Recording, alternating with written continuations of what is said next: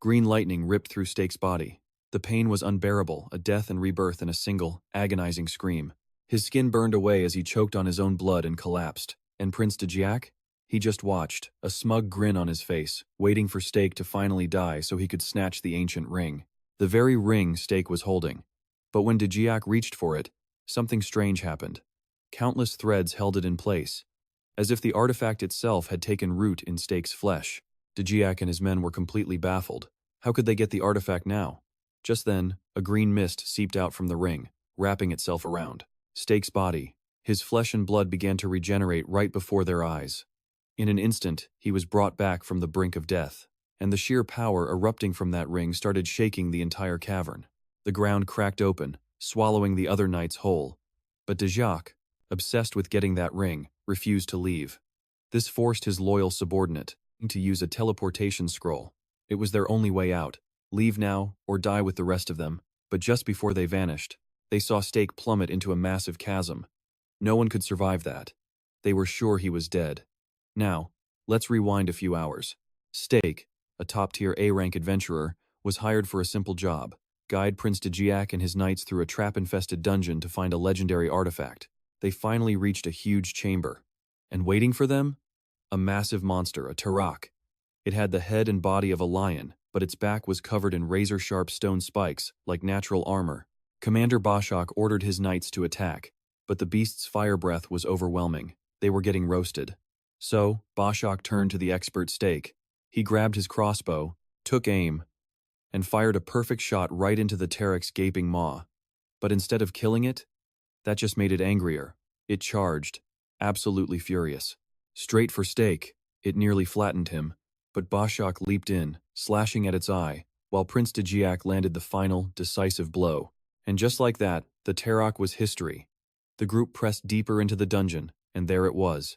The prize Dajiak had been searching for. The ancient artifact, a ring, with a strange skull embedded in it.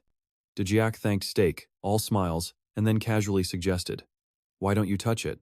The moment Stake's finger made contact, bam! The lightning strike we saw at the start of the story hits him. Now, back to the present.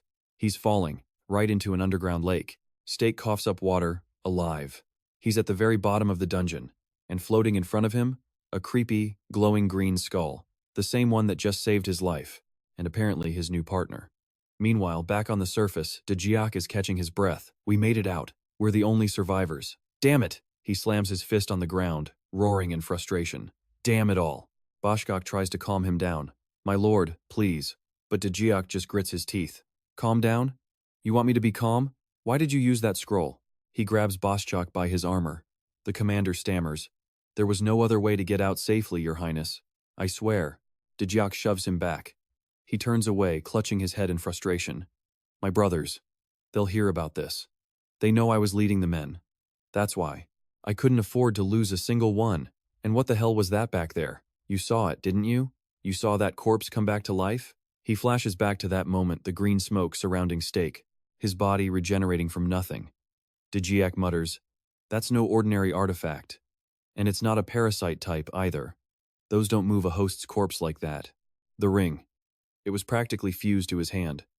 Bashak chimes in, I've never seen anything like it, my lord.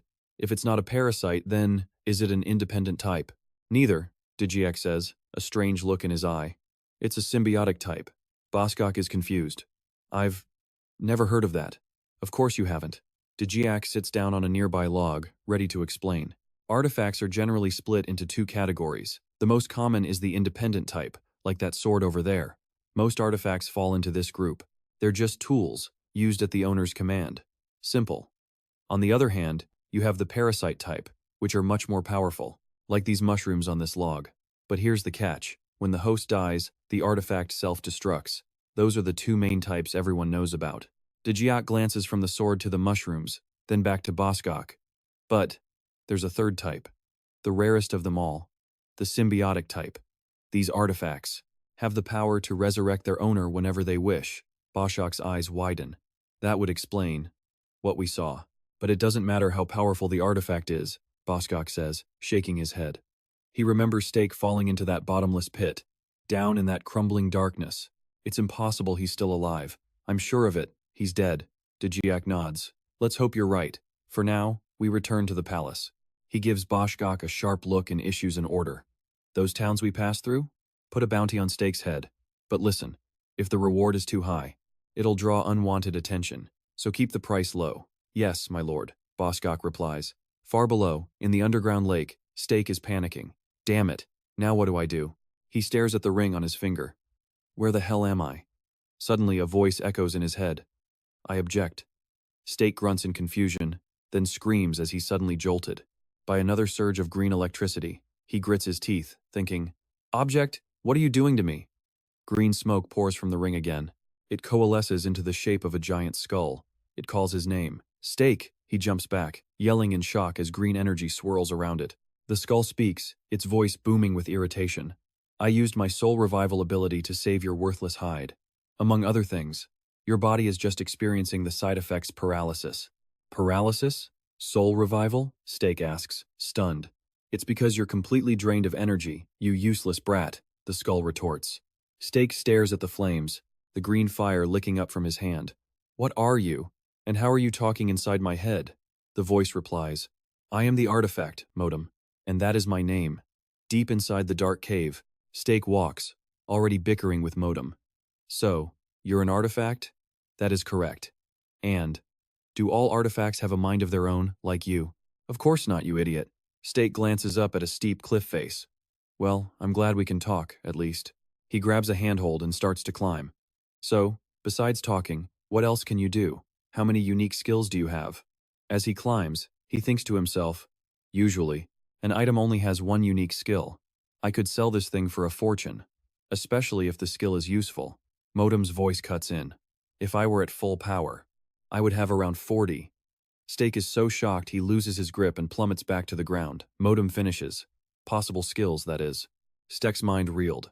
Impossible. A human's entire life nets them. What, 10 skills? Maybe 20 if they're lucky enough to find some enchanted gear. But just this one artifact, the Ring of Motam, unlocked this many? Holy hell, that's a lot, Steak said. So, are there any I can use right now? There are, Motam replied, but I used every last drop of mana to resurrect you. While I'm recovering, let's talk. As Steck struggled to sit up again, he asked, What's mana? Motam reminded him, Oh, by the way, you have 12 hours left. Steck froze. Left? Motam explained bluntly, Before you die. For good. Panic hit him hard. What are you talking about? He screamed. I thought you brought me back. Why would I die again? Motam's reply was chilling. You live. Unless I die. I won't vanish as long as you live, but if I run out of mana, we both meet our maker. Steck just stared. What? You think resurrection comes without a price? Motam scoffed. If you want to live, get moving. After escaping the dungeon, Steck was sprinting through the forest, screaming his head off. Why didn't you mention that we both die if you run out of mana sooner? Motam, now safely back inside the ring, casually replied, I'm not human. I don't feel the pressure of life and death. I was sleeping peacefully until you showed up and woke me. But fine. If you're gonna struggle this hard to live, I'll give you the power you want, Steck. A stream of blue smoke suddenly wrapped around his arm, shocking him. But remember this, Motam warned. Waking me doesn't make you my master. Got it? You're the one fighting for your life. Not me. You are. Motam shot out of the ring, opening a terrifying mouth full of sharp teeth, looking like it was about to swallow Steck's entire hand. Steck panicked, shouting, All right. I get it. I get it. Just tell me how to restore your mana. A status window popped up. Devour. Level 1. The ability to eat and absorb curses and demons. Motam explained. Low-level monsters or cursed objects. We'll have to use Devour. Steck processed this. I don't know about curse stuff, but monsters. All I have to do is hunt some monsters. Right? Motam confirmed. Correct. 11 hours and 56 minutes remaining. Steck grumbled. Okay, stop rushing me. Motam's voice echoed. 11 hours, 55 minutes, and 58 seconds.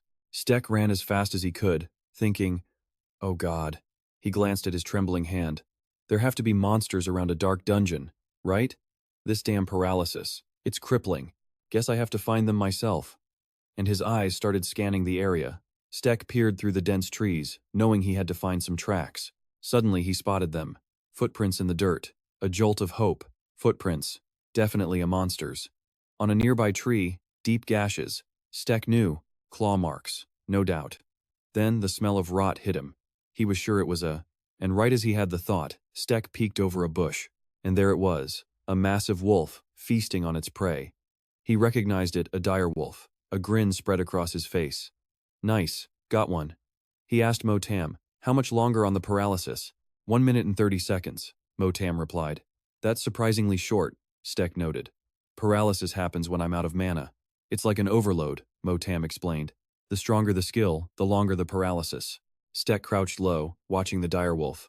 Well, the timing's perfect, and it's just one any more than that and we'd be in real trouble. Our luck's holding out.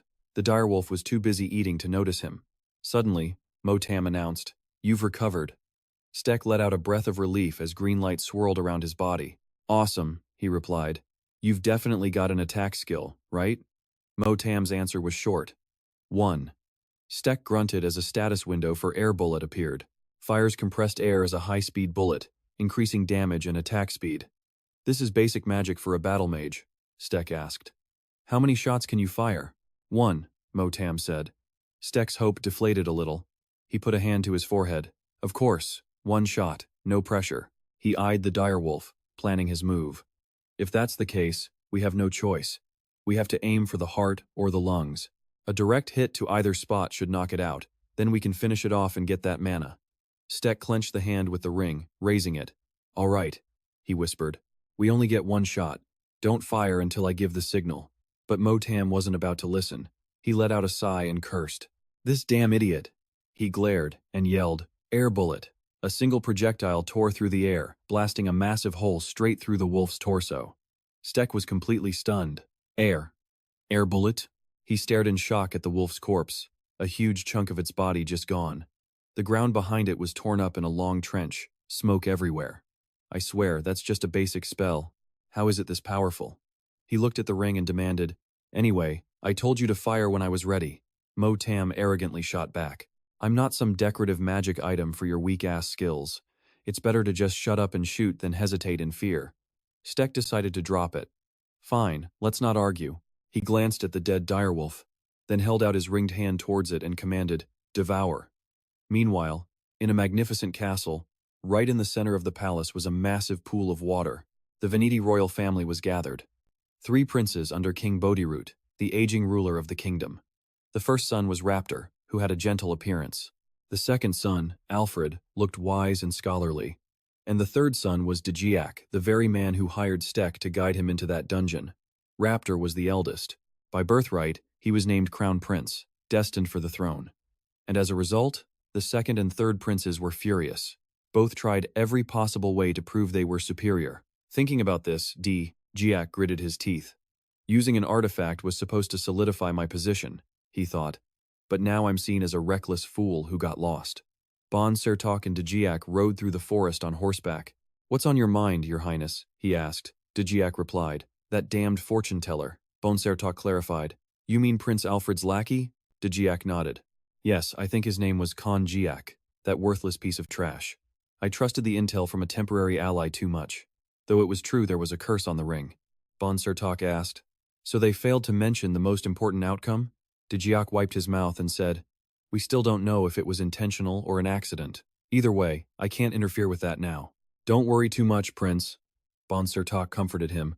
You have plenty of experience on the battlefield, don't you? You'll handle this just fine. The sun was beginning to set as the two rode down the trail toward the castle. I can't believe it, Djiak said. Politics is harder than surviving on a battlefield. Even after all these years, I still can't get used to it. Thanks for the support, though.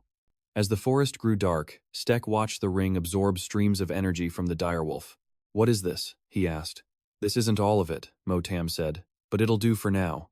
Stek was confused. Wait, one direwolf only recharges 15% of your mana? Motam shot back. You got a problem with that? Stek quickly replied. Nope. But he thought to himself, does that mean if I use a skill 3 times, it's all gone? His mind raced. Anyway, since I took the artifact, they're definitely hunting for me now. So, the problem is, where can we even crash for now? Stake makes a call.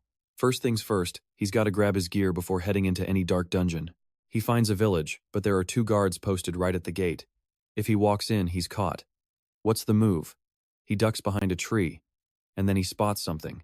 Aha! Valerian flowers, he whispers. This should do the trick. In front of him is a patch of purple blossoms. Stake pulls out sawdust, flint, and a wooden stick. Step 1. Make a fire. Once he gets a spark, he holds the smoldering stick in his mouth and funnels the burning sawdust into a small pouch. The idea? To maximize the effect of a special pheromone powder, the powder in the bag ignites, releasing a thick cloud of smoke with a very distinct smell. Stake quickly covers his nose, careful not to breathe it in. He knows this trick only works on humans basically, a super effective sedative. The two guards are instantly confused by the weird smoke drifting their way. What is that smoke? Hey, go see where it's coming from. This smoke smells strange. No sooner had he said it, he started losing consciousness. A moment later, both guards were down for the count. Seeing it worked, Stake poked his head out. Motam praises him. You certainly know how to use your head. Stake just smirks, damn right. He walks into the village with total confidence. Of course, I've been around, and I've become a pretty experienced adventurer. Then, he stops short. His eyes land on a wanted poster plastered to a wall. The reward, 400 gold coins. They really put a bounty on me? Those scumbags. Motam finds this absolutely hilarious. Enraged, Stake rips the poster down and crumples it, which only makes Motam laugh even harder. He quickly swaps his ragged clothes for a fresh set, grabs his pack, and gets out of there. Still, he knows. He's in deep trouble now. It's unbelievable. In just one night, he became a wanted criminal. He doesn't know how far the news has spread, but living in a normal village? Probably not gonna happen. He lets out a long sigh, staring at the crumpled poster and the ring on his hand. But he decides right then and there, he's not giving up. Not as long as he has this ring. He can still pull through. The simplest path is obvious, just leave the kingdom entirely. But then, anger flashes in his eyes again. But that's not how I operate. Just gonna leave obediently like that? Motam asks. So, you want revenge? As he crosses a bridge, Stake casually throws the paper into the water and answers. I'm pretty sure anyone in my situation would want to, unless you're a saint.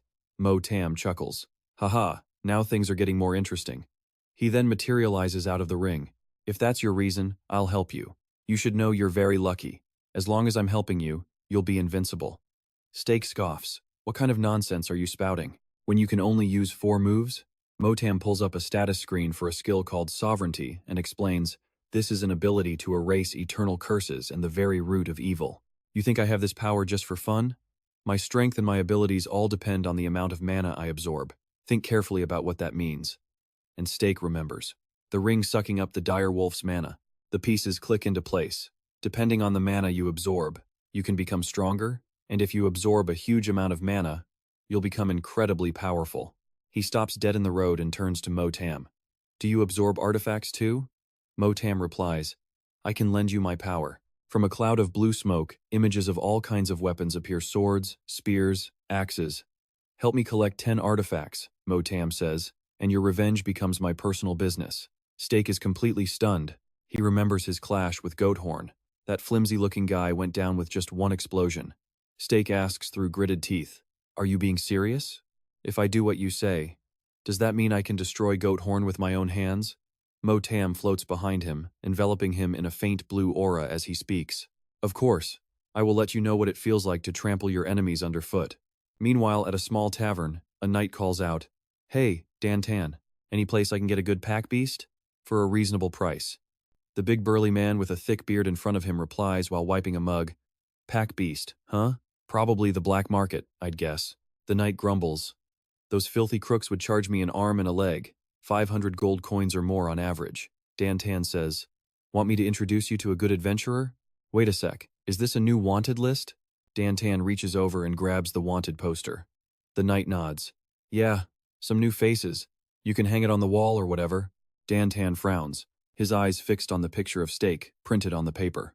Stake, what kind of trouble did he get himself into? A gatekeeper hands a pass to an old man, saying, Do not lose this under any circumstances.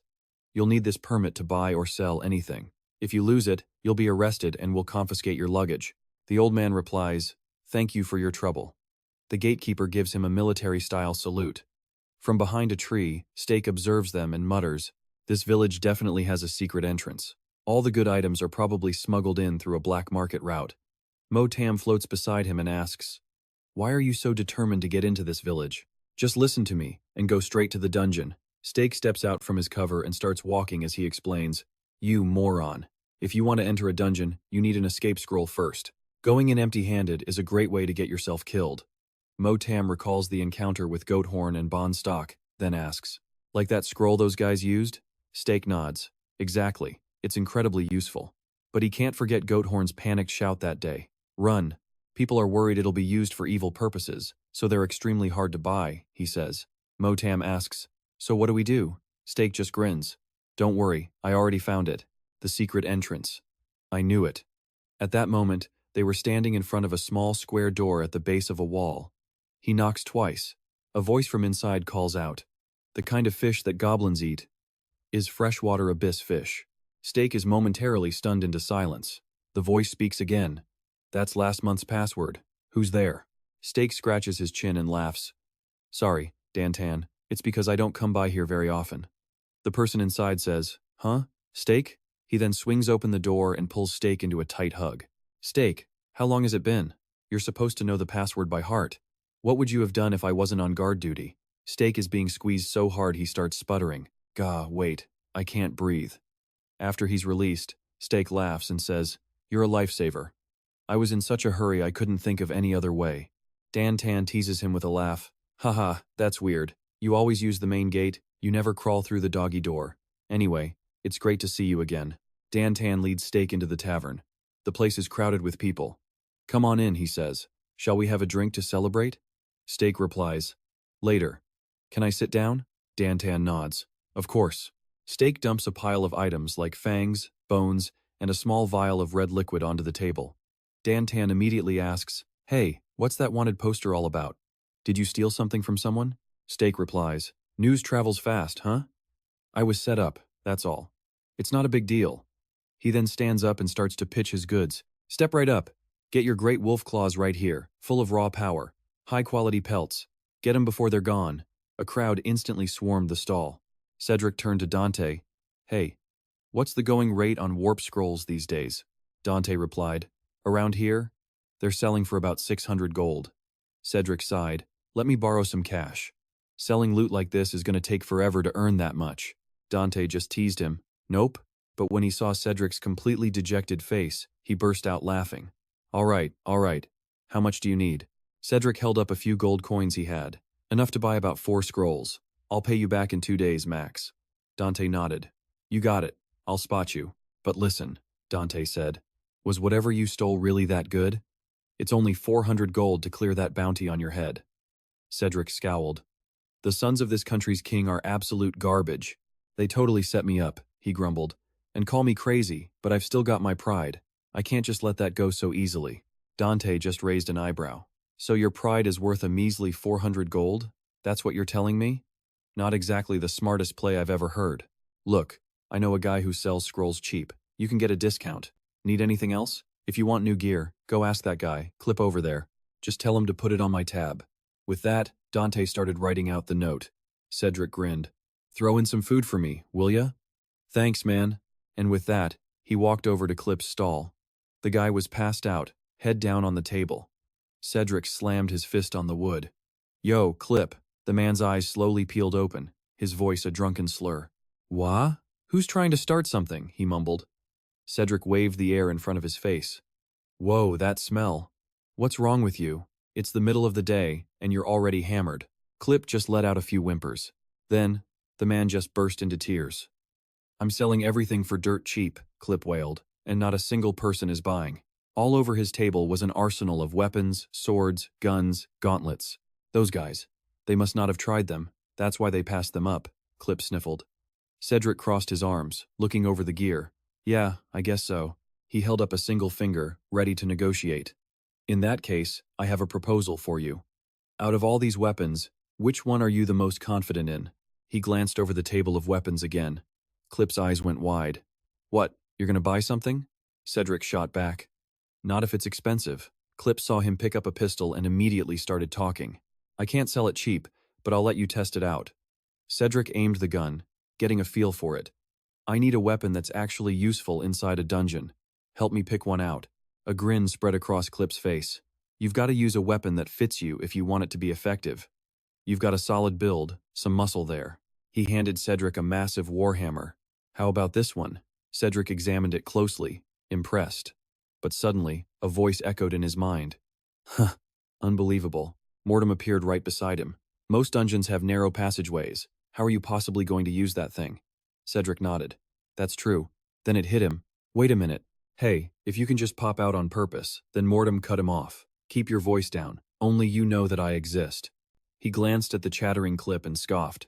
This little dwarf doesn't seem to have any basic knowledge of magic at all. But these weapons, they're surprisingly well made. Cedric asked, Why are you so talkative all of a sudden? You know how to use this stuff? Motam replied with arrogance, I am an artifact. Of course, my eye for these things is different from a human's. I can sense the very structure of an object. The one you should choose is that sword on the right. Following his advice, Cedric picked up the sword. Is it actually useful? He held it high. The blade was a brilliant silver, with gold inlaid decorations and a strange green cylinder in the hilt. Motam said, Use it correctly, and you'll never want another weapon. Cedric inspected the sword again. Looking at it, its design is definitely not ordinary. Mortam's voice was firm. Trust me. And with that, it was time to head back to the dungeon. Not long after entering, Cedric was yelling as a swarm of monsters attacked him. He kicked one square in the gut, shouting, How are there so many of them? The monster went flying, but immediately, more pairs of glowing red eyes stared him down from the darkness. Furious, Cedric aimed his ring right at them. Fire, he commanded. A beam of blue light and energy shot from his hand. Motam launched forward like an arrow, tearing through the monsters in front of him. Cedric looked at the ring and came to a conclusion. Looks like the excess energy is used to power this guy up. He grabbed a pickaxe. Well now, should we collect some of this lapis lazuli? The cave was filled with the glowing stones, jutting from the ground and walls. Cedric started hacking away at them, wondering to himself, Can I really take all of this? And that's when he spotted a trap system. He thought, What the hell? There's a trap at every single step? These spare parts might actually be useful. Suddenly, a strange cry made Cedric freeze in place. He peered down the other end of the cave, but it was pitch black. He heard the cry again, and aimed his ring into the darkness. Hey, light it up over there, he ordered. Suddenly, he froze, his eyes wide. Are you kidding me? Is that a Monero? A massive, lizard-like monster crawled into view. Chunks of lapis lazuli grew from its head and down its spine. It opened a maw full of sharp teeth and let out a deafening roar. Cedric muttered, That's right. If there's valuable ore in a place, there's bound to be a Monero. All of a sudden, the Monero's cheeks puffed out. Cedric's expression changed instantly. The beast opened its mouth wide and spewed a stream of yellow acid right at him. He managed to dodge out of the way, but not completely. Cedric yelled in pain as the acid seared his cheek and shoulder, burning him on contact. Get a grip. Mortam's voice snapped in his head. You have the resurrection ability. You can't log out. Right on cue, a status window opened. Skill activated. Regeneration. His body was healing itself. Green energy swirled around him, sealing the wound on his shoulder. Chushi scowled, staring down the massive beast, its head covered in strange blue crystals. This is going to be a pain, he thought. A Monero. It uses corrosive fluids to eat minerals, building that insanely tough body. Which means, he realized, even at half strength, it could leave a permanent scar on me. He raised his ringed hand, but Motam stopped him. Give it up. Trying to destroy it like that will only lead to a dead end. If you use that energy blast in a narrow space like this, the whole tunnel will collapse. As if on cue, the Monero spat more poison. Cedric yelled, jumping back just in time. Good, Motam said. Cedric was confused. What? What's good about this? Motam replied. This is the perfect chance to test out the weapon you got from Clip. Cedric was skeptical. Now? Are you sure? Motam shot back. Why not? What have you got to lose? Just think of this as practice for the real dungeon boss. This is the perfect opportunity to test your new weapon against a powerful, mid-tier monster. That was all Cedric needed to hear. He pulled out the sword and the green cylinder. Okay, let's do this. He snapped the cylinder into the hilt and charged straight for the Monero. The monster raises its claws, swiping hard, but Stake ducks right under it. Its eyes widen in shock as Stake leaps high into the air, twisting his body and aiming the tip of his sword straight down. Stake grinds his teeth, aiming dead center for the monster's head. He plunges the sword down, but the creature's rocky skull is so tough, the blade barely sinks in. Shaking, Stake tries to push deeper, but it's no use. Just as the Monero raises its front legs to tear him off, Motam gives the signal. Now. Do it now. He slams the switch on the hilt. Energy from a power cylinder shoots the blade out even further, piercing straight through the Monero's skull. The monster collapses, and Stake leaps clear. He looks at his trembling hand. Damn, my arm is totally numb. Was that really the only way? I hit it so hard the sword stuck. In front of him, his blade is jammed deep in the beast's head. Devour the curse, Motam shouts. Stake opens his pouch, looks inside, and sighs. I was hoping to save this. Guess I have to use it for real. What a waste, he thinks. Behind him, Motam begins absorbing the Monero's mana. Inside the pouch are several glowing blue cylinders. Stake thinks to himself, these gas canisters aren't easy to find. I'm down to just 4. They seem durable, but I wonder what happens if they take a hard hit. Suddenly, Motam speaks. Something's not right. Stake turns to look at him. What is it? Motam, his cheeks puffed out, replies, I can't explain it. It just feels different.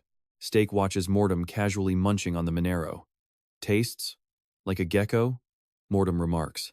Stake just says, how am I supposed to understand that?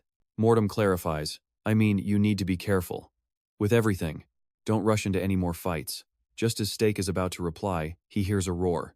Another Monero charges out of the darkness. Stake yells, oh hell, there's another one. He grabs his sword, thinking, I can't use up all my cylinders. It's too much of a waste. The monster swings its claws, but Stake twists his body, dodging the attack perfectly. He spots an opening. Its neck is completely exposed. He grins. Nice. A weak spot.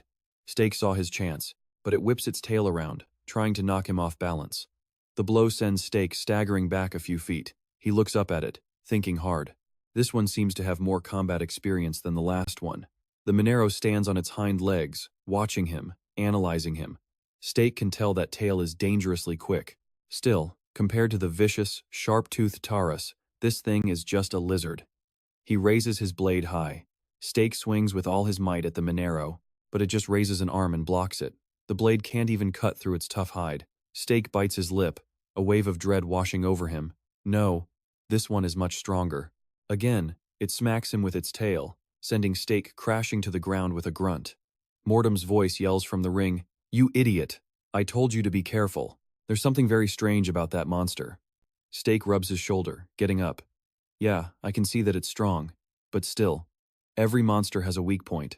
The moment he looks up, the Monero's claws are right in his face. It grabs him by the head and he shouts in pain. Motam screams, Stake! Even goblins don't fight this sloppy, he yells. Get it together, Stake replies. You're exaggerating. I've got a plan. Even though the Monero has him in a headlock, his hands are still free. Something starts to glow in both his palms. Stake says, lemon phosphorus powder in my left hand, mixed with firefly powder in my right. You know what that makes? Stake brings the two powders together in one hand, glaring at the monster through its own fingers. He continues. A direct attack on its weak spot. The two powders begin to react. Now, ignite, Stake yells. A blinding light flashes right in the Monero's face. It opens its mouth full of sharp teeth to bite down, but his sword is already moving. He narrows his eyes, thinking, okay, if I can just stab it right in the mouth, I'll win. But then, a status window pops up with a warning. Abnormality detected in 95% of body structure. Motam screams, Stake, wait. But it's too late. He's already thrust the sword all the way down the Monero's throat. In an instant, it explodes into a massive fireball. Motam's panicked voice rings out, Stake! Our hero lies on the ground as Motam's magic flows around his neck and arms, healing his injuries. Stake sits up. I told you to wait, Motam scolds. Holding his head, Stake shoots back. You moron. You only said something after I already touched it. In front of him is a massive crater. The ground and the cracks around it still glow red from the explosion. So, what was it? Stake asks. Motam replies. The magical artifact on this Monero's body. It had gotten stronger.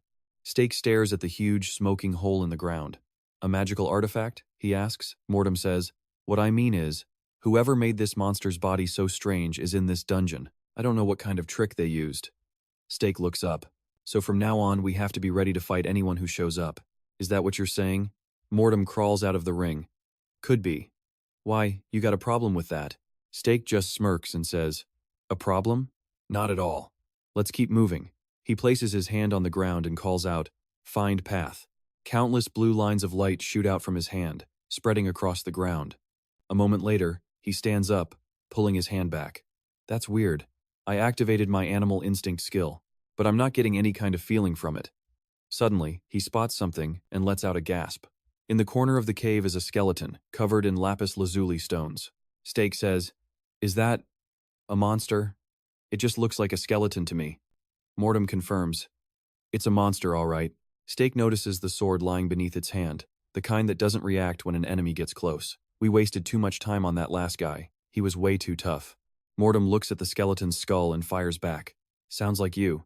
Touch him, and he might just explode. Be careful not to set him off." So, Stake listens and starts to walk past the skeleton.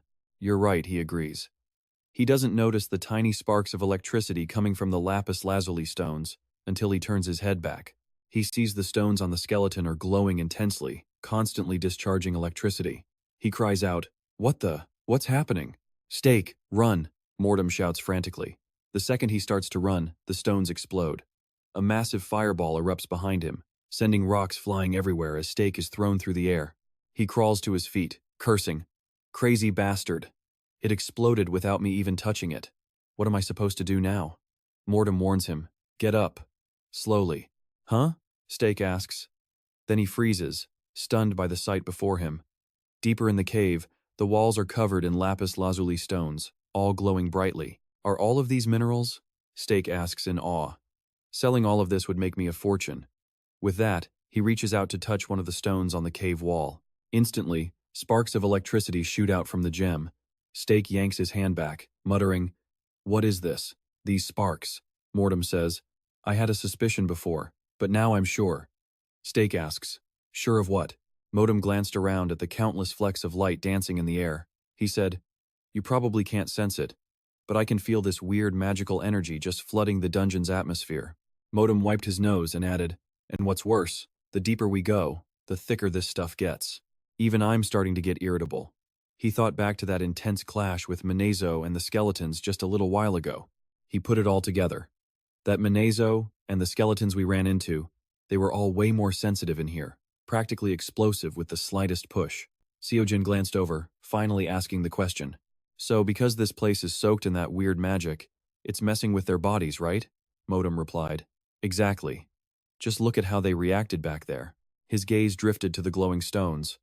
"And I don't think it's just the monsters," he speculated. "It seems like everything in this dungeon is being affected." Seojin looked up at the multicolored ceiling, asking, "So you're saying this whole path is basically a minefield?" "There's one more thing," Motam said. "Things are getting worse."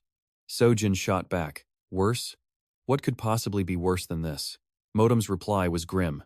"The magic concentration is too high, which means simple healing skills. They're not going to work down here."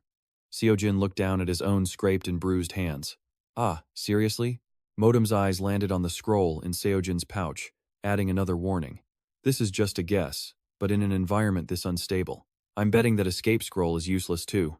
The scroll works by finding safe coordinates using magic, but if the magic here is too dense, it won't be able to function at all." "So we can't escape?" Seojin asked. "It's not impossible," Motam answered. "I don't know who's pumping out all this magic, but if we can eliminate the source, we can get out of here." Seojin processed that. "So basically, you want us to push deeper, right? Well, at least there's some hope. That's something." With that, he started walking deeper into the glowing cave. After a short walk, Seojin stopped, looked up, and said, "We finally made it." He looked around. "There's no way we can find the one behind all this. Though, for all we know, he could be right behind this door." He was standing before a massive set of doors. Seojin reached out to push. "What's the big deal? Let's just go." Inside, he saw a massive, perfectly round boulder, and floating right above it was an orb, blazing with brilliant light. Sojin's jaw dropped. "What is that?" Motam answered instantly. "It's a djinn." Sojin blinked. "A djinn? That kind of spirit is all the way down here?" Motam studied the glowing orb. "Look closely at its center. Can't you feel it? That's an artifact." Seojin's eyes went wide with shock. He thought to himself, "It's a spirit born from the fusion of magical power and a deathly aura, pink magic and blue death energy, combined to create a dual-colored power source. It's a collection of pure elements that only want to destroy, with no consciousness at all. It's basically a walking natural disaster. But why is there an artifact at the very center of its being?" Suddenly, Sojin's eyes widened and he threw himself backwards. He narrowly dodged a devastating strike that slammed down from above. Motam shouted, "That guardian is the source. It's completely fused with the artifact. It's using it to spread its own magical energy everywhere." The Jinn turned, raising its hand to attack again. Motam warned him, "Everything you see in here is a walking bomb." Jin smirked. "Then it's simple. If we beat him, we can get out of here, right?" As he spoke, the Jinn waved its hand, and a beam of blue light shot past him. Countless stones flew right at Jin as he ran. He raised his sword to block, but another wave of rocks came flying, one of them glowing a brilliant gold. Jin's expression changed. "What the hell? Is that one going to explode too?" The second he said it, they detonated. The blinding yellow fireball forced him to react. Jin had to throw an arm up to shield his head. Motam yelled a reminder, "Pay attention. This area has the highest concentration of that weird magic. If you agitate it, it'll just get stronger." Jin gritted his teeth, enduring the searing heat of the blast. He heard Motam's grim prediction. "At this rate, if you don't keep moving, everything around you, the sword you're holding, even you yourself, you're all gonna blow up," he roared in frustration. "You should have told me that sooner." Just then, the Jinn slammed both hands into the ground. The glowing orb above its head began to shine even brighter. Jin was stunned. "Whoa, wait, what is that? This is getting ridiculous." He suddenly saw countless streaks of light shoot out from the orb. Seeing this, Jin broke out in a cold sweat. Motam's voice was urgent. "If you want to live, run." Jin cursed. "This is insane." The Jinn was rapidly gathering a massive amount of energy. A huge amount of magical power was building in its core for the next attack.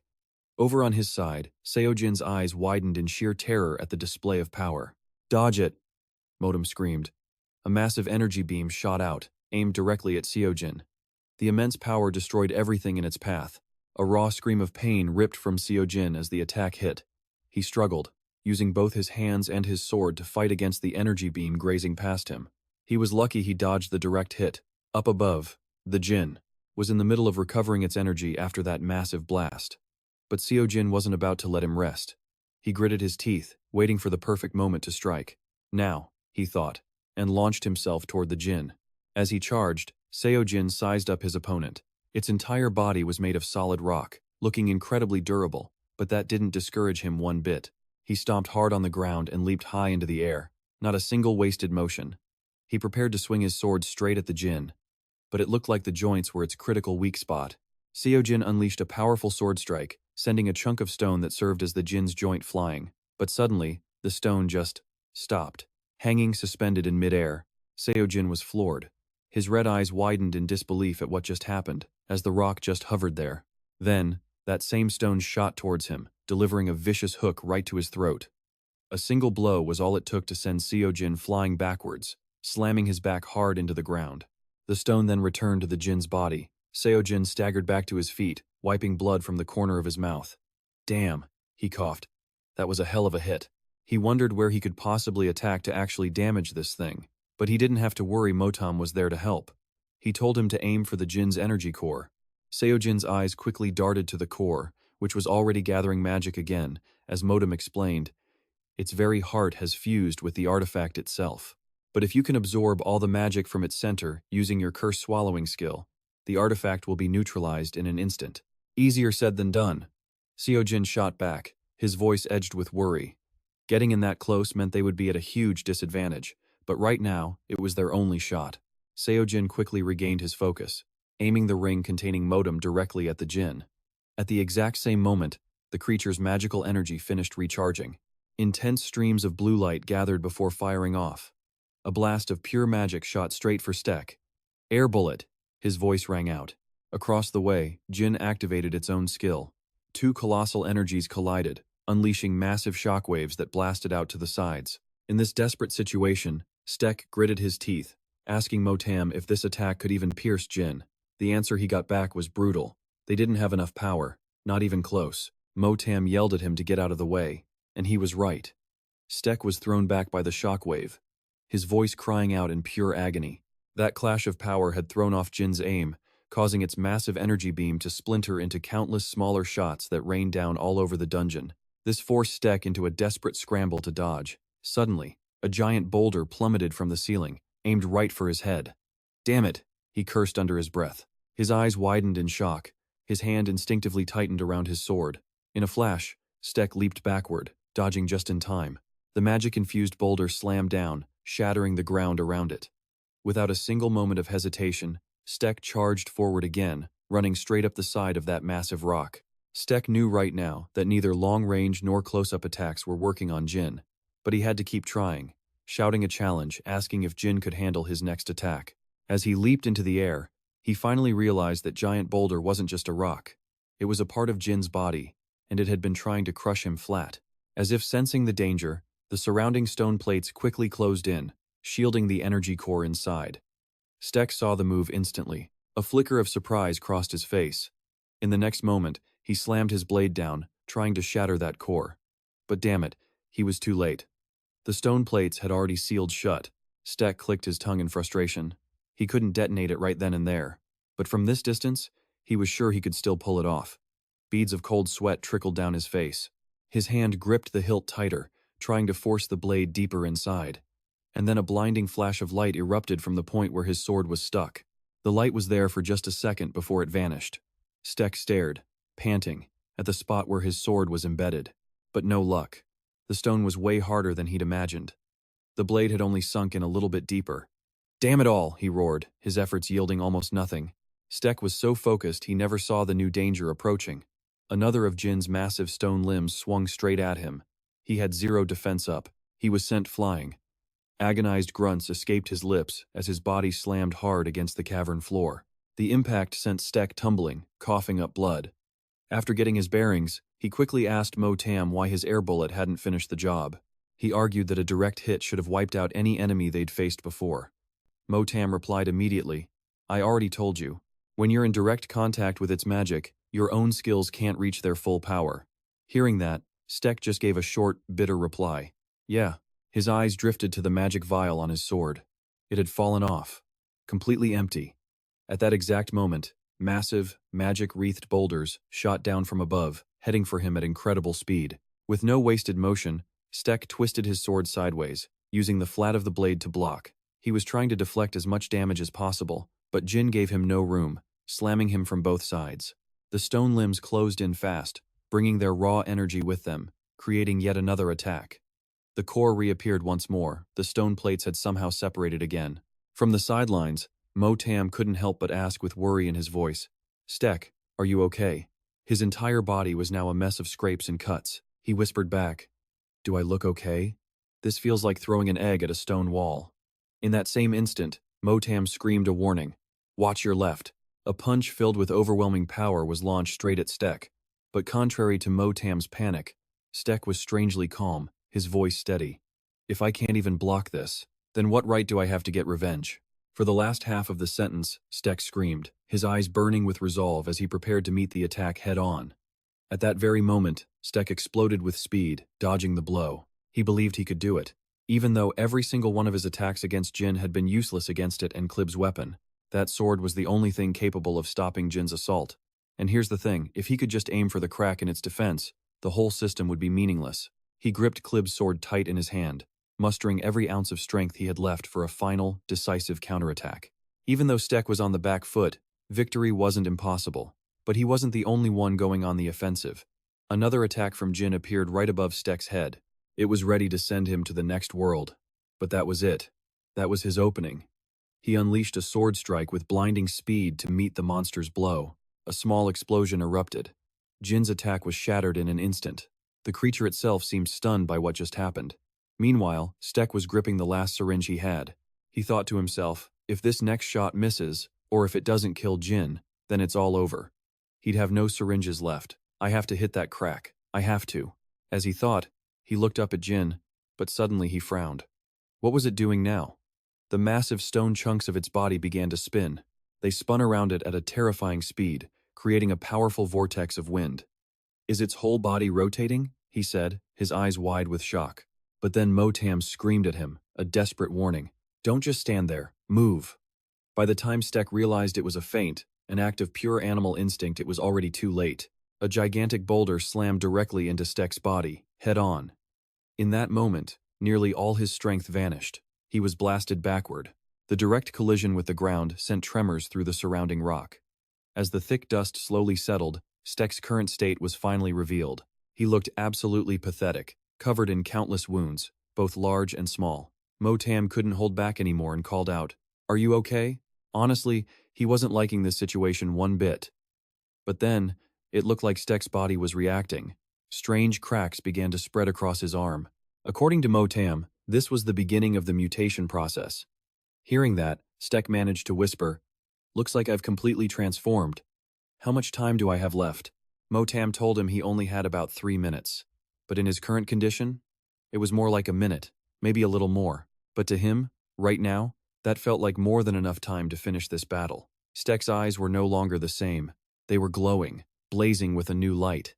It holds a terrifying power straight from hell itself. Stek grits his teeth, his body, his weapon. This final attack might just shatter them both. But a minute or two, that's all he needs. He stares Jin down. Then, with a roar, he leaps forward, sword raised, charging right at the monster. But Jin reacts instantly, controlling the earth to attack him. Seeing this reckless move, Motam screams, "What are you doing? Are you trying to destroy yourself? What nonsense are you spouting?"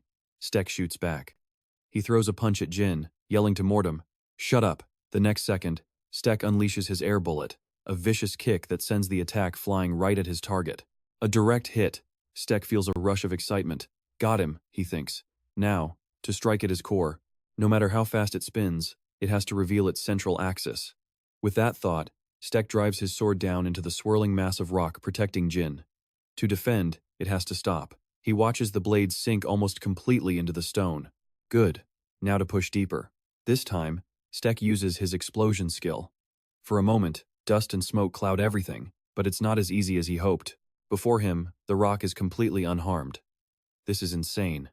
Motam sees Jin preparing another volley of boulders and shouts a warning. "Stop this foolishness and move, Stek." But he doesn't seem to hear him. Stek stares at where his sword is embedded. Damn it. Damn it all. He makes a decision. I have to try everything before I risk getting wiped out. Will I ascend to heaven? What kind of nonsense is that? Images flash through Stek's mind. Such a ridiculous idea. And then, a realization dawns on him. Stek pulls something out. This.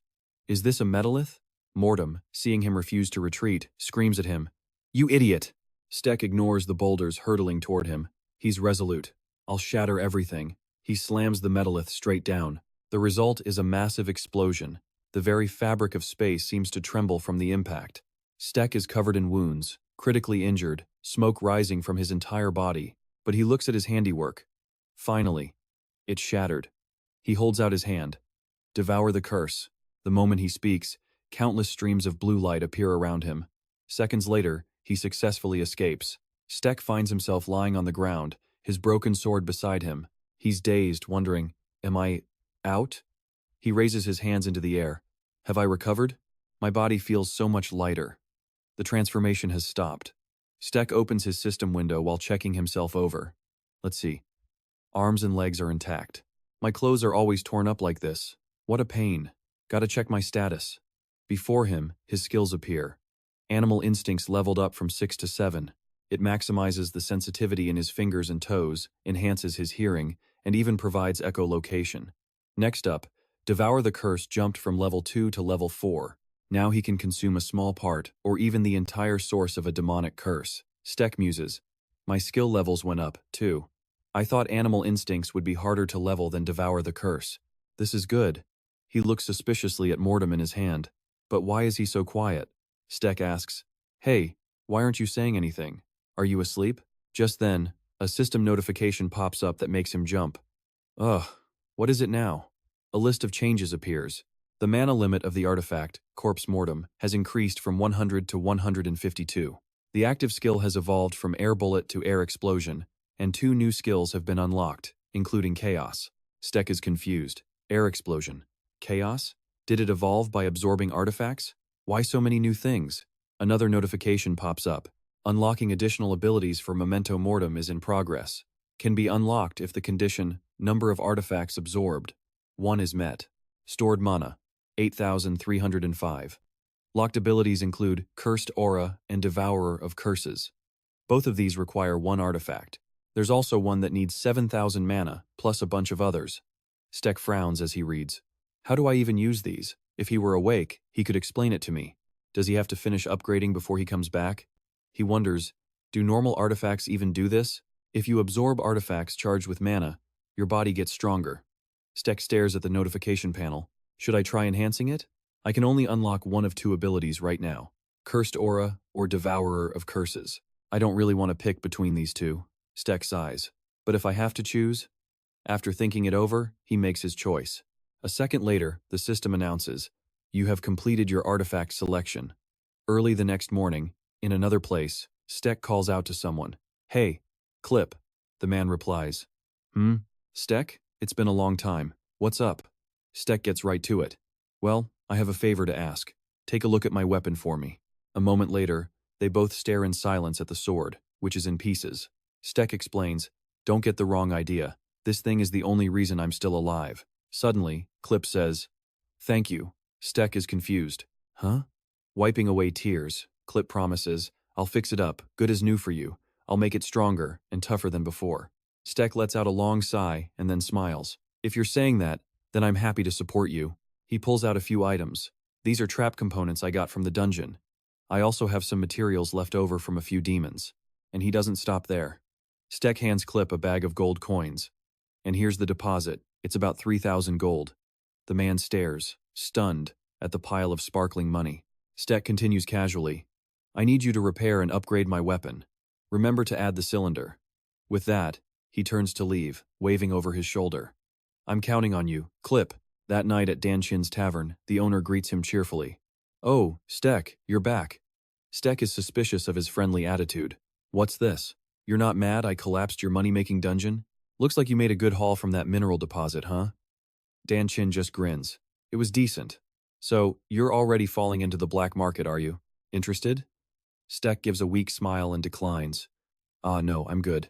Maybe later. For now, I'm just gonna go up and get some rest. Dan Chin laughs. Haha, alright. Call me if you need anything. After Steck leaves, he mutters to himself. Could it be true? Did Steck really fight through that dungeon all by himself? In his room, Steck collapses onto the bed and thinks for a moment. He calls out to Motam. Hey, you can come out now. Hey. A groan. And then a moment later, Motam appears in his original form, complaining, I feel so sluggish. Steck asks him, so, does this mean I won't know what a new skill does until I activate it? Something like that, he confirms. Motam explains, when I met you, I'd already been reset once. Because of that, all my skills and abilities were sealed. So that's it. Yesterday was the first time I ever absorbed an artifact, but he just kept talking. Air Bullet is a simple, basic skill. It doesn't evolve or branch out, but Motam mentioned how Air Bullet evolves into Air Burst, saying that specific skill was perfect for me. The old skill had transformed into a new form called Air Burst, a power meant just for him, only for you. Sochak shot back. That's basically the same thing. In the end, you still can't tell me what new skills and abilities I might get ahead of time. Motam told him, if you just try practicing it once, I'm sure you'll be able to master it easily. It's just hard to explain. I feel like I've forgotten something important. Siochek then asked him, so what kind of skill is that cursed aura I chose? But Motam didn't answer right away. During the next dungeon raid, I'll explain it to you. For now, just drop it. But when are we even leaving? Sochak replied, I have to get my weapon from Clip first. He paused for a moment. I'm going to sleep. I'm exhausted.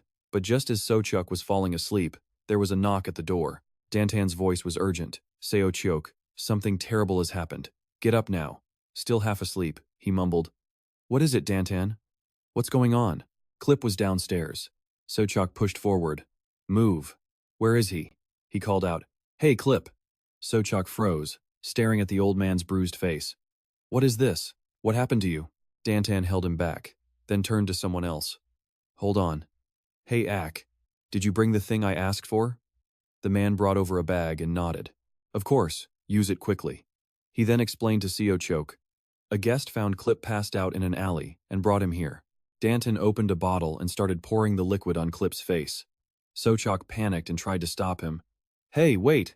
What are you giving him? In the next second, Siochok got his answer. Clip's face healed in an instant, without a single scratch left behind. He was stunned.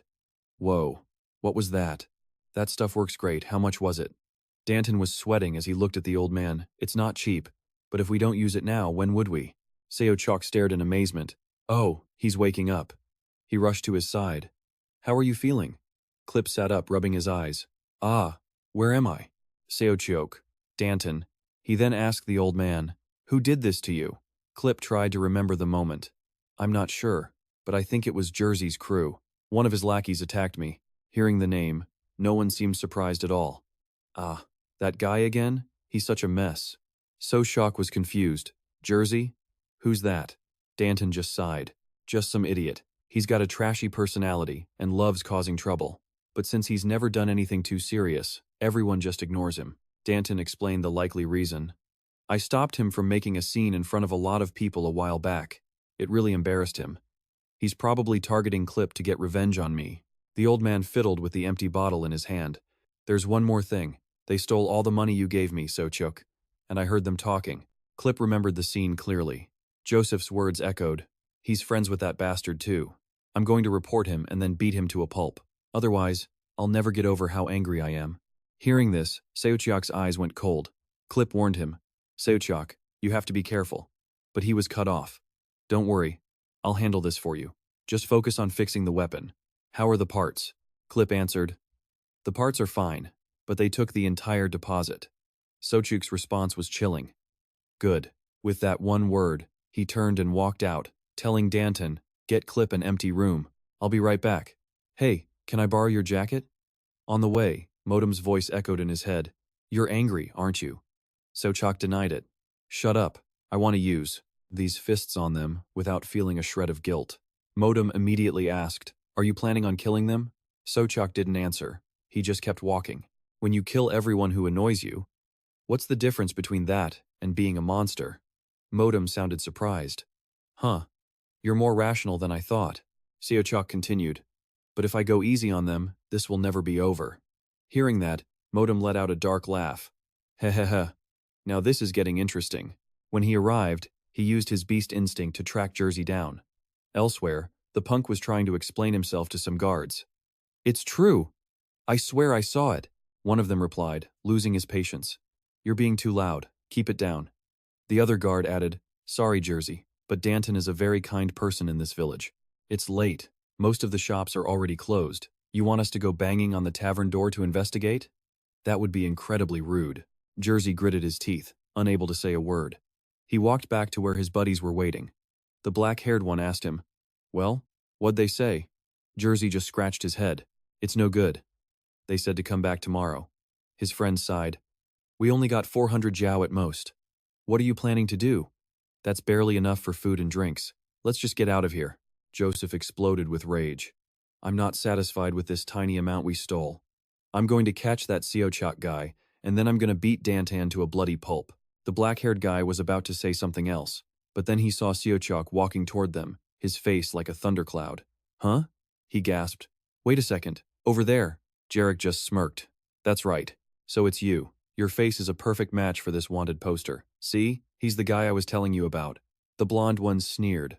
I was just wondering where I could find you. And here you are, showing up on your own. Seo-chok's voice was ice cold. No. I should be thanking you. It's been a while since I got to fight regular people. I've needed a punching bag to vent on. I'm so excited. The blonde guy flew into a rage and grabbed his collar. What? You arrogant little punk. So-chok didn't say a word. He just grabbed the guy's other hand. Before the thug could even react, Seo-chok's free hand sent him flying. He casually flexed his fingers. The other two were furious when they saw their friend get taken down. The black-haired guy even pulled out a knife. You bastard! But before they could even move, So-chok launched himself into the air, driving his knee straight into the guy's face. Blood sprayed as the thug collapsed to the ground. Jarek screamed as he threw a punch at Seo-chok. Fight as hard as you can. Our target is 400 jiao. Too bad for him. He was all talk and no action. With his sharp reflexes, Seo-chok easily blocked the attack and punched Jarek hard. Then he asked him coldly, what's wrong? If you want to capture me, you have to beat me first. As the words left his mouth, he hit him again. Jarek could only take the punishment in agony. What the hell? How is this bastard so strong? Even though the guy had no fight left in him, Seo-chok wasn't about to let him off. We're not done yet.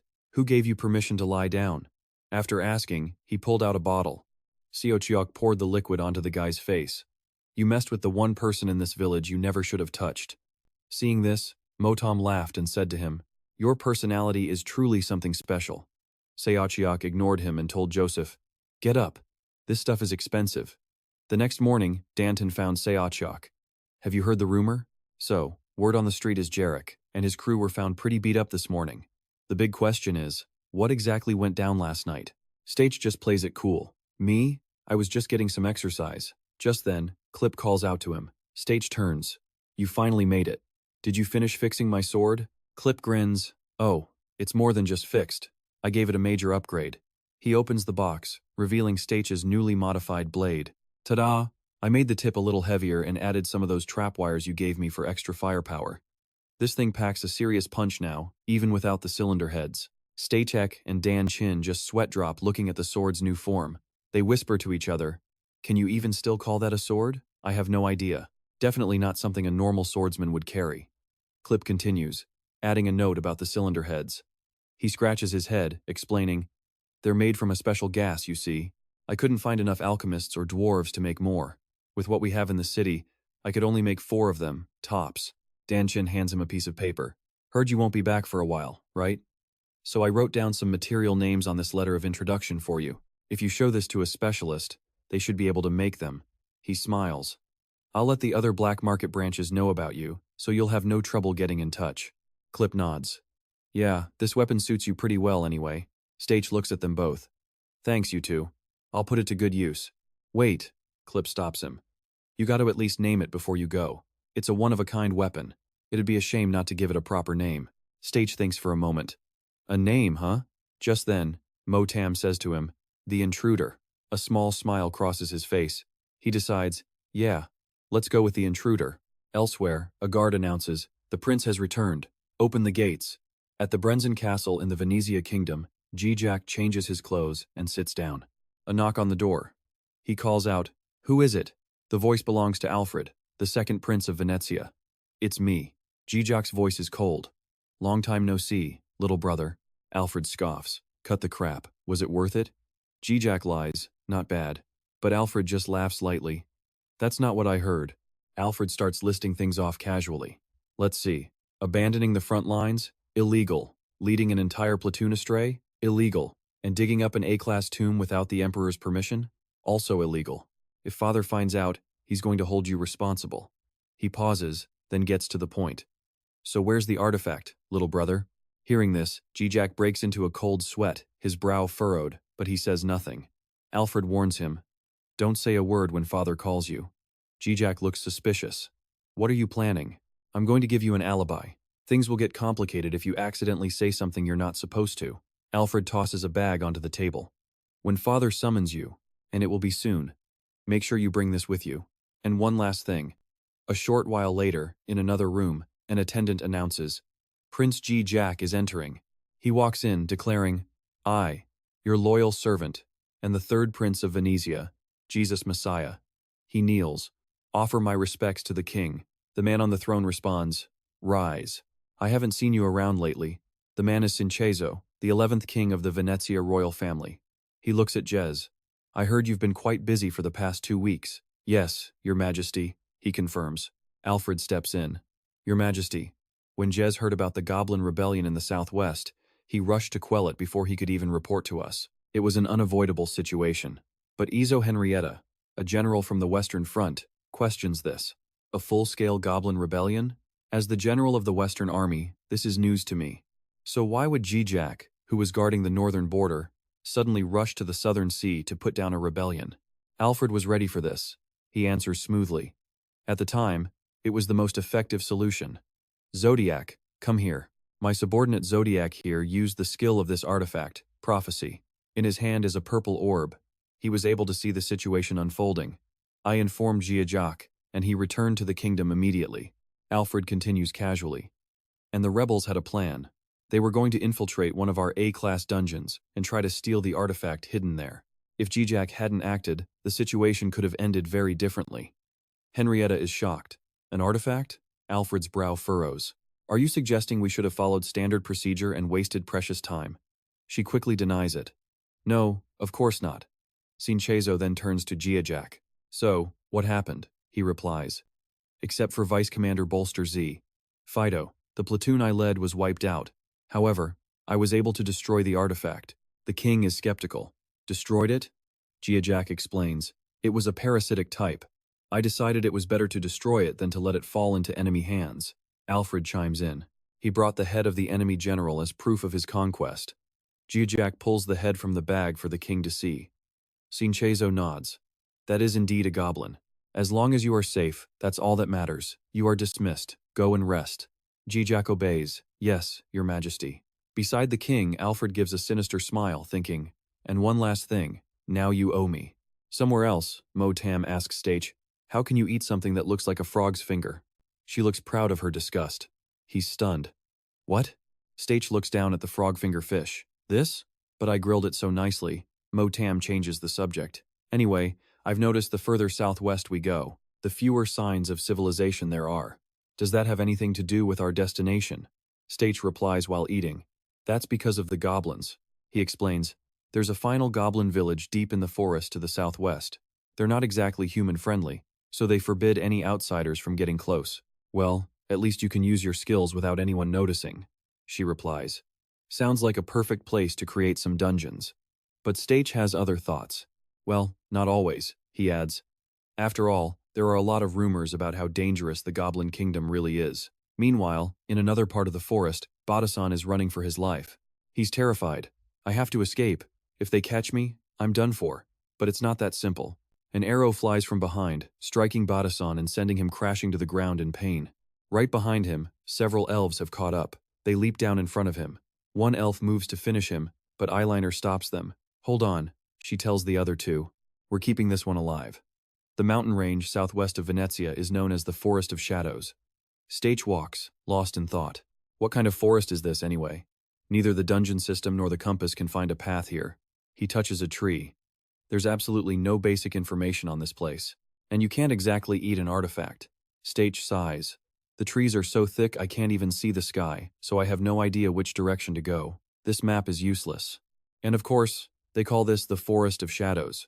Motam chimed in. You think complaining will make this any better? Stex just had to wonder, was this famous explorer actually lost? Then, Stex spotted something. Wait a second. What is that? He saw him. A man, Baterson, tied to a pillar on a rock. Is that a person? Stex rushed over, splashing water on the guy's face. Hey, look at me, wake up. He sighed. Damn it, looks like I can't just ignore this. But that's when Motam warned him. Stex, you need to move, now. Stex was confused. What? Why? Motam's answer was simple. Unless you feel like playing with the white crows. If that's what you want, I won't stop you. Stex glanced at a hand breaking the water's surface. Those bodies, they must belong to the people who tried to save this guy. If I just sit here, I'm not going to be safe either. He made up his mind. If that's how it's going to be, then fine. Stex activated his air bomb skill. He unleashed a direct hit on a white crow. But their bodies are made of water. The attack was useless. The white crows surged onto the shore, coming right for Stex. He threw Batterson over his shoulder and started running, dodging their attacks. But in seconds, his path was completely cut off. Stex pressed his fingers to the ground. Right. They're just water. He wondered. If there's no wind, can I win? Well then, how about this? The system announced the activation of a new ability, Arc Shot. A low-level status effect was triggered on the enemy. A chain reaction kicked in, attacking up to 5 targets at once. From Stex's hand, bolts of lightning shot out, striking the water's surface. In a flash, every single white crow was hit. The second it was over, Motam called out his name, Stex. A little later, in a safer spot, Stex was panting, completely exhausted. Now that we're this far, they shouldn't be able to catch up. Right on cue, Batterson started waking up. Ugh. Where am I? He panicked. What is this? This isn't the lake, is it? Did you save me? Thank you, really. Stex looked at Batterson. You came to pretty quick. He told the man. All right, first, just try to calm down, okay? So, why were you tied up back there, Batterson? Batterson gave him a confused look. You're asking because you really don't know? In the Forest of Shadows, who else would capture humans they can't kill on sight? Hearing that, Stex finally understood the story, or so he thought. Ah, so it was the elves, huh? Stex asked him, If you knew it was so dangerous, then why did you even come here in the first place? Batterson explained. We were heading to the capital to make a product delivery on time. We had no other choice but to pass through the Forest of Shadows. And then we were ambushed by the elves. Stex's eyes drifted. So those body parts in the lake, those were your friends, weren't they? The man covered his face. All I could do was watch. The elves tied me up and left me by that pond. Damn them all! My friends came to rescue me, and they. After hearing the whole story, Stex told Batterson. Okay, I get it. We're not too far from the edge of the forest now. I'll guide you out. After that, you'll have to get back to the village on your own. You think you can handle that?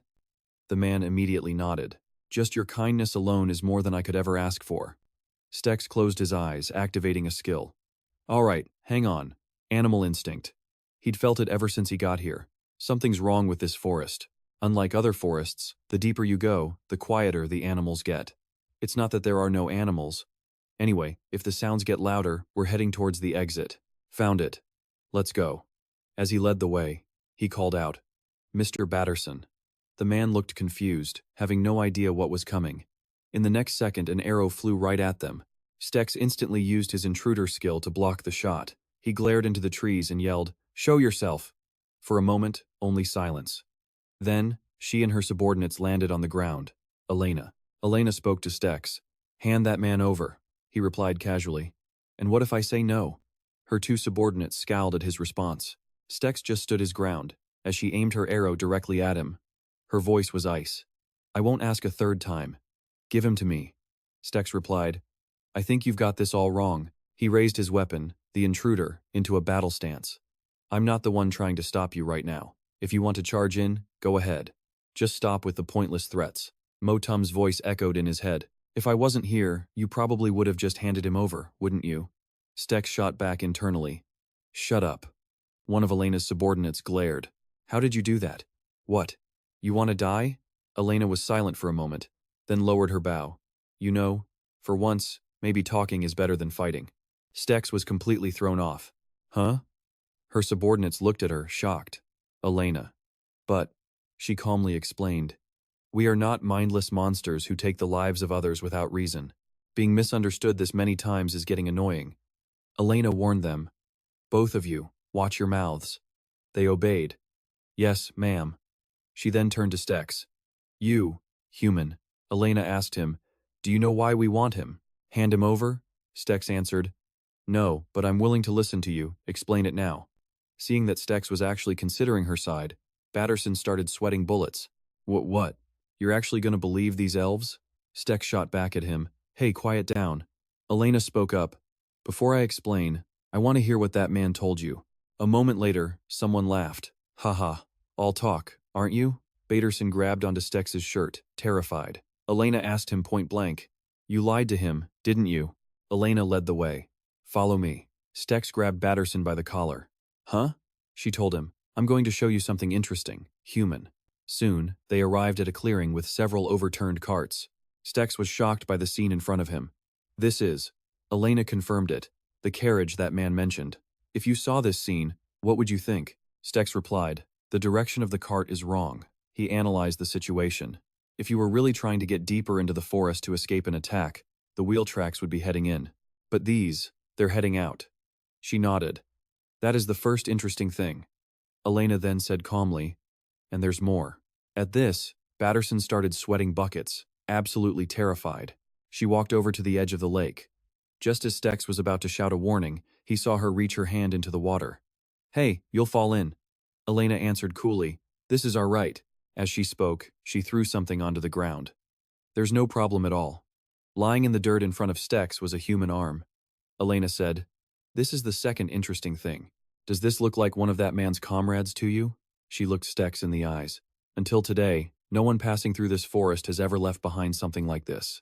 If you understand my meaning, then tell me what's really going on. Stex's face darkened. He turned to Batterson, his voice dripping with anger. You lied to me. He grabbed the man's wrist, revealing a bracelet. There it is. Nothing left to deny.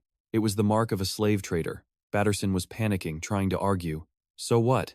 You're a human. Why are you siding with these elves instead of your own kind? Stex didn't say a word. He just punched Batterson straight in the face. He looked down at the man coldly.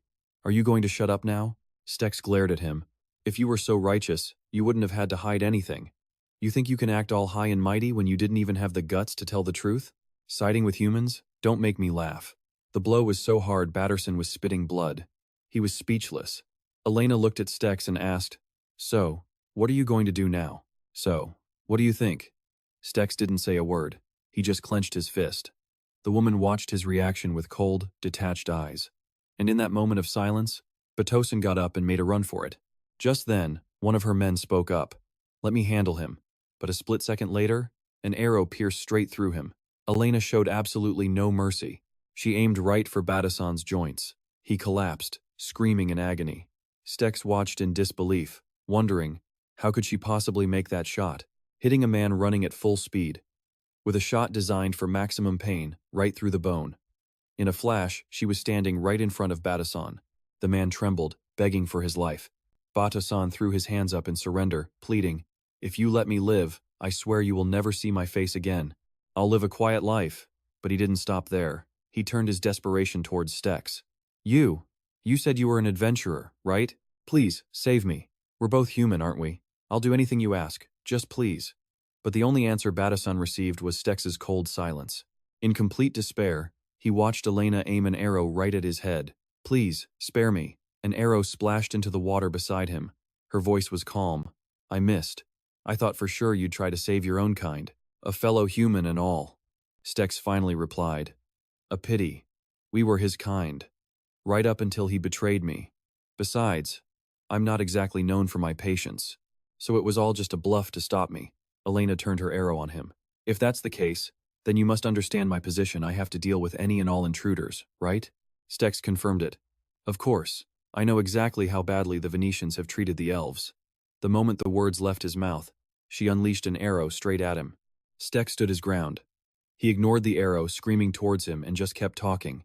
"But I have my own reasons for being here, reasons I can't explain." Just as Elena thought, she had him. The arrow slammed into the ground, nowhere near its target. She was completely baffled. What the? He didn't even move. Elena's mind raced. Is this guy a wizard?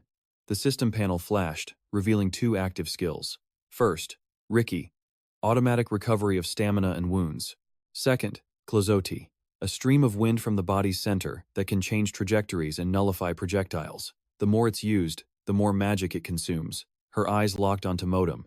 The ring on Stex's middle finger. That has to be a magic artifact. Elena spoke to her 2 subordinates behind her.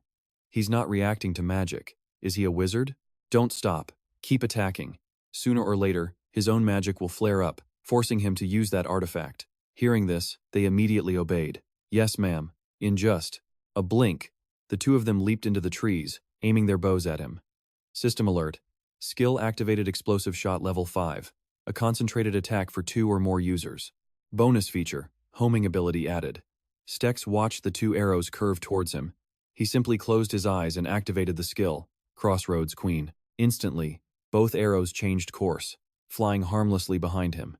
The archers stared in pure shock. Stex just said, "I was expecting something like this. Why do I need to explain my purpose to you, anyway?" Elena fired another arrow as she shot back. "Because at the very least, we have to show people we don't just eliminate intruders without a reason." Motam chimed in. "Stex, don't waste your magic. No matter how much your magic grows, your limit is still only around 125 to 150, you know." Stex replied, "I know." And then he used the intruder as a human shield against the incoming arrows. What's this? They're only aiming for the head? That actually makes it easier to defend. Still, if one of those hits, I'd lose a hand or a leg. Not ideal. The man being used as a shield screamed in protest, "What are you doing? I'll be turned to ash." But Stex kept using his magic. He had no other choice. Motam muttered to Stex, "This weak little kid." Stex just said one word, "Air." And instantly, the ground in front of him exploded into dust and rock. One of the subordinates stared, stunned. He yelled out, "Elena, be careful." But in that moment of distraction, Stex lunged forward, kicking the subordinate so hard he slammed into a tree. She was astonished. It's impossible. You can't use another type of magic while using a magic tool, Elena wondered. Don't tell me. That ring is an artifact? Stex calmly admitted it. Ah, yeah, it is. Hearing him say that, her eyes narrowed. This guy, it's like he's cursed. She unleashed a rapid-fire volley of arrows at Stex. He dodged every single one. She looked at him with pure hatred. A goddess like myself cannot be defiled. Stex just turned to Motam, confused. What is she talking about? It sounds like she's cursing at us. He just chuckled. Haha. Well, your face is pretty curse-worthy. Stex was floored. What? He whipped his head around to look at Motam. Me? And in that split second of distraction, Elena's arrow shot straight into his chest. Not you, why me? Stex looked down at the arrow buried deep in his chest. He activated his skill, Recover, restores stamina and heals injuries. Elena's eyes widened in pure shock. He's healing. In the blink of an eye, the arrow popped out of his chest, and the wound sealed itself completely. She immediately fired several more arrows at him. Because he couldn't react in time, they all found their mark. Stex thought to himself, right. I was underestimating them. I got too cocky, even knowing my opponent was an elf. Elena watched him pull the arrows from his body. His power is no joke.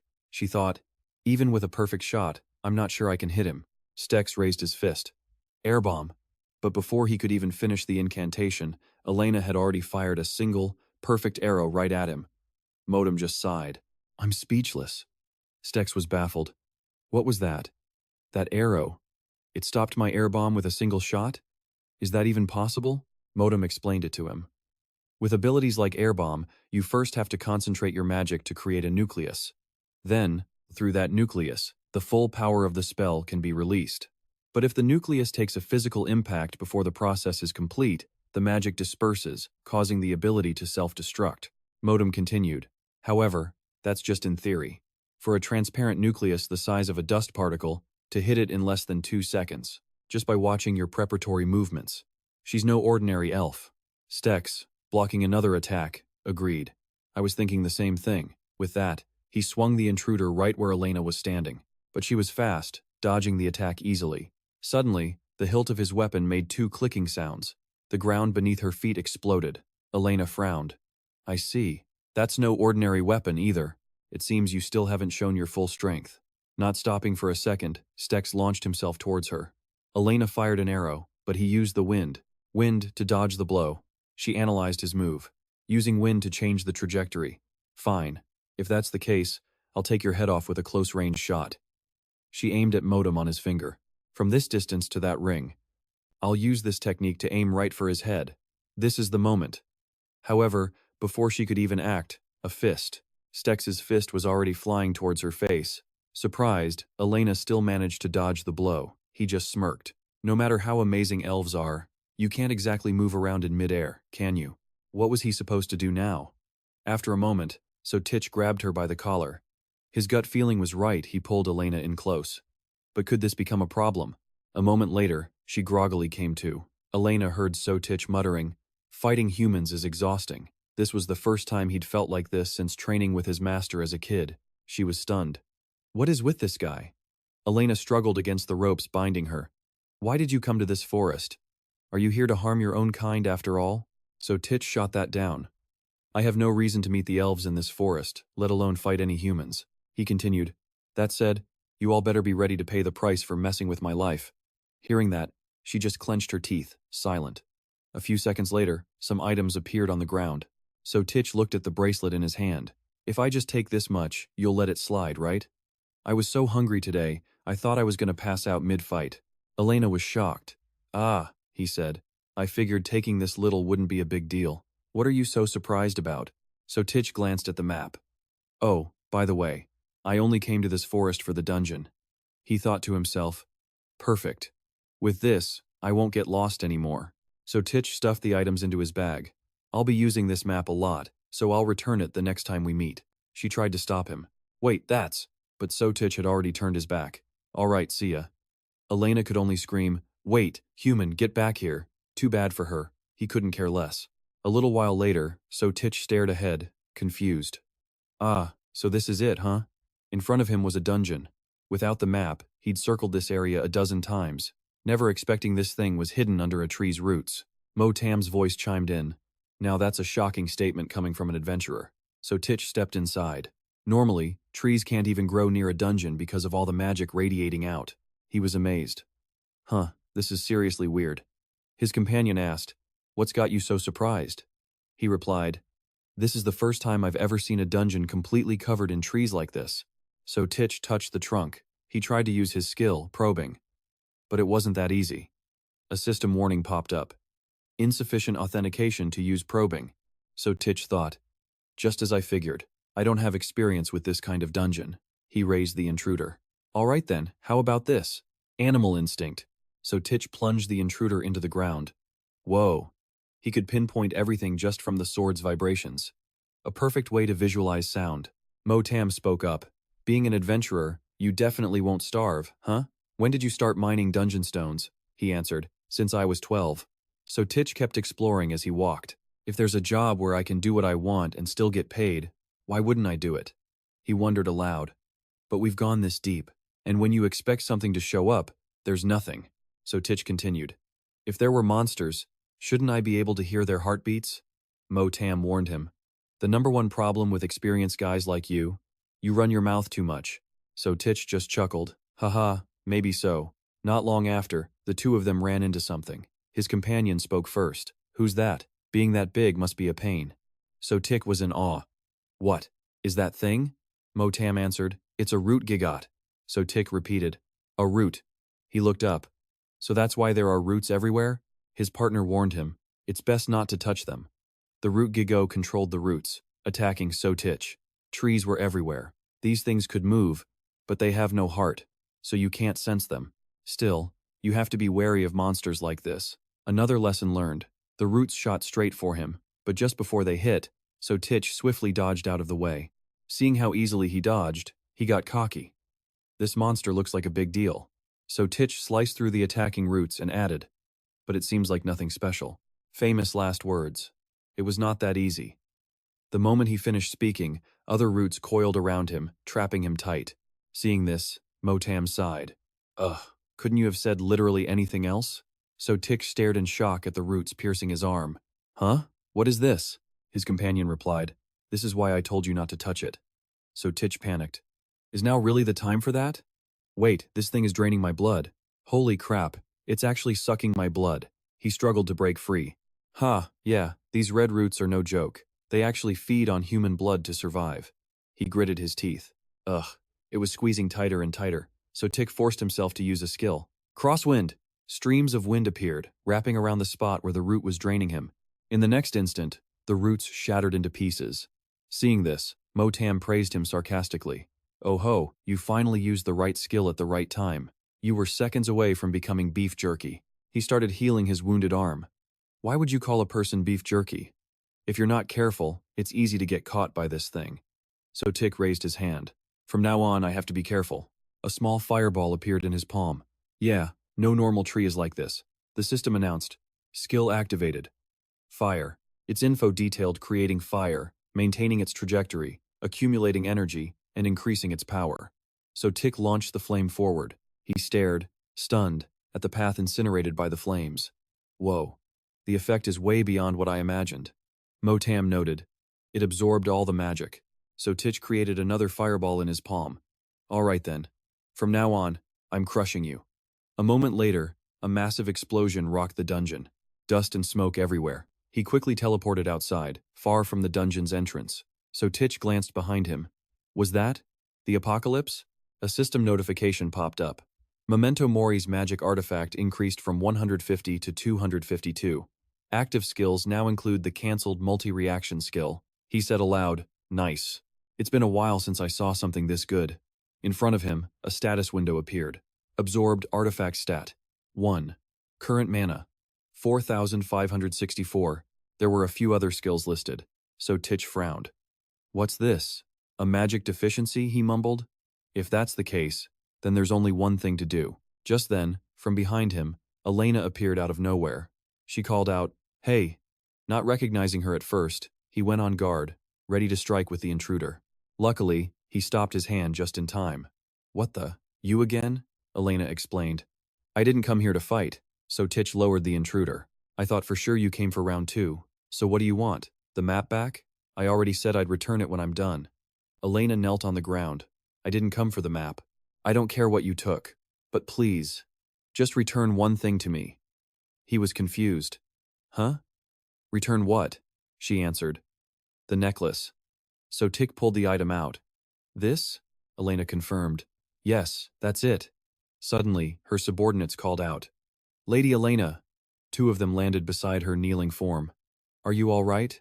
We told you not to go anywhere alone. One of them saw the necklace in Sotitch's hand and panicked. Why is that in your hands? The nucleus. But before he could finish, Elena shot him a look that shut him up instantly. The other guard does the same thing.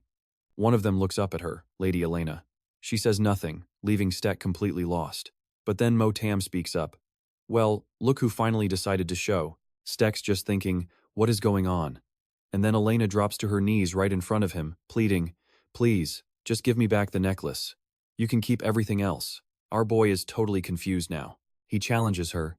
You know this is a huge risk, right? What if I was a monster who'd make you do terrible things? But Elena just looks at him and says, after everything you've said, how could you possibly be a bad person? You even saved someone you knew was pure evil. If you were truly a bad guy, you would have ended him right then and there. No, you're not a bad person. Stek pauses for a beat, then asks, what? You really think so? What is this necklace anyway? Is this thing really that important to you? Seeing she won't answer, he relents. All right, if you don't want to talk, that's fine. I'll return your precious item. Stek holds up one finger. But, on one condition. Elena agrees immediately. Just tell me. What do I have to do? He lays out his plan. My goal is to destroy every single dungeon in this forest. She's floored. Huh? What did you say? Stek ignores her shocked expression and just continues, help me do that, and I'll give you back the necklace. How about it? She quickly agrees. I understand. Stek then explains that she'll have to travel with him. On our way to the dungeons, help me avoid any other elves, and if we do run into them, find a way to calm them down. Say whatever you need to. You could even claim I'm your prisoner, being taken in for questioning. Just make it believable. Elena is stunned, listening to his crazy plan. From now on, if we run into any elves, I'll do my best to avoid a pointless fight. She simply replies, I understand. She leaves a note with her subordinate. The message, I'll be gone for a few days. If the elders ask, tell them I'm on a long-range patrol. P.S. Don't worry about me. Elena reflects on her life. This forest has always been her home.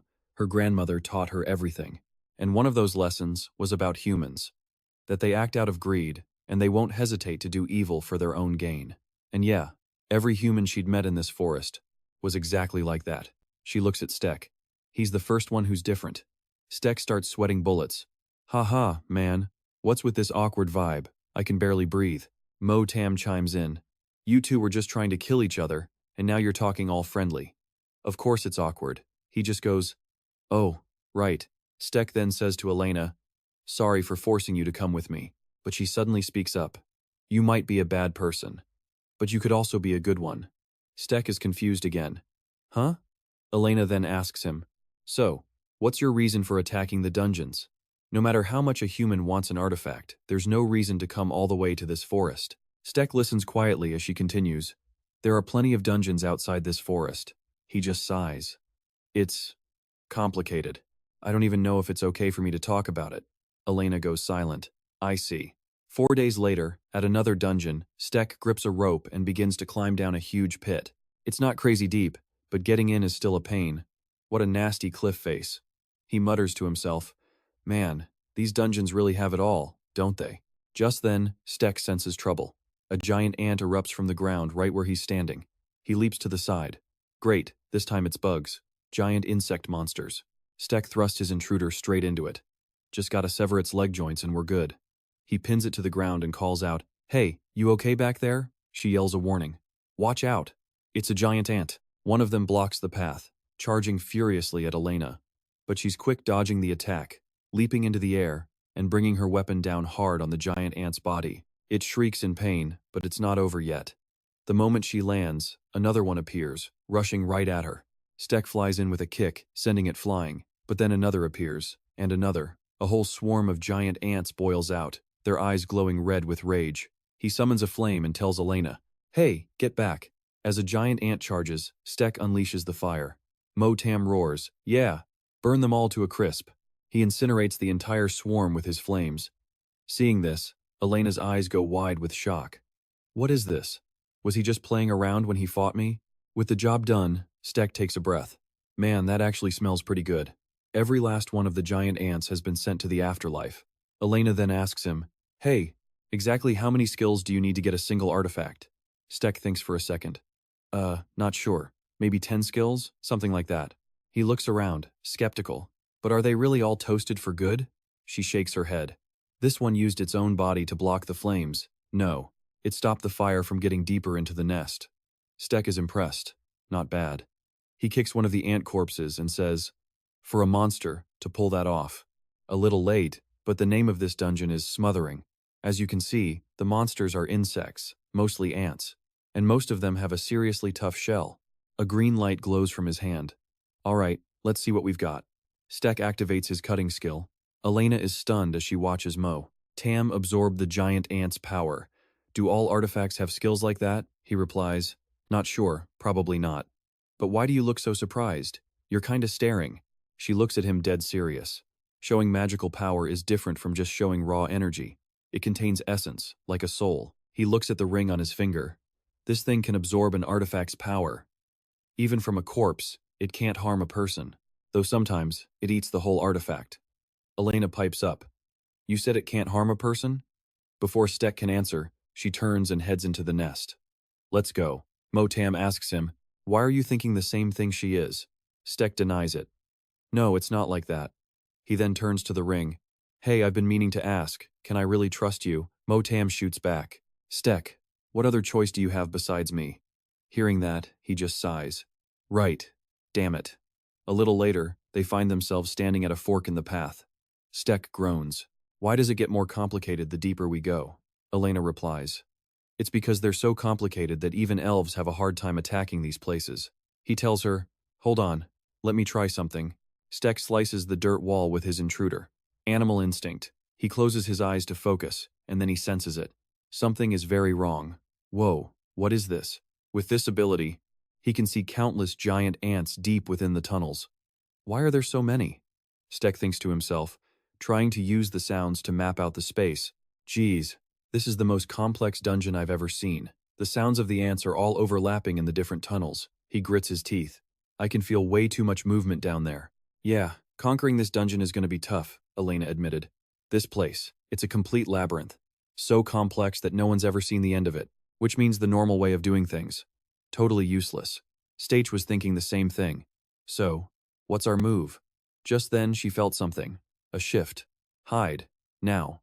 Statek was lost. What? Where are we supposed to hide out here? Before he could protest, Elena wrapped her arms around his neck, pulling him close. She threw her cloak over both of them. Just be quiet, please. Stage stared in shock as a giant ant, clutching an egg, crawled right past them. What the? He whispered. It can't see us. This is a skill at work, the level 5 camouflage cloak. It basically syncs them with the terrain, making them invisible. But there's a catch. Move around for 5 minutes, and the effect starts to wear off, and it takes a full 30 minutes to recharge. Motam gave him an idea. We can use that pupa to find our way. He pointed it out. Just watch which way it goes. That'll lead us right to the main nest. Stage was skeptical. This thing? You think we can use this to navigate? Motam pressed on. It's a solid plan. But where'd this pupa even come from? Stage answered, "Oh, from a caterpillar." That got Motam thinking. A caterpillar. It's gotta be from the ant queen. And if this is the queen's lair, you can bet it's heavily guarded. There are definitely more of them crawling around. They're not called giant ants for nothing. After all. Stage nodded. Okay, that actually makes sense. So the plan was simple. We follow the ants carrying the eggs, and that should lead us straight to the queen, right? Motam urged him on. You got it. Now let's move before the whole swarm gets here. But when Elena heard the plan, she wasn't so sure. It's a clever idea, she said, but this dungeon has been here for ages. There's no way no one else has thought of this. If it were that easy, wouldn't the elves have cleared this place out a long time ago? Standing beside Statek, Motam chimed in. Easier said than done. The path to the artifact is crawling with these things. A few dozen elves? They wouldn't stand a chance. He sighed. You talk a big game for someone who can't even see them. But Motam was dead serious. A few dozen elves would get wiped out. But us? We'll get through. With that, Statek unleashed his flames, torching the path ahead while Elena used the cloak to keep them hidden. Total invisibility. He asked Motam. We're close now, right? This has got to be it. Not even close, he replied. Keep moving. Along the way, Stage used his intruder skill to fight off the giant ants while Elena took them down with perfectly aimed arrows. And if that wasn't enough, he was also burning everything in his path with fire. Stage commented to Motam, "There are way too many of these ants. With Elena's skill, we move, we hide, and then I use my own skill to find a path where there's no movement." Motam shot back, "So you're complaining?" Stage didn't answer. He just kept using his animal intuition to scout ahead. Suddenly, he felt it. Something was different. Staring down the tunnel, he knew. "No, I feel something close. This feeling." He turned to Elena. "We're almost there. Just a little further." She nodded. Then Stage noticed the item in her hand. "What's that?" Elena was holding a bracelet, surrounded by a dark, sinister aura. Her voice was low. "This." All of a sudden, Elena cried out, dropping the bracelet to the ground. She explained, "This is one of our elven crafts. It was probably left behind by one of the victims. One of the people fed to those caterpillars. They never made it home." Motam gave his input. "Well, if it's an item no one can use, we should collect it. It might come in handy if we need to use the cutout skill." Stage paused, thinking. So skills like cutout require cursed items like this one. Still, it felt wrong, just taking something left behind by a fallen elf. After a moment, he asked Elena, "If nobody can use this, do you mind if I take it?" She looked at him, confused. "Are you serious? These things are cursed. One wrong move and they could kill you." But he was confident. "I've got an artifact protecting me, so I'll be fine." Hearing that, she finally relented. "I don't know what you're planning, but if you're not worried, then do what you want." That's all Stage needed to hear. He immediately started gathering the items. Motam was loving it. "Haha, I'll put them to good use. Just grab 'em all." Stage equipped everything, putting the cursed items on his arms and even his ears. "All right, let's keep moving." Soon, they arrived. Stage let out a low whistle. "Well, anyone could tell you that thing in the middle of that damn ant is the dungeon's artifact, right?" In front of them was a massive, purple ant queen, flanked by two other giant ants. And eggs. Tons of them. The queen's eyes were closed, a low growl rumbling in its chest. Elena drew 2 arrows. No hesitation.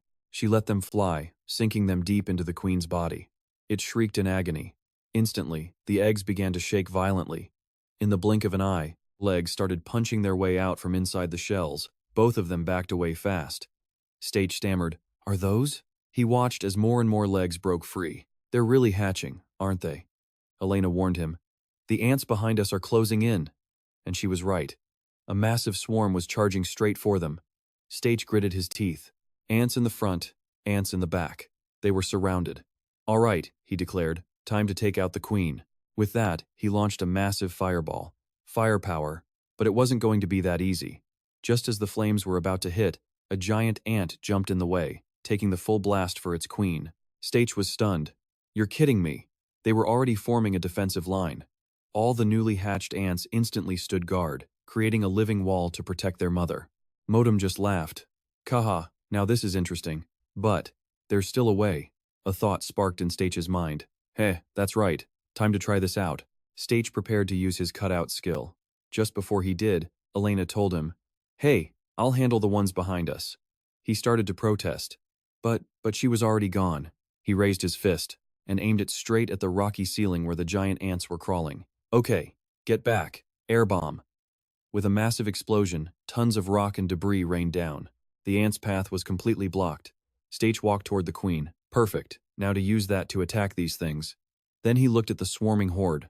He said with total confidence, "Every single one of these bastards is about to be wiped out." The cursed items he'd collected were relics left behind in the dungeon. Each one held a powerful curse. These things are incredibly dangerous. They can weaken the user, even cause diseases.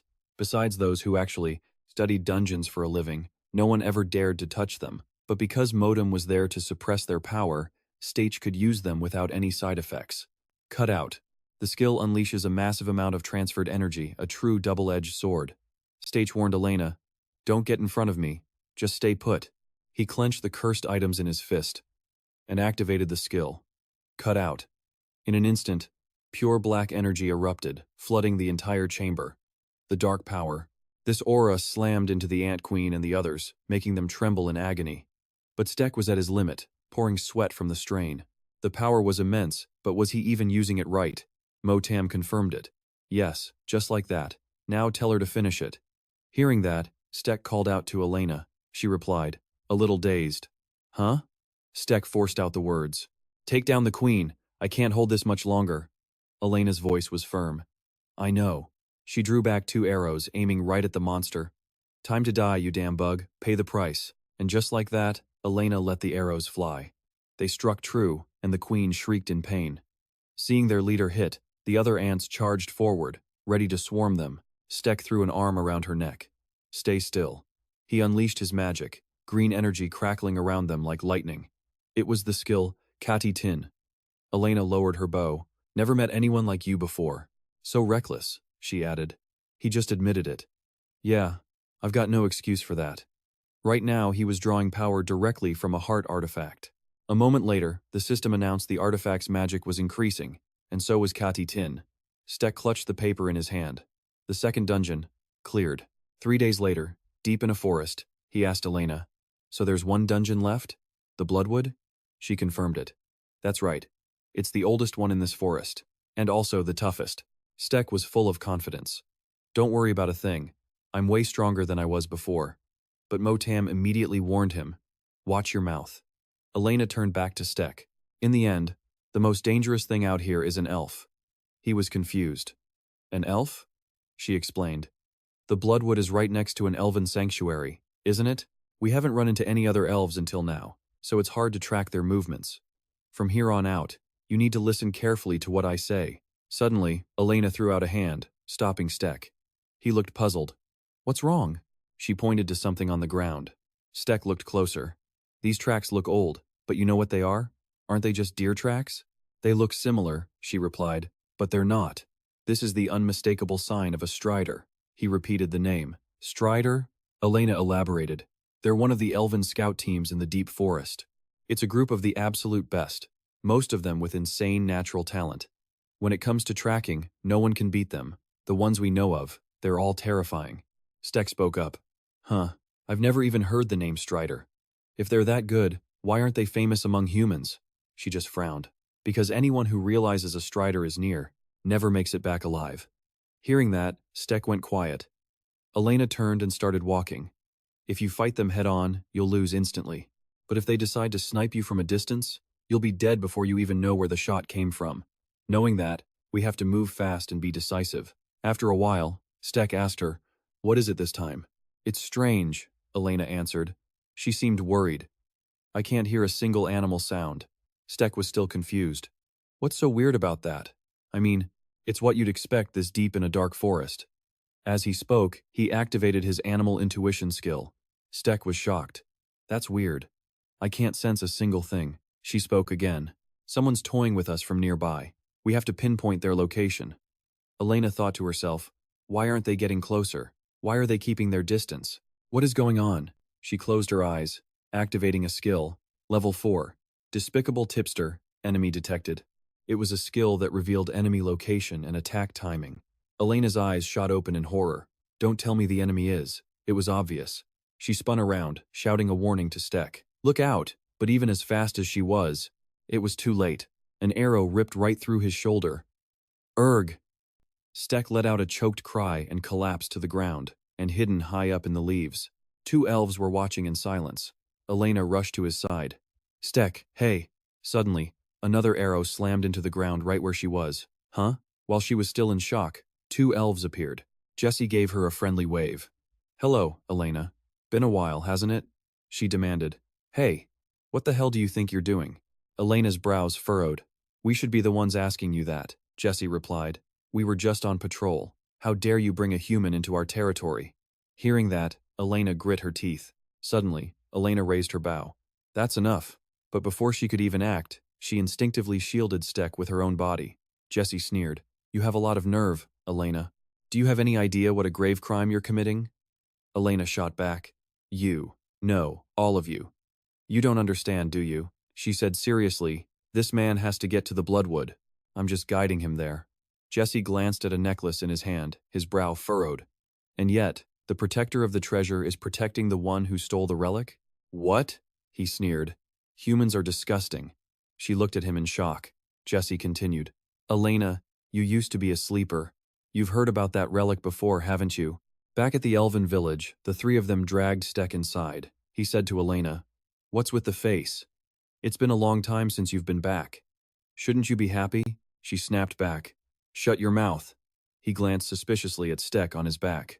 "What is this guy, anyway? He lost all that blood on the way here but still hasn't kicked the bucket." Elena replied, "If you realized his value, you'd change your tone real quick." He got angry. "What was that? Try talking like that in front of the elders." "No, in front of your own grandmother." Elena cut them off. "Both of you, stop it. The elder is here." Bellanora addressed them. "You've all done well. Strider Jesse." Then she turned to Elena. "It's been a long time, protector of the treasure, Elena." She remained silent. Bellanora then looked at the unconscious Stek. "But who is this person Jesse brought?" He answered, "He's the formidable thief who stole the relic. We captured him not far from the village. I thought this was the right thing to do." The elder frowned. "The relic? But is he dead yet?" Jesse spoke up. "To be honest, I'm not sure. His wounds. They're regenerating on their own. He lost a lot of blood, but his heart is still beating." Bellanora turned to leave, giving an order. "Stop the bleeding and lock him up. I'll decide his fate later."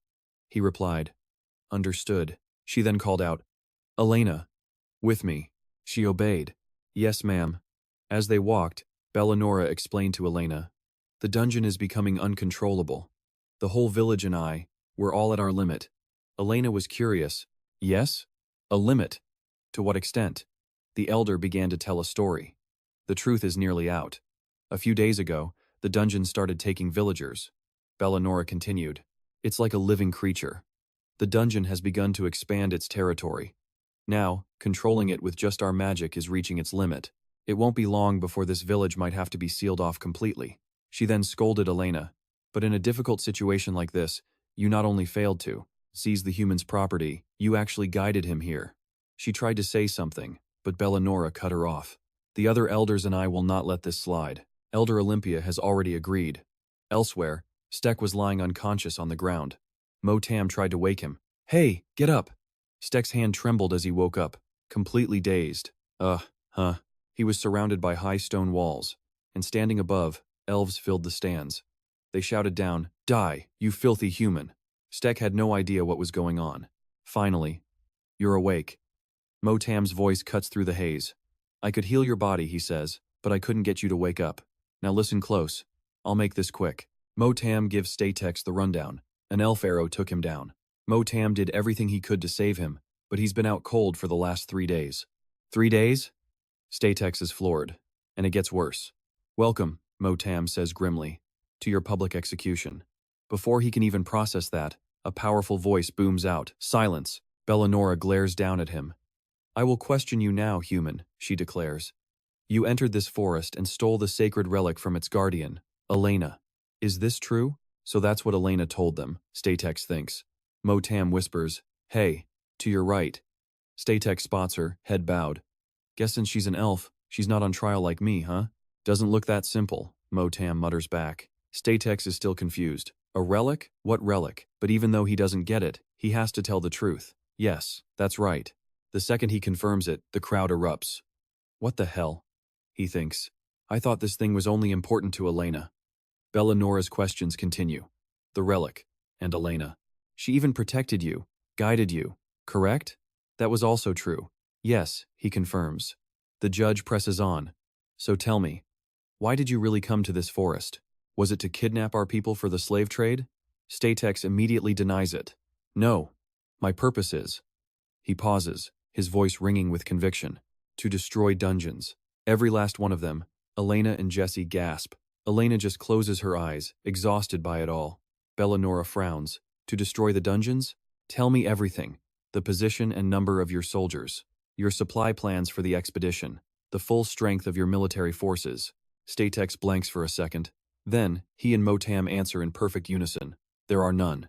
The elves are furious. "Are you mocking us? Don't tell me you came to challenge the dungeons alone. Filthy humans and their stupid lies." The judge scowls and calls a name. Jessio. A warrior leaps down, landing right in front of Statex with a smirk. "Come on now, human. There's a time and place for lying, you know." The moment he finishes speaking, his eyes flash pure white. Jessio lunges. This isn't some elegant elven fighting style, no. He slams a brutal fist right into Statex's gut. Figured you'd only talk if I used human methods, right? Jessio sneers at the doubled-over Statex. Let's see if you can even last till the end. As the two begin to fight, Bellanora turns her attention elsewhere. Now, we will begin questioning the accomplice, Elena.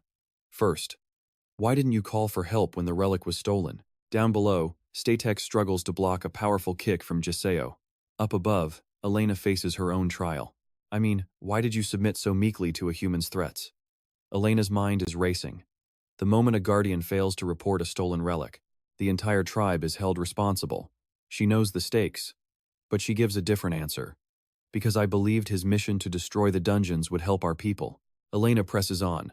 Boasting or not, the fact is, he already destroyed 2 dungeons, one right after the other. Hearing this, Bellanora turns her sharp gaze back to Elena. We are also here to defeat the dungeons, she states coldly.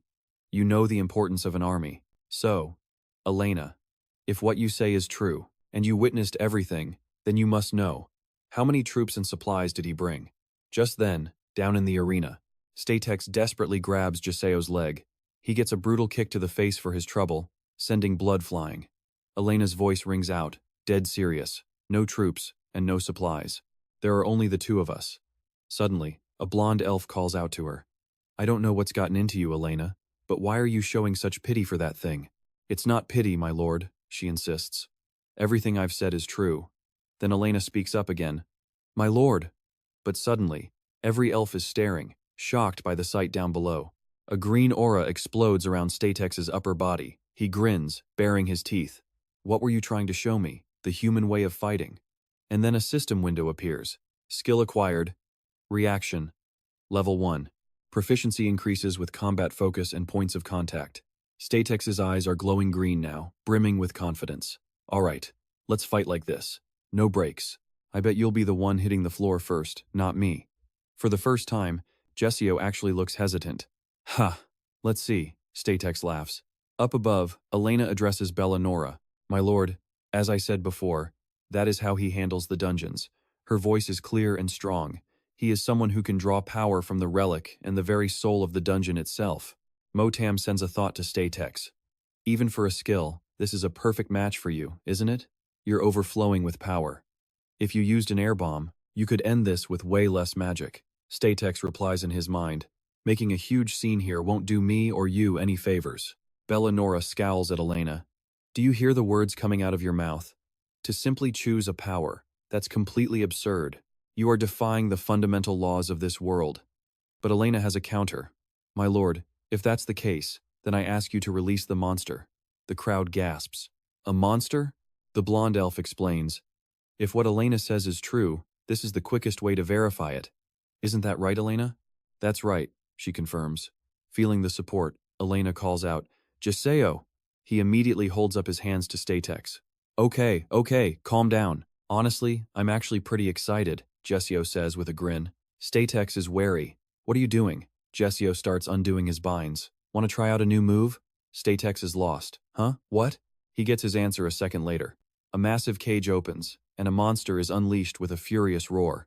Statex is stunned. An Amobia. I had no idea that they had actually tamed this species. How is he supposed to fight this thing? The blonde elf looks worried. Isn't this going a bit too far? Not at all, Elena replies confidently. If what I said is true, this will be nothing to him. Bellanora makes the proclamation. Human, prove your ability. Statex's brow furrows. I have to win. No other choice. Still, fighting that thing barehanded is a little much. He looks at his hands, confused. But, look at my hands. Weren't my bracers cut off by the elves? Maybe the curse is keeping them here. Motam's voice cuts in. They just disappear when you don't want to see them. Statex is amazed. Whoa, they can do that? Motam confirms. Yep, now get ready. Statex raises a hand towards the Amobia, and a ball of fire ignites in his palm. All right, even against a beast, this power should be enough. Let's see what you've got. Statex launches the fireball, but the Amobia just casually swats it away with one leg. Damn it, Statex mutters to Motam. Look at that ugly face. Motam agrees. Yeah, can't argue with that. Statex switches gears. All right then, try this. Air bomb. A current of wind swirls at his fingertip. He launched the attack straight for Amobia's head. But even with that much power, It did absolutely nothing. The other elves squinted from the sheer force of the blast. What was that? Amobia, however, just shook its head. Stake stared in disbelief. How was that monster still standing? It roared and raised its claws. A second later, Amobia slammed its foot down right where he stood. But Stake was fast, leaping high into the air to dodge. He raised his hand, channeling his power. Then take this. In a flash, bolts of lightning wrapped around the monster's entire body. All it could do was grit its teeth through the pain. Alina watched, stunned. Is that even possible? The way he's using magic. Jesse was just as shocked. This is completely ridiculous. He has no equipment at all. How can he cast spells like that? Smoke started rising from Amobia's body as Stake's attack literally began to cook it alive. Everyone stared, completely speechless, but Alina couldn't help a small, hopeful smile. Amobia was covered in wounds, with green lightning still crackling around it. Motam's voice warned Stake, "Your body needs to recover, your magic is fading fast. This is getting dangerous." He shot back, "I know. I'm almost out of juice." Stake charged toward the stunned Amobia. "But this should be enough. Let's go." The monster, losing control, lunged right at him, ready to tear him to pieces. It swung wildly, but Stake twisted out of the way just in time. The beast's massive fist slammed into the ground as it struggled to react. Stake instantly teleported right next to it, then used his momentum to launch himself high into the air. By the time the confused Amobia turned its head, his fireball spell was already complete. The attack shot straight into the monster's face. Stake landed casually on the creature's arm. Amobia shrieked in agony, its face charred and burning. Seizing the chance, Stake grabbed its mouth and pried it open. A confident smirk spread across his face. Is the inside as tough as the outside? Then, he unleashed his final move, the finishing blow. With its defeat, Amobia's essence was absorbed by the artifact, Motam. Alina and Jesse, who saw the whole thing, could only stare with wide, unbelieving eyes. The other elves were in total shock. Peasat stammered, "This is heresy. Stake. He's a monster. It goes against the laws of nature." Bellanoza had to step in, telling Peasat to watch his tone. But even she was wary of a human like Stake. She wanted other options, but he was their last chance. There was nobody else. She reluctantly apologized to Alina, who just asked what the plan was now. Bellanoza looked resigned. She was out of choices. She looked at Stake and asked for his name. Then she said, to fulfill his duty, he had risked his own life. To prove what he could do. But first, she needed to know why he stole Alina's sacred artifact in the first place. Stake answered her with absolute certainty. He told her he had no idea it was a sacred item and never intended to steal anything from Alina. Bellanoza said if he really wanted to challenge the Bloodwood, they wouldn't stop him. However, they wouldn't help him either. Motam suddenly appeared beside Stake, whispering, "She really doesn't like you," which earned a frustrated look from him. Alina wanted to go with Stake, but she was forbidden. She knew the Bloodwood was on a completely different level than other dungeons. No matter how strong Stake was, going to a place like that alone was suicide. But Bellanoza refused, saying Alina was still responsible for losing the artifact and couldn't go. Motam spelled out the real meaning behind her words. It was simple. They didn't want to risk their precious elves in such a dangerous dungeon. Stake got it. He understood completely. He then turned to Alina. "It doesn't matter how you try to convince them. It won't work." Her eyes widened in surprise. Stake explained that his artifact grows stronger every time he clears a dungeon. He was confident. He was way stronger now than when he first met her, not weak like the elves seemed to think. Bellanoza asked if he needed any support. Stake replied, "Well, if you're offering potions, that would be great." Meanwhile, at the Bloodwood, the elves' situation was desperate. Nausea drew his bow, desperately commanding his elven troops. But their arrows couldn't even leave a scratch on the Bloodwood monster. While everyone was praying for reinforcements, Nausea let his guard down for a second. In that instant, the Bloodwood's tentacles snatched him up. The pain was excruciating. Suddenly, a fireball flew out of nowhere, freeing Nausea from the monster's grip. The elves cheered, thinking reinforcements had finally arrived. But their faces dropped when they saw it was just one human, with Jesse. The newly rescued Nausea was just as confused. How could a single human get this deep into such a dangerous area? Alina, sensing the doubt, stepped in front of Stake. She declared she would cut down anyone who dared to touch him, a clear guarantee of his power and their trust in him. Nausea demanded to know why elven reinforcements were working with a human and what kind of magic Stake used. But Yechu could only sigh, telling Nausea that according to the village chief, Stake might be their last and only hope. Elsewhere, In a quieter place, Alina asked the elder why she stopped her from going with Stake. The elder spoke slowly. She couldn't let her go to the Bloodwood. After losing her son and daughter-in-law there, the only thing she had left was her granddaughter, Alina. But Alina was terrified. If their front line fell, not only would the elves face extinction, but the entire forest would become one giant dungeon. She argued that if the elven clan wanted to use Stake's power, they should be giving him their full support. But the harsh truth was, Alina wasn't the right choice to help him. Ken, Alina's father, was dead. And no matter how much she lied to herself, the Bloodwood would never bring that talented elf back. Alina froze, stunned by the words lied to herself. But Bellanosa cut in, saying this was no time for arguments. They had to prepare for the worst. No matter how strong Stake was, they'd be in serious trouble if he failed.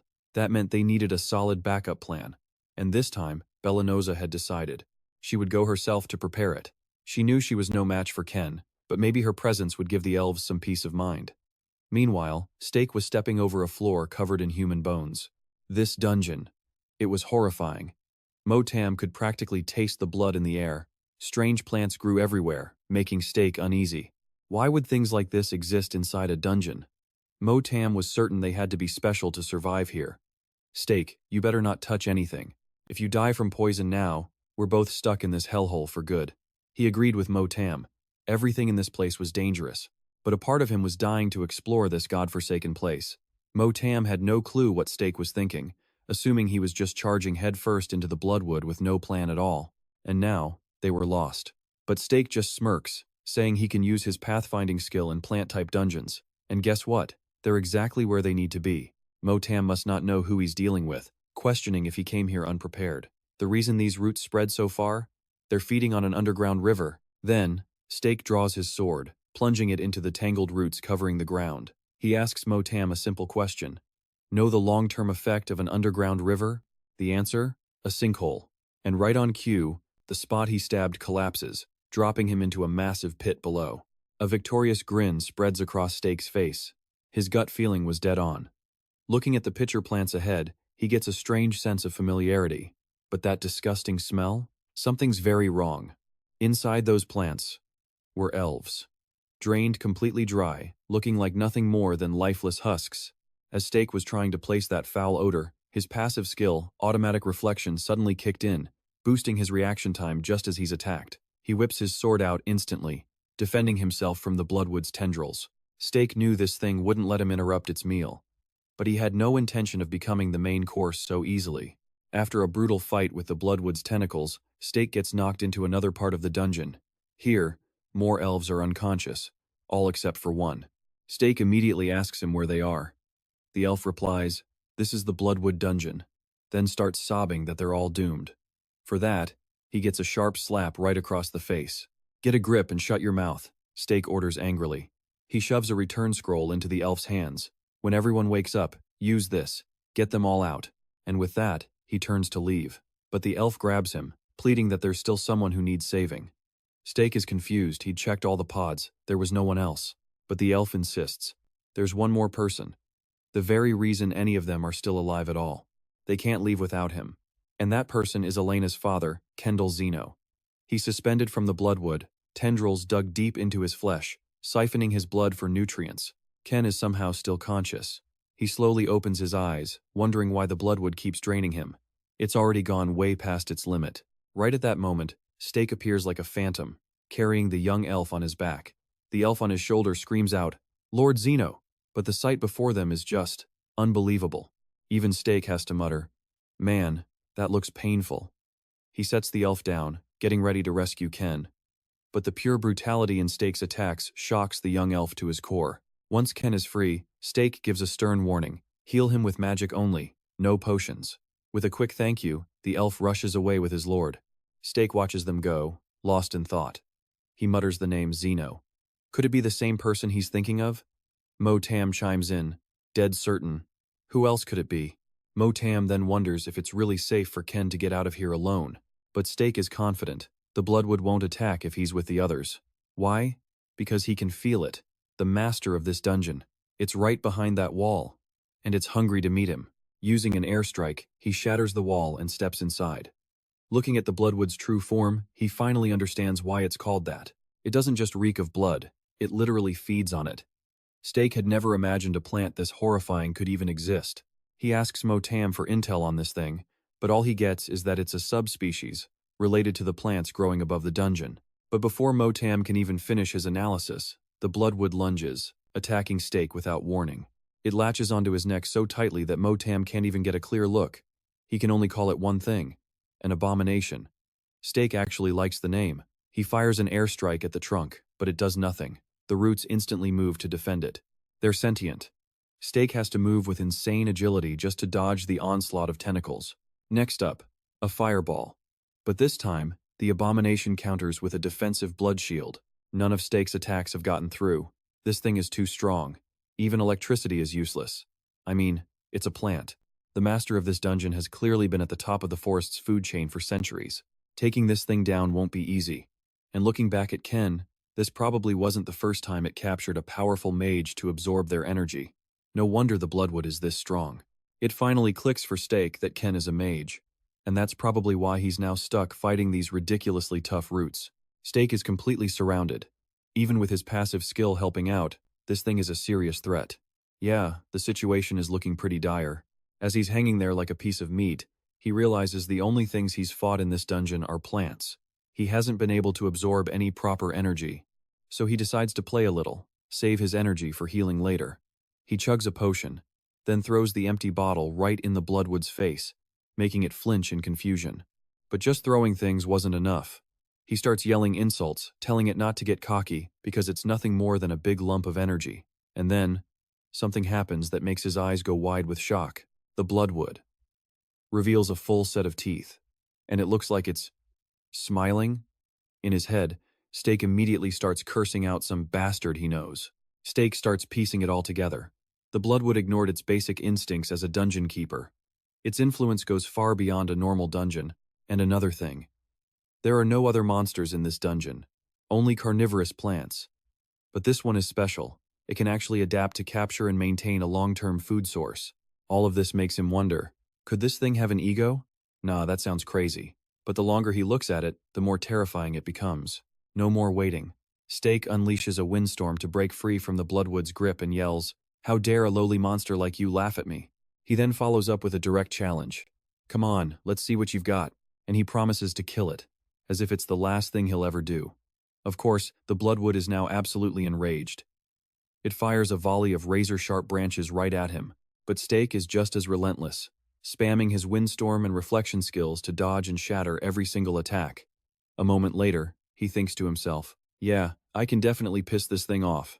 With vines this massive wrapped around the trees, he realized he'd have plenty of room to counterattack. Mumbling to himself, Steak shot a sinister grin at the bloodwood, asking out loud if he'd figured it all out. But he warned it if it tried slicing those vines into smaller, thinner pieces, well, that was gonna hurt. A lot. His taunts kept coming, making the creature tremble with rage, biting its own lip. And while it was fuming, he just kept talking, admitting he had something he'd wanted to try on the Iron Bear but couldn't, since too many people were watching. But right here, right now, oh, he could definitely pull it off. The system window flashed. Skill combination, airstrike and fireball. And from those two, a new skill was born. Blade Dance activated. A massive surge of power shot straight for the bloodwood, but this thing was no pushover. It quickly threw up branches to defend itself. Even though Steak was the one who launched it, the heat was so intense it was making him uncomfortable. Just then, Motam chimed in, telling him to fire as many as he could while he had the chance. Don't stop, he urged.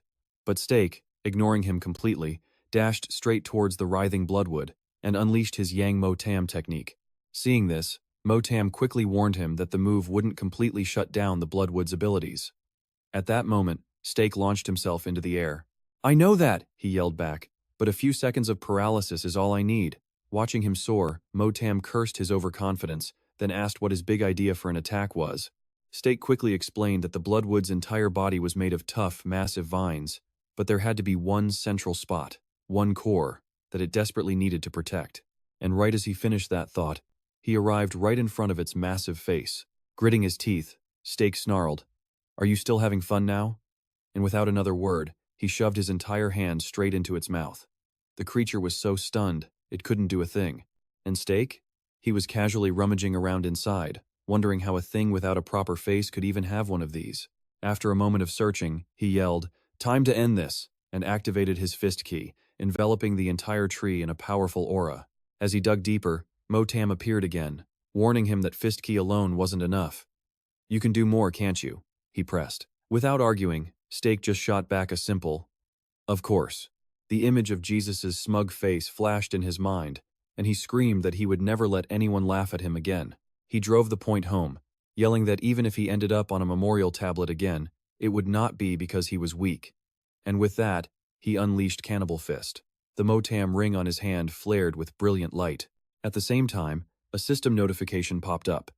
The Cannibal Fist skill absorbs all the energy from a cursed item to supercharge another skill. And just like that, his active skill Fireball evolved into Hellfire, an inferno hot enough to incinerate anything it touched.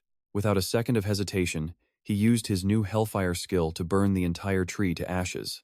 Right then, outside the dungeon, Bellanosa's voice cut through the air, asking for a status update. Specifically, was Stake dead yet?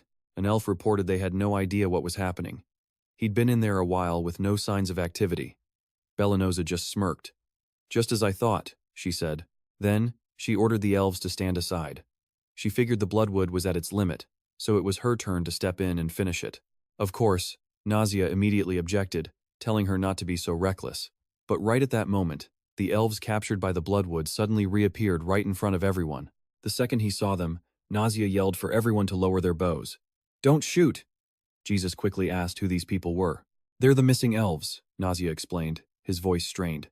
The words hit Bellanosa and another female elf like a ton of bricks, their eyes going wide in disbelief. Even Elena could only stare, completely stunned.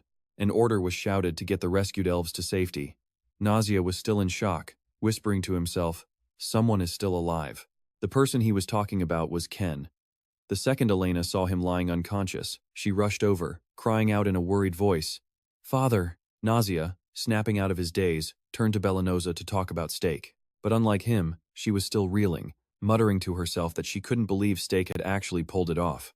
Ken stirred, slowly waking up and whispering his wife and Elena's names. Seeing them both safe, he let out a sigh of relief. "Good," he mumbled. Suddenly, one of the rescued elves cried out Nausea's name. "I know this is asking a lot," he began. "But please, send a special task force into the dungeon." His request caught Nausea completely off guard. The elf quickly explained that Stake had been in there all alone, and that he'd saved every single one of them, including Ken. Not only that, he gave them his only return scroll and stayed behind. The elf insisted that no matter how strong Stake was, a normal human couldn't possibly survive in there alone. "Please, you have to save him," he begged. And right as he said it, the dungeon gate suddenly materialized out of thin air. The sight made both him and Nausea jump back in shock. Everyone else gasped, yelling in unison, "The dungeon!" In that same instant, Bellanosa ordered Nausea to rescue Stake. Nausea didn't hesitate, calling for Jesse and Elena to go with him. But before they could even move, Stake just appeared, casually asking Motam if his left arm was healed yet. Seeing it wasn't, he grumbled, "What's taking so long?" Motam shot back, asking what the hell he did to make it take this long to heal, even with his help. The moment the elves saw him, a massive cheer went up. "He's back," they all shouted. Stake looked around, a little surprised by the scene in front of him. It turned out the elves were celebrating him as their savior, shouting that the curse of the bloodwood was finally broken. They declared that he had saved them all, and that now, finally, they were free. Meanwhile, at the castle's training grounds, a voice remarked that it had been a while since someone was near the northern border. The voice warned the person to leave before the soldiers arrived. Jesus, stroking a horse, just said, "Hold on, Bolsterok." He told the man he needed him to do something. His words seemed to surprise Bolsterok a little. Jesus then handed him a letter. "Read this," he said. "It's about a new dungeon." A spy he'd sent to the Georgia Kingdom had stumbled upon it and sent word back. Hearing this, Jesus seemed to understand what was coming and hesitated for a moment. Bolsterok didn't hide his intentions. He ordered Jesus to pick a few members from his special ops team and retrieve the holy relic mentioned in the letter. Immediately, he knew the dungeon was on Georgia's territory, which could easily lead to an international incident, but that was a risk he was willing to take. He gives Stex one last warning. "Be extremely careful, and don't get caught." Stex just nods. He gets it. With that, Gothorn mounts his horse, ready to head for the northern border. As for Bonstock, Gothorn tells him they'll meet up there once everything is finished. The kid just bows his head respectfully, ready to follow every single order. Meanwhile, out in the forest, Stex is trudging along, feeling utterly powerless as Elena keeps her full-on elf appearance. After steeling himself, he finally speaks up. "Look, I'm not racist or anything," he starts, "but it's seriously dangerous for you to walk into a human village looking like that." The look he's talking about? Her pointed ears and the unique markings on her face. Seeing his worry, she just tells him to relax. She explains that as long as she hides these marks, she'll look just like anyone else, even if the whole act is pretty meaningless, for anyone who already knows what she is. Hearing this, Stex wonders to himself, is this some kind of elven magic? He lets out a sigh. Then again, he shouldn't be too surprised. Elves can literally predict where and when dungeons will appear, after all. So yeah, this is probably nothing to them. Stex recalls what Ken once told him, that some elves, like his own Xeno clan, are incredibly sensitive to sources of energy. They can actually see the flow of power, which Ken described as gathering in one specific spot, an energy so dense that they couldn't even look at it directly. And that, his clan declared, was the moment a new dungeon was born. Stex had asked him, "You mean another dungeon just appeared?" And Ken had confirmed it instantly. Later, when Stex was alone looking at a map, Martin appeared, telling him that at least no one would be there to get in their way. But Stex knew that wouldn't last. They had to move fast and clear it before word got out. And the moment he decided to go after that new dungeon, Elena insisted on following him. The memory makes him cringe.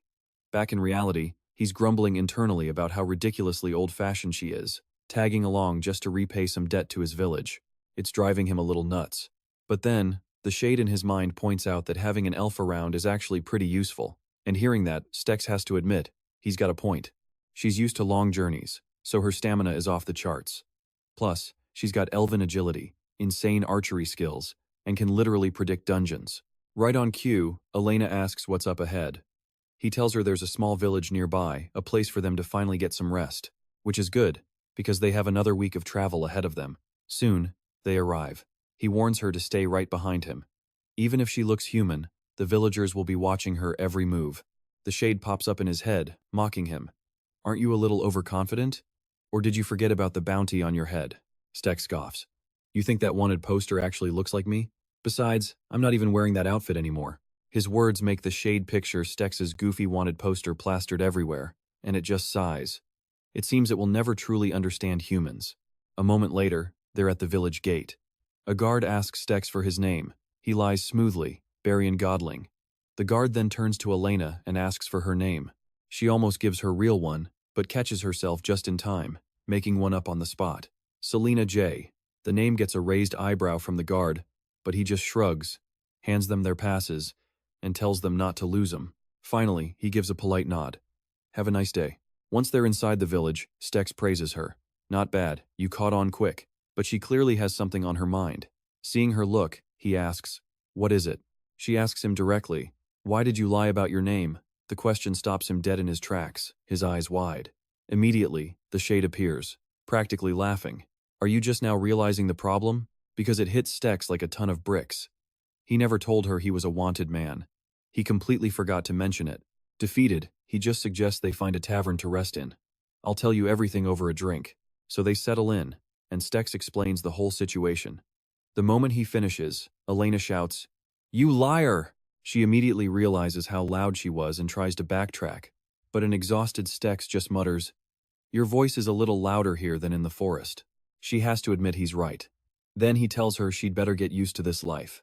He pushes a mug of beer toward her, saying, "We're going to be at this for a while." She eyes the mug for a second, then takes a sip, and immediately spits it all out. Stex just watches her, asking, "Not a fan, huh?" "Definitely not." She says the aftertaste is so bitter it burns her throat, like she just drank a mouthful of filthy water. The shade totally agrees with her, wondering how humans can even stomach the stuff. Stex just sighs and decides to get back to the main issue. After some more drinking and eating, Stex finally tells her the entire reason for his journey. When he's done, she asks hesitantly, "So, there's a bounty on your head?" He confirms it. And given his personal mission, he says he'd totally understand if she wanted to turn back and return to the forest. But her answer is firm. She says his desire for revenge is completely justified and nothing to be ashamed of. She then remembers what he said earlier, how he regretted that she saw a side of him he didn't want her to see. how he had to act like a madman or a hypocrite just to keep her away. It all clicks into place. That's what he was doing when they first met. And no matter what his quest for vengeance is, she can never forget that he saved her entire race from total annihilation. So, in the name of the Xeno clan, she promises to repay her debt to him until it's done.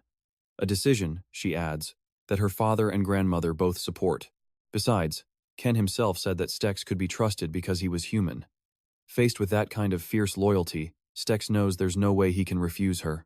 Suddenly, Elena reminds him that revenge against a king is no small task. Then she changes the subject. By the way, she asks, "What's that ring on your finger?" But instead of answering, he quickly shushes her. He's listening to the chatter from other patrons in the tavern. They're talking about soldiers flooding every road in the kingdom. One man says it's because of all the robberies happening lately. He figures the thief must be human, since the only things getting stolen are supplies. Essential supplies. Gather over here. A soldier announced that a major trade route had just run into a serious problem. Because of that, soldiers were being sent out to clear the way, but it was going to take a while. So, merchants with their own crews would be grouped with those who didn't have any. Finally, the soldier declared that all traders had to form caravans with people heading to the same destination. Hearing this, Steak's face lit up. This was his chance. He started looking around for the perfect group to join for his journey. After a quick search, he found a potential match and went to ask where they were headed. The man said his group was following the road to the center of the Georgia Kingdom and asked if Steak was going that way too. Steak confirmed it, then asked if they'd mind if he and Elena tagged along. The guy looked a little hesitant, explaining that he'd already partnered up with someone else, so he'd have to get permission first. The person he needed to ask was Faquafix, a famous merchant. The moment Steak saw him, he couldn't help but think, "Man, that guy looks absolutely miserable." Faquafix just snapped. "I already told you," he barked. "I'm only taking your group and that's it. No one else." The other guy stammered nervously, saying that everyone was staring at them. On top of that, the whole situation was getting a little awkward. Hearing this, Faquafix turned to Steak. "You an adventurer?" Steak confirmed his identity. "Humph. Then I guess you can protect yourself," the merchant grumbled. "Just don't slow us down." With that permission granted, the young man cheerfully invited Steak to ride in his wagon. Steak was still a bit stunned, unable to believe it was that much easier than he'd expected. A little later, as the caravan got moving, the young man turned to him, curious. Since Steak was an adventurer, he wanted to know exactly what he did. He asked if Steak would mind sharing some stories. Our guy didn't hide a thing. He explained that his job was exploring dungeons. He and Elena made their living by trading the rare items they found deep inside. Hearing this, the young man admitted he'd always wanted to be an adventurer himself, which was probably why he'd wanted to help Steak out. But that dream got put on hold after he took a goblin arrow to the knee when he was younger. Steak agreed that goblins are terrifying in a pack. But while he was chatting away, Elena remained completely silent. She was remembering what Steak had told her earlier. Between the two of them, she was the one who could sense danger the fastest. He had a feeling something would happen on the very first day, so he asked her to keep her eyes peeled for anything unusual. Of course, she accepted the mission without hesitation. Time passed until nightfall. As everyone was grilling food for dinner, Elena whispered that so far, everything seemed normal. Steak agreed with her, and he hoped things would stay that smooth. The second the words left his mouth, a man collapsed right in front of him. The shock made him yell out, "What the hell was that?" But in that moment of confusion, before he could figure out what was happening, he hit the ground, too. Elena was different. She immediately knew what it was. A sleep powder, and it was already spreading. If she didn't do something right now, the whole camp was going to be wiped out.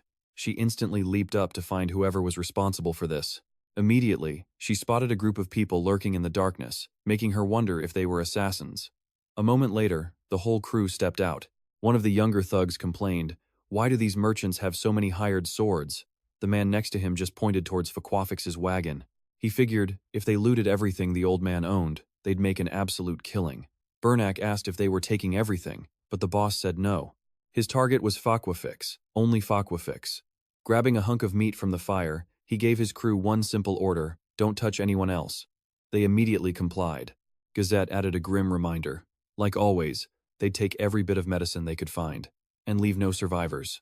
Hearing his command, the others prepared to move.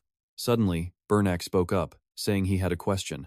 But just as Gazette turned to answer, he yelled in shock, spotting Steak actually moving. "Get him!" he ordered his men. Immediately, the whole pack swarmed forward. Steak, struggling, gritted his teeth. He couldn't believe it. Not only were these guys using magic to steal, but they were actually trying to kill people. With that thought, he swiftly dodged an attack from one of them and shot a punch right back into the guy's face.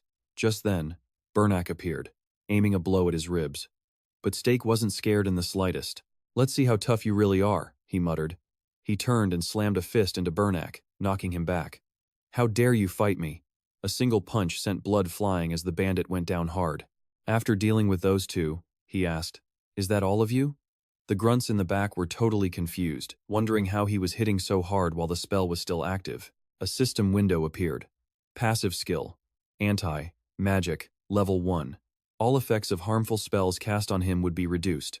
The effect reduction was only 20%. Still, he felt it was pretty good. This was one of the new skills he got from the Blood Tome. He muttered to himself, "So this is what I get after leveling up?" A voice echoed in his mind, saying it wasn't exactly a physical form, but he could feel their connection had grown stronger, which meant Steak was becoming a superhuman. Hearing that, he didn't seem too happy about it, but the voice just said it was complimenting itself. Back with Gazette, his underling urged him to take Steak down, but the leader was still too busy being shocked, wondering how he could resist the spell. "I didn't even think he'd be able to move," he said. He then turned to Sale, his mage. "What's going on?" The mage, still channeling his magic, confirmed his skill was working perfectly. The problem wasn't the spell, it was Steak. So, the leader turned to our hero, demanding to know why he wasn't affected by the magic. "Are you a mercenary?" he asked. He added that they would leave as soon as they got the valuables, telling Steak not to make things more complicated. That made Steak laugh out loud. "Don't make things more complicated?" he repeated.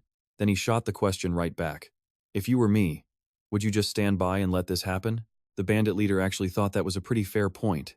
After a bit more back and forth, Gazette let out a sigh and declared, "All right, time to end this."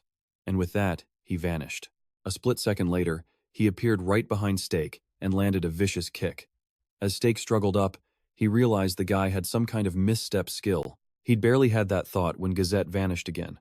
Steak was about to say something when a foot came flying straight for his face. The impact sent his eyes rolling back.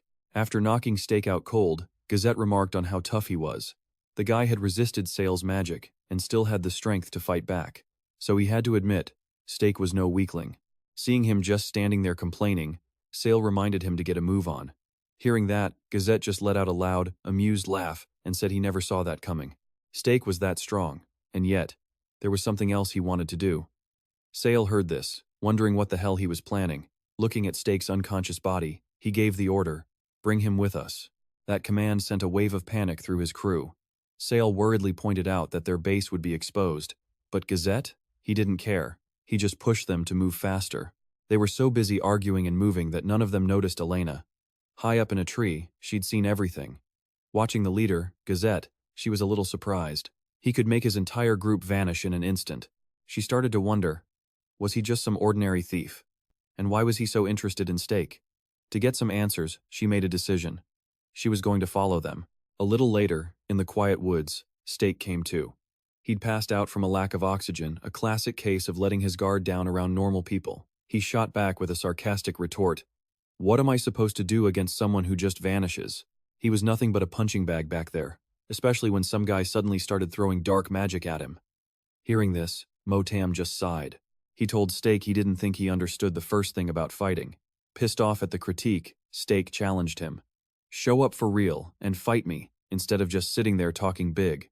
Suddenly, a voice cut in, asking what he was muttering about. Steak shot back, annoyed. "Don't let your guard down just because we're in a tent," the voice replied calmly. "Aren't you being a bit paranoid?" A hand reached out, and the voice softened. "I didn't mean it like that." The man introduced himself. "I'm Gazette." And then he made an offer. "Join my team." Gazette looked straight at Steak, who was sitting right across from him. With total seriousness, he explained who he was and what he was doing. He told Steak he was a patriot, someone who truly loved this kingdom, a villainous leader who only serves the people. Yeah, right. Hearing Gazette's pitch, Steak was visibly annoyed. He couldn't help but scoff internally at those words. A patriot? For a joke of a country like Venezia? But even though it ticked him off, he gave a fake name. "I'm Berzian." Seeing Steak's expression, Gazette just held out his hand. He let out a laugh, trying to break the awkward tension. "Looks like the more I talk, the less interested you are, so I'll get straight to the point." He gestured towards Steak. With the most sincere look he could muster, Gazette formally invited Stake to join his crew. But this decision? It made everyone around them absolutely freak out. My lord. And Stake's reaction was just as intense. His blood was boiling with anger. Do you think I'm an idiot? Why would I ever join a gang of bad guys? You trying to become the king of thieves or something? Witnessing that sharp tongue, Gazette was actually a bit surprised, but he calmly corrected him. Watch your mouth. We're an outlaw group that operates publicly, and we don't rob every merchant, just the corrupt ones. Then we give the money back to the people. But a justification like that didn't sit right with Stake. Not at all. He shot back instantly. Huh? A thief is still a thief. Nearby, Bernac saw the murderous look on Stake's face and hesitated. My lord. Do we really need to recruit him if he's this against it? But Gazette's faith in his own judgment was unshakable. He spoke with absolute certainty. My instincts have never been wrong, Bernac. You were a beggar we found on the street. And now look at you, you're a fantastic agent. Even with the praise, Bernac looked a little annoyed. What do you mean, beggar? Gazette then turned his attention to someone else. And our shy Sale here. You taught yourself magic, and now you're a brilliant mage. Hearing his name, Sale just stood there, not even glancing over. But that didn't stop Gazette. He slammed the table, his voice booming. And who made that happen? Seeing this, Bernac had no choice but to play along. It was you, my lord. And with that acknowledgement, Gazette got even more fired up, grinning from ear to ear as he hyped himself up. That's right, I'm the one who finds gems in the... But before he could finish, an attack flew past him. It grazed his ear, drawing blood instantly. One glance was all it took for Gazette to break into a cold sweat. Then, a blood-curdling scream. At the same time, two more attacks took out the large torches, plunging them into chaos. One of Gazette's men turned, his voice echoing through the darkness. My lord, it's an ambush. Suddenly, a mocking voice cut through the air. Security's this sloppy, and you guys plan on robbing places like this? Down below, Gazette and his men were instantly on guard, a murmur of confusion spreading through the group. Who is that? I don't know. An arrow shot out from the shadows, adding to the panic. But Stake? He was smirking. Oh, he knew exactly who it was. A wicked grin spread across his face. Right on time, Elena. Gazette, still clueless, quickly ordered his men to check their wounds. But when he turned back, he saw Stake already bolting. Gazette was stunned. His eyes widened in disbelief as he watched Stake run. You have backup? Hidden in the trees, Elena quickly pointed the way for him. This way. Stake heard her voice and locked onto it. As she jumped down, he asked with a hint of concern. There were so many soldiers back there. Did you kill them all? She quickly explained that she'd taken care of them, but they were just immobilized for a while. As they took off, their figures blurred past the downed men on the ground. Looking at them, Stake could only feel a bit of pity. Poor bastards. And then a familiar voice. Out of nowhere, Gazette appeared right in front of them. He was panting heavily but still managed to speak. You guys are fast. Stake was completely baffled. It didn't make sense. They should have left him miles behind by now. Elena, right beside him, was just as shocked. They'd taken the absolute fastest route. How did he manage to get here? Gazette, still catching his breath with sweat beading on his face, finally explained. If I can't convince you, then I can't just let you leave like this. Do you have any idea what would happen? Hearing that, Stake's anger flared right back up. His face twisted, his eyes burning with killing intent. Enough. That's enough. Stop being so damn persistent. But just as the words left his mouth, Gazette charged. He left nothing but an afterimage and kicking dust where he stood. His expression, dead serious. The sudden move startled both Stake and Elena. They both attacked Gazette at the same time. But just as their strikes were about to land, he vanished. Gone. Gazette's skill left Stake completely astonished. He never expected him to dodge that. Elena was just as stunned. And that's when Motam's voice screamed in his head, a desperate warning. Watch your stomach. Hearing the warning, Stake instantly activated his auto-counter skill. The moment he did, bright blue specks of light flared to life over his abdomen, and not a second too soon. Gazette's knee slammed into him right at that exact moment, sending a jolt of pain through his body. With that single blow, Gazette sent Stake flying, but even as he did, Gazette looked on in shock. He blocked it. Realizing this, Gazette decided to ask him directly. His brows furrowed. You can see something, can't you? Before Stex could even get a word out, Motam appeared. He pointed. Look at his shoulder. Now, that relic lets him swap between physical and spiritual states. It's why he looks like a ghost. Stex was completely lost, and of course, his smart mouth started running again. Physical and spiritual states? What the hell is that? He grumbled, clearly annoyed. Motam got it though, and offered a simple plan. Your eyes can't track him, so just follow my lead. And just as he said it, Gazette moved. His entire body started to fade from view. Suddenly, two more figures burst from the bushes. They cried out in relief, "We found you, sir." But right now, Gazette was a little too busy to notice his backup. Martin spotted them first and yelled a warning. That snapped Stex's focus just as Gazette swung a punch right at his face. Stex dodged back instantly. Not about to just take hits. He unleashed a windstorm, and that's when Motam's voice cut through the chaos. His side is wide open, and just like that, Gazette ate a powerful fist right to the ribs. A direct hit. That punch clearly rocked him. Gazette was stunned. He gritted his teeth, letting out a sharp grunt. Seeing his opening, Stex yelled, "Elena, now!" The moment she heard her name, Elena unleashed a volley of razor-sharp knives. Gazette was still staggered, completely frozen. All he could do was watch them fly straight for him. Over with Gazette's crew, Sale and Bernat were in total shock. Sale just stood there, mind racing. How? How can he see our master's attacks? No. Forget that what normal person could even track his movements at all. His eyes shot back to the unbelievable fight unfolding. The battle was getting fierce. Gazette threw a powerful kick, but Stex caught it with his bare hands.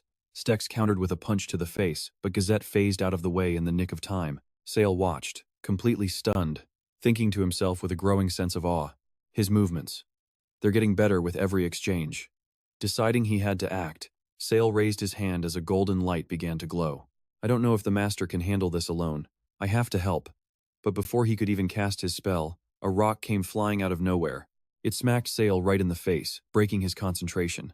The magic fizzled out, and over there was Elena, casually tossing another rock in her hand, staring him down. She made it clear, "You're not interfering in their fight." Seeing their mage get taken out, the rest of Gazette's goons charged forward. One of them pointed right at her, shouting, "Let's get her." But Elena? She was perfectly calm. She activated her gust skill. It creates a powerful blast of wind to knock enemies off balance. Instantly, a gale erupted right in front of her. The charging mob was stopped dead in their tracks by the wind. They struggled to shield their faces, one of them yelling out, "Wait, she can use magic too?" Back in the main fight, Gazette noticed the commotion behind him. He gritted his teeth, worried for his men. But then, a completely new voice cut through the air. The voice sounded terrified. "It's them!" And there was Fakwafix, his face pure rage. The second he saw everyone, he roared, "Those are the bandits who attacked the food convoy." The moment Stex saw him, his face lit up. A smile broke out. Reinforcements. Things were finally looking up. Fakwafix bellowed the order. "Attack them!" Hearing the command, his men charged in, all of them shouting with rage and spitting insults. "You dare ambush us? Prepare to die." But Stex was just standing there, confused. His face fell as he tried to process what he just heard. Attack them. All of them. Before he could even think, 3 guys were charging right at him, faces twisted with killing intent, ready to tear him apart. Seeing this, he quickly tried to explain. "Wait, I'm with you guys." But the second he saw the look on their faces, he cursed internally. "Damn it, these idiots are too blinded by hate." He glanced over at Fakwafix. The man's expression was pure, unthinking rage. Stex instantly got it. Fakwafix had misunderstood big time. But if he ran now, he'd be branded a wanted criminal, an accomplice. Realizing this, Stex reached for his weapon. He had no other choice. His face hardened with pure frustration. He raised his sword, muttering to himself, "This is just self-defense." And somewhere nearby, another pair of eyes slowly blinked open. Groans of pain echoed through the hazy forest. Sale shot up, quickly pulling his cloak tight around him. He looked around, completely dazed. "What's happening?" Gazette was right there beside him. Seeing him awake, he asked with concern, "You okay?" Looking at the raging battle, Gazette quickly explained the situation. "I don't know how, but the guys we robbed this morning found us. They brought backup. And that guy over there is a real problem. Most weapons don't even scratch him. The only thing we haven't tried is magic." Gazette was watching Bo, who was now fighting 2 people at once. He looked back at Sale, hesitating for a moment. He asked worriedly, "You think you can handle him?" Knowing Gazette was counting on him, Sale immediately got into a ready stance. His eyes filled with determination. "I'll try." With that, Sale activated his drag skill. It reduces a target's movement speed by 30%, though its success rate depends on the target. Instantly, A dozen ghostly arms wrapped around Bo, trying to hold him down. But in a flash, he easily shattered the magic holding him. The arms vanished into thin air. Sale realized it instantly. He has a magic shield. Hearing that, Gazette understood. So they really came here to take us down. I can't believe they have such expensive gear. At least he's the only one in armor. Damn it, I'll take care of him. As he spoke, Gazette drew his knife and began to phase out again, his expression deadly serious as he gave Sale one last order. Help the others here. Sale panicked for a second. Wait, sir. But in an instant, Gazette had already reappeared right on Bo's back, taking him completely by surprise. He didn't hesitate. Gazette locked his legs around the man's neck in a chokehold. His knife was ready. He brought it down hard, striking straight at the iron helmet on Bo's head. This just made him furious. Seeing Gazette was completely unscathed, pure rage. He cursed under his breath. Damn security guard. Before Gazette could even finish his thought, two giant fists slammed right into him. With just one hit, Bo had already taken Gazette down. Enraged, Bo violently threw him to the ground. But he wasn't done yet. Bo clenched his fists, grinding his teeth in fury. He aimed another attack straight for Gazette. Suddenly, a voice rang out, "Get down!" And just like that, Steck was unleashing a torrent of flames on Bo, giving him no time to dodge. Gazette, still on the ground, was stunned. His jaw dropped, completely bewildered. What is this? This magic? Over by Bo, he was now completely engulfed in a massive blaze. The pain was intense. Constantly being burned, even his armor began to superheat. Trapped, all he could do was stand there and scream, "It hurts!" Motam watched Bo suffer and couldn't help but smile. Artificial magic-blocking armor. You really think you can fool me with that? Nonsense. Steck glanced over at him. You seem to be enjoying this. But their little chat was cut short as Bo finally broke free from the flames. He slammed his sword into the ground, his face a mask of pure anger. The moment he saw Steck, Bo charged, swinging his massive blade, ready to attack. But Steck? Not even a hint of fear. He just stood there calmly. A great sword, but a normal person can't use it without leaving a massive blind spot. The attack came crashing down. With just a slight sidestep, Steck easily dodged it. Remembering his own past fights, Steck let out a quiet sigh. Then he put some distance between them. You think this is my first time fighting a giant like you? You're just another big brute. I'm used to it. And with that, Steck struck Bo's leg, sending him tumbling down. Seeing this, he started to taunt him. Just one hit is all it takes to bring you guys down. Go on. Roll over. Just as he finished speaking, Elena leaped down from a tree. She locked her arm around Bo's neck, causing him to panic. Her gaze grew sharp and determined. She bit down hard. In a single instant, Elena took Bo out, sending him crashing to the ground.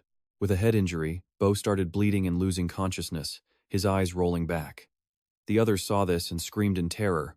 Bo is down! Over on the other side, Gazette was all smiles. He asked, "Why are you suddenly fighting so hard?" Hearing the question only made Steck angrier. He looked at his own hands, then explained to Gazette, "They mistook me for one of your crew, so I couldn't run. And trust me, I'm no fan of the Venetia family either. So it works out. I help you guys and take them down at the same time." At that, Steck turned to the remaining men, blue lightning crackling in his hands. With just a thought, Steck unleashed his magic. The skill sent jolts of electricity through their bodies, causing them agonizing pain. Fakotfix, who was hiding in a corner, was shocked when he saw this power. Even Gazette, who'd seen it before, couldn't help but be amazed, staring wide-eyed. But the most stunned was Sale. His jaw was on the floor, sweat pouring down his face as he witnessed the display. After a few moments of torture, the men collapsed. Nearby, Gazette's men were just standing there, frozen in fear. Seeing this, Gazette roared, "What are you standing around for? Tie them up!" A while later, the sky began to brighten. The forest was bathed in a deep purple light. Fakotfix, however, was still defiant, screaming at the top of his lungs, "You idiotic adventurers, you conspired with those bandits. This is why I refuse to work with you uneducated fools." Hearing Fakotfix's endless insults, Steck finally snapped. He slammed his hand against the tree right behind the man's head, his face contorted with rage. "Let me get this straight. Why are you blaming me for getting you dragged into this mess?" Seeing him like this, Gazette quickly stepped in. "Even so, how did you find us?" "I erased all of our tracks." Hearing the question, Fakotfix just turned his head away. Now, it was Gazette's turn to get pissed. "This guy!" Before he could curse him out, Sale stepped forward. "Sir, perhaps." Even though Sale didn't finish, Gazette seemed to understand perfectly. He quickly reached into his coat to grab something, a look of disbelief on his face. No way. But when he pulled out the item he'd taken from Fakotfix, he saw a glowing blue seal. He stared at it, absolutely baffled. People are still using tracking emblems? They're incredibly expensive and can only be used once, which makes them super rare. Once they understood, Sale cast a spell, putting Fakotfix to sleep. As he did, he spoke to Gazette. This is why we told you to let us handle the rare items from these merchants. This is what happens when you just go around looting things yourselves. Even though he knew he was wrong, Gazette tried to save a little bit of face. How was I supposed to know he'd be this stubborn? Anyway, good work, both of you. Just then, a water bottle was tossed over to Stek. It caught him by surprise. Watching him drink it without hesitation, Gazette started asking questions again. Didn't you say you were sick of them too? You know some of the old stories about Venetia? After finishing the water, Stek politely answered, You're not entirely wrong. But what are you planning to do, start a coup? At this point, Gazette wasn't hiding anything. He didn't deny it, simply agreeing with him. I guess you could say that. The Venetia family has been broken for a long time. They prey on the fears of neighboring kingdoms, making a massive profit by exploiting their own people and allies. He glanced over at his men tying up the prisoners. As he watched them, Gazette's expression became more determined than ever. I can't just stand by and watch my country fall apart like this. Then, he looked over at the sleeping Fakotfix and revealed a critical truth. Turns out, Fakotfix is one of Venetia's main political backers.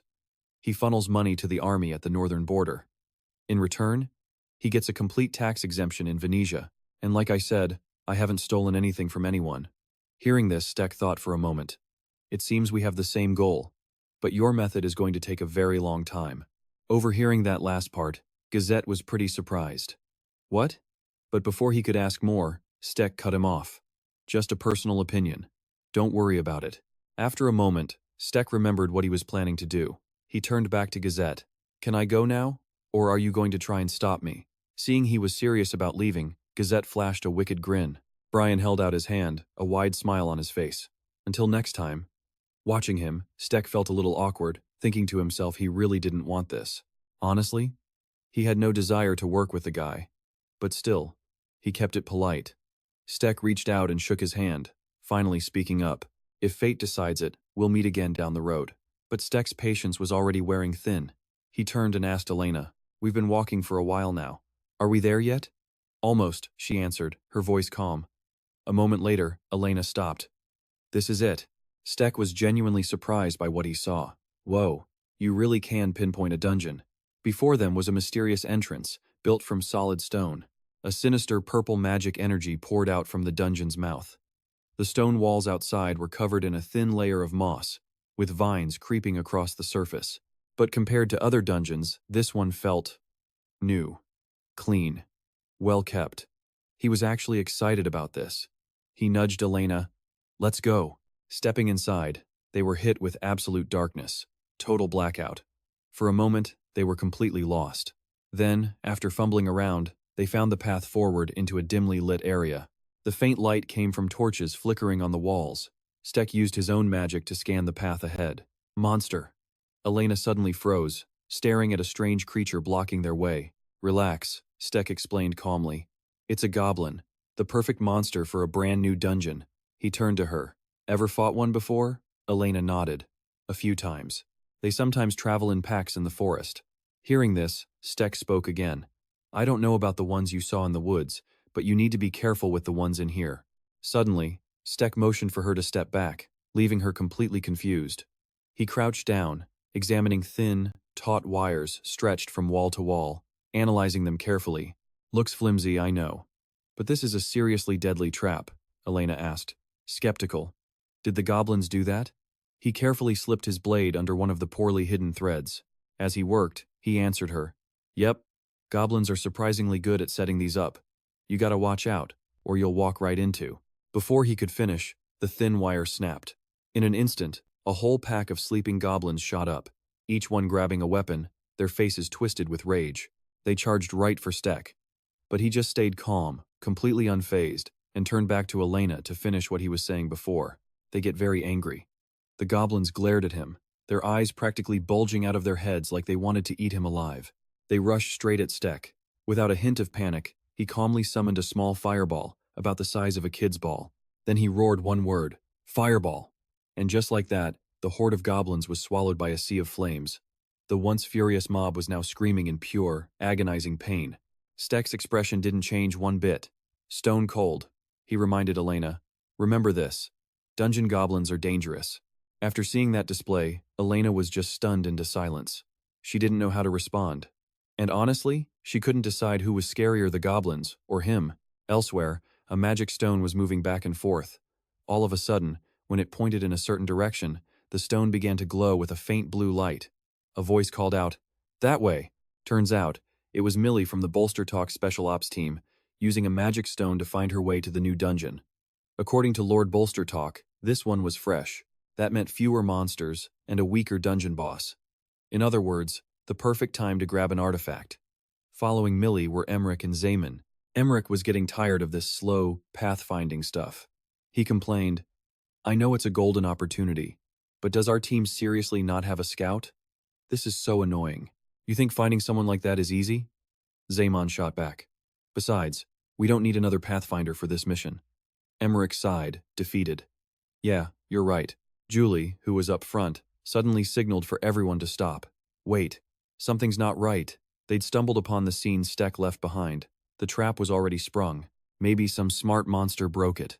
She carefully picked up the two cut ends of the wire to get a closer look. No. Whoever did this didn't use their body. The cut is way too clean for that. Seeing the scene, Zaymon also spoke up. "You know, I thought something felt off too. Even though this is a new dungeon, we haven't seen a single monster, not even a slime." Then, a few steps ahead, Emmerich froze completely. He had no idea what he was looking at. He called out to get the others' attention. Guys? I think there's something in there." What the group saw was nothing other than the pile of goblin corpses Stek had torched earlier, still smoking and smoldering. Millie just stared, completely bewildered. Goblin corpses? Did a troll pass through here or something? Zaymon guessed, but Millie immediately shot down his theory. No. All of them are completely burned to a crisp. Millie started thinking hard. A brand new dungeon like this shouldn't have any fire-type monsters, which meant someone else was here. Meanwhile, Stek and Elena were still pushing deeper into the dungeon. Millie's mind raced. "Hurry! We can't let them get the artifact first." Everywhere they went, monsters were already dead. "I don't know who's in here, but they can't be far ahead." Finally, Stek and Elena reached the final stone door at the very end. He placed a hand on it, feeling its texture, then pushed it open, asking Elena, "This is the place?" "Looks like the boss room," she replied. Stek nodded in agreement. Its name is Agui. If you can't destroy all 9 of its eyes at the same time, this is going to be tough." He was carefully sizing up the enemy, but its arrogant attitude was already getting on his nerves. "We'll see about that." Stek immediately lunged forward, hitting it with a few basic attacks. The moves were enough to daze the 9-eyed Agui. Stek moved with incredible agility, dodging every single one of its attacks. He used the small openings after Agui's strikes to plan his counter. In a flash, he planted his feet firmly on its arm and channeled his magic, sending it surging through the creature's entire body. Green shockwaves pulsed out a skill that engulfed Agui in what looked like a storm of lightning. Its body was rocked by non-stop impacts, leaving it completely unable to fight back. All it could do was roar in absolute agony. The shockwaves from the battle were huge, grabbing the attention of the Bolster Talk team. Millie signaled everyone to move faster. "Come on, Emmerich, hurry!" Seeing the chaos, he made a quick assessment. They've run into the dungeon boss. The whole group then rushed toward the sounds of the fight. "There's someone over there." By now, Agui was completely overpowered, sent flying backward from a massive hit. Millie's brow furrowed as she realized what might be happening. Could it be them? Raymond was a little stunned, not sure what kind of plan she was cooking up. He asked skeptically, "Seriously?" But Millie E's silence was all the confirmation he needed. Seeing this, Raymond asked for the target. Millie E's eyes shifted to Stek's, who was still busy fighting Agui. "Him," she said. This time, Raymond didn't hesitate for a second. He drew his bowstring, aiming right where Millie E told him, and activated 2 skills back to back. Level 4 piercing shot to punch through anything, and a level 3 targeting assist, making his shot dead-on accurate. This arrow wouldn't be affected by wind, gravity, or anything else. With that power coursing through him, Raymond aimed straight for Stek's, thinking, "I don't know who you are, but this is goodbye." The moment the thought crossed his mind, he let the arrow fly. The arrow shot straight for Stex's head. But with his razor-sharp senses and insane reflexes, Stex dodged it easily. The arrow just grazed past his face. Raymond couldn't believe his eyes. He thought, he dodged it? How is that possible? Stex glanced in the direction the arrow came from. Without a word, he casually flicked a fireball that way. Jamin, still reeling, was saved when Emmerich tackled him out of the way, screaming his name. That fireball didn't kill anyone, but it looked like Emmerich was seriously injured from the blast. Jamin turned to the teammate who just saved his life and asked, "Are you okay?" Before they could even recover, Stex was already walking toward them, another fireball forming in his hand. "Who are you people?" he demanded. "You're not going to answer with some nonsense." "But I can tell you're not human, are you?" he said, his voice full of confusion and rage. Motam added, "That arrow was dripping with killing intent." Raymond was still in shock. He thought, Did he just shoot a fireball? Does that mean he's the one who torched all those goblins out there? This guy is dangerous. Not getting an answer to his questions just made Stex even more annoyed. He summoned lightning to his hand and asked again, "You're not going to answer?" A split second later, a scream of pure pain echoed out. "Emmerich!" Raymond yelled from behind. Turns out, Emmerich had jumped in front of Raymond, taking the full force of Stex's lightning attack with his body. The strike was powerful, but it seemed like something was partially blocking it. Motam noticed something was off. He vaguely recognized magic in the shield. Stex, surprised, asked, "What is that? What can it do?" Motam calmly explained, "It can absorb energy and then release it." "So you're saying my attacks are useless?" Stex asked doubtfully. "No. Your power is way beyond what that shield can absorb. So it'll still work," Motam replied. Hearing that, Stex gave them a dirty look. How dare he try to block me with some cheap magic trick? It's not even a holy relic. Emmerich was barely holding on, trying to withstand Stex's attack. He thought, this guy is no ordinary human. Back with Agui, the beast was screaming in pain, covered in arrows from Elena. Her attention shifted to the chaos over here. "What are you doing?" she called out. "Who are these people?" Stex answered without even looking at her. "No idea, but they're definitely not on our side. In other words, they're in the way." Hearing that, Elena replied, "Then we'll have to take care of them first. Let me help." Since she was offering, he wasn't about to stop her. "Fine," he said. "I'm coming down." But before he left, he made sure to give Emmerich's group a bonus, a massive shockwave. Right after, Elena took aim and fired.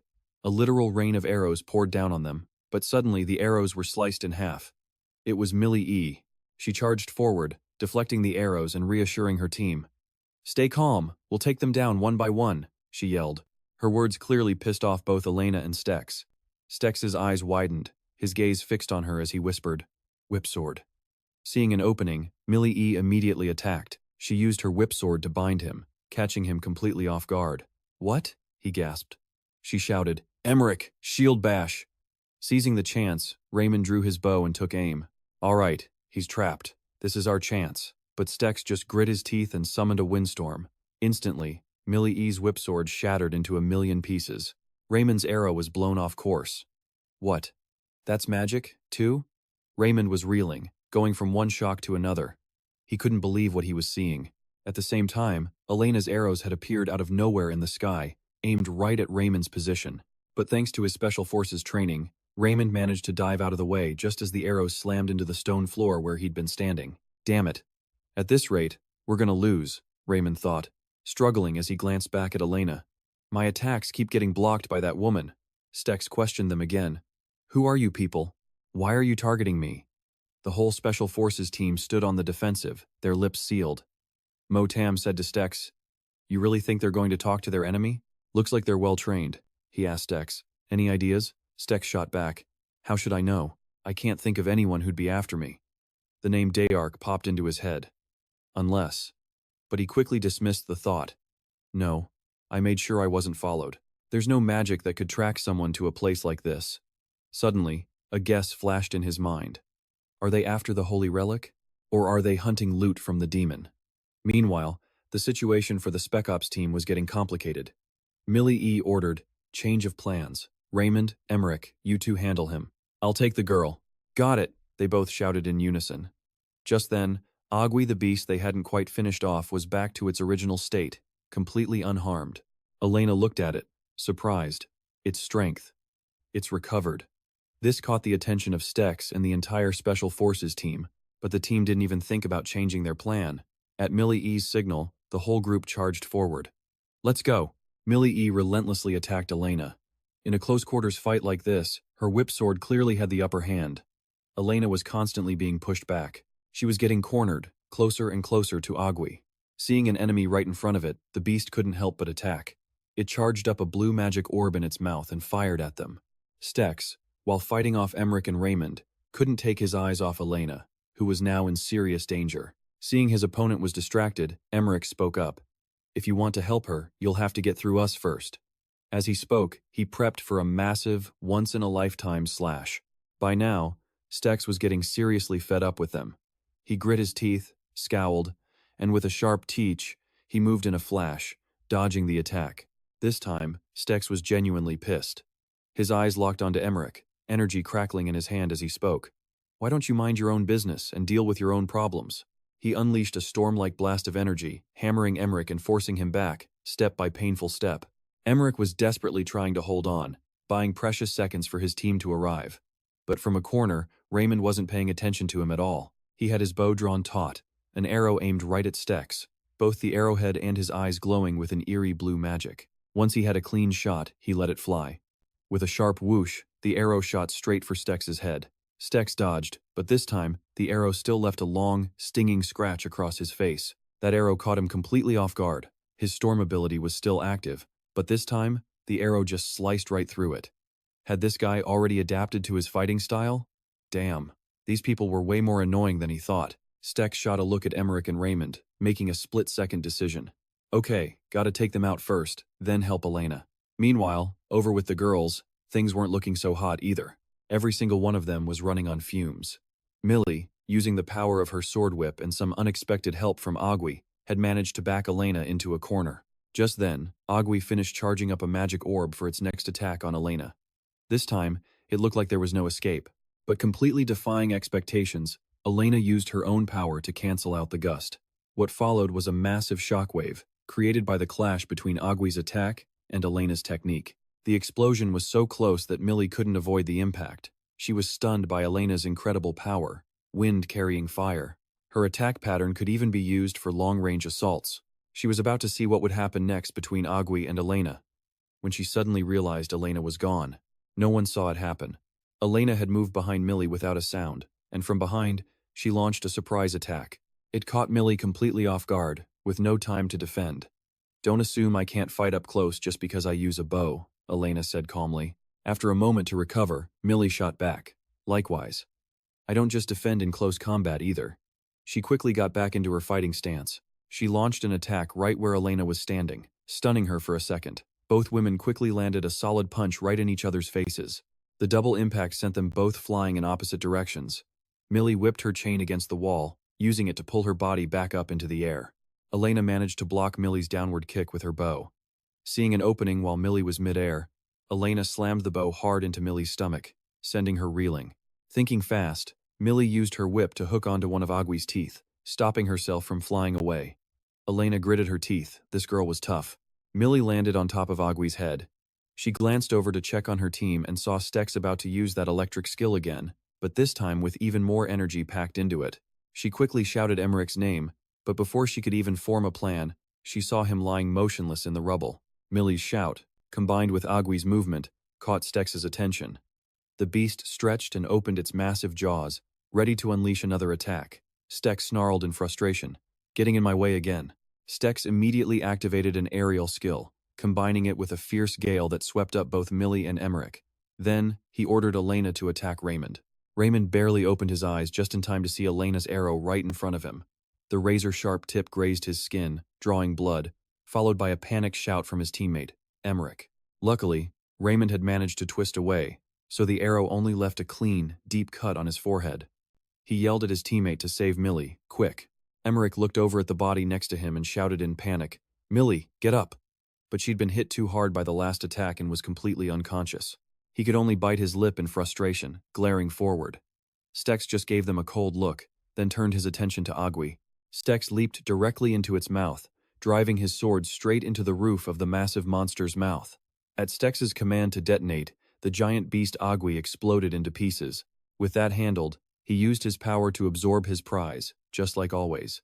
After finishing off Agui, Stex told Elena to go protect the relics in the other rooms and wait for him.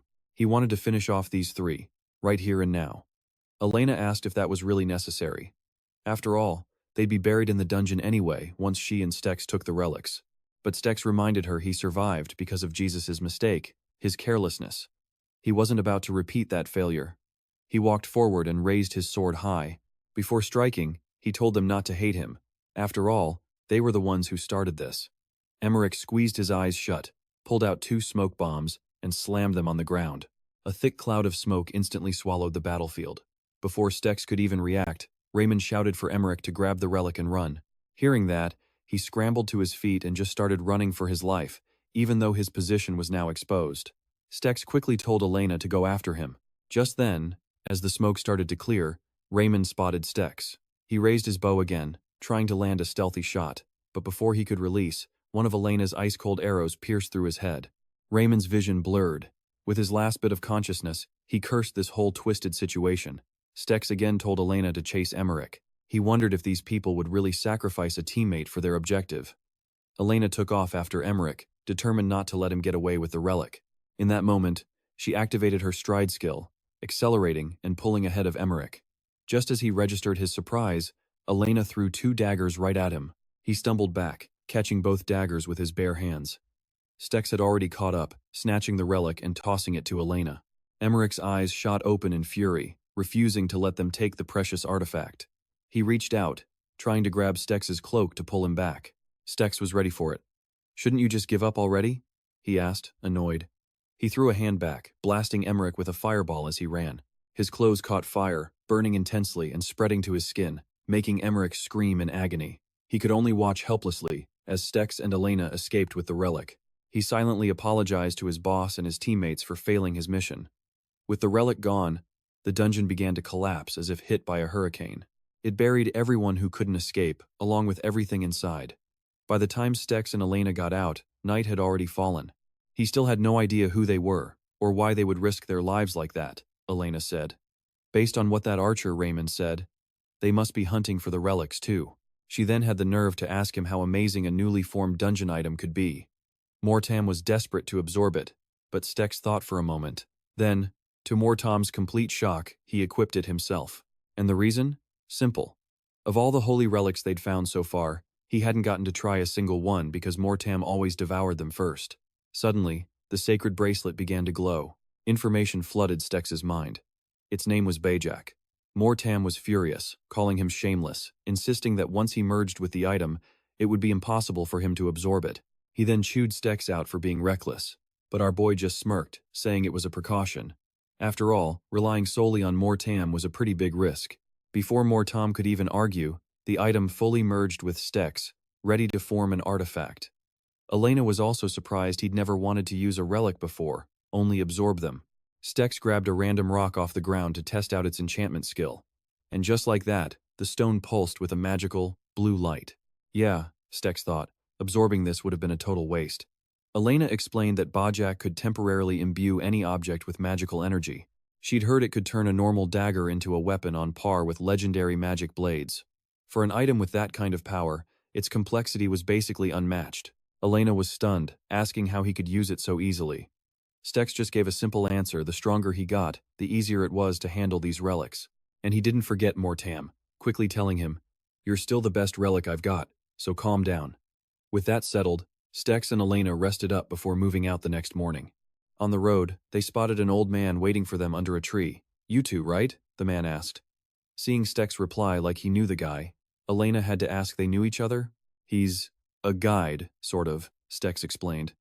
A bit earlier, while checking the map, Stex had figured that heading north would lead them to a mountain called Joxa, and their destination was one of the 6 largest mining cities in Sentika, right next to that mountain.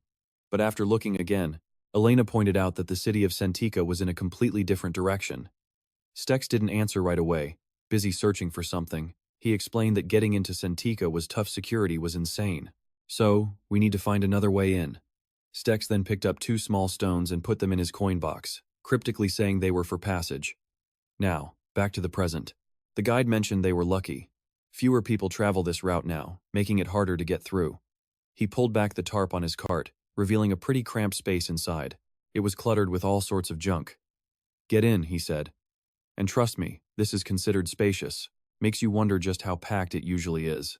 Elena climbed in first. Stuck in a tiny space with a woman, Stex felt his face flush and tried to make an excuse to grab more gear. The cart slowly lurched forward. After a while on the road, it finally came to a stop. From outside, a guard's voice boomed. "Halt! What's in this cart?" Then came the old guide's voice, listing off the items he was supposedly carrying. The guard took the list and glanced over it all, just normal stuff. Mining equipment, portable lamps, a standard-issue mine detector, nothing suspicious. He waved them on, telling the old man he could pass after finishing some paperwork. After another short ride, the cart stopped for good. This time, they heard the lively sounds of picks and shovels hitting rock. The guide told them, "We're here. They could come out now." Elena pushed the tarp aside, taking in the view, completely oblivious to Stex's bright red face. It looked like they'd made it. This was Santika. Before them was a massive mining operation, with workers hauling resources straight out of the caves. The guide suggested they hit a tavern first. "Pretend you came in through the main gate," he warned. "Avoid any suspicion." Following his advice, they headed to a tavern in the city. There, they met a man named Bantaza.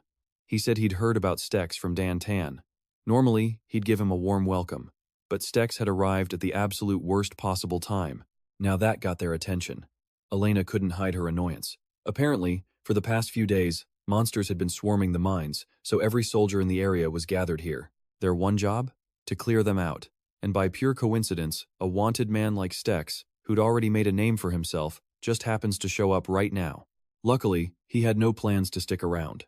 Stex took a sip of his drink and asked Bantaza when the blacksmiths and alchemists from the black market would be in the area. Hearing that, Bantaza was sure Stex really didn't get the situation. Every single smith was working overtime, buried under hundreds of equipment orders for the special forces. "No one," he said flatly, "is going to care about your requests." Well, hell, if that was the case, what was the point of even coming here? Surely they could buy something, right? "Only explosives, blackmail material, and mining gear," Bantaza replied. Of course, the smiths still wanted to work, but on cheap, mass-produced military junk. At a time like this, they could only rely on themselves. They had their mission, and Bantaza had his orders. Stex slammed his hand on the table and stood up. He could offer Bantaza more money, he said, demanding he find someone who could help. Bantaza sighed, calling Stex a stubborn kid. But he couldn't exactly refuse. Fine. He'd ask around. But he told them not to get their hopes up. Though, he admitted, there were probably a few greedy types looking to make a quick buck off the chaos. A few days later, Stex was slumped over a table, practically crying. "I have money," he mumbled desperately, "but no one wants to take it." What was going to happen to his journey? How could he ever get his revenge? Was there any news at all? Meanwhile, with all this free time, Elena had been trying on some human clothes. Looks like she was using Stex's money too. Just then, Bantaza walked in. He had news. 2 people were willing to help, even though they were swamped with work. "Just buy them a drink later," he said. The 2 newcomers, cloaked and mysterious, were a blacksmith and an alchemist. The purple-haired man laughed, pulling down his hood. "Never seen a dwarf before?" He playfully accused humans of being prejudiced, always mixing up blacksmiths and dwarves. Turns out, he was the alchemist, Gabo. The tall woman next to him? She was the blacksmith, Letty. Stex reached out a hand for a polite shake. Gabo took it, reminding him again just how bad things were. Tons of craftsmen were working day and night, just to keep up with the military orders. And with so many soldiers around, the black market was basically shut down. "Still," Gabo said with a grin, "someone's got to keep the wheels of the economy turning, right?" First, Steph had to show them what he needed. Only then would they even consider helping. He drew his sword, asking them to take a look. Capper and Letty stared, a bit confused. They had never seen a weapon quite like this. It was definitely no ordinary blade. Steph told them its name. Capper carefully took the weapon, analyzing it. The sword was made from some seriously complex materials. Still, it was incredibly tough and durable. It could even use gas to create explosions. The person who forged this thing must have been a legendary blacksmith. But honestly, Capper wasn't even sure how the gas mechanism he mentioned would work. The materials to make it were also extremely rare. He wondered why Steph wasn't just using gunpowder instead of gas. Gunpowder not only packs a bigger punch, it's also easier to find and transport. The only real problem was the price. When Steph presented a huge bag of money, Capper immediately agreed. He even quickly promised to use the funds well. But then Steph added another request, an armor upgrade. Specifically, he wanted something made of leather. Capper froze. He wasn't sure if leather armor was even possible in the current market. But for Letty, making leather armor was easier than making a saddle. But she had one condition. Steph had to find the leather himself. If he could do that, she'd craft him a full set, even if it took her all night. So Steph was back to brooding with Bantera. Where was he supposed to find leather in a mining town? Most of the monsters around here were made of rock, not a scrap of hide on them. Then Steph remembered what Bantera had mentioned yesterday. That monster near the mine. He asked if it was made of stone. The old man recalled the reports and began to describe it. Based on how the miners looked when they came back, it was like they were mauled by some savage beast. Even after the wounds healed, the scars looked absolutely hideous. But since he hadn't seen the monster with his own eyes, it was hard to say for sure. Bantara suspected Steph was planning to hunt it and tried to stop him. After all, even the city guard couldn't handle it. They had to assemble an entire army from different regions. Steph reassured him, promising he wouldn't do anything stupid. He then casually asked Bantara about the quality of leather armor. The old man pointed to a guard sleeping in the tavern, telling Steph to talk to him. That guy was a member of the city guard, a reliable source for anything happening around these parts. He was a key link in the black market, and the first one to tell people here about the monster. Hearing that, Steph grabbed a full mug of beer and went to talk to the guard. He slammed the mug on the table, getting straight to the point. He wanted information about the monster in the mines. Even though the guard was drunk, he didn't want to talk about it. But everyone kept coming to him asking the same damn thing. Steph feigned concern, saying this wasn't just for fun. He pressed a nerve, bringing up how it attacked the miners. And just like that, the guard's anger flared. Of course he saw it. He just stood there, completely useless, watching its claws tear unarmed miners in half. He ran like a coward, failed his duty as a warrior. Just as he finished, Bantara slapped him hard across the face. He had to live, because he was the most valuable source of information for the mine and the entire black market. The guard sighed and finally said it. The monster was a manticore. But wait, aren't manticores usually found way out in the desert? How could one appear in the mountains? He began to recount the story. While the miners were digging deep, a huge wall suddenly collapsed. And then, a manticore with razor-sharp wings lunged out. The soldiers of the guard didn't even have time to react before they were slaughtered instantly. Steph's eyes widened. Could this be any more perfect? A manticore is a savage beast with giant bat-like wings and the deadly poisonous tail of a scorpion. It was the perfect source for all the materials he needed. After hearing the story, he tossed a bag of coins into the guard's lap as a reward. Steph told him he was going after it for the monster hide. The guard just had to accept it. After all, adventurers and reckless warriors never have anything better to do. And that manticore? It was basically fully armored. With that, he tried to return the money. He hadn't told Steph about the monster just so he could go get himself killed. But Steph refused to take the money back. He confidently declared he was much stronger than he looked. Besides, he never planned on chasing a manticore alone. The guard didn't look convinced. The beast he was talking about was as strong as a dragon. Young guys like him were all talk. Steph raised a finger, chanted a spell, pointed at an object across the room, and shattered it with a blast of energy. Even Bantera was shocked. A mage like Steph. No wonder he was so confident. But Steph just said that, at the very least, he could protect himself. The guard decided to show him a secret way into the mine. In fact, if Steph allowed it, the guard would handle everything for him, probably as a way to soothe his own guilt for running away. The stench of this secret path was absolutely unbearable. It was the sewer drain. Taking this route would let them avoid the soldier patrols all over the city. The moment they stepped inside, they were met with a chaotic pile of white bones left by the manticore. Steph reached out, using his animal instincts to sense the smell of rotting flesh and guts. It was disgusting, nauseating. Large footprints on the ground all led in one direction. Elena noticed an intact arm, mostly buried under the dirt. A severed arm, still wearing a ring.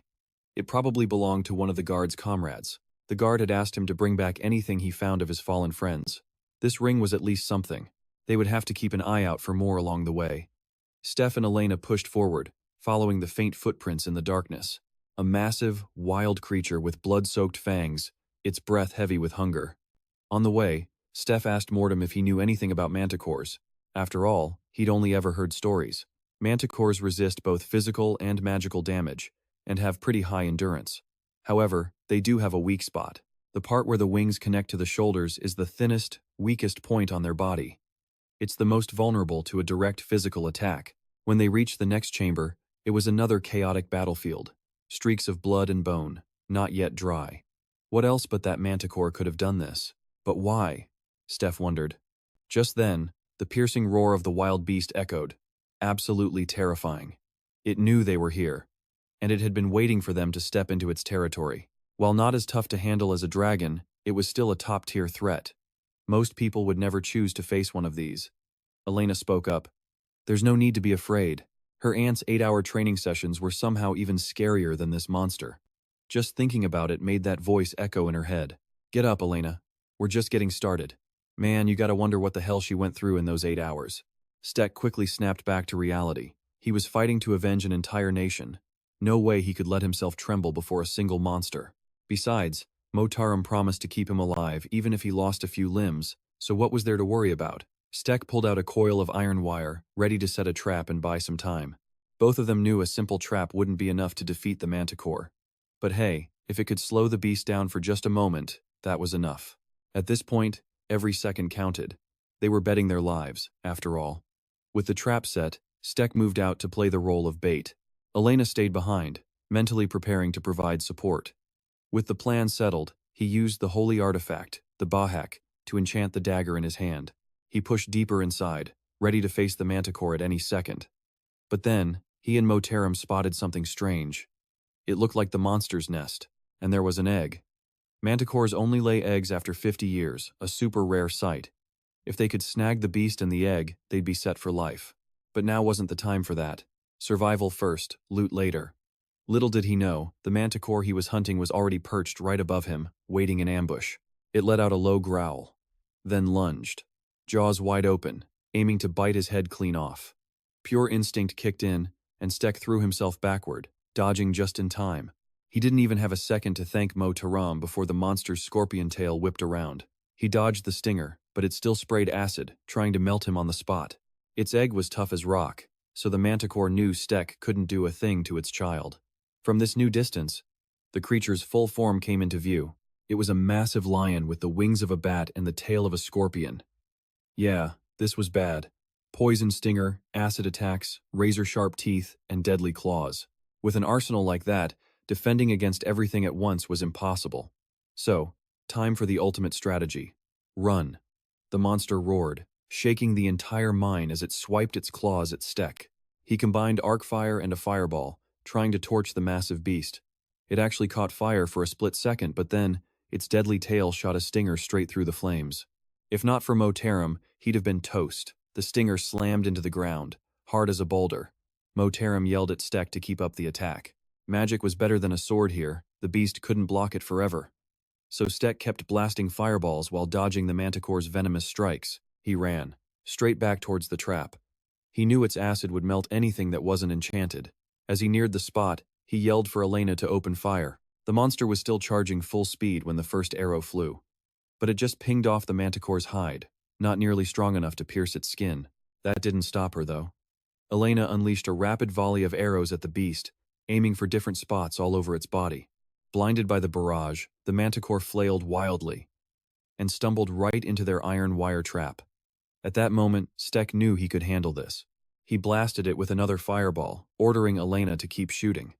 The manticore instinctively used its wings as a shield. After taking the heat for a few seconds, it roared and flung its wings wide open, creating a shockwave powerful enough to knock them both back. Elena seemed shocked by its raw endurance. Stek would take the close-range fight, while she kept her distance and attacked. With the quick plan set, they jumped back into action. The giant beast wasn't coming out of this unscathed. Its hide was finally showing some scratches. The moment it rubbed its eyes, Stek saw his opening and aimed for the joint connecting the wing to its body. But as his blade sank in, the monster roared in pure agony. It glared at Stek, lowered its head, and slammed him straight into the ground. The attack left him seriously injured, and Elena cried out in panic. Motam used a quick burst of magic to get Stek back on his feet, but he couldn't rely on that healing too much. It was just enough to keep him standing, not a real fix. If he suffered any internal bleeding from organ damage, it would be game over. He didn't care. It was a worthy trade. He'd managed to lodge his sword right under the manticore's wing. Motam urged him to end this fight. Now, That sword was the only close combat weapon he had. But Steck ignored the warning. High risk meant high reward. Besides, this wasn't the first time the odds were stacked against him. He then channeled his lightning skill, sending electricity surging through the sword. It was a brilliant idea. The current shot directly into the beast's body. Motam even joked that Steck was finally doing some real damage. The manticore struggled, trying to stay standing. It growled in pain. This was no easy fight, and the longer it dragged on, the worse it would be for Steck. The monster winced and let out an ear-splitting shriek. It was so loud both Elena and Steck had to cover their ears. Its tail reared up, firing off another volley of stingers. Steck and Motam combined wind and an explosion command. It worked. The blast was powerful enough to knock the stingers off course. As for the acid splashing everywhere, Steck summoned another gust of wind to protect himself from being melted. The enraged manticore raised its claws. Elena drew her bow, landed an arrow squarely on its forehead, and successfully distracted it, giving Steck the opening he needed to dodge. It whipped its head toward Elena, who was fumbling with her few remaining arrows. And that deadly tail? It was aimed right at her. Steck saw it instantly. He moved like a blur, grabbing Elena and pulling her out of the way. The monster was a problem, but that tail was a whole other level of deadly. Steck told Elena to get down, shielding her as he prepared for his next move. He was clearly running on fumes. How was that monster still standing? Motam insisted the last attack definitely had an effect. Steck just needed one more critical hit. At that moment, he really wished he'd brought his lens. He could have just burned a massive hole in it, just like he did to Agui. Motam immediately told Steck to forget it and focus on the situation right now.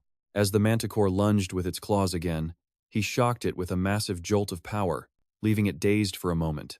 It roared again, but the sound had no power behind it. It shook its head, clearly weakened, as the electricity faded. Steck almost panicked, thinking it wasn't over. The manticore stood still for a second, then tipped to the side. It crashed to the ground like a collapsing building. Not unconscious, but it couldn't stand anymore. This was his chance. He charged toward the wings again. He was getting reckless, and without Elena's arrow, that tail would have run him right through. Steck gripped the scepter he'd found, using the power of the holy relic, Bajak, to transform it into a weapon. He plunged it into the exact same wound, and with a brutal tug, tore one of the manticore's wings right off. The beast thrashed and shrieked in agony, but its ear-splitting screams only pissed Steck off more.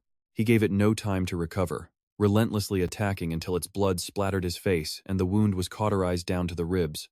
That last move seriously burned his own hand, though. Elena rushed over with a vial, telling Steck to apply some to the burn and drink the rest. It worked like a charm. Steck's arm was almost instantly healed. Motam was seriously impressed with his performance at the end. Even Elena couldn't believe Steck took down that manticore by himself. She was completely stunned. Steck let out a breath. We won, right? It's actually dead? After Elena confirmed it, he turned to skin the beast for some new armor, when its tail suddenly appeared right before his eyes. Steck saw it, but there was no time to react. After burning away some of the monster's bones to skin it, Steck noticed something strange. All three of them peered inside the carcass. Inside? Nothing. Absolutely nothing. He pulled back the flesh to get a better look. Still nothing. Not a single body of the people it had devoured. Motam found it weird too. It ate so many people, yet its stomach was empty. Steck's mind started racing. All those victims, an egg, an empty stomach. What did it all mean? The moment they figured it out, a tail lashed out right at Steck's face. Elena quickly kicked him backward, but he couldn't completely dodge the impact. Steck escaped death, but the tail immediately switched targets to Elena. It slammed her against a rock wall, its deadly stinger wrapping tight around her neck. Steck used an explosion to create a diversion, successfully making it stagger and drop Elena. He shouldn't have been so reckless. He should have realized there were two of them the second he saw that egg. The blue one before them was the female, and she was bigger than the male. Not only that, she was unbelievably fast. 1 second she charged, the next she had slammed him hard in the gut. Steck was badly hurt, unable to react. Then, it went in for the kill with its tail. The poisoned stinger pierced through his body, an agony that was immediately followed by searing acid. Even as Elena moved to help, he ordered her to stay back. This must be the manticore with the torn wing from the stories at the tavern. Steck hurled a fireball, aiming it right at the creature's injured wing. It roared in pain, pulling its tail back and letting him drop to the ground. Motam yelled at him to stay conscious. If you pass out now, it's over for you. I told you, my healing just gets you on your feet. It doesn't fix everything. Its acid is too strong. You can't take it. Elena immediately ran to his side, ignoring the insane danger. But before they could even plan a retreat, she was under attack again. The female manticore viciously assaulted Elena from all sides. It knocked her far away, and Stake didn't even have the strength left to scream her name. Listening to Motam, he quickly used a potion to neutralize the acid. Elena wasn't down for the count yet, but if this kept up, they were all dead for sure. Still, there was no other choice. They had to kill it. The monster just growled. This time, its tail started shooting venomous barbs.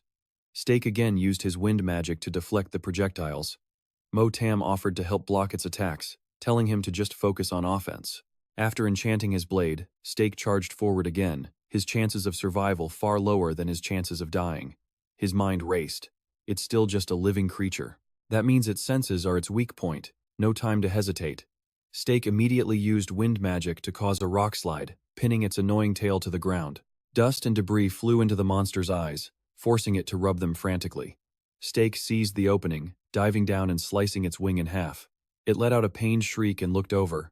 Stake had already jammed his sword straight into its eye. But it wasn't done yet, biting down hard on his body only for the wound to heal instantly.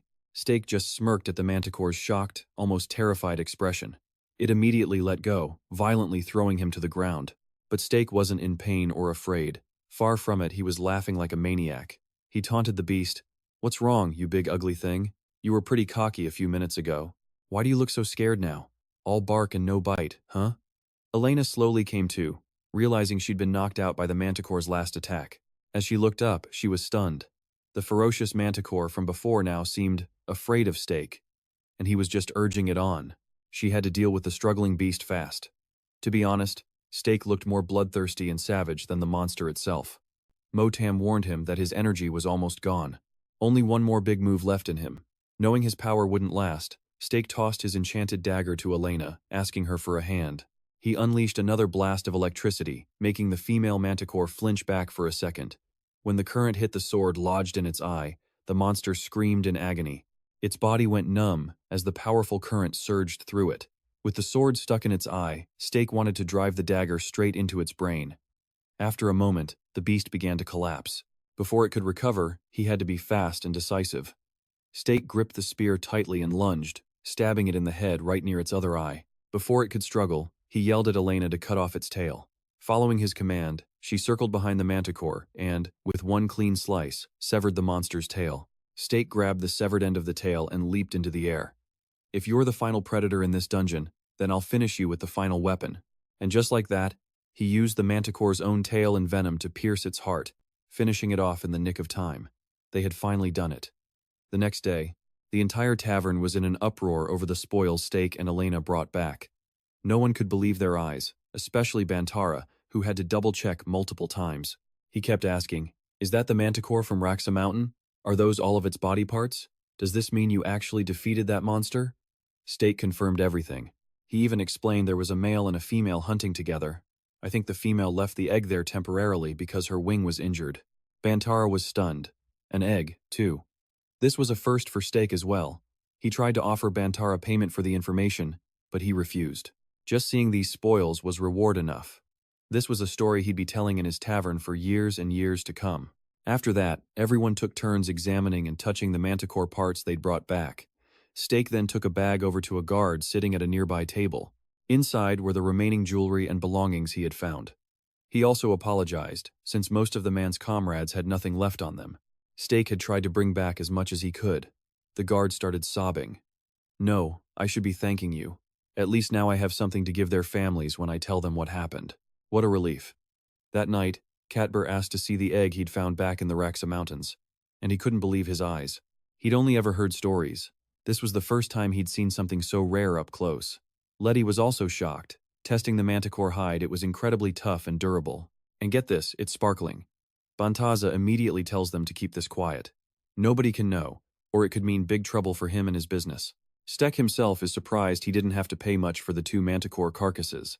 Letty, the blacksmith, explains the hides are pretty badly damaged, but that's not exactly your top priority when fighting a manticore. The fact that he's even alive is the real miracle here. No kidding. If Stek was worried about preserving hides during a fight, he'd be a corpse in the mines. Letty says the sack on the table is his change from the weapon upgrade, and there's a lot left over. His sword is finished. He can pick it up tomorrow. As for the leather armor, she says it'll be done in about 3 days if she starts now.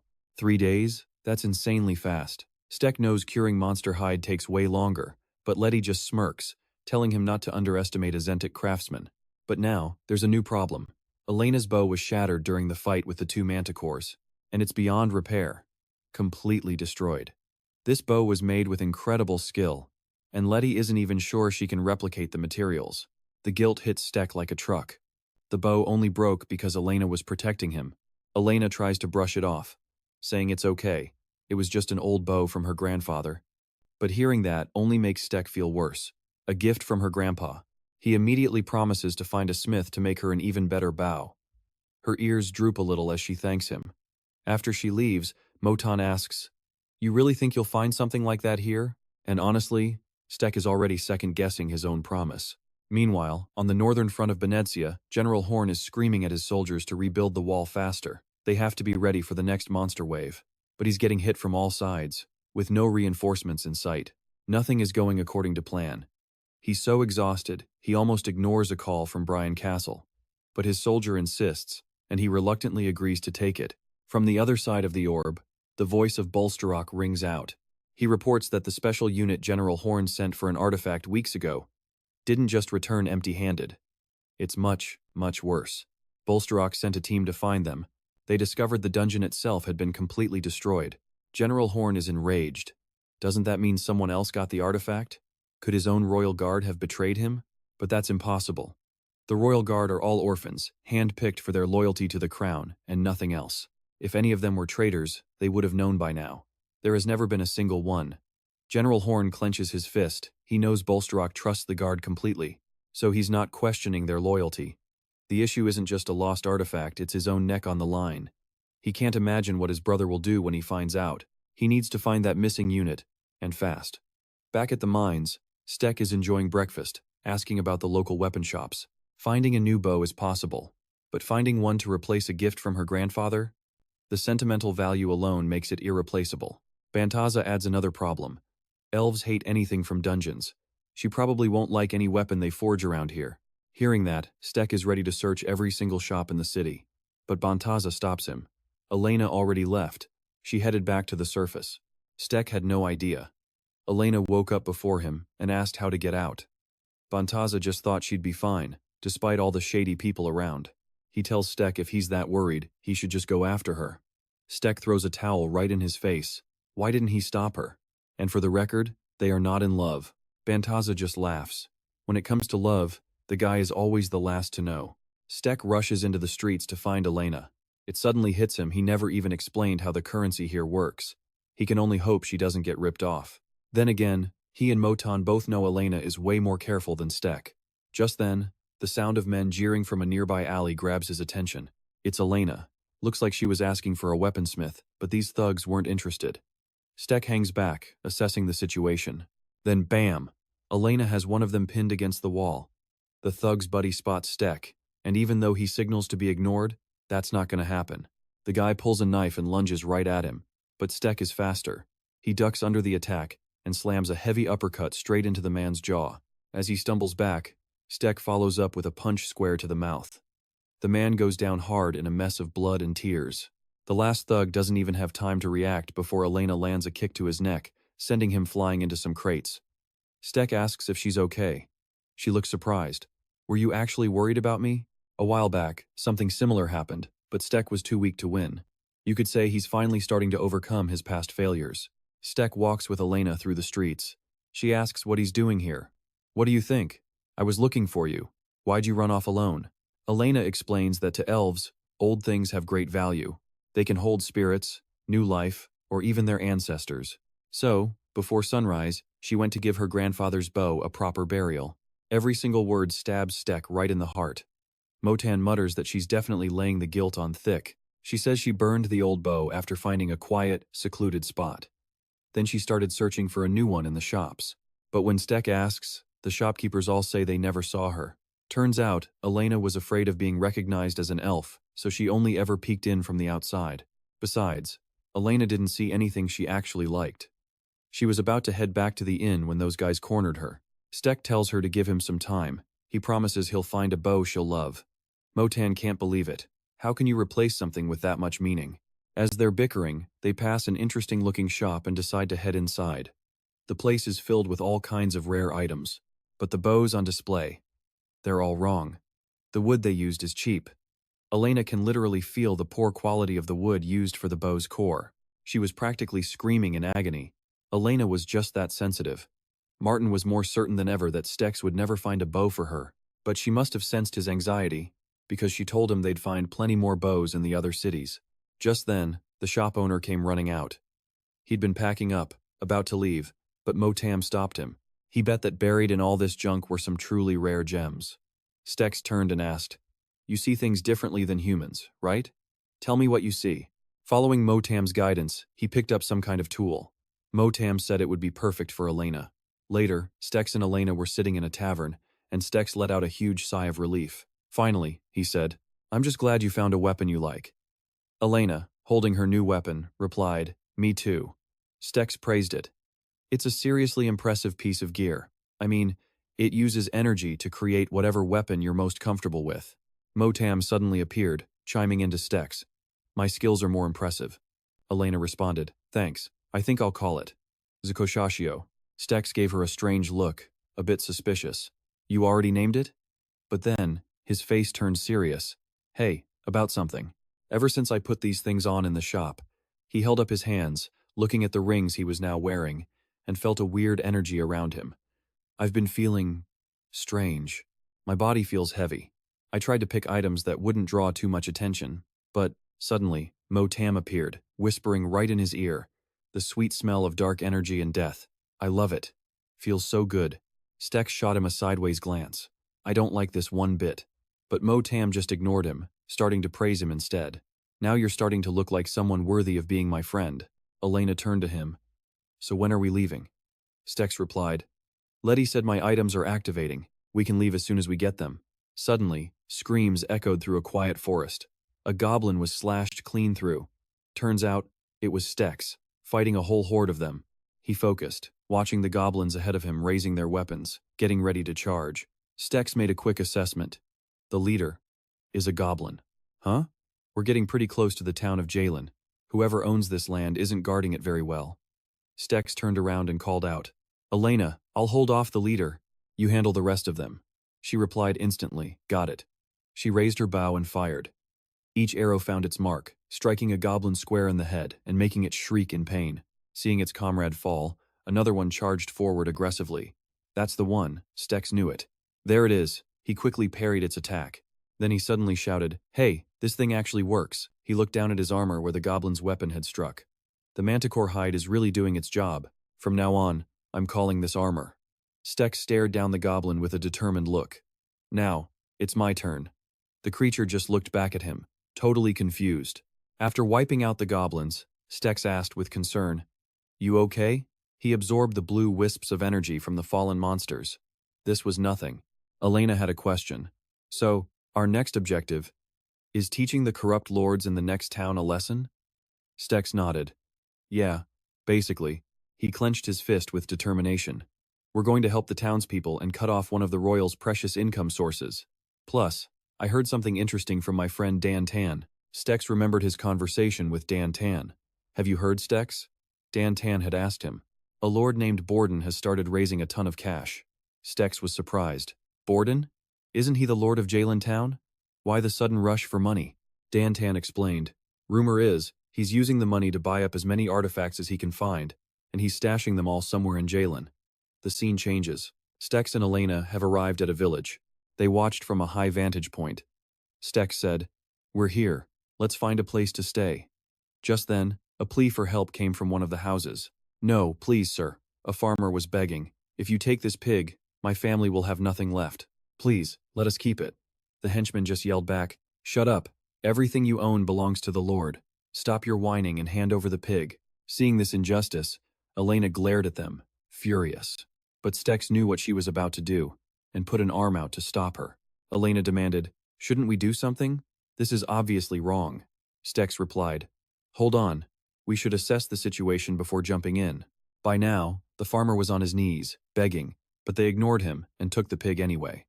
Stex walked over, pulling out a gold coin. "Excuse me, sir." He offered the coin to the farmer and said politely, "We're looking for a place to stay. Would you mind if we rented a room here?" Later, the two were sitting in the farmer's house as he served them a meal. They said politely, "Oh, you don't have to do all this for us." The farmer immediately replied, "Oh no, it's the least we can do." Then, he sadly began to explain, "They've been exploiting us like this for a few years now. At first, it was just a small increase in fees for things like the water supply. Then they started inventing all these ridiculous fines and tolls." He sighed. "But we have nowhere else to go. So all we can do is stay quiet or try to hide." He added, "Making money isn't easy, so free trade isn't really an option for us either." Hearing this, Stex felt a pang of sympathy. They have it even worse than I did, and I was an orphan. This makes no sense. Elena spoke up, asking, "Why are the soldiers robbing farmers if they're collecting so much money? Shouldn't they have no problem paying their soldiers?" The farmer explained, "It wasn't so bad until they started adding all kinds of taxes. But then, even the soldiers' pay was cut for some reason." Stex put the pieces together in his head. "That's probably because the Lord is spending all the money on something else." He rubbed his chin, thinking, "Now, how should I approach this? If he's gathering that much money, he must be hiding it somewhere most people wouldn't know about." Then a thought struck him, and he voiced it aloud. "How do you know so much about the soldiers' situation?" The farmer's answer came out of nowhere. "The town tavern. Apparently, it's where all the soldiers talk." Stex just grinned. "A tavern, huh? Perfect. Of course. All the best intel comes from the bottom of a mug. Mind if I ask you a favor?" That night, inside the rowdy pub, a booming voice cut right through the noise. "Well now, you're a tough one, aren't you?" a captain bellowed out. "Never seen your face around here. You look like you've seen a fight or two. What's your line of work?" The captain was thinking, "Can't believe he beat me with a single swing." Stex just laughed it off. "I'm a mercenary around here. Just doing what feels right, you know?" The captain's eyes lit up. "A mercenary, huh? Knew there was something different about you." He crossed his arms, laughing loudly. "We don't get many with your kind of fire in these parts. So how about it? Let me buy you a drink."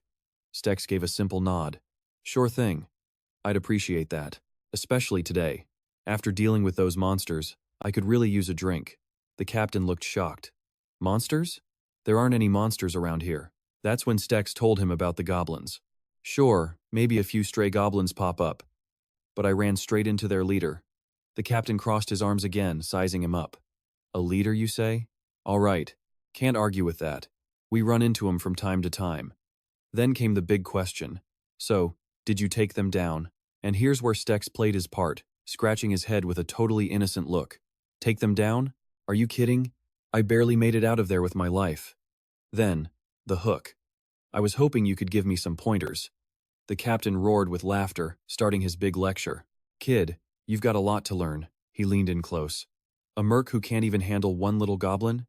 You're in for a world of hurt." And then came the classic line. Back in my day, all Stex had to do was listen and make sure the drinks kept flowing from the tap.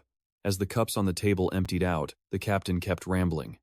"You know, if you just had the right item, you could take down a leader, easy." The liquor was definitely starting to talk, and as the captain got drunker, the real intel started slipping out. But all the gold in this whole damn territory is being wasted on useless, damn artifacts. Why doesn't the Lord just pay our salaries first? Stex kept a straight face, but thought to himself, bingo, he's drunk. Stex played along, laying it on thick. Wow, the Lord must be really rich, huh?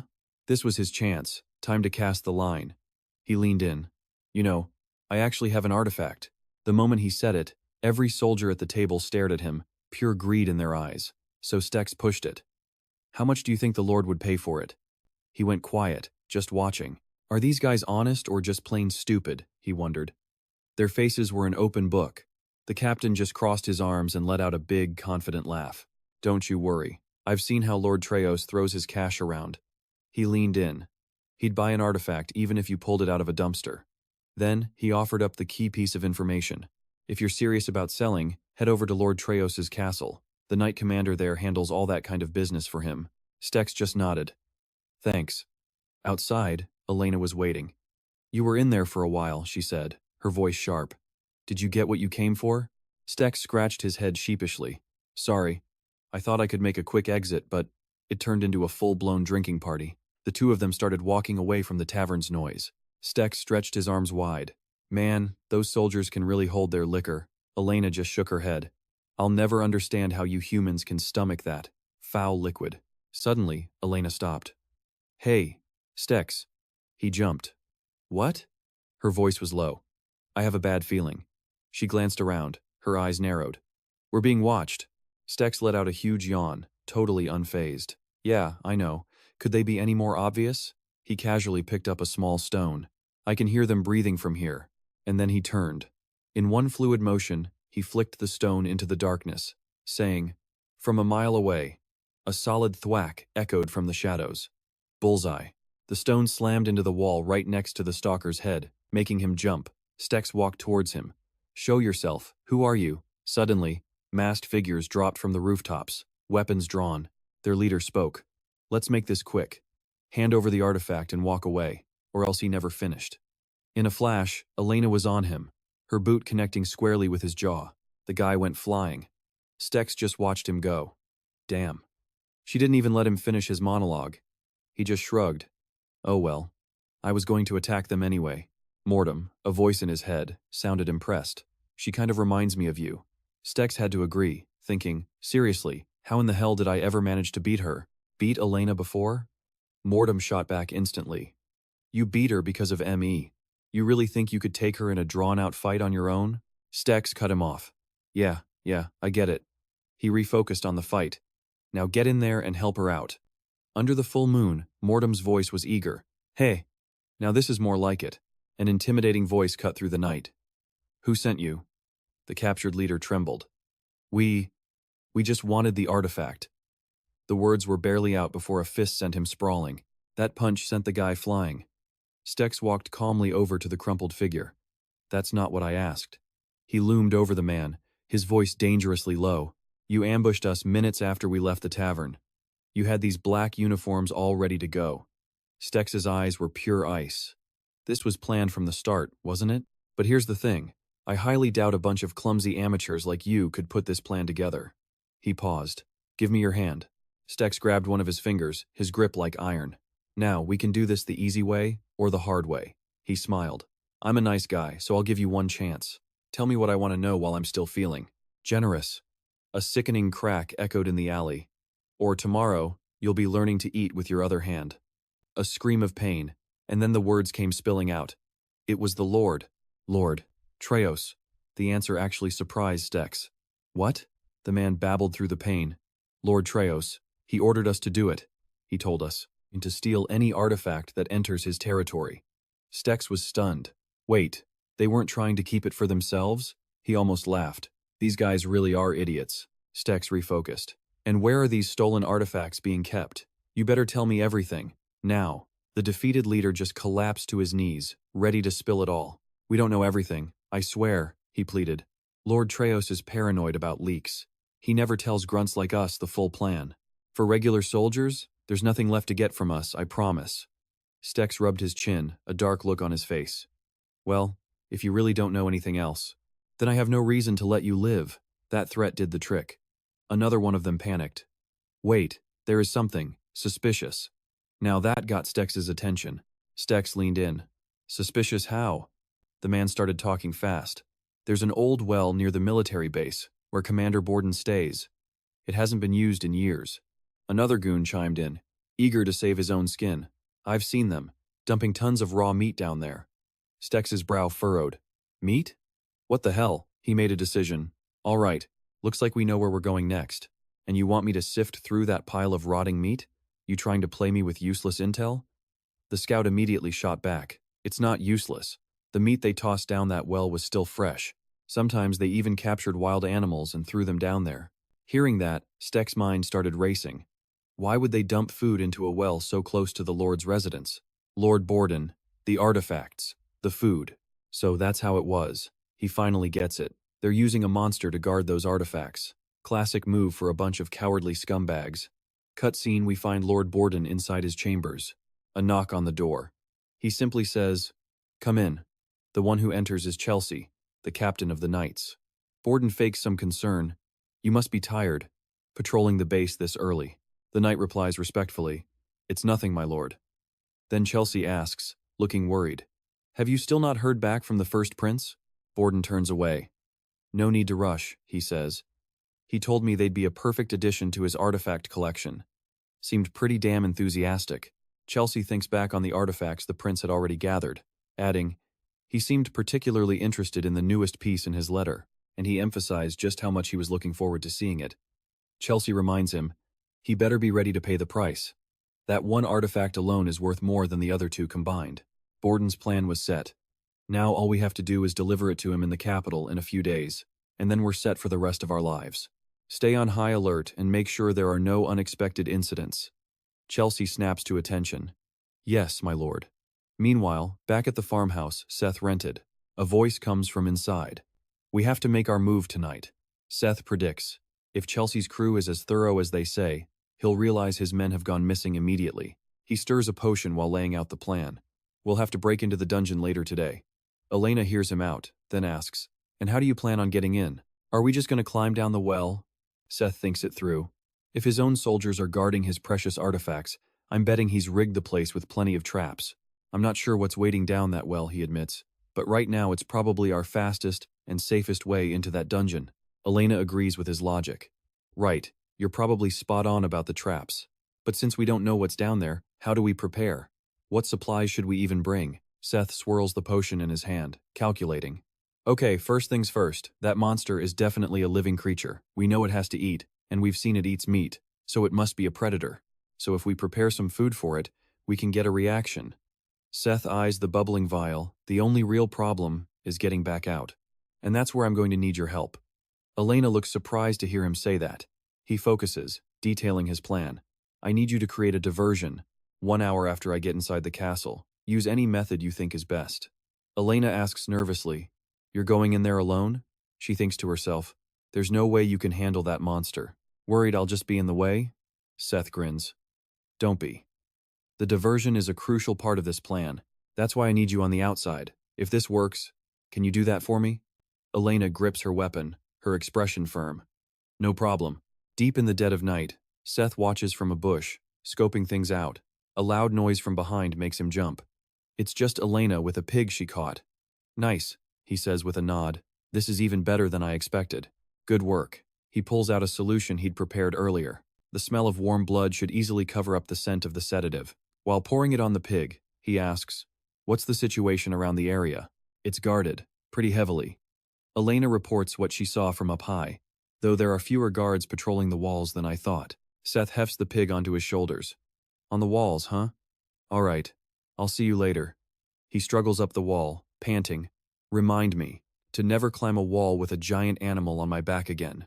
From the top of the wall, he scans the area below, thinking, there are a lot of guards patrolling the grounds, but security inside the castle seems a little looser. Seth quickly spots the well, his target. That has to be the well they were talking about. He waits for the perfect moment, then jumps down. Slipping in isn't so hard as long as we pick the right time. And now, he walks toward the well's opening, and a putrid smell hits him like a wall. Whoa, that stench. He peers down into the well, guessing, that's definitely the smell of monsters being dumped down there, and a very large monster at that. Morton appears beside him, impatient. "Let's get down there. The smell is thick." Seth looks like he'd rather be anywhere else. I'm suddenly starting to regret this. Hearing that just makes Morton pushier. "Hurry up and get down before someone sees you." Seth mutters back. All right. But just then, a voice calls out from a distance. "Is there anything unusual?" A guard reports back to Chelsea. "Don't worry, sir. It's as quiet as always." The captain fires back. "As always, you say?" Then he tears into him. "You expect me to rest easy while you're on duty? With that attitude, I'm surprised you haven't been fired yet." He turns to leave, shouting one last order. "Increase the number of guards around the walls, starting tomorrow. We can't let anything happen before we leave for the capital in 3 days." The 2 guards immediately obey. Suddenly, a notification window pops up. Automatic reflexes, a skill that temporarily boosts the user's reflexes and gets stronger with experience. Reading the notice, Seth grins. This awesome skill came at the perfect time. Morton appears again, reminding him, that's not really what that skill does. He glances at Chelsea's retreating back. "By the way, these guys are definitely on high alert. It's not like they're at war, but they're walking around in full armor. It's amazing there hasn't been a rebellion. Don't the people here know how to stand up for themselves? Seth agrees. Yeah, I don't get why they're so obsessed with collecting artifacts, especially since they just lock them in a dungeon. Morton asks impatiently. How much longer do we have to wait here like this? Seth replies. Just wait. The food has definitely gone down there. It's going to take a while for the sedative to kick in. Sometime later, Morton nudges him. I think we've waited long enough now. Seth nods. Then it's time to go. With that, Seth jumps down into the well shaft. He pinches his nose, disgusted. My nose must have gotten used to the smell. It doesn't seem so strong now. Suddenly, something grabs his attention. In front of him lies the monster. Morton identifies it. That's an ice-tongue demon. They're usually found in swamps. How did they even manage to get one here? Seth replies, that would take some serious skill, the kind money can't buy. Let's move. Seth immediately starts searching the area. The drug is hitting it hard, so it won't be waking up for a few minutes. If I hadn't brought it food, I would have been eaten alive the second I landed here. Morton is still wondering about the logistics. How the hell are normal people supposed to get in and out of here with a monster like this guarding the well? Seth explains. Maybe they have some kind of item that can control it. Or maybe there's a secret passage. They certainly don't look like pets to me, Mortem carefully reminded him. Try not to get stepped on. Just then, Steck finally found something, and his eyes lit up. Ah, this is it? Staring at the lock on the door, Mortem scoffed. That's their cheap, last-ditch security measure. Steck immediately argued back, hey, come on now. When you think about it, most people couldn't even get past those monsters, let alone make it this far. With a soft click, Steck easily picked the lock. All right, let's see what kind of treasure the greedy count is hoarding in here. The moment he stepped into the room, Steck had to stop and stare. Gold, just piles of it everywhere. Would you look at all of this? But Mortem wasn't impressed in the slightest. Forget all that junk, and look straight ahead, Steck asked. Straight ahead? And then, he saw it. He noticed a single treasure covered by a red cloth up at the front. With wide eyes, he pulled the cloth away, only to find nothing but a single dagger. And a helmet. Steck's face fell in disappointment. So this is where he hid them. I gotta say, I'm a little underwhelmed. This dagger and helmet aren't even as good as Barak. Hearing that, Mortem practically begged, then give them to me. Just then, a notification window flared to life. Memento Mortem's energy limit has increased by 8,503,250. The active skill Malice has evolved into Stench 2. A new skill has been unlocked. The active skill Tesla. Steck read the message and smirked. Well, my energy levels just shot way up. Now I won't have to worry about running out anytime soon. A status board appeared, showing the number of artifacts he'd used, and his current energy levels followed. He saw the locked skills were Sinzo and Sis, and thought to himself, the next skills to be unlocked are Sinzo and Sis. Each one costs 45,000 energy. He sighed. Looks like I'll have to wait a while for that upgrade. But then, Mortem spoke up. There's still one more. An artifact. Seeing a potion vial down below, Steck asked with doubt. Is that an artifact too? Mortem shouted. No doubt about it. Not all artifacts have a specific shape, you know. Some even exist in a gas or liquid form. Taking his word for it, Steck quickly tried to open the vial. After fumbling for a moment, he grumbled, Man, this thing is hard to open, and I can't just break it. I'll figure out a way to deal with it later. He then slung the sack of treasures and headed outside. Just as the sleeping drug wore off, the ice pincer demon woke up. Steck slowly drew his sword, thinking, Damn it, the enchantment wore off.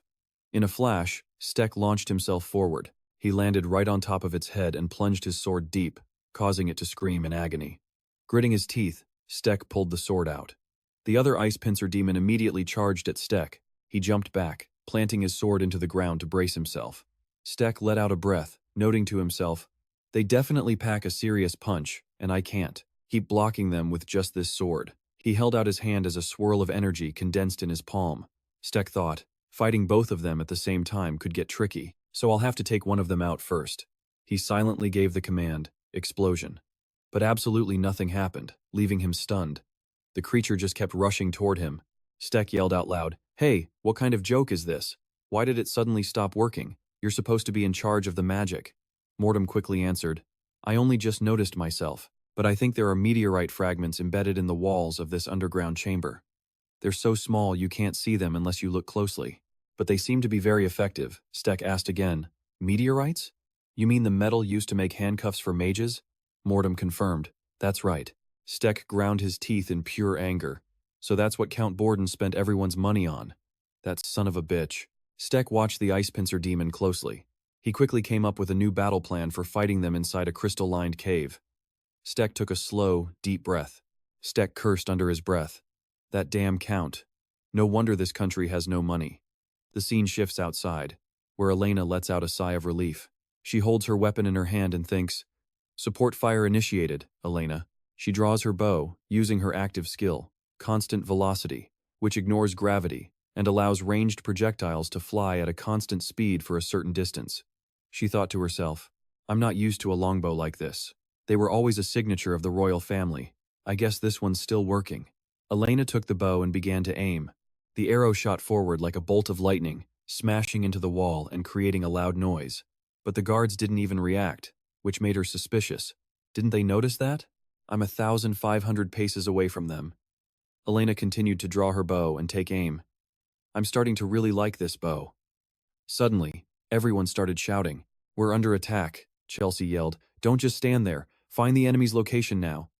Another soldier replied, It's too dark, sir. It's too hard to see them. Another one asked, Where did it come from? Chelsea immediately gave an order. Get into defensive formation and protect the outer perimeter. A soldier hiding on the wall suddenly spotted something. He yelled out, pointing, They're in the forest. Chelsea yelled, Adjust to the direction of the attack. The enemy is definitely firing from the forest. His expression turned to panic as he gave the command. Leave only as many guards as necessary in the castle. The rest of you, go capture the attackers. If they resist, kill them for me. Suddenly, Borden appeared, running over to ask Chelsea what was going on. What is happening here?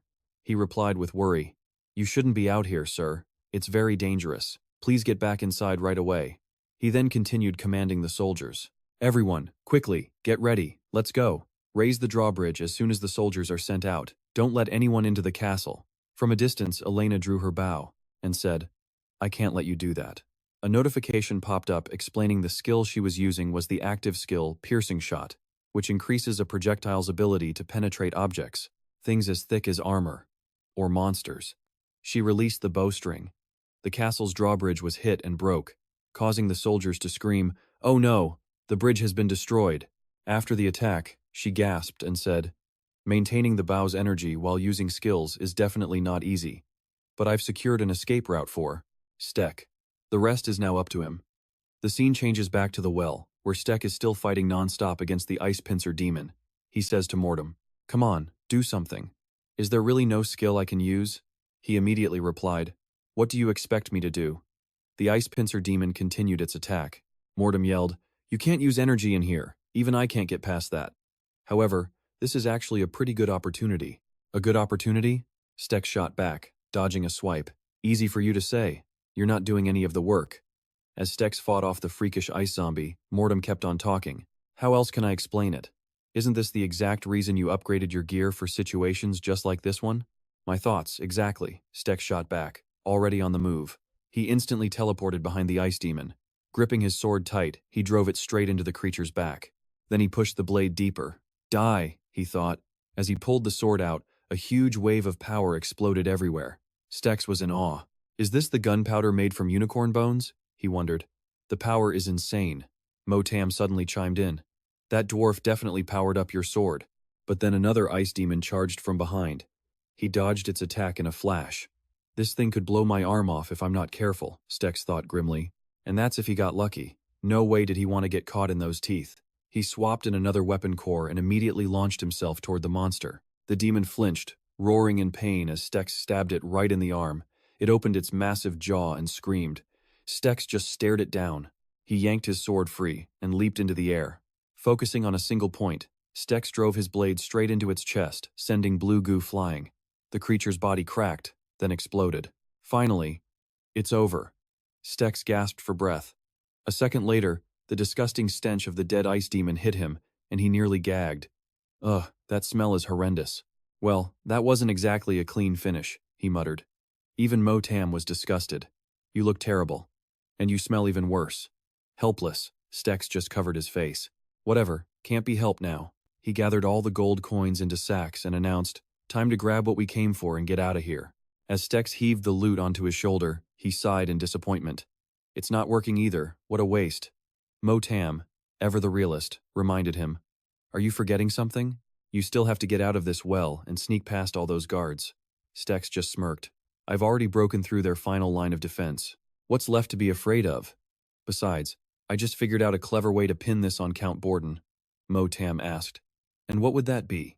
Stex replied with a mysterious smile. I'll tell you when we're out of here. Suddenly, he thought of Elena. Hey, I wonder if Elena's okay. As he walked, he mumbled, I already told you. There's nothing to worry about, Motam answered. His traps are so obvious, it's almost insulting. He flipped a switch on the wall with a scoff. Only a total amateur would put something so clearly man-made on a natural rock wall. What Stex found truly shocking, though, was the sheer cost of it all. He watched the stone wall slide open, revealing a closed door behind it. How much money did they blow on this, he wondered. And it's all taxpayer money, too. Stex stepped through the hidden passage. It led out to a magnificent castle, and he breathed in deep. Finally, some fresh air. But suddenly, he heard urgent voices. Hurry up, the bridge is down. Stex watched as soldiers rushed past in a panic. They were complaining as they ran. What kind of maniac attacks a castle in the middle of Venezia? The bridge is down, he thought to himself. Did Elena do that? A feral instinct took over. He gave an order. I'm going alone. You wait here and watch the situation. Inside the dungeon, near a steep cliff face, arrows rained down, sticking into the floor. Stex knew it had to be Elena. He leaped down from a high window. Not sure how she pulled it off, but the guards were totally scattered. Now his path was wide open. The moment he landed and turned around, Stex found himself face to face with a horse. It had been a while since he'd ridden. A nearby guard was suddenly knocked aside by the speeding animal. It caught him completely off guard. The soldier screamed that he saw an enemy right there. He just left the castle with a bag full of loot. But up ahead, Stex was already galloping away. He glanced back at the chaos behind him. They were yelling, "Stop him!" Stex was thrilled with his haul. Time to ride this horse straight into town. As he rode, someone called his name. It was Elena. Seeing her, Stex grinned. Nice work. You really threw them into chaos back there. Is it all done? She asked. He shook his head. About halfway. There's still one more thing to do. Elena was on high alert. Whatever it is, the enemy is getting ready to chase us. She asked. Are you going to fight them? Stex replied. Nope. We're heading straight for the town. Night had fallen over the town square. Stex handed something to Elena. Hold this for me for a few minutes, he said, before immediately taking off. As he left, he called back. When I give the signal, do exactly what I told you. A moment later, he formed a fireball in his palm. He launched it high into the sky, where it exploded into a giant, silent flare, lighting up everything. Stex's voice boomed across the town. To all the serfs living in this town, come out now. This is your only chance to escape this oppressive tyrant. Frightened farmers opened their windows to see what was happening. Others, shocked, just stared at Stex. He continued his call. If you want a new start in a new land, then leave this town. As he spoke, he raised his hand and called out to Elena. She immediately launched the massive sack high into the air. Stex fired a single air bullet. The sack exploded. A shower of gold, silver, and jewels rained down from the sky. The farmer's eyes went wide in disbelief. One of them stammered, "What in the world is happening?" Suddenly, an angry voice cut through the chaos. "Stex, what do you think you're doing?" He recognized the treasure it was from Count Chelsea's castle. Chelsea himself was leading a squad of knights to confront him. "Who do you think you are?" he demanded. Stex just shot back. "What's the big deal? I'm just returning things to their rightful owners. You got a problem with that, Chelsea?" The Count, absolutely furious, ordered his men to capture Stex, then changed his mind. "No, kill him!" Stex just smirked. "That's what I thought you'd say. Guys like you are so predictable." He yelled, "Ice wave!" and sharp shards of ice shot forward. They formed jagged little mountains, blocking the path of the charging knights. "It's magic!" they screamed. Stex kept creating more ice, declaring he wouldn't let them move. Not until every villager has left. He could have easily wiped them all out right then and there. The knights were completely trapped, frozen in place. They looked down in panic at the ice creeping up their bodies, immobilizing them. "But that wouldn't be very fun, would it?" Stex said, preparing to mount his horse. He gave them one last order. "When this ice melts, I need you to do something. Go tell that greedy bastard of a count. If he ever pulls something like this again, I'm coming for him next." The next morning, Deep in the forest, a frustrated voice complained, "Ugh, I can still smell that ice demon on me." Stex was rubbing leaves all over his hands, trying to get rid of the stench. This plant is supposed to be good for deodorizing. He sniffed his hands. It's a little better now, right? Elena, sitting nearby, sighed. What kind of plant? This isn't the first time this has happened, Stex explained. We've cleared most of the dungeons on the kingdom's outskirts. It's time to start heading towards the center of Venetia. Then he remembered something. Oh right, I found something pretty cool. He started digging through his bag as Elena watched, curious. Didn't you already give all our loot to those survivors? Stex countered, holding up a glass vial filled with a strange liquid. He had no idea what to make of it. Elena asked. What do you mean? Stex was pretty sure it was some kind of pre-apocalypse tech, but he couldn't get it open to check what was inside. And yet, Elena popped the cap off like it was nothing. He asked her how she did it. Turns out, there was a tiny switch on the lid.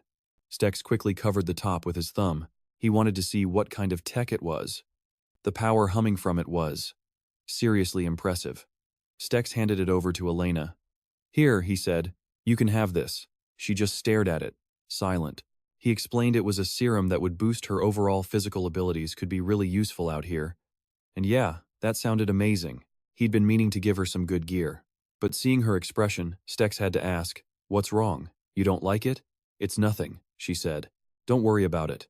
He ignored the obvious bad taste it would have. Just close your eyes and drink it down. Motam couldn't stand it anymore and appeared, shouting, Are you an idiot? Do you not remember when you first met her? The second you mentioned experimental tech, she looked completely disgusted. You already forgot? Back then, Elena called you a complete monster. Motam explained that's how survivors with her kind of trauma react to this stuff. She almost lost her entire family in a failed quarantine zone. Did he really think Elena would ever want to use some experimental military serum? Stex immediately rushed to apologize. He'd completely forgotten. He swore he wasn't trying to force her. Elena thought quietly. Her own skills still weren't on Stex's level. Her natural talent was limited, and she never managed to get the upper hand fighting against raiders in the dead zones. Plus, when they fought that mutated monstrosity before, she'd even lost her weapon. Elena wondered. She had to stick with Stex to help him, but if she was always useless when it mattered most, was she really helping at all? Seeing her lost in thought, Stex called her name.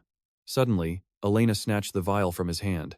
She was going to drink it. Stex tried to calm her down. It's okay. I get why you don't want it. You don't have to force yourself. The other survivors in our group might never forgive you. Elena cut him off. Be quiet. She chose to help him, and she refused to be a burden. You're not, Stex insisted. But Elena wanted a promise. Promise me. If the others turn on me for this, you'll take responsibility for me. Both Stex and Motam just stared, eyes wide. In complete shock, he could only choke out. Huh? Elena downed the whole vial. Stex asked nervously. How do you feel? Are you okay? Elena felt it coursing through her, maxing out all of her senses, and it was detoxifying her entire body. She realized this was an elixir of life. He figured it was just her body's reaction to the serum. Do you feel any other changes? He asked. All of a sudden, Elena's body started shaking. Vicious red veins snaked up her arm. She tried to fight through the waves of pain, sweat pouring down her face, but Elena gritted her teeth, refusing to scream. Stex remembered going through the exact same thing. He told her to stay calm and breathe deep. It's just how the body reacts to a parasitic serum. Don't panic. Elena closed her eyes, trying to focus, but the pain was too much. She passed out. Everything felt strange. She could hear sounds all around her and wondered what they were. They were coming from every direction.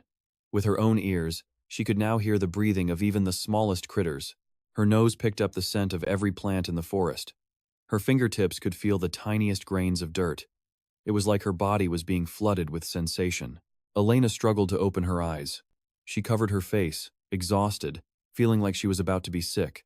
Seeing her awake, Stex asked, How about now? You'll feel a bit worn out until you get used to controlling it. He told her to let him know if she needed anything. Elena wrinkled her nose. I can smell the mothballs on your jacket. Ouch. Rejected. Stex started rubbing leaves on his hands. He knew her sense of smell must be incredibly sensitive now. Elsewhere, a man named Raptor gave a cold command. Tell him to think about what he's saying before he writes another letter. Otherwise, I'll come and personally chop off his head.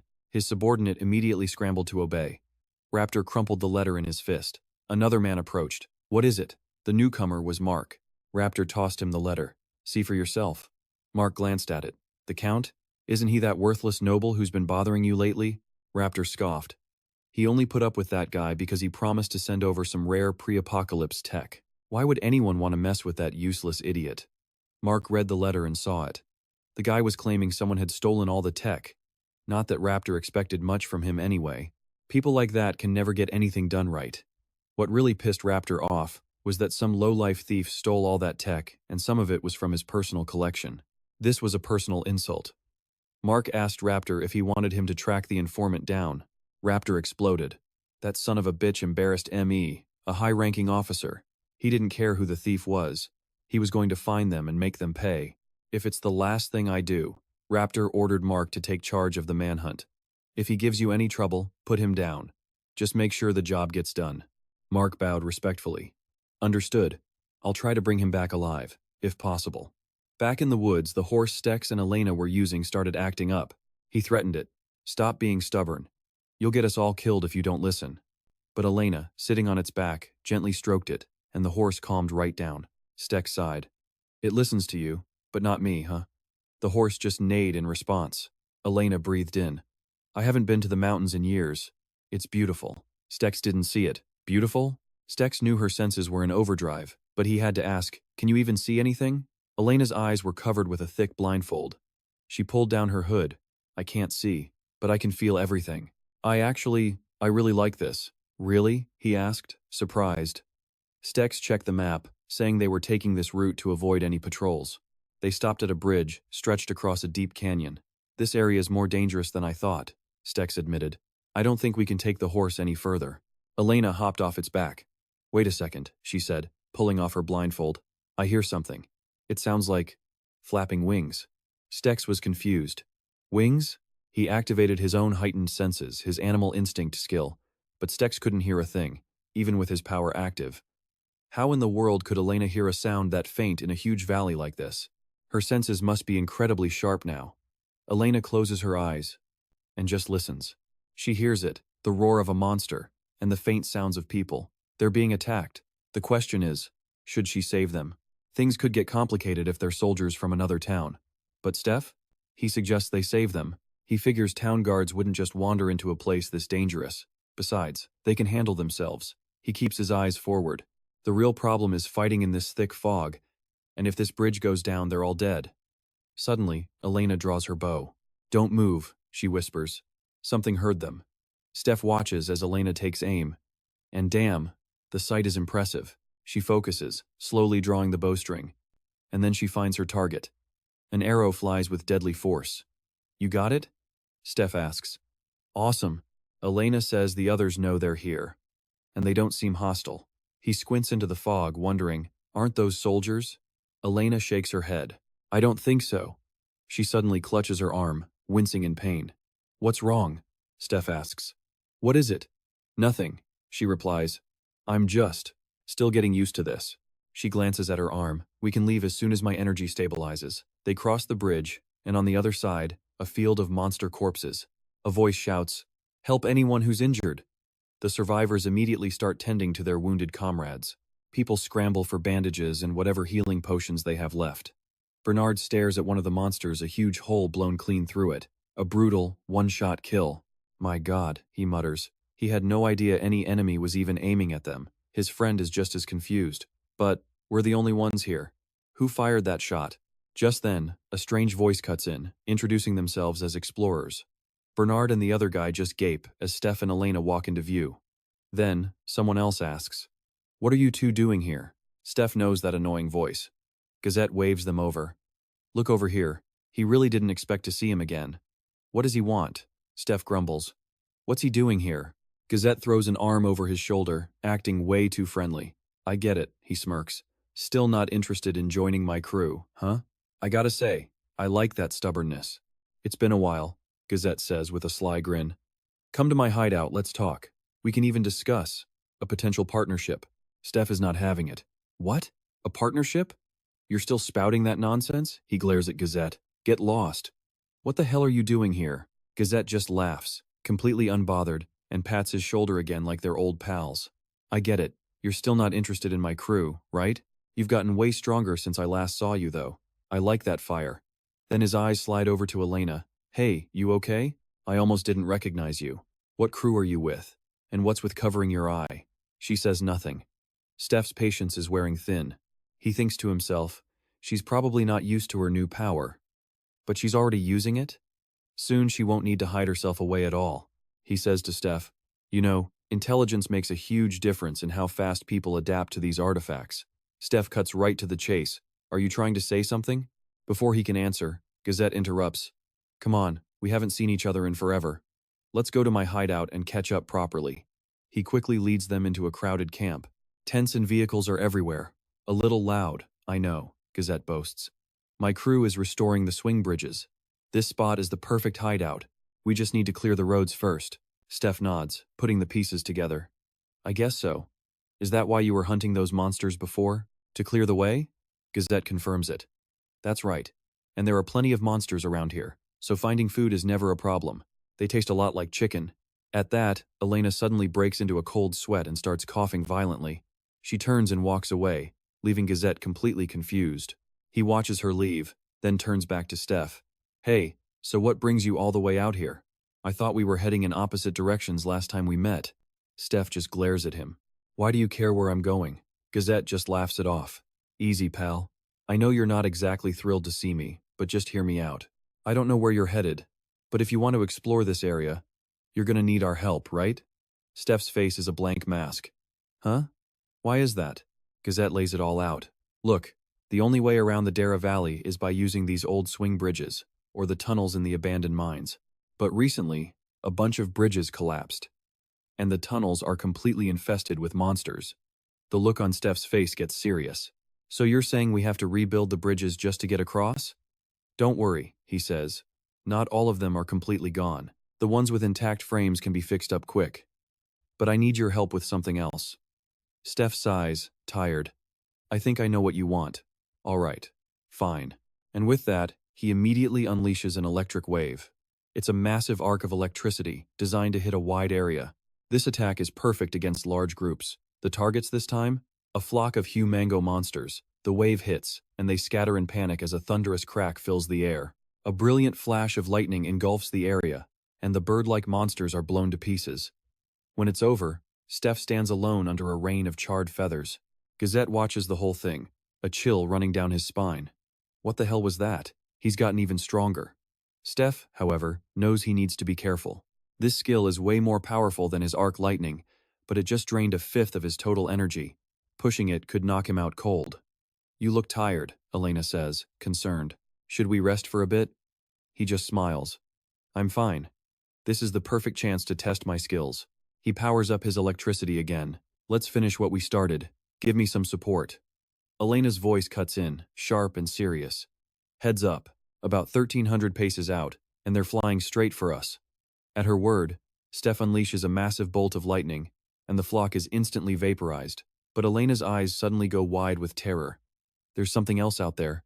A deafening, horrifying roar rips through the valley. Elena collapses, covering her ears, trembling uncontrollably. What was that? Steph yells.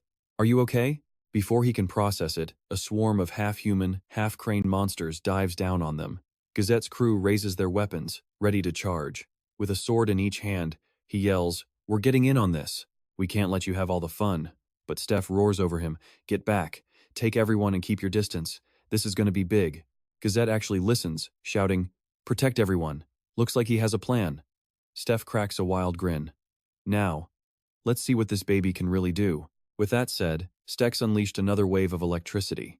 This one was way more powerful. The monsters were fried, their bodies tearing apart as they shrieked in agony. Gaz's crew stared, their jaws on the floor. But Gaz? He just smirked with delight. See? That's why I wanted him on my team. He then ordered his units to sweep the perimeter, make sure no monsters were left behind. As for Stex, after that last attack, he was completely gassed, panting heavily. Gaz walked over. Don't you think you're overdoing it a little? Stex wearily shook his head. No, I'm fine. Just a little dizzy. Gaz then glanced over at Sale, who was tying a blindfold on Elena. He said to Stex, Covering her eyes like this should work, right? She seems pretty stressed by all the noise. Stex sighed. Yeah, it should. Thanks. Once things settled down, Gaz shouted, All right, Now that that's over, let's get back to rebuilding these bridges, and fast. Just 2 days later, the bridge construction was finished. Gaz told Stex, maybe it's because we didn't have to worry about monsters, but we finished way faster than before. All thanks to you. Stex had to admit, Gaz worked fast. If he kept this up, this place could actually become a decent spot for people to live. Gaz handed Stex and Elena each a loaf of bread. Since you two took care of the monsters, we can keep working here for a good long while. Normally, we have to bail the second a monster shows up, so sometimes, we can't get anything done all day. Stex then asked him, you'll be fine for a day or two, but what about after that? The monsters will eventually come back, and you won't be able to use the bridges. Gaz just smiled confidently. It takes about 15 days for the humanoids to mature and start hunting again, so we've got plenty of time. But Stex was still skeptical. Humanoids aren't the only problem. We've seen all sorts of different monsters here these past 2 days. Honestly, I'm surprised you've managed to survive this long, Gaz explained. We built a shelter, so it's just a matter of time and patience. At this rate, if we work hard for a few more months, we'll have a proper trade route and a safe haven. We could even start charging a toll for people to cross the bridge. As they were talking, Sale came running up in a panic. Commander, we've got trouble. Gaz just smirked. What is it? What problem could be bigger than you abandoning your post, Sale? Sale was freaking out. I'm not kidding, Commander. The trackers are back. Gaz's face immediately turned serious. He snapped at his subordinate. Grab the tools. Hearing that the hunters were back, Gaz shot up and followed Sale. Stex could tell this was serious. Elena asked if they should go with them. He finished his bread, brushing off his hands. If they're hunters, I'm better off going alone. I'll go by myself. You keep an eye on things here. A little later, he and Gaz were lying on a mountaintop, watching the situation through binoculars. Stex asked, so, those are the hunters?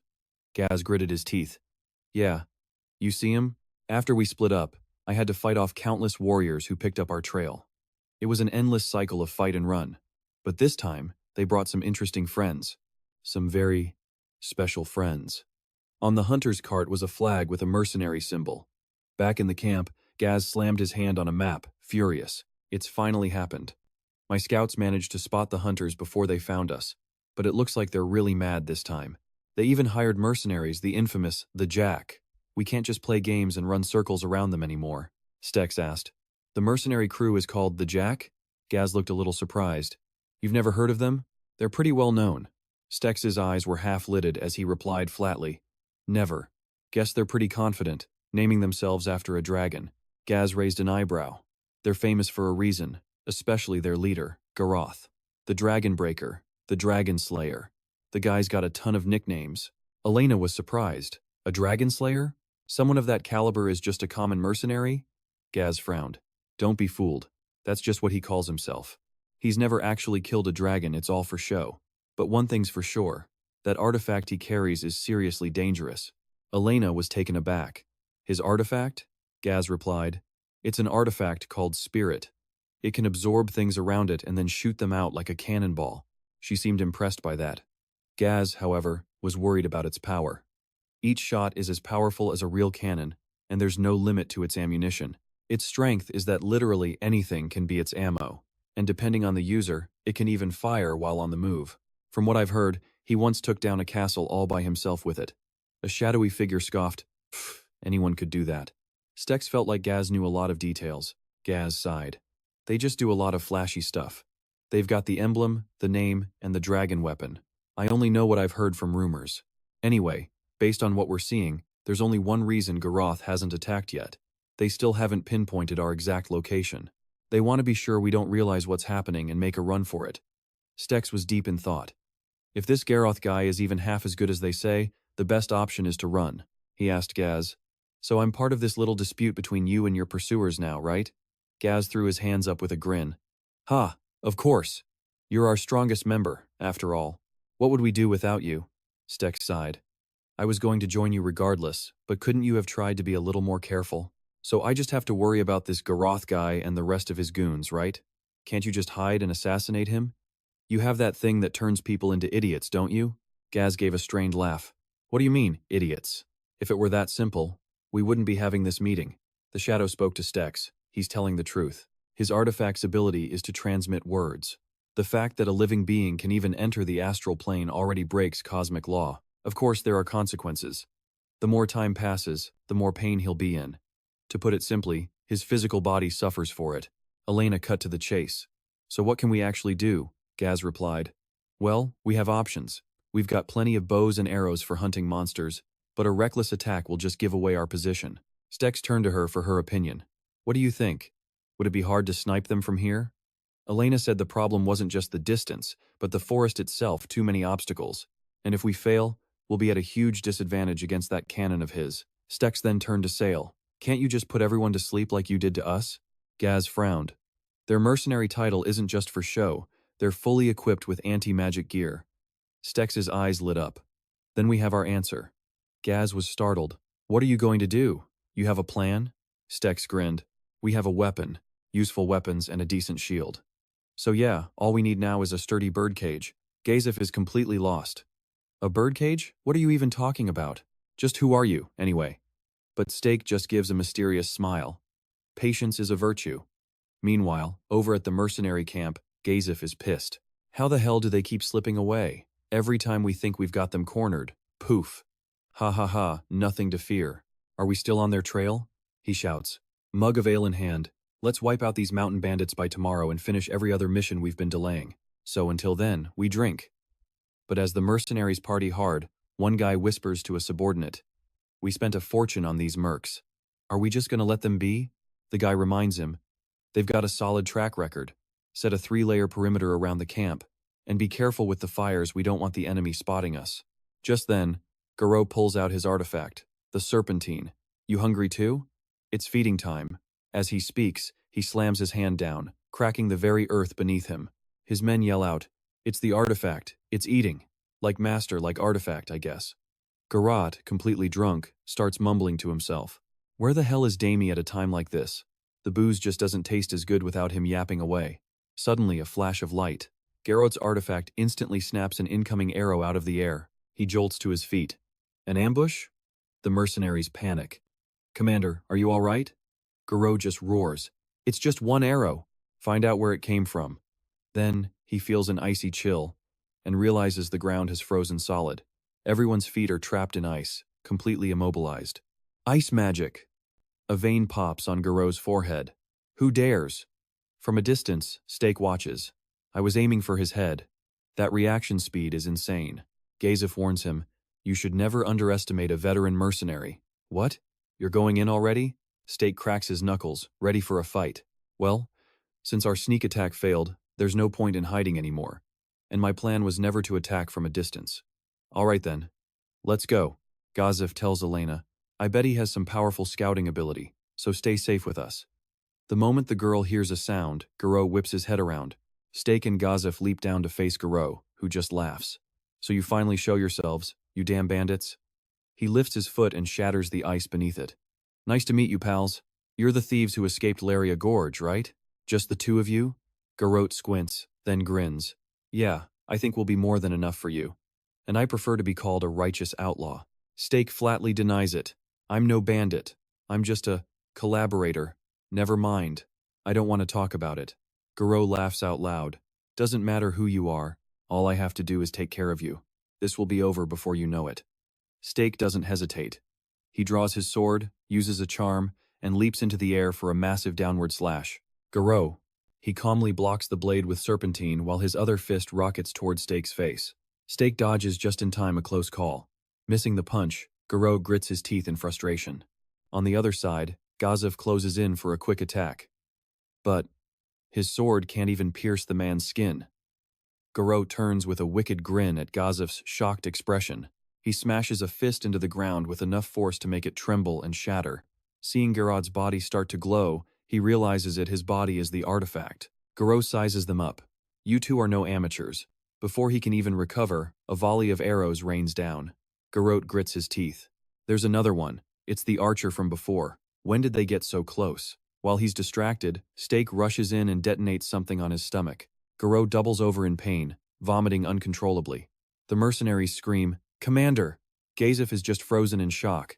As Garrot clutches his gut, coughing violently, Stake lands. But he's on high alert. If that hit landed clean, shouldn't there be a hole in his stomach? Did he move back at the last second to soften the impact? Even with his gut screaming in pain, Garou manages a smile. Now that's an interesting weapon. He raises Serpentine. Let me show you something interesting too. The moment he's about to strike, Stake grabs a henchman as a human shield. The guy screams in terror, "Commander, don't shoot!" Garou grinds his teeth. "I see you came prepared. But that doesn't mean this is all I can do." He roars at his man, "Duck!" and unleashes a devastating punch. Stake has no choice but to block the brutal attack with his arm. The pain is immense, sending him stumbling backward. Garou presses his advantage, hammering him with relentless attacks, giving him no room to breathe. Nearby, Elena can't get a clear shot, they're too close. Gazef is sweating, unsure when to jump in. Motam speaks up. I guess he didn't get that title for nothing. He's resisting a strange weapon like the piercing point, and he's maximizing his own power with close-quarters combat. Stake remains resolute. Save the compliments for after the fight. He swings his sword, clashing against Garou's Serpentine again. If the weapon isn't working, what about magic? Stake unleashes an electric wave, but even that has no effect on Garou. He's starting to lose steam now. This guy is way tougher than he thought. Garou bares his teeth in a grin. I'm guessing you have more than one artifact. A magic artifact, for sure. I've seen countless guys just like you. As he speaks, he charges again, his punch shaking the very ground. All Stake can do is keep dodging. The mercenaries on the sidelines are going wild. Crush him, Commander. Stake just raises a hand. A veteran mercenary with lots of experience, right? Garou is surprised by the gesture. What? Another electric spell? Haven't you figured out Serpentine can block it? I'll admit, you're no ordinary bandit. Stake cracks a confident smile. Garou still thinks he has the upper hand. Then, out of respect, I'll give you the spectacular ending you deserve. Garou aims Serpentine right at Stake, but before he attacks, he smashes the ground one last time, shattering the ice that's been trapping his mercenaries. He shouts to his men, "You can move now, right?" The soldiers thank Garou, then furiously raise their spears. "How dare you use us as human shields? We're gonna kill you!" But before they can finish, Garou cuts them off. "Stay out of it. Playtime is over. None of you interfere, unless you want to end up in two pieces." Hearing that, the soldiers get scared and back off fast. After his men are clear, Garou cracks his knuckles. "Now, let's start over." This time, Stake takes the initiative, launching himself forward. He brings his sword crashing down on Garou's Serpentine. He sneered, "You're picking a close-quarters fight. Against my cannon? Really bad move. The longer this thing operates, the farther your meat shields are gonna fly." Steth's voice was ice. "You should be worried about your own mercenaries right now. I'm the great leader, remember? Isn't that a bad look for you? You're all in my birdcage now." Garou just frowned, completely lost. Suddenly, screams. His men were terrified. "Is that magic?" Garou roared. "Something's here. Get to the side, now." Seeing his men drop like flies, zapped unconscious, Garou started to panic. More lightning magic? Is there another mage here? Suthik just smirked. Too late to look back now. "I'm not letting a single one of you leave." Garou thought to himself, no, he's doing this all by himself. How could a bunch of bandits have an ally this powerful?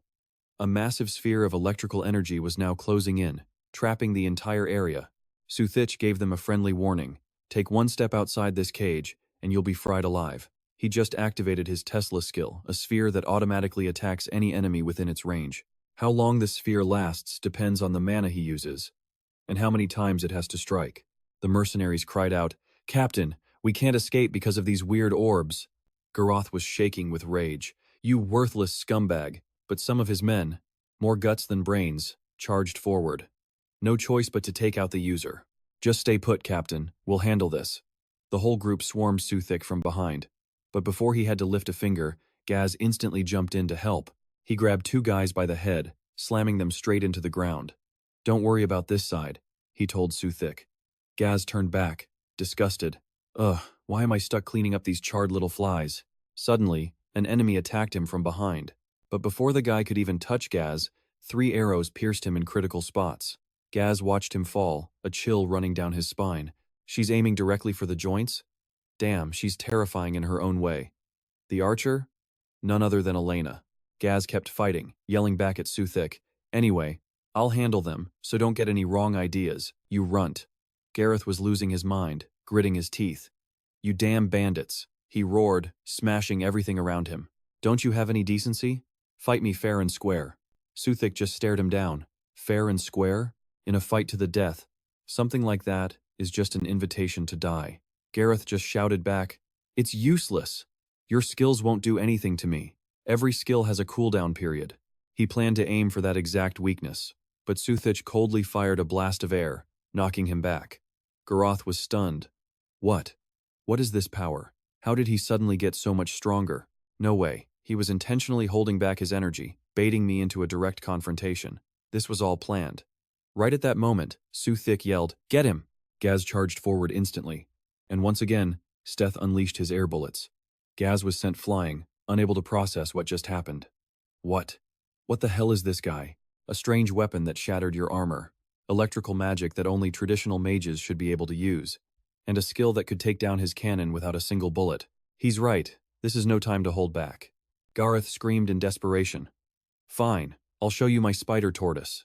Suddenly, an orb of electricity drifted toward him. The moment it made contact, his entire body lit up, convulsing from the shock. He was a wreck, covered in his own blood, and right in front of him was a sword. Am I going to die? Me? But then Gaz noticed something was off. Garoth was exhausted, dropping to his knees. Even with my strongest weapon. I'm going to die without even lifting a finger? Unacceptable. Motam suddenly shouted, "Hey, Suthich, move." A cannonball whizzed right past his face. The shell exploded instantly. If Motam hadn't warned him, he would have been toast. A chill went down Suthich's spine. What? A single cannon couldn't do this. Explosions just kept going off, one after another, stunning Suthich's group. Garoth just threw his head back and laughed. Gaz struggled, shielding his face. He called out to Suthich, "Hey, what can you do about this?" He was racking his brain, too. Hold on. This was not part of the plan. As Garoth was wildly firing, a flash of light shot straight into his spider tortoise. Startled, he looked down the barrel and saw something had flown inside. Staring back at him was the tip of Elena's arrow. 1 second later, his entire weapon exploded, the shell blocked by the arrowhead. Elena stepped out, her expression cold. Losing your cool against a long-range fighter is the same as throwing your life away. Garoth's weapon fell from his hands, burning furiously on the ground. Elena kept it short. Now, let's finish things here. She and her comrades raised their weapons, advancing on the survivors. The next day, after the sun came up, Suthich's group was rushing around. "Hurry up, we're almost done cleaning up." Suthich stretched, exhausted, and sighed. Finally finished. Elena walked up beside him, concerned. "Aren't you overworking yourself?" "Standing guard right after a huge battle," Suthich explained. "Well, it's a good way to stay useful for someone who does manual." Bernat was hauling supplies nearby. He glared at the two of them. "Leaving now? Good job." After Suthich confirmed it, he added coldly, "Go talk to the commander after you rest up." And he didn't forget to add, "And bring the woman with you." This left them a little confused, but Suthich led Elena back to the barracks. He called out, "Hey, why'd you call for us?" Gaz was inside and saw Suthich arrive. He laughed. "Oh, you're early. Did guard duty take that long? I have something important to tell you, just a sec." Suthich didn't return the friendly vibe. He just crossed his arms and got straight to the point. "What kind of nonsense are you planning to ramble on about this time?" Gaz knew exactly what he meant. Those guys? He reached for something on a shelf. "I disarmed all of them and sent them into a forest full of monsters." Hearing that, Suthich thought to himself, no wonder all the monsters in that area have been so quiet lately. After searching for a moment, Gaz exclaimed, "Found it!" He opened the package he just grabbed, revealing a dragon-like head. It was the spider tortoise. "It's a gift for you," he added. Suthich asked, "What's this? Am I a charity case now?" But Gaz just laughed it off. "Even so, I have a conscience. I can't be indebted to you forever," he continued. "Without your help, we would have had to abandon this place and run from those pursuers. I think you deserve this. Besides, nobody here can actually use this thing." Suthich asked, surprised, "What do you mean?" Gaz explained immediately. "Here, look." He placed the spider tortoise on Suthich's right hand. It instantly shrank slightly, fitting his hand perfectly. Gaz figured, "I think this artifact changes its size based on the ammo the user wants. Even its shape." Garoth liked using cannon-sized shells and could handle the recoil, so its size increased to match. Suthich guessed, "I suppose it's wasteful to shoot bullets like that, but isn't that just like us?" A voice cut in. "What if you gave it to that elf?" It was Motam. Hearing this, Suthich pressed him. "You don't want to eat it? First the Amrita, and now this. Why are you being so generous?" Motam explained. I noticed it when we fought the manticore. You weren't wrong, but if you want to use that elf, you need to get her to a useful level. There. Think of it as an investment in the future. Steth wanted to know more. Okay, but how is this useful for Elena? Can she even use weapons that aren't bows? Just give her the spiderite first, Motam explained.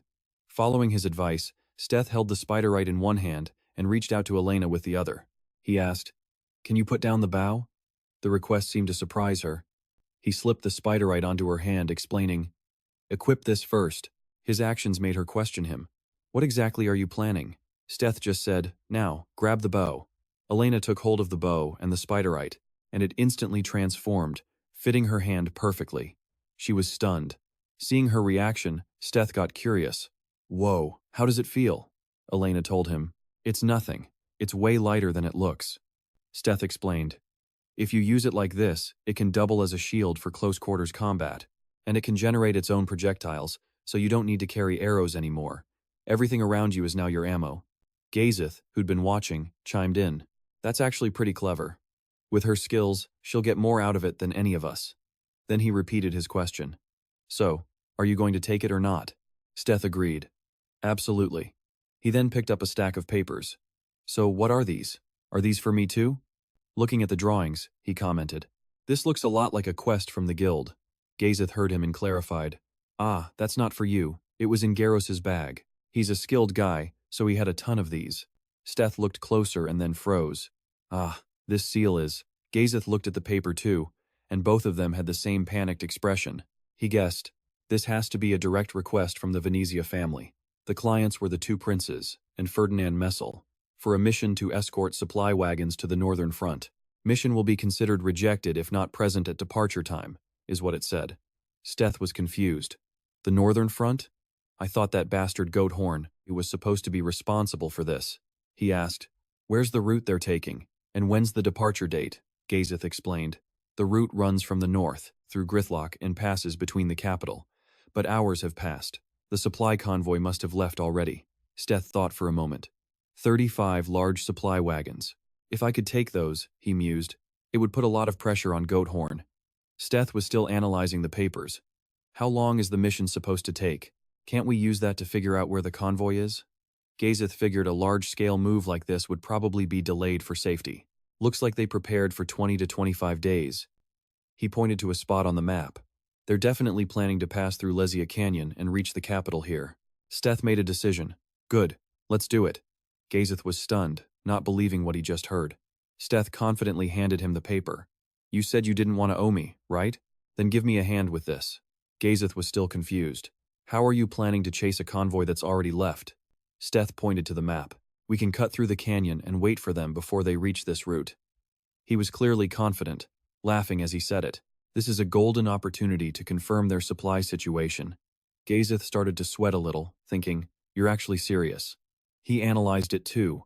The thing is, it might look short on a map, but if you want to take that route, you have to go through the most monster-infested area around. We'll never make it in time. If we try to go around it. Steth wondered, why are there so many monsters there? Gazeth seemed nervous about the place. The oldest cave in Lesia is there. The creatures that come out of that place can't even be compared to normal monsters or mutants. The ones we've fought before, he added, those were just the weak ones that couldn't survive in that competitive environment. Basically, it's an S-rank danger zone. "I think we have a problem," he said. But contrary to Gazeth's worry, Steth was overflowing with confidence. He grinned and pointed to himself. "If it's a cave, then I'll handle it. Just lend me one of your men." Gazeth was speechless. "What? Why do you look so excited? Are you planning to clean out that cave too?" And that's exactly what he did. As night fell, Steth stood at the entrance to the cave. Lightning cracked across the dark sky. He called out, "See anything to watch out for?" The man Gazeth sent with him was Bernard. He was on lookout with binoculars. "Not much, but the closer we get to the cave, the stronger the tremors from the ground become." He scanned the surroundings, adding, "Other than the storm clouds weirdly gathered here, I don't see anything strange." Steth's face was tense. He thought, not a single drop of rain, the entire time I've been here. But there are so many clouds near the cave. He patted Bernard's shoulder reassuringly. "Thanks. Keep up the good work." Bernard nodded. "I'll let you know if any problems come up." After their quick chat, Steth gracefully leaped from the high cliff, landing softly on the ground. As he walked, he thought, an unidentified earthquake. The only monster that could cause this is… Motam's voice echoed in his mind. It must be one of the deathworm types. Steth replied. A rock eater, for sure. He sighed. Why do I always get stuck with the tough ones? Motam offered a possibility. The canyon is covered in neutral marble formations, and there are random landslides from the ground shifting. Steth let out a long breath. The outer shell of a rock eater is immune to most metal and magic. It'll just turn red. The moment he finished speaking, a loud crash echoed nearby, snapping his attention. What in the world was that noise? Turns out, it was Elena.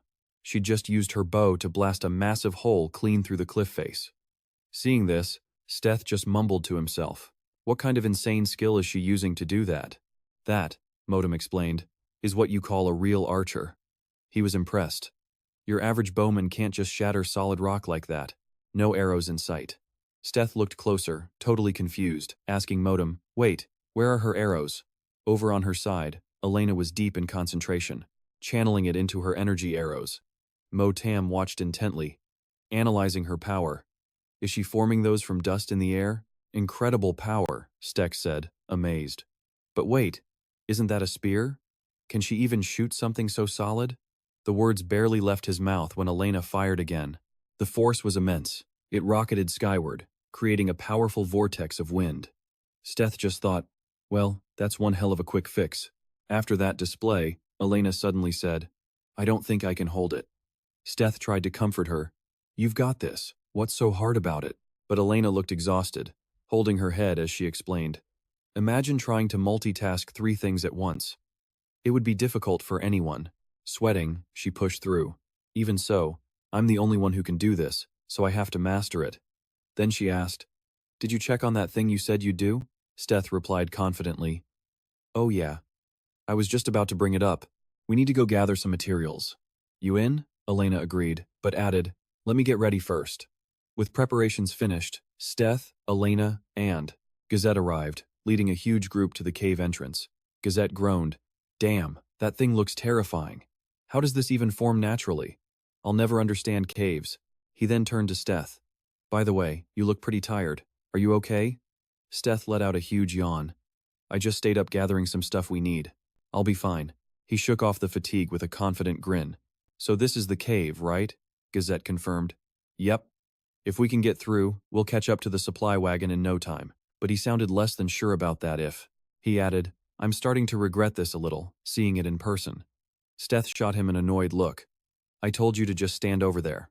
But Gazette tried to reassure him. Don't worry, I'll be the first one to run if anything happens. Steth was just done. So reliable, he sighed. With that, the 3 of them, Steth, Elena, and Gazette stepped into the cave. Gazette didn't forget to respond to the well wishes from behind them. Good luck, Commander. Clear a path to the other side and make it back. The trio placed a hand on the cold cave wall, moving forward slowly. Whoa, it's dark, Gazette whispered. Suddenly, the lights went out, making Gazette jump. He reached for his sword, but Steth and Elena had already lit the way, making him think, okay, they're seasoned pros. Meanwhile, Steth's face was dead serious. He was thinking, something is definitely here, he thought. With energy like this, I wouldn't be surprised if this is an S-rank cave, he suddenly said aloud. 65%. This confused Elena and Gazette, but he didn't even look back at them. He just explained. Adventurers agree the survival rate for A-rank caves is about 65%, but this place feels different. This place is much, much worse. Gazette pressed him. What's the survival rate for S-rank caves? Steth answered. The base rate is 15%, but if you run into the dungeon keeper… His voice turned grim. 1%. Do not let your guard down. Remembering Motam, he added, I'll cover you too. But Motam just gave his usual calm reply. Just stay calm. The 3 continued deeper into the cave. Suddenly Motam shouted, Behind you, which made Steth whip around on pure instinct. A notification popped up. Temporary reaction time increase. Activation chance boosted. In a flash, he grabbed Elena with one arm. With his other hand, he yanked Gazette's shirt, pulling them aside just before a massive explosion erupted right under their feet. He cursed. I was wondering why it was so quiet. As the smoke cleared, he scanned the cave ceiling and realized it was covered in magic traps. Elena asked, stunned, What was that? I was using my enhanced sight. How did I not even see that to dodge it? Steth explained it was a magic trap. It's on a level you can't detect with your 5 senses or by tracking energy flow. A lot of people die this way. Motam took the credit, only because I could see it with my own eyes, which made Steth grudgingly agree. Right.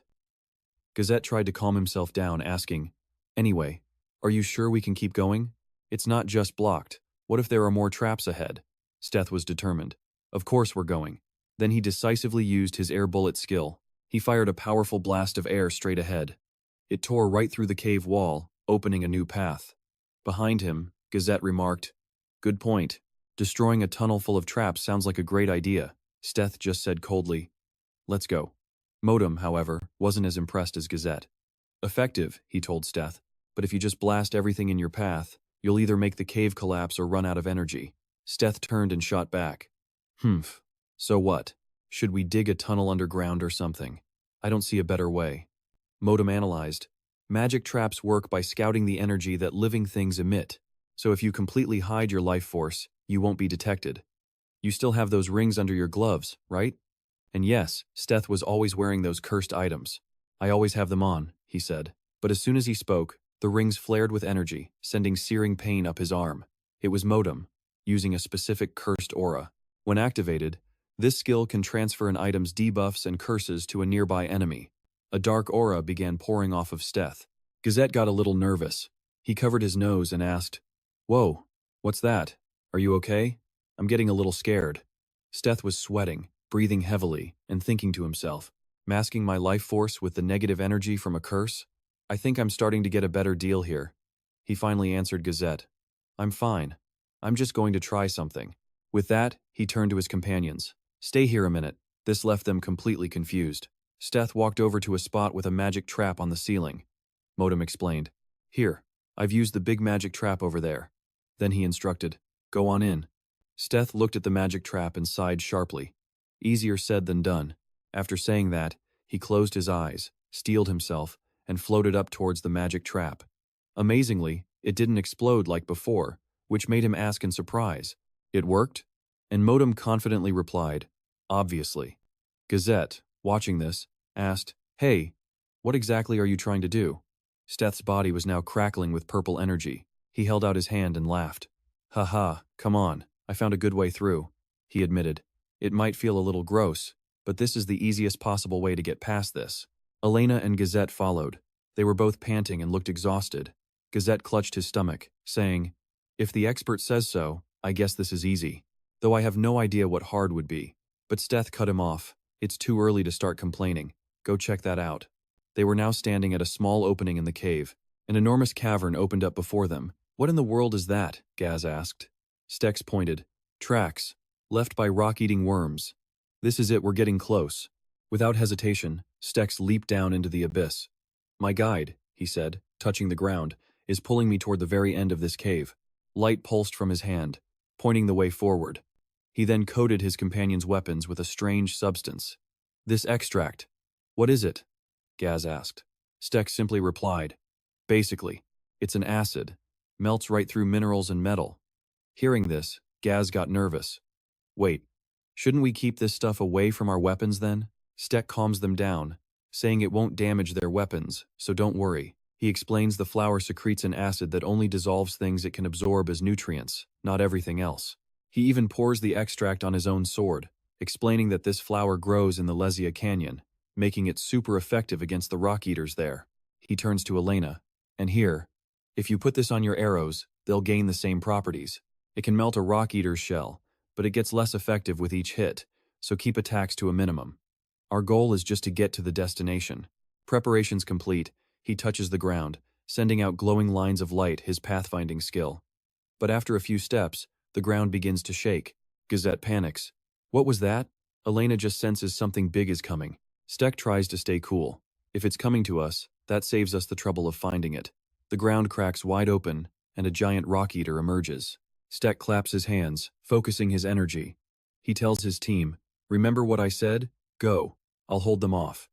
With that, he thrusts his hand towards the worm, unleashing his ice skill. A wave of frost energy shoots toward the monster, followed by a single shout, "Run!" But almost instantly, the worm flexes and shatters the thin layer of ice. It lunges straight for Stek. He barely dodges the attack, forcing him to get serious. The rock eater opens its massive maw, filled with terrifyingly sharp teeth, ready to swallow him whole. Then, a voice cries out a warning. "Watch out!" Stek looks back, surprised. It's Elena. Her bow is drawn, aimed right at the monster. An arrow whistles right past his face and slams through the worm's mouth, blowing it to bits. The worm lets out a piercing shriek. Stek nods. Nice shot. The injured beast thrashes wildly, tearing up the ground. It writhes in agony before diving headfirst back into the earth, shaking the entire area. Stek grits his teeth. These bastards are burrowing? He quickly draws his sword to cast a spell, but the rock eater isn't giving up. Another head bursts from the ground, lunging right for him. Stek was ready, already in his attack stance. His blade glows, piercing straight through the creature's mouth and splitting it in two. The worm screams as its head is torn apart, but other worms, seeing their chance, open their terrifying mouths and charge in for revenge. Suddenly, a blast of green energy slams into them. Gazette is back to help. He glances at Stek. "Didn't you say keep it minimal and fight one at a time?" Another worm lunges, and the two of them leap back to dodge, running towards Elena. She already has another arrow nocked and ready. She lets it fly, and the single shot pierces through the mouths of several worms at once. Stek yells, "Just keep running!" Finally, they see the gate up ahead.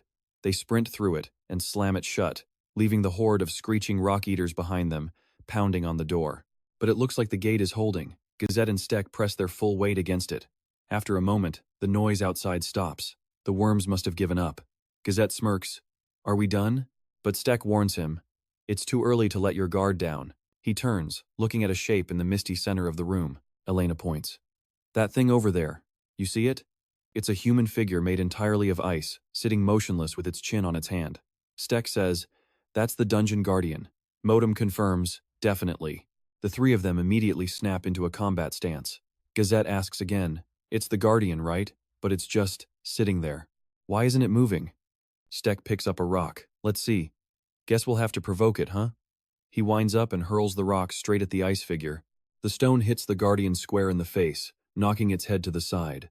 It seems surprised by the attack, but then a sinister smile spreads across its icy face. Stek senses something. He shouts a warning, "Watch your feet!" The second he says it, a massive ice spike erupts from the ground and slams into his stomach, sending him flying. He managed to block with his sword, but the impact was still strong enough to make him cough up blood. He immediately pushes through the pain and unleashes his fireball skill. A huge blast of fire erupts, completely melting the ice. Stek wipes the blood from his mouth. "All right, let's see how strong an S-rank guardian really is." Stek lands softly on the ground right in front of the ice creature. Shattered ice flies through the air. He watches it carefully, thinking, it attacks like that without any warning signs. Seeing the guardian sit silently, he wonders, or maybe it just wants to mess with us? Stek turns to his teammates. "Elena, support me from the rear."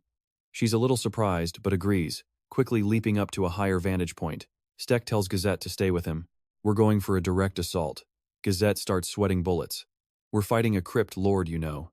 He gets ready but can't help complaining. "I am scared to death right now." Elena draws her bow, ready to fire. Across the room, the Ice Guardian prepares to fight back. Stek shouts, "Let's go," and charges straight at the enemy. A fireball instantly forms in his hand. He hurls it at the Guardian. The sphere shoots forward like a blazing arrow. The Guardian is surprised, but shows no panic as the fireball closes in. Even for a being of ice, the searing heat makes contact with its frozen face. An instant later, a huge explosion rocks the room.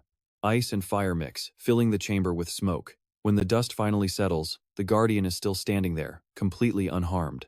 Before it can recover, Stek uses the smoke as cover, closing the distance with a determined look. He grips his sword, ready to end this in one strike. But the Guardian has a counter. The ground beneath Stek's feet cracks, and ice begins to surge up from the fissures. Stek recognizes it instantly. That attack again? His sword swing goes wide from the distraction. From behind, Elena fires an arrow straight at the Guardian, hitting it with enough force to knock it backwards. Stek seizes the opportunity to refocus. He brings his blade right up to the Guardian's face, aiming to slice it across the neck. But the creature catches the razor-sharp blade with its bare hand. It shoves Stek back, catching him by surprise. The moment its hand touches the blade, the sword's energy vanishes as it begins to freeze over. The ice spreads up to Stek's arms. He grimaces. Is it trying to freeze me solid? Just then, Gazette leaps in, attacking the Guardian from behind, smashing his weapon into its back. But instead of shattering, the impact point erupts with countless sharp ice spikes, shooting straight back at Gazette and sending him flying. He thinks bitterly, what a cheap trick. Stek sees his chance. Kicking off the ice monster's body, he broke free from its death grip, yelling to Gaz, "Nice one." Gaz was already on the move, a blur of motion, appearing right in the creature's face. A razor-sharp dagger in his hand, he gripped it tight and lunged with all his strength, stabbing straight for the monster's neck. The blade made contact, but the creature was fast snatching the steel with its bare hand, stopping the attack cold. Gaz strained with everything he had, sweat pouring down his face as he thought, damn it, this is pathetic. I can't even buy him a few seconds. The ice creature bent backwards, shoving Gaz away with terrifying force. In that same instant, a blast of razor-sharp ice shot out from near Sich. He paused, thinking back. He'd stabbed that thing in the head and it didn't even flinch. But then it hit him. It had dodged his piercing attack before. Sich focused his energy again. A dark blue orb formed in his hand. Tesla, he concluded. That means it's afraid of this attack. He then created 2 orbs and hurled them straight at the monster's ice shield. He didn't forget to shout a warning to Gaz, who was still close. Gaz, watch out. Elena joined in, firing a volley of arrows charged with that same strange energy. The blue orbs flew toward the monster. It struggled to block the relentless barrage of attacks. The sheer force of the blows knocked it backwards, and that's when the 2 orbs arrived, one aimed for its back, the other, straight for its face. The creature was completely overwhelmed, shattered by the energy. The ice armor covering its body was engulfed and then vaporized. Sich saw it and whispered, "It's working." While the beast was stunned, he surged forward to finish it off but froze. The monster, even while trapped, had unleashed a wind blade. It still managed to launch a barrage of ice daggers right at Sich. Several blades sliced into his leg, the pain sharp and deep. He gritted his teeth. No way. It can still attack? He pushed through the pain. Just one more hit. That's all I need. Despite the blood pouring from his leg, he stood back up, thinking, if only I could just land one full-power strike. Sich used a movement skill, leaping high into the air. He pointed his sword straight down, and, without hesitation, dove towards the monster, which actually looked surprised for a second. Sich unleashed his counterattack skill, stabbing right into the monster's core. The impact was insane, sword energy blasting through the entire room. He waited for the dust to settle. Sich was sweating hard. Elena and Gaz watched intently. A huge crack had split open the monster's head. It just stood there, completely still, making them wonder, did we do it? But just then, the Fire Guardian appeared. A massive wave of flames erupted, rolling towards them. Sich and Gaz were almost swallowed whole. Sich had to scream, "Hey, look out!" The fire spread way too fast. Oh no, Sich thought. There's no way to dodge this. He had to act. Using a wind skill, he blasted Gaz far away from the inferno. The flames grew hotter, more intense. Elena shielded her face, completely bewildered. Oh my god, she thought. Where did that fire come from? As the fire creature fully emerged, she couldn't believe her eyes. Is that the same guardian from before? Did it transform or evolve? What the hell is going on here? A pained cry snapped her attention away. She turned to see Gaz clutching his arm in agony. Ben was next to him, asking, "Oh, you're still okay? How are you the only one?" Gaz struggled to answer. He used the wind pressure from his ultimate move to blow me out of the fire.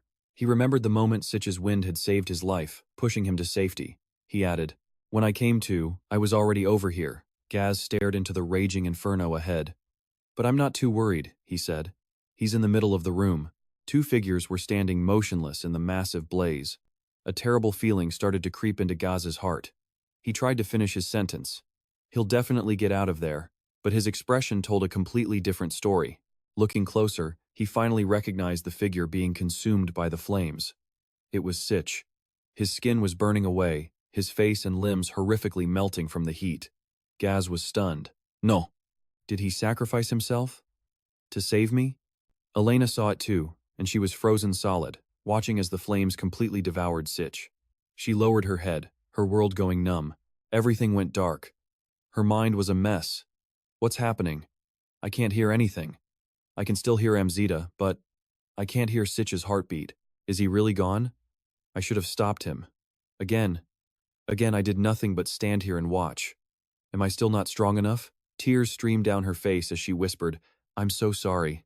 But in the flames, Sish was still standing, head bowed before the fire creature. Gaz turned and yelled at Elena, "Hey you! Snap out of it! This is no time to be spacing out." Looking at Elena's broken state, Gaz cursed under his breath. "Damn it, she's lost the will to fight. This mission is a failure. Right now, we just need to get out of here."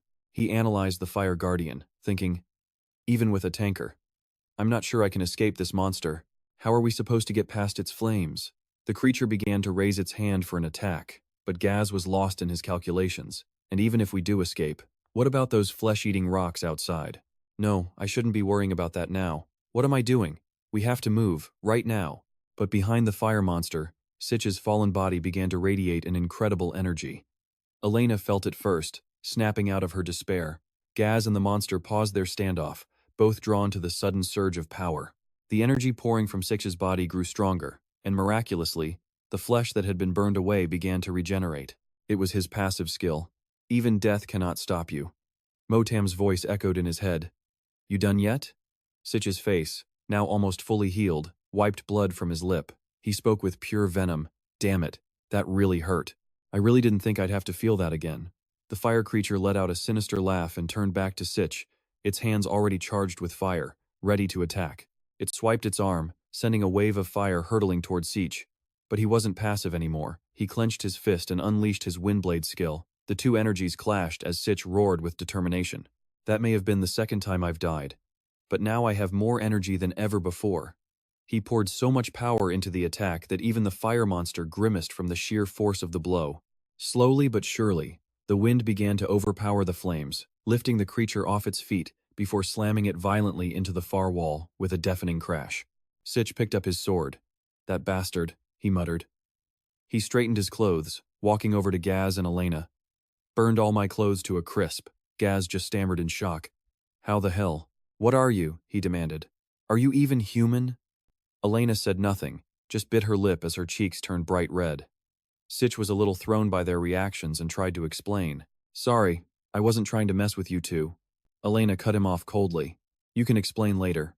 She pointed at the Fire Guardian, which was already getting back up, smoking with fury. "Deal with the Tomb Guardian first." Gaz was confused. "Hey, I know the Guardian is the priority, but which one should we even start with?" Right before their eyes, both the Fire Guardian and the Ice Guardian were standing there, fully revived. "Is it normal for a tomb to have two guardians?" Gaz asked. Sitch didn't have a clue either. Two of them, he thought. "What is going on?" "I've never seen anything like this," he replied. "This is not good." Trying to take control, he quickly made a plan. "All right, you two take the ice one. I'll handle the Fire Guardian." "We have to keep them separated," Gaz yelled out. "What? Are you crazy? Taking one on alone is suicide." But it was too late. Stex was already charging in. He faced off against the towering fire monster, unleashing his Ice Wave skill. A torrent of frost shot forward, but the creature countered with its own attack. A wall of flame erupted to meet his ice. "Our skills might not match up," Stex declared. "But let's show this thing who's really in charge." He then activated Power Steel. The rings on his fingers began to glow with a dark purple energy. Power Steel, a skill that absorbs dark power from cursed artifacts to amplify his own. "Be careful," Motam warned. "Use up 2 more of those items, and we'll only have 5 left." His Ice Wave skill was now something far greater. Icefall, a devastating attack of ice and snow, designed to annihilate everything in its path. "Avalanche!" Stex roared, and a massive glacier erupted from the ground. It came crashing down on the fire monster. But this thing wasn't just going to take it. It focused its energy, summoning a massive pillar of its own. A column of pure flame to defend against the ice.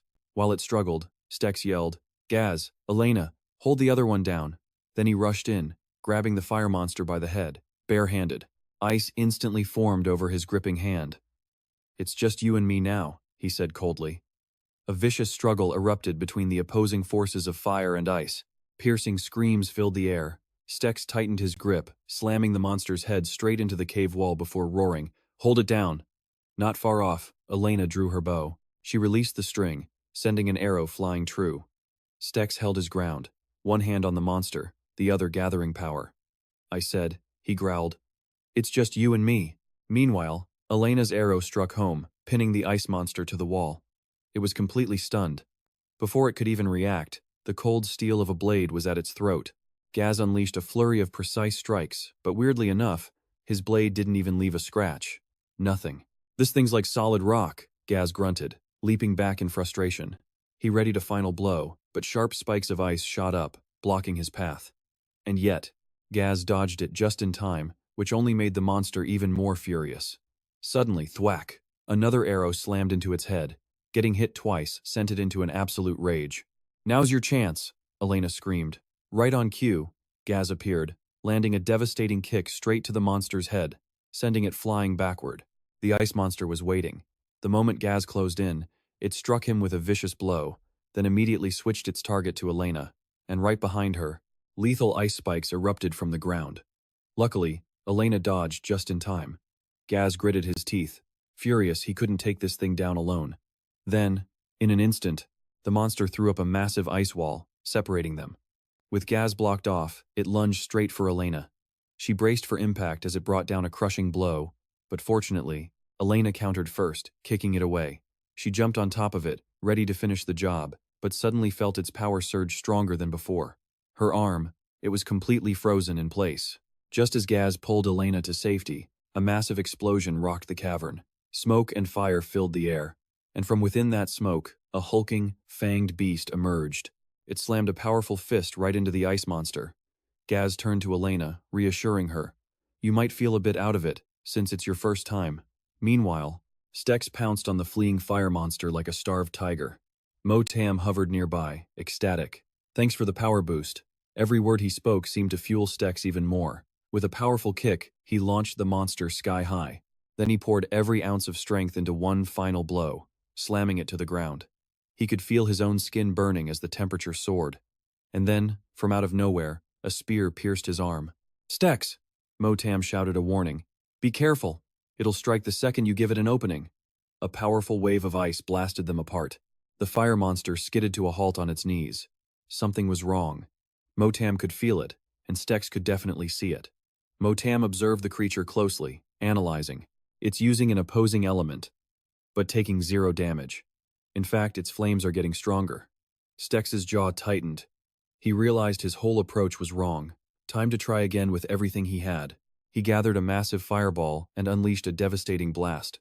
The monster was startled, but it dodged the explosion just in time, and the fact that it ran made both Stex and Motam freeze. But then, a thought struck Stex. Is that why the fire one split from the ice one? He replayed the battle in his mind, the monster's strange behavior. It was almost as if when they were apart, with distance, the heat only grows. The ice creature contracts, shooting sharp icicles deep into its opponent's body. Stex, enraged, gathers his power, silent. He decides to attack with everything he's got. He unleashes a massive fireball, aiming straight for the fire beast. Direct hit. Its body trembles in agony, and in that moment, Stex's eyes widen. He's figured it out. If he could just keep them separated and crank up the heat, he could actually win this. No more time to waste. Stex was done playing games. Enough talk. He began condensing pure, dark power. He unleashed his ultimate technique, Wrath, creating a massive, earth-shattering vortex that sucked the fire monster right in. Stex strained, pouring all his energy into containing the beast, but a second later, from the heart of the vortex, a massive explosion. Stex was standing a good distance away, but the shockwave still hit him, hard. He cried out in pain. "It's running," Motam yelled. "It's heading for the ice one." Stex stumbled, unable to give chase, and screamed out to Gaz. "The ice one is going to power it up. Don't let them get near each other." But Gaz could only watch, helpless. They were already way too close. But then, a crazy idea hit him. He grabbed Elena's weapon and took aim. The kickback from that thing was absolutely insane, nearly knocking Gaz off his feet. Just one test shot had him groaning. But somehow, his wild shot actually hit the ice monster. The fire one immediately retaliated, blasting Gaz with a counterattack. After he took the full force of the blow, Elena was back on her feet. "Get back," she yelled. With a wave of her hands, she summoned powerful gusts of wind, activating an enhancement skill to blow the enemy clear out of range. A powerful whirlwind ripped through the fire creature's flames, blowing them away completely. The sheer force shocked Elena, but the creature? It got the worst of it, sent flying out of the chaos. Steth stood tall. He stomped on the creature's body, mocking it, asking if it enjoyed that little moment of hope. Then, he slammed its head down, declaring it was time to meet its maker.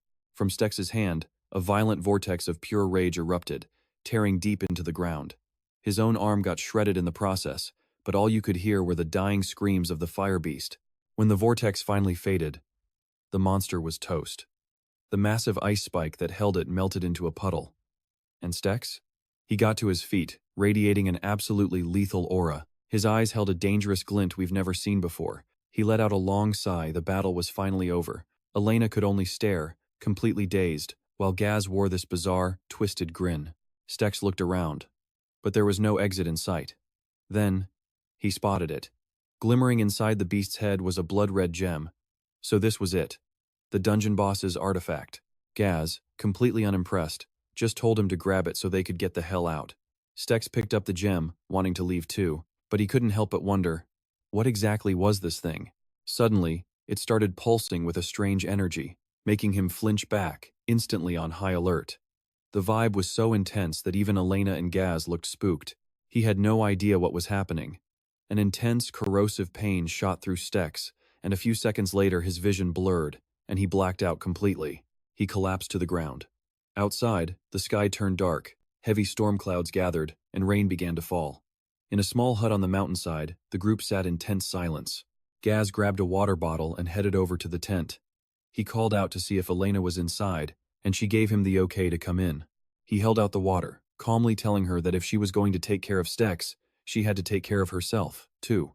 Elena claimed he was getting better, but inside, you could tell she was terrified. Dark energy was still coursing through Stex's body. Elena figured he passed out because he couldn't handle the power from that dark artifact. Gaz just sighed, frustrated by her stubbornness. He warned her they couldn't afford to waste any more time, but Elena cut him off, saying there might be another way, a way to speed up his recovery. The catch? She wasn't sure if it would even work. Gaz was stunned, demanding to know why she hadn't said anything sooner. Elena just looked down, admitting she'd never faced a situation like this before. She didn't want to rush into something she didn't understand, because it could just make things worse. She rubbed her arm, desperate to find a way to help Stex heal faster. Not wanting to delay their plans, Gaz didn't stop her. He decided to let her handle it. All he could do was give her space while he went outside to get things ready. To get them back on track, Elena gathered her energy, and a soft golden light began to glow from her hands. The only way to defeat dark magic is with pure, untainted energy. A second later, she pushed that pure life force into his unconscious body. Her face went pale. You could see the immense strain and pain it was causing her. Meanwhile, Stex was adrift in a bottomless abyss. Chaotic images flashed through his subconscious. Who am I? Where did I come from? What was I doing? Shattered fragments of memory, totally disconnected, flickered in and out of his mind, and then the scene shifts. In another room, sunlight streams through a window, falling on a man. He's fast asleep on a table. He slowly blinks awake, rubbing his forehead, wondering when he'd even drifted off. That's when a soft golden light from beside him catches his eye. He looks at the masterpiece he worked so hard on, and breaks into a huge grin. He'd finally done it. He was giddy, like a little kid who had just created life itself. But then he noticed they weren't moving. And it hit him. Of course. He hadn't given them names yet. The first one, he would call her Dish. As he spoke, he used magic to write her name into existence. A kind and benevolent elf goddess. Instantly, Dish came to life, her eyes snapping open to look at the man beside her. He gave the next one a name. Atlan, a strong and righteous troll. Atlan's eyes shot open too, a soul ignited within him. And finally, the young man. He was given the name Cain, a resilient spirit. A moment later, his eyes opened, and he let out a long breath. The creator stood tall, his voice full of authority. Welcome to this world. I am the one who made you. All three immediately knelt in deep respect. Cain bravely asked for his creator's name. Now, flash forward 500 years. Cain, clad in magnificent armor, returns to this exact spot. Atlan pops up out of nowhere to greet him. But the moment Atlan calls him a fool, Cain snaps right back. You're the fool. You look ridiculous in that armor. Hearing that arrogance, Atlan squints, remarking on how cranky Cain has become. Then, naturally, he challenges him to a fight. Let's see who's left standing. Cain, never one to back down, accepts instantly. I'm not leaving until I've taught you a lesson. And just like that, the two hotheads were ready to go at it. Their glares were like daggers. But then, the beautiful Dish appears, asking what on earth they're doing and reminding them this is their father's land. Instantly, the two tough guys turn into sheepish puppies. Oh, we weren't really gonna fight. A short while later, the three of them stood before a simple, humble house. A voice calls out Father, making the creator inside think he's hearing things. He opens the door with a warm smile. My children, how have you been? Another voice echoes from inside the small home, forgive us. We should have visited you more often. The creator just smiles. I know you're all busy with your own lives. Don't worry, it's a bit messy, but make yourselves at home. I'll get some fruit. Dish, however, starts complaining about the mess and, with a flick of her wrist, uses her magic. You should clean more often, Father. Have you cleaned even once since we last came? Her magic sends objects flying into place. The creator just laughs. I haven't really cared much for cleaning since I started living alone. Books immediately soar back onto the shelves, perfectly arranged. As for the three men, they just sit there and watch the show. Atlan sighs. Hey, it's been ages since we've seen Father, and all you want to do is clean? Why are you so obsessed? Hearing this, Dishe spins around with a threatening glare. Maybe I should clean you up next. Atlan is shocked. What? His voice booms through the house. How about I rearrange your face instead? 500 years have passed since that man gave them life. Each developed unique abilities, but the one thing the trio inherited most was their father's power of creation. We see Atlan, looking down on his own kingdom of dwarves. Just like their creator, the three of them had a deep desire to create, and so, they created life in their own image. Dishe's kingdom of elves in the forest, and Cain's world of humans. Before long, the entire world was teeming with life. They were soon revered as gods by their own creations. Back in the present, the creator asks them gently, so, how have things been lately? I haven't seen you all in centuries. Cain explains, you know humans. They're much the same as always, farming, building shelters, and lately, they've also been busy dealing with monsters. At this, the creator looks confused. Monsters? Atlan quickly jumps in. About 55 years ago, strange creatures started appearing and attacking everything in sight. We don't know where they came from, and their numbers just keep growing every year. The creator turns his gaze, looking off into the distance. Is that why you brought all that gear? Just a few hundred years ago, weapons like these didn't even exist. Cain managed a strained smile. We don't have to use it, but by law, we still have to lead from the front. His eyes then drifted to the messy blueprints scattered around the workshop. By the way, Father, looks like you're still as busy crafting as ever, huh? The old man just nodded. Ah, that's right. Atlan picked up one of the drawings. What are you working on? In a flash, his father smacked him on the back with a stern warning. Don't touch. Atlan yelped in pain, confused. Huh? But why? The Lord simply replied. I'll let you know when it's done. Until then, it's a secret. Besides, I want to hear from you kids about your own creations. You are their leaders, after all. The sun began to set, and over time, their teacups ran dry. A happy voice broke the silence. Today was really nice. I'm heading out first. He pulled his gloves back on, ready to leave. Too bad the kids are waiting. I should go. Arden had already finished putting on his armor. He gave his father a firm handshake before leaving. It was great seeing you again, Father. You should visit my place in a few days. The old man's response was full of energy. I'll make a trip over as soon as I finish this research project. At the same time, he called out, Do you have to leave too, Cain? He stood up and replied, Yes, it's time for me to go as well. The short visit was over. He stood there silently, watching his three children leave. But the second they were gone, he slammed the door shut, slid to the floor, and broke out in a cold sweat. He buried his face in his hands, anxiety and fear taking over as he whispered one cryptic phrase, that was too close. Moonlight now filled the silent, deep forest. The only sound was the rumbling of the carriage carrying Gaz and the others. He glanced back, watching Elena use magic to heal Steth's wounds.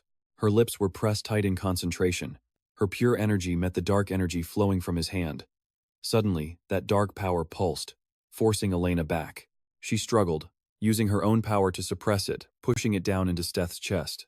Elena panted, thinking to herself, normally, energy flows like water or wind. But this energy, it resists being absorbed, like it has a mind of its own. No, that's impossible. What am I even thinking? Gaz's voice cut through her thoughts.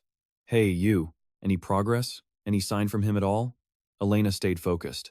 Don't pressure me, this is incredibly difficult. Gaz looked a bit embarrassed, scratching his face as he turned back to the road. All right, keep at it then. I'll just talk to myself, I guess. The carriage pushed on through the dark night. Sale, sitting beside him, reached out for the reins with a kind word. "Boss, you should get some rest." Gaz thanked him and headed inside, checking on Elena. "You okay?" She stirred, rubbing the sleep from her eyes. "I'm fine." He sat down, his voice gentle. "It's been 8 days. I know you're tired of hearing me say it, but don't push yourself too hard." But she was determined to heal him, insisting she was fine. Gaz let out a heavy sigh. "Come on, Steth." He looked at his friend's pale, motionless face and whispered, "Wake up." Suddenly, Sale shouted from the driver's seat, "Sir, there's a strange noise coming from the woods up ahead." Gaz immediately leaned out. "Huh? What sound?" And then a massive crash erupted from the forest. He drew his sword in a flash, yelling a warning to everyone. "Something's here." A carriage glowing with an eerie green light burst from the trees, slamming into the one behind them. Gaz roared, "Watch out!" He was already giving orders. "We're under attack. Everyone, prepare for battle." But the horses were spooked, charging straight for a cliff's edge. A warning cry came from the front. "Sir, that way is dangerous." Then a new voice echoed through the chaos. Well, what do we have here?" This is quite an unexpected catch. A powerfully built blonde woman stepped down from the enemy carriage. "You're even more handsome than on your wanted poster." Another man sat inside the carriage, adding, "We were wondering if it was really you." "Looks like we were right." Gaz was on high alert. "Are you after my head?" The woman just smirked. "Not exactly. We're looking for Geralt's mercenaries." And there it was. The dragon sigil printed right on their carriage. According to Tassa, a famous mercenary group like that couldn't just vanish without a trace. Gaz gritted his teeth, thinking, how the hell did they manage to catch up to us? Tassa laid out her threat. "Doesn't really matter if you lose an arm or a leg, right? As long as you're still breathing, so you better listen to us." Tassa then gave an order to her goons, "Take care of the rest of them." She swaggered forward with a dangerous grin on her face. "Leave him to me." Her men didn't hesitate. They leaped from their carriage, charging straight for Gaz and his crew. Gaz clenched his jaw as they closed in for the attack. One of them lunged forward only to get a dagger planted deep in his side. "Bernard," he'd reacted just in time. "We'll provide support, sir," they shouted. "Sale, get us in closer." The man in the carriage just scoffed at their efforts. He began to chant, "Don't do something so foolish." A shadowy raven materialized from his hand. At his command, the creature shot forward, straight for the attack. Gaz's mind raced. He can control a familiar? He had to protect his people. "Don't worry about me, back the carriage up.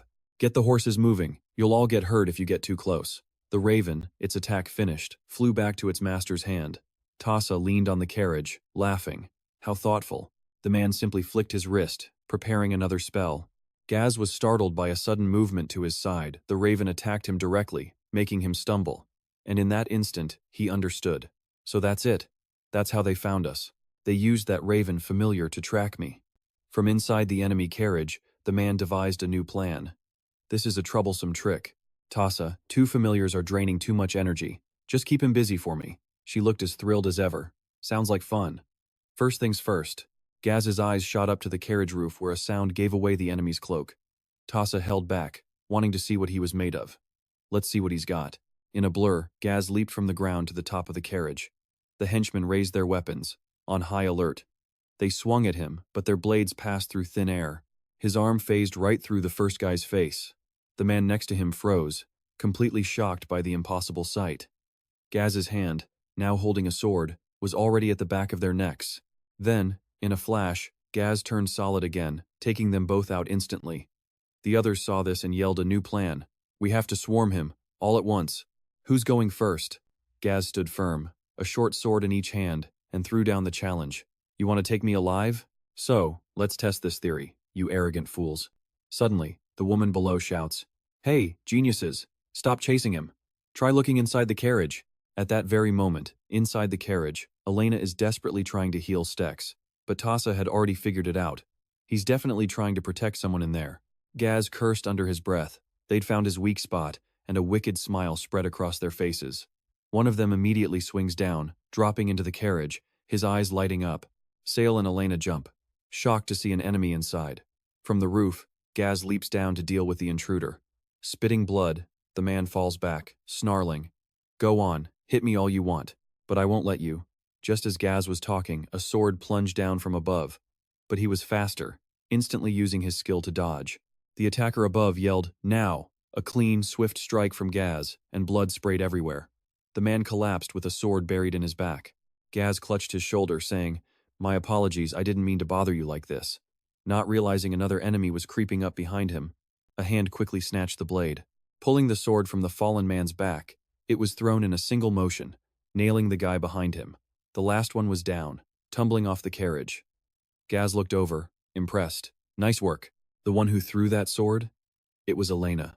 Suddenly, a terrifying, powerful killing intent just erupted from her. She readied her weapon and spoke. "You two look fragile, but you don't play fair at all." Gaz shot back a warning. "Be careful, she's planning something." Elena just replied, "Obviously." A blur of motion, glowing with crimson light. With just one attack from her, the entire top half of their carriage was completely blown away.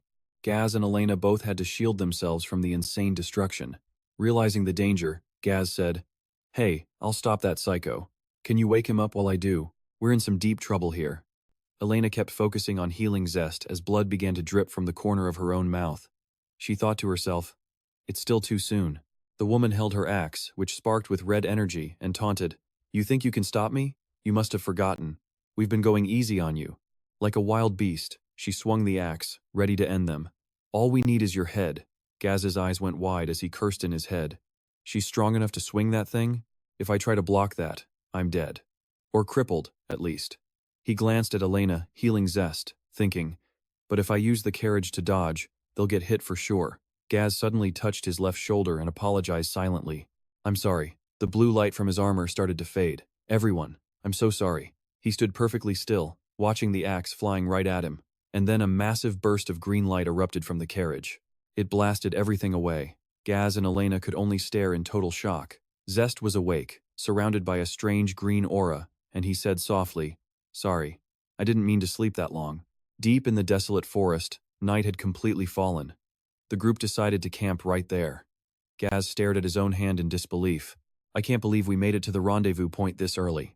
Perfect timing." Then he asked Zest how he dealt with their pursuers with that last attack. Zest looked at his own hand, confused. "Because I had no other choice." But then he frowned, wondering, who were those guys anyway? Gaz recalled what happened. He guessed that they were after him specifically. He figured they were a mercenary crew that hunts down wanted criminals. Gaz also reminded Zest that he should treat Elena better. Zest just stayed quiet at that, looking over to his side. Seeing Elena sound asleep, Gaz just dropped the truth bomb. "She was going to sacrifice herself for you if you didn't wake up, Zest." Zest gave a small smile. He knew he owed her for this one. Gaz stood up but didn't forget to add, "We need to wait here until the caravan arrives to figure out our next move. So get as much rest as you can." He turned and waved. "If this goes smoothly, it'll be good for a lot of people." Zest didn't reply, but he waved back. He glanced down at his own finger and summoned Motam. "Answer my question. What was that thing?" Zest stared at it, his voice low and dangerous. "And I'm not talking about the dream. I mean that black artifact from before." He knew it was suspicious and had no idea why Motam would absorb it. Seeing Motam stay silent, he snapped, "Answer me." The spirit finally transformed into a weird, skull-like form, asking if he was ready. Zest lost his patience. "Do you know what that thing was or not?" He even threatened it. "If you keep this up, how can I ever trust you or work with you?" Motam still didn't say a word, making Zest laugh at his own foolishness. He clutched his head in pain. He couldn't remember ever seeing that garden, that house, and those people. Voices talking about God. The only race that still believed in God. Fragments of memories just kept flashing through Zest's mind, and it led him to a wild theory. If elf gods or dwarf gods exist, then the last god must be the god of humans. Zest's mind was a total mess. He'd seen gods and the creatures who created them. Suddenly, Elena woke up, startling him and making him whip his head around. Seeing she was awake, Zest quickly moved closer to ask, "How are you feeling?" Seeing him so concerned made Elena blush as she answered, "I'm fine." Zest smiled, relieved. Then he thanked Elena for waking him up. She was too shy to look at him, turning away as she said, "It was nothing." Just as the atmosphere was getting a little tense, Gaz reappeared, shouting, "Hey, you two lovebirds, if you're both awake, get over here." Hearing him call them lovebirds, Zest muttered that Gaz was an idiot. Elena, meanwhile, was beet red and couldn't even look up. Zest sighed and followed Gaz into a thicket of trees with Elena right behind him. Gaz wasn't sure how much time they had left, so they needed a plan as soon as possible. He pulled out a spyglass and took a look. Through the lens, Zest asked. Is that the caravan we're waiting for? Gaz confirmed it was. It's still pretty far out, but considering how long we've been delayed, it's actually pretty close. He picked up a dry branch, mentioning the scouts he sent yesterday should be back soon. So let's get ready for the mission. Gaz then started drawing in the dirt. He had no intention of planning a direct assault. He asked, Zest, you understand this kind of layout, right? Suddenly someone ran up to report. Gaz boasted proudly, Speak of the devil, and he shall appear. Bernard, out of breath, reported, Things aren't looking good. Gaz froze for a second. But he knew this caravan would be hard to hit, it belonged to the military. He then asked for the details. What exactly is the problem? Bernard grabbed a stick and drew a circle around the caravan diagram. He told them that getting close to the caravan was impossible. Gaz looked at the circle and whispered, Why? Bernard answered, trembling. Because they have an Akira handler. He also knew they'd be spotted if they got within 1,000 paces of the target. Zest had no clue what Bernard was talking about, so Elena explained. It's a type of incredibly smart monster bird with eyesight as sharp as an elf's. And she added that she was confident she could tame it. Gaz agreed it was possible to tame one, but you'd have to train it from birth, and it would only ever be loyal to a single trainer. Zest sighed and asked, Are there any other problems? Suddenly, he noticed Elena was trembling. She said, One of those is worth a fortune. Zest had no idea what she meant by that, or what it had to do with anything. Bernard, still kneeling, explained, The best way to protect a caravan is with groups of mages playing both offense and defense, and using mana detection skills. He said this was the perfect way to defend the caravan, as long as their equipment was charged with enough deep bellium. Gaz seemed troubled. That's true. But if they're already using deep bellium, it'll also suppress their own magic use. Elena immediately volunteered to take out the Akira, saying 1,000 paces was nothing to her. Zest immediately shot that down, telling her she needed to rest. But Elena insisted she was fine enough to handle one bird. She even proposed, I'll take one shot, then I'll come right back. Zest was powerless against her stubbornness. Gaz didn't bother trying to stop her either, knowing she'd do it anyway. He had to admit, Elena's marksmanship was flawless. We can't get close without her. Worried, Zest made her promise. Just one shot, okay? He then turned to Gaz, who was staring at the drawing on the ground, thinking, if we can eliminate that bird, we'll gain a massive strategic advantage. Gaz asked skeptically, What about the deep bellium? He then added, What if she could get past their defenses? Before confirming, they weren't sure, so a proper plan was needed. But Suchi just brushed it off like it was nothing, then glanced at the ring on his hand with a sinister grin, because he knew exactly how to activate his magic. The sky was slowly brightening as the caravan continued its long journey. Benedict, sitting atop his horse, asked his aide, Are you tired, Tao? We've been riding non-stop from south to north. Benedict just smiled and said, Our mission's done once we deliver the materials. Just a little further, hang in there. Tao didn't complain, immediately obeying. Suddenly, the shadow of an Akira saw swooped down, landing swiftly on its trainer's arm. Tao gasped that creature was incredible. Benedict watched it tear into its food. He knew full well how dangerous and hard to tame it was, but it was also fiercely loyal and an expert hunter. Beautiful and useful. After eating its fill, the Akira saw soared into the sky to patrol. Tao finally understood why everyone wanted one. But then disaster. The Akira saw had been airborne for only a few seconds before it suddenly plummeted to the ground. Everyone who saw it was in complete shock. Tao stared in horror at what had fallen. The Akira saw was pinned to the ground by an arrow, and in the next instant, a gang of raiders stormed out to attack. Only then did the caravan realize the horrifying truth. We're under attack. Grab your weapons, to your positions. Benedict was completely dumbfounded. What kind of moron would attack a royal caravan? A flash of blue energy cut through the men, injuring soldiers wherever it passed. What was strange was how his highly trained warriors, armed with debarium-coated weapons, were being so easily crushed by a sorcerer. He stared blankly at the chaos unfolding, but then it hit him.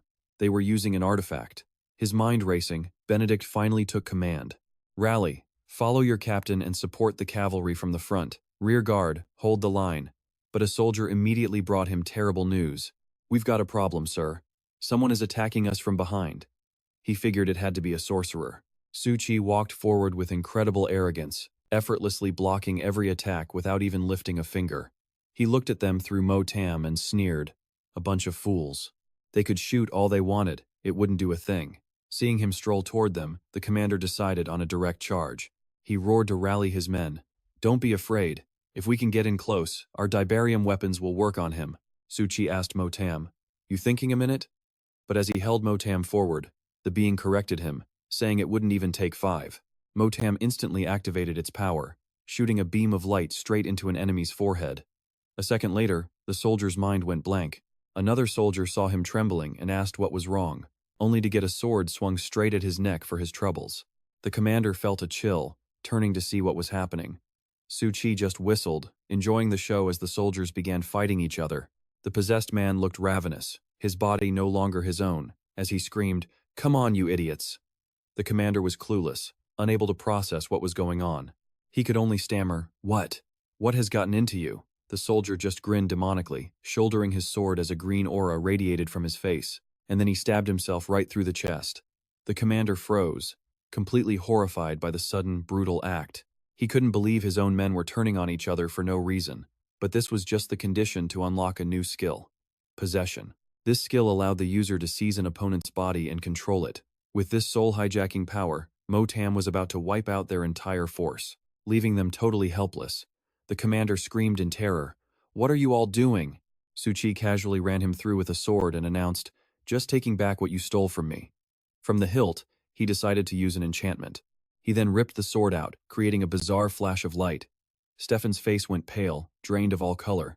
The possessed body controlled by Motam turned around. Suchi sighed, amazing. Motam was also surprised at how convenient having a body was. Stefan looked at Motam, confused.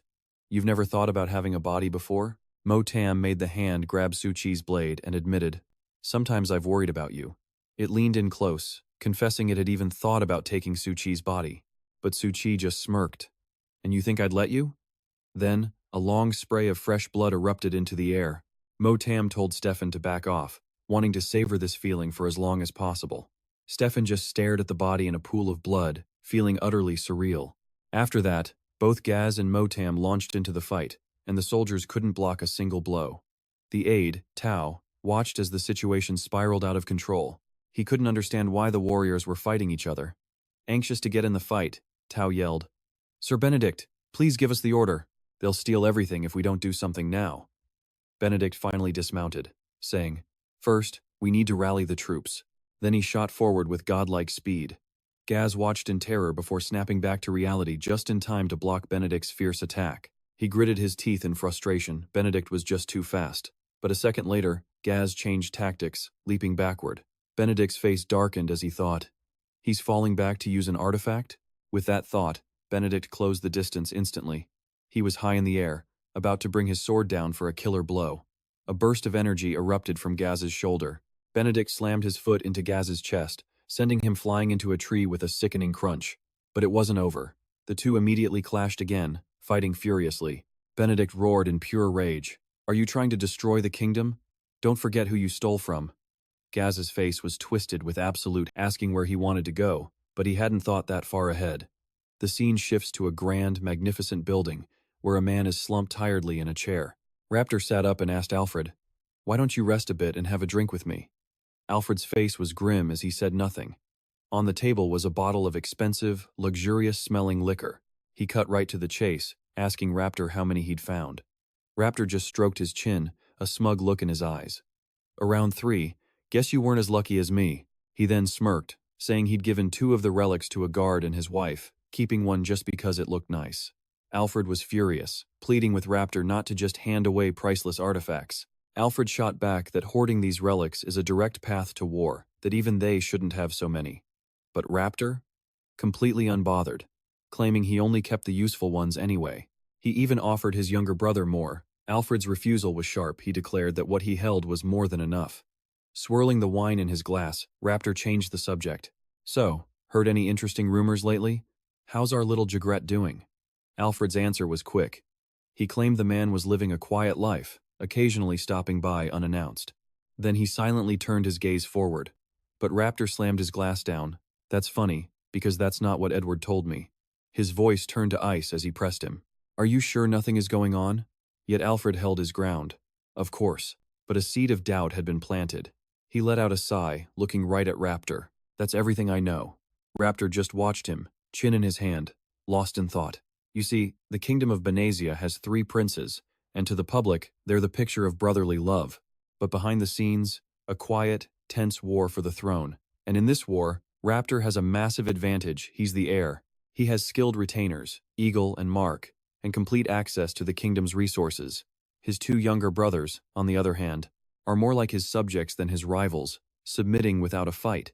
It's almost impressive, really. So, both of them decided to deal with their older brother in their own unique ways. Jagret openly avoids Raptor, which infuriates him. I mean, he is the firstborn. And as the youngest, his shot at the throne is basically zero. Jagret was forced into brutal training on the dangerous northern frontier, despite his young age. Alfred, however, is a completely different story. He's the smart one, pretending to be helpful while secretly protecting his own position. He manages the kingdom's finances, playing the part of his brother's loyal advisor, all to hone the skills he'll need for what comes next. All while securing his place, with zero intention of ever actually serving Raptor. And right then, he heard his brother's low voice cut through the silence. Just curious. Raptor's eyes were like daggers. You're not doing anything. Treacherous. Behind my back, are you, Alfred? Alfred immediately waved his hands, denying everything, which was, of course, a complete lie. Because even though he and Jagret are rivals, they share one common goal, getting Raptor out of the picture. No reason they couldn't team up for that. Alfred quickly made an excuse about taking up his time, then left with one final, cryptic line. Next time, the drinks are on me. Raptor just watched him go in silence. Meanwhile, on a winding gravel road in the northern outskirts of Benezia, Elena caught the faint, sweet scent of herbs from inside the carriage. Bernard spoke up. We'll be in Kadan soon. You'll find the medicine you need there.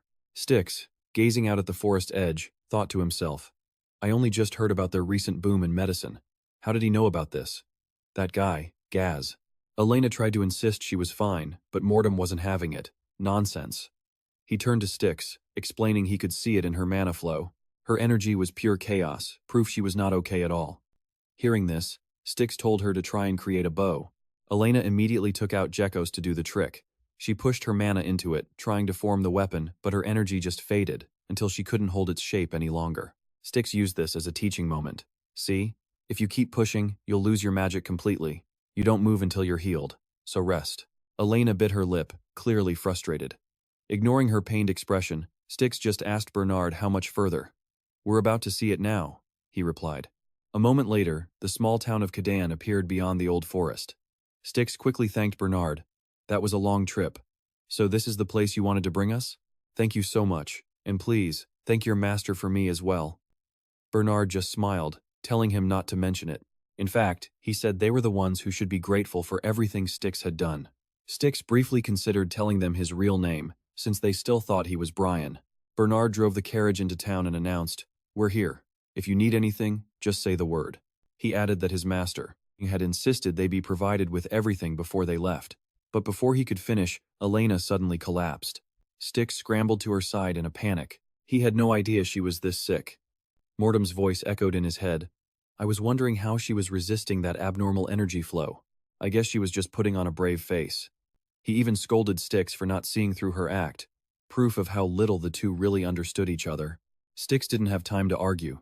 He jumped from the carriage, shouting at Bernard to stop and wait right there as he bolted into town. I'm going to buy some medicine or herbs. As he ran, his mind raced. He knew regular medicine wouldn't be enough to fix her mana flow, but surely, there had to be something here that could help, right? This had to be the reason they'd come. After a moment, Styx skidded to a stop. He practically yelled at the shopkeeper, I need a dose of mana recovery potion, but the old man simply said he didn't have any. What do you mean? Styx demanded, his panic rising. Kadan is famous for rare medicines. How can you not have a mana recovery potion? The owner quickly clarified, we have all the usual remedies. But right now, no one in town sells mana recovery potions. Styx couldn't believe what he was hearing. Just then, an old woman stepped in from the side. Sorry to bother you, young man, but this is a peaceful town. There's no need to shout, she sighed. I understand your surprise, given our reputation. But he's telling the truth. She explained that the key ingredient, a flower known as the deceitful bloom, only grows on a nearby mountaintop, and now, no one can get up there anymore. For the last few months, every person who has gone searching for the flower has come back completely empty-handed. But this gave Styx a spark of hope. So if I get the flower, he asked, can you make the potion for me? The shopkeeper replied, Of course, but how do you plan on doing that? It's easier said than done. The old woman also tried to discourage him, saying it was a fool's errand. He wasn't listening anymore. He just grabbed his sword and walked away, a look of pure determination on his face. Just you wait. I'll be back. Before long, Stake was deep inside the forest. He kept replaying their words in his head, wondering if someone had wiped the town's memories. He even asked Motam if he knew anything, but his companion just shot back. If no one remembers, how would I know? As they walked, Stake started noticing things about this forest. Caden was full of rare herbs. For the first time, he finally understood what a paradise for a pharmacist could look like. Suddenly, something shot past him from behind. Stake was already on alert, but at that exact moment, his hand snapped to his sword because the strange thing was now blocking his path. The mysterious creature darted back and forth, hiding behind the trees, making scattered rustling sounds. Stake closed his eyes, sensing his opponent was incredibly fast and pretty damn big. It suddenly launched itself from a tree trunk. The moment its sharp legs shot out to impale him, he was already moving. He leaped backward, dodging the killing blow. Stake calmly watched the beast finally reveal itself. He found it strange. The townspeople never mentioned anything like this. He stared at the giant spider and thought, I wasn't expecting to find a Goro Sanner here. How is this possible? The Goro Sanner didn't wait, lunging for a second attack. It swung two venomous pincers straight at him. But Stake, with his insane agility, easily dodged it again. He raised his hand to summon Motam. As green flames flickered to life, he gave the command, Get it! Motam roared. Rising wind, and in a flash, the entire section of the forest behind the beast was utterly obliterated. When the smoke cleared, Stake used his turtle power to absorb the nutrients from the Goro Sanner's corpse. Motam, however, felt its appearance was anything but normal. Stake knew it too. Goro Sanners usually lived in swarms of hundreds. He had no idea where the rest were, and the thought sent a chill down his spine. I know we're just looking for some Jian Lai. But if we don't do something, it's only a matter of time before they destroy that town. He frowned, wondering why nobody had noticed this sooner. Then, Stake's eyes shot wide open. In a blur of motion, he snatched an arrow right out of the air as it flew toward his head. A system notification popped up. Auto. Reflect skill activated, capable of deflecting low to mid-tier projectiles. He roared into the darkness. You'd better answer me before I blow you away. Who are you? Hiding behind a tree, Sit was in disbelief. How in the hell did he catch an arrow with his bare hands? This guy is dangerous. Stake's patience ran out. He raised his hand. Answer me now. With a flick of his finger, he shot a powerful blast of wind that shattered the tree trunk and slammed the hidden attacker to the ground. He pointed his sword at the stranger's face and ordered, Look at me. But when he saw the face, Stake froze. An elf? He muttered in total shock. Sit, however, was furious, his face twisted in anger that a being he saw as inferior could defeat him. Stake just sighed.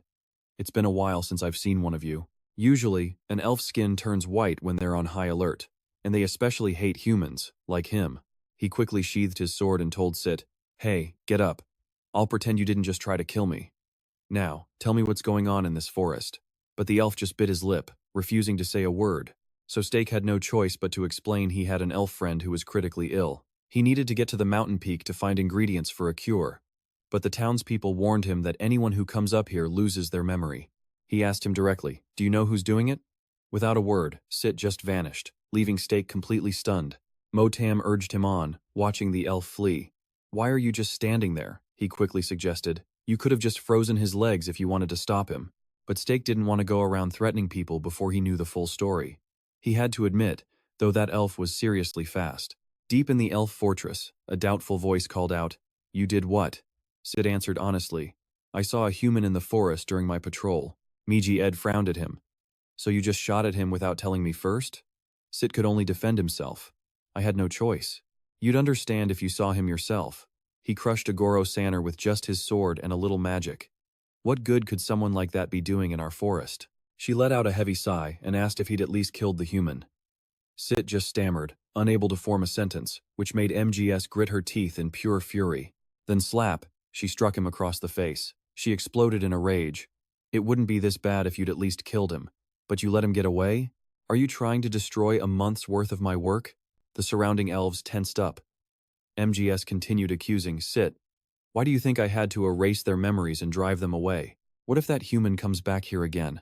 Suddenly, another voice cut through the tension. The entire group froze, their eyes wide with shock at the intruder. Steak was casually cleaning his ear as he prompted MGS. Go on, tell me why you've been wiping everyone's memories. But they were all too stunned to speak. He just smirked. What's wrong, cat, got your tongue? MGS was the first to react. Quick as lightning, she swiped her hand through the air. A system notification appeared. Skill Wind Blade, which creates a sharp blade of wind in the user's hand. She didn't hesitate, launching it straight at Steak. But he just watched it come, calmly remarking, You elves sure are hot-headed. Steak calmly tracked her movements. Then, in one fluid motion, he sidestepped her attack and grabbed her wrist. Right then, she yelled an order to the other elves. Shoot! They immediately unleashed a volley of arrows at him. Steak just casually closed his eyes and whispered a spell. Reverse wind. A powerful gust of wind erupted out of nowhere, blowing all the arrows back. Sit stared in horror. What the hell? MGS was just as panicked, wondering how he could possibly do that. Steak's voice turned serious. You're never going to beat me, so listen up. He then pointed towards Sit, who was still standing there, to show he didn't come here to hurt them. He added, I won't do anything if you just answer my questions. Why are you making this so complicated? She could only explain. He doesn't speak the human language. So how could he possibly answer you when he has no idea what you're saying? Motam couldn't help but tease him. You were basically talking to a wall. Miji rubbed her wrist where he'd grabbed it and asked, What do you mean? Aren't you an assassin sent by the humans to kill us? He just held up his hands, completely exasperated. If I wanted to kill you, this entire building would be a crater by now. Anyway, now you know I'm here. And apparently, no one understood a word I said before. Let's start over. Some time passed. After hearing Miji's story, Steck finally understood the situation, letting out a heavy sigh. A human being friends with an elf was hard enough to believe, but she was even more curious about the identity of his elven friend. He spoke a single name, Elena. He repeated it for emphasis, Elena. But hearing that name, the elves had a massive reaction. Steck was baffled by their looks of disbelief. You know her? Miji's got even more intense. Wait, let me get this straight. Your sick friend is Elena? What happened? Was she attacked? He stammered, unable to respond. She just pushed herself too hard. Of course, he couldn't admit her illness was because of him, so he quickly changed the subject. Anyway, can you answer my question now? His hand secretly drifted towards the hilt of his sword, demanding why she'd erased the villagers' memories. Miji's backed away in fear, quickly explaining, Don't misunderstand. We never attack unless we're threatened. We're just defending ourselves from intruders. Steck shot a sneaky glance over at Suit, a silent counter to her claim. She made a mental note to teach the kid a lesson later, then softened her tone, insisting the elves here meant no harm. They just didn't want anyone near the mountain because of the monsters living there. It finally clicked for Steck. The rest of the monsters were still here, and the elves were protecting the townspeople. Realizing this, he rushed to the window to leave. All right, I'll trust you. By the way, I'm in a hurry, so I have to go. Miji saw this and cried out in alarm. You're going to fight the monsters? Are you out of your mind? Steck just smirked. Didn't your scout already tell you? Those spiders are nothing to me. And with that, he leaped straight out the window, casually calling out a see ya later. The elves were completely stunned by his move. Suddenly, Miji's realized this was a golden opportunity. Another elf looked at her, confused. What do you mean, Miji's? We can't let anyone near that cave, or our plan will fail. But she saw it differently. Think about it. We can't keep them away forever. I'm going with him. She gripped her dagger, convinced that if they didn't kill the Gorasaners, it was only a matter of time before the monsters devoured the villagers, and them too. Miji's grabbed Suit by the collar and dragged him along, causing him to panic. What? Me too? She turned towards the forest, ordering the others to guard the area. Meanwhile, Steck was wandering through the woods, feeling countless eyes locked onto him. Gorasaners. He scanned the area, wondering to himself, shouldn't I have seen a few spiders by now? Then bam! A Gorasaner dove from the trees, launching an ambush, but it was no use. Steck skewered it right through the head with one clean thrust. He then used Motam's whirlwind technique, blasting the creature into nothing but chunks of falling meat. He used a reverse wind to blow the remains away.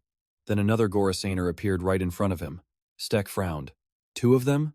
These must be strays. Why are they alone? The monster suddenly spat a stream of venom from its mouth. He instantly recognized it as acid and leaped high into the air. But the creature followed up, raising its sharp leg to strike. In that critical moment, a strange light suddenly flashed from a nearby bush.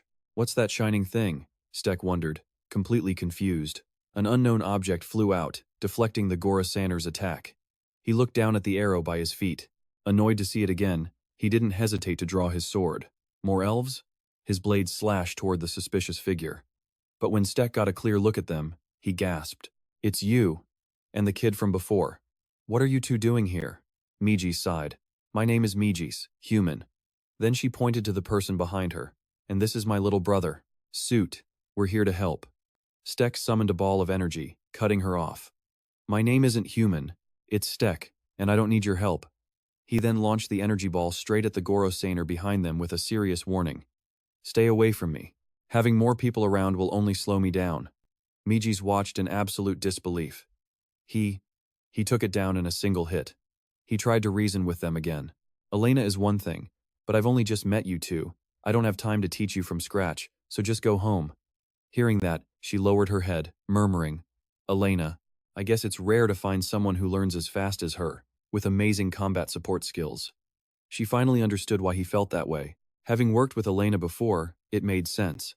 Mijis pointed up at a waterfall, telling him the Gorosaners had built a nest in the flower garden he was heading for, right at the mountain's peak. She admitted Stek was strong, but she didn't believe he could defeat an entire Gorosaner nest by himself, not without destroying the precious Janlai flowers in that garden. Acting completely unbothered, he used his cursed devour ability, absorbing life force from the dead Gorosaner. As he worked, he asked her, "So, how exactly do you plan on helping me?" Mijis tried to hide her horror at watching him absorb the monster and replied, "We'll let you fight the Gorosaners. And while you're fighting, we'll go get the Janlai flowers." Stek was actually pretty satisfied with that plan. At the same time, his mana surged from the effects of Cursed Devour. Mijis admitted she was surprised. She'd never met a human who didn't hate elves like him. Then she got curious. "Is that why Elena travels with you? How did you two meet?" He didn't feel like answering. "You ask a lot of questions. It's a long story. If you want to know, you can ask Elena when she's better. What about you? Why are you helping me? Is it because of Elena?" She looked down, her voice tinged with sadness. "That's not the only reason."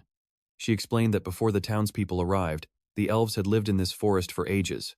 But when the Gorosaners invaded, their lives were turned upside down. Each monster was powerful, and they completely overwhelmed the elves, so they decided to starve them out.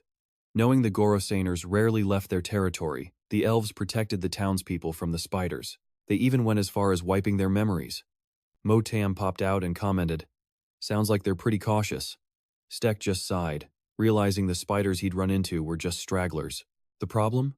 Starving monsters. Mijis knew the plan wasn't perfect, but it was all they had. And right when they were stressing out, wondering what would happen if the things got too hungry, he showed up. Just like that. So for her, he was the only hope of getting out of this mess. The three of them stepped one by one into the den of the Gorosaners. Stek's sword flared blue with mana as he cut a path through the horde. Right beside him, Mijis used her windcutter skill for support. With a dagger in one hand, she sliced through the thick webs covering the cave. But soon, Stek started showing signs of fatigue. Meanwhile, Midas was busy slicing through the thick webs. But Status? He was getting impatient. "Seriously? This place is nothing but damn spider webs." Then, out of nowhere, a Grosana dropped from above. Two massive pincers came crashing down right at his head. Midas screamed a warning, "Look out!" Her hands shot up, already casting a skill. Her spell, Stone Pierce, erupted from the ground. A massive rock spike impaled the Grosana, shattering it instantly. Status glanced back, completely stunned by the display. "You're a mage?" Midas answered, catching her breath. "It uses a ton of mana, so I save it for emergencies. It's not something I can spam in a long fight." Hearing that, he just frowned and nodded. "Got it. Not very effective against these kinds of numbers," he pointed out. And just as he said it, crash! A Grosana burst through the wall right behind her. Meaty spun around in terror. Suddenly, zap! A bolt of lightning shot past them, hitting the monster dead on. The Grosana seized up, completely paralyzed. Status didn't waste a second. He charged forward, sword in hand, unleashing his special move, Gale. The creature was instantly torn to shreds. After taking it down, Status finally looked toward the source of that blue lightning. The one who cast it? Sid. Sid was still panicking, worried he'd just gotten in the way. But then he heard Status's voice. "Hey, kid, you're surprisingly useful." Midas didn't disagree. "I'm glad to hear that," she added. "Yeah, the kid's got talent," he thought, "even if he's a total lightweight." Stretching his muscles, Status proposed. You two clearly have some fighting experience. So, can we pick up the pace? He didn't even wait for an answer, just added a warning. Protect yourselves. Then he unleashed a fireball spell, lighting up the entire cliff they were on. Boom! A massive violent explosion he created tore through a whole section of the forest, and from within the smoke and flames, 3 figures shot out. Midas was furious, yelling at him, "Hey, you almost killed us back there." He just shrugged it off, saying he didn't want to waste time and they seemed strong enough. Status looked down below. By the way, is this the spot? He was a little let down. He'd been expecting some epic garden at the summit, not this ugly mound of dirt. The sound of Grossana footsteps grew louder. He sighed, speaking to the unseen enemies. "So, you've been hiding, have you?" And just like that, a horde of Grossana swarmed out, completely surrounding them. A whole pack of them, at least 10, started closing in. Status just smirked. Damn, this place is crawling with them. Sid, sweating bullets, turned to Midas. "Should we fall back? Say one more word and I'll knock you out myself," Midas snapped. Status cut them off. "Hey, quit bickering and look. That's the Venli flower, isn't it?" "It is," Midas confirmed, "but getting to it looks tough." A dangerous look crossed Status's face. "All right then. You two get the flower, I'll handle the rest." Then, a menacing purple energy exploded from Status. A system window popped up. Skill activated Cursed Aura. The Cursed Cloak skill wrapped him in dark energy, weakening every enemy nearby. Motam's voice echoed, "You haven't used this since that last time, have you? It costs less to use now, and it's easier to control. I upgraded and optimized it for you." Status wondered aloud, "Is this because of that dark artifact?" "Probably," Motam replied. "Well, I'm not complaining," he said with a grin. Then he launched himself into the air with incredible force. Medes watched, stunned, thinking, how can he possibly wield that much dark energy? Down below, the Grossana roared.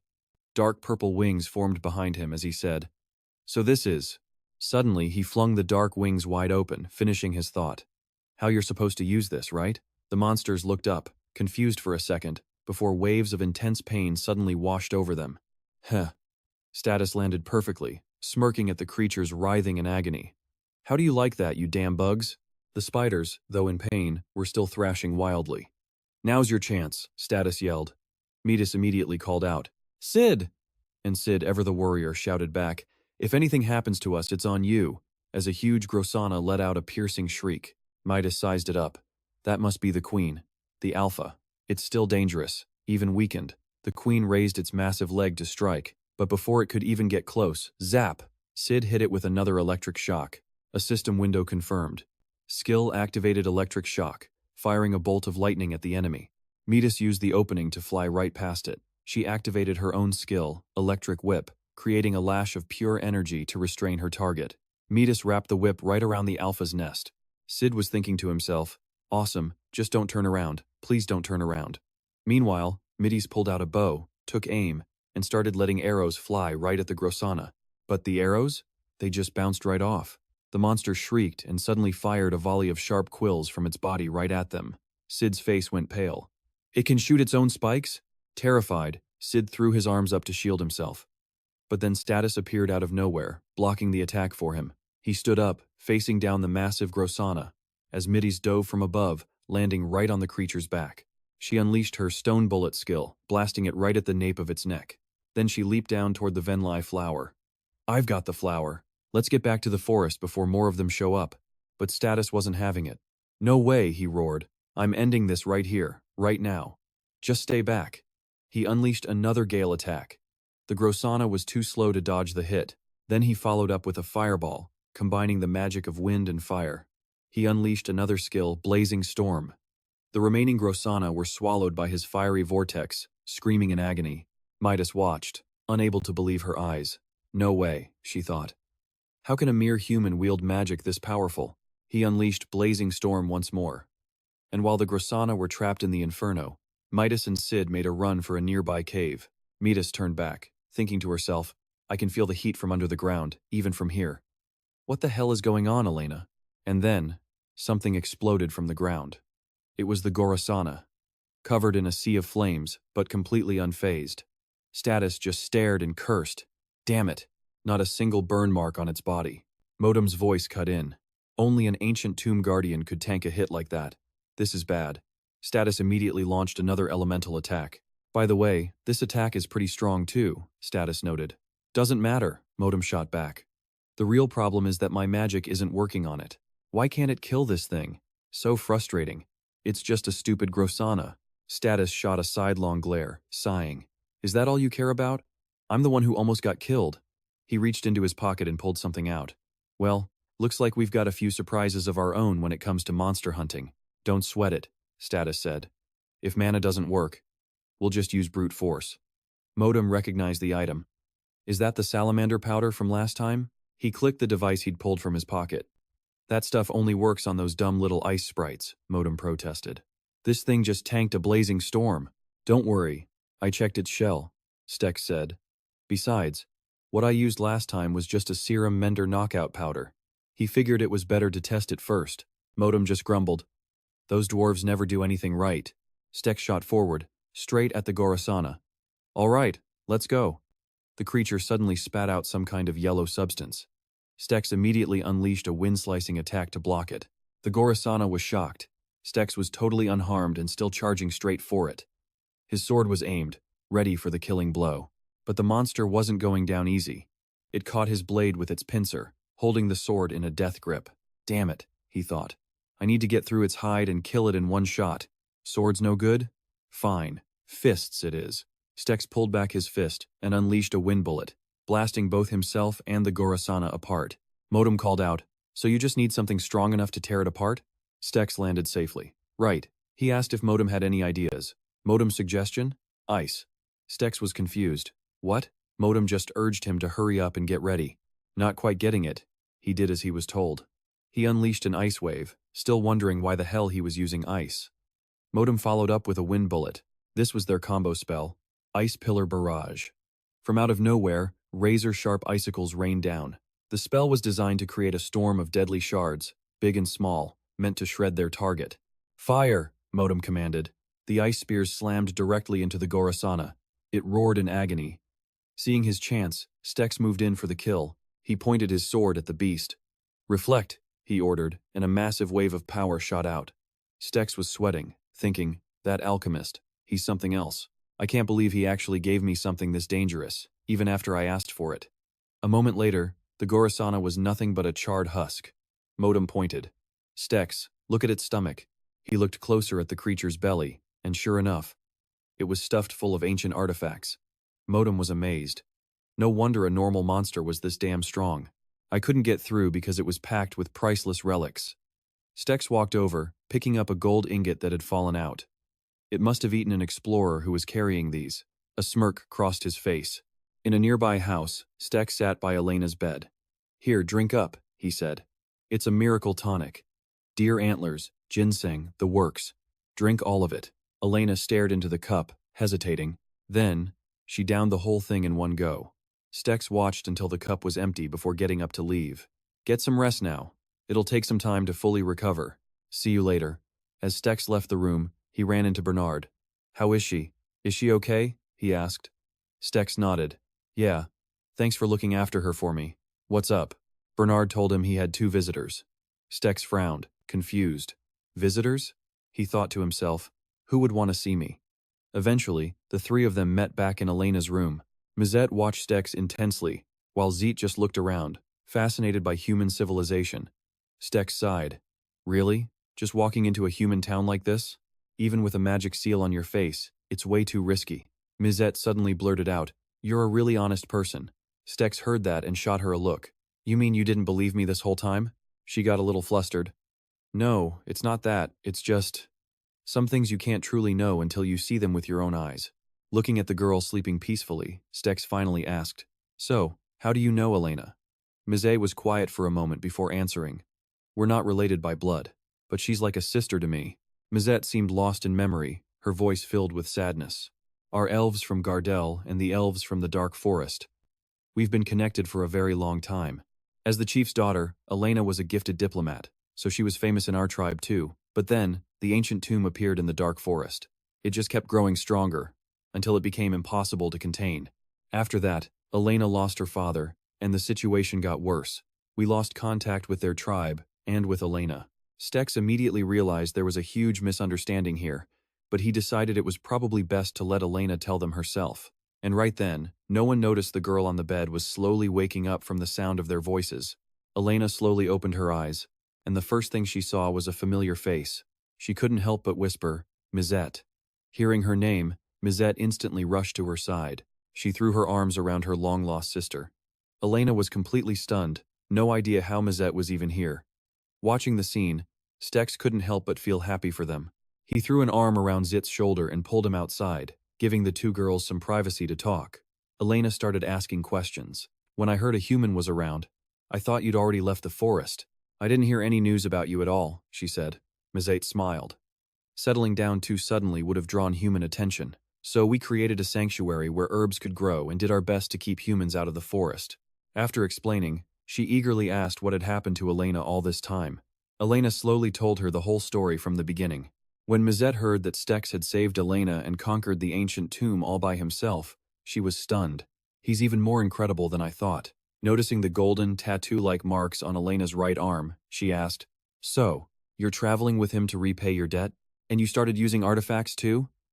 Elena looked away, embarrassed, mumbling something unclear. Seeing that, Mizette understood everything. Ah, so spring had finally come for her dear sister. Suddenly, the room erupted with Mizette's loud laughter, leaving the two guys outside completely baffled. She laughed, thinking her little brother was probably freaking out right now. And sure enough, Sheet, sitting outside, had no idea what was going on. But his instincts were telling him he did not like this Stex guy one bit. Mizette, on the other hand, was thrilled. Not only was Elena safe, but the guy she liked seemed to be a trustworthy person. With her worries gone, she started packing, getting ready to leave. Elena was still red-faced from her sister's over-the-top excitement. After saying their goodbyes, Mizette opened the door. Stex was a little surprised. He figured two friends who hadn't seen each other in ages would have a lot more to talk about. But then Mizette's tone turned serious. "Please, promise me you won't let anything bad happen to Elena while she's repaying her debt to you." Stex just sighed. "Elena doesn't owe me anything. If she wants to leave, I won't stop her." His completely calm expression made Mizette a little nervous. She wondered, how are these two going to figure things out if he's this dense? Or is he just pretending not to know? But she didn't let it show. She just asked about their travel plans, only to find out Stex hadn't decided yet. Mizette quickly warned him not to go north, saying the situation there wasn't good. Stex heard her and made a mental note. 2 days later, he and Elena said their goodbyes to Bernard, asking him to say hi to Gazelle for them. Elena was curious about his plan. "So, another tomb?" she asked. He flashed a sly grin. "Nope. I'm tired of tombs. This time, we're going to Barden Bay." She immediately had questions. "A human port city? We could get into serious trouble if anyone recognizes us." Stex's voice was firm. "We still have to go. There's someone very important in Barden Bay. Someone essential to my future plans." Meanwhile, in a house in that very city, a young man with a scar. A man with a massive scar on his right cheek stares down at a piece of paper. It's a wanted poster for Stark Bounty. 400 chromes. He stabs a knife straight through it, pinning it to the ground. A cold aura just seems to radiate off him. His eyes, bloodshot with pure hatred, fixate on the face on the poster as he mutters, "Cowardly, traitor. I will find you." Meanwhile, on the northern front, a soldier screams, "Attack!" and the others roar in response. We have to stop them from breaking the front line. They unleash a volley of cannon fire at the monstrous creature ahead, trying to halt its advance. This thing is massive. It's got a horned head, glowing red eyes, and a roar that is absolutely terrifying. But those cannonballs? They didn't even make it flinch. The creature swings its massive right arm, ready to bring down a crushing blow on the tiny soldiers scrambling at its feet.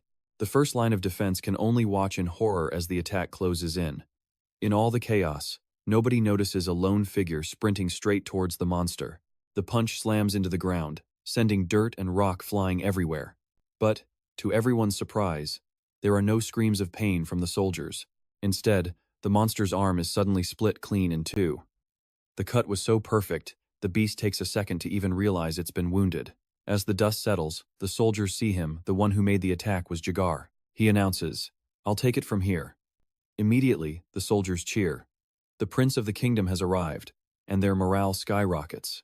A young soldier, amazed by Jagar's attack, can't help but ask, "Is he using magic?" The man next to him replies, "It's not that simple. Just watch closely." That's the prince's personal combat artifact. Its name is Gomeza. Right now, Jaeger is gripping his sword, gathering energy for his next attack.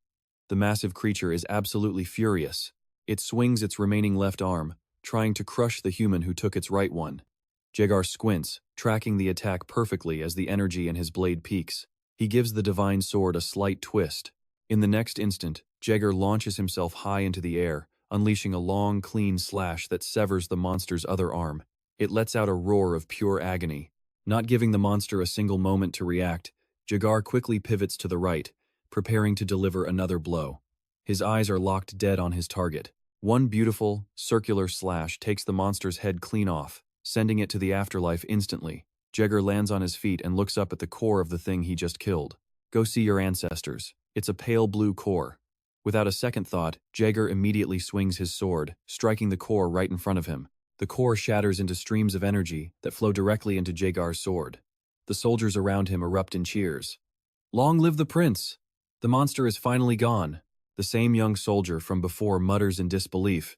Did he just absorb its core? He stares curiously at the artifact on the sword, as even Jaeger thinks to himself, I've never seen an artifact like this before.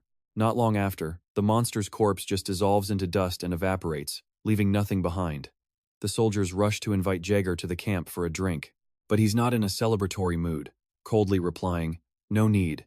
I'm going to rest for a bit. Don't let anyone disturb me. And just like that, night falls on the northern front. In his private tent, Jaeger sits in a corner as streams of dark energy swirl around him. He's gritting his teeth, holding back groans as sweat pours down his face like rain. For some reason, even though he isn't fighting, he's still gripping his sword tightly. Jaeger's face is twisted in pain, his body trembling slightly.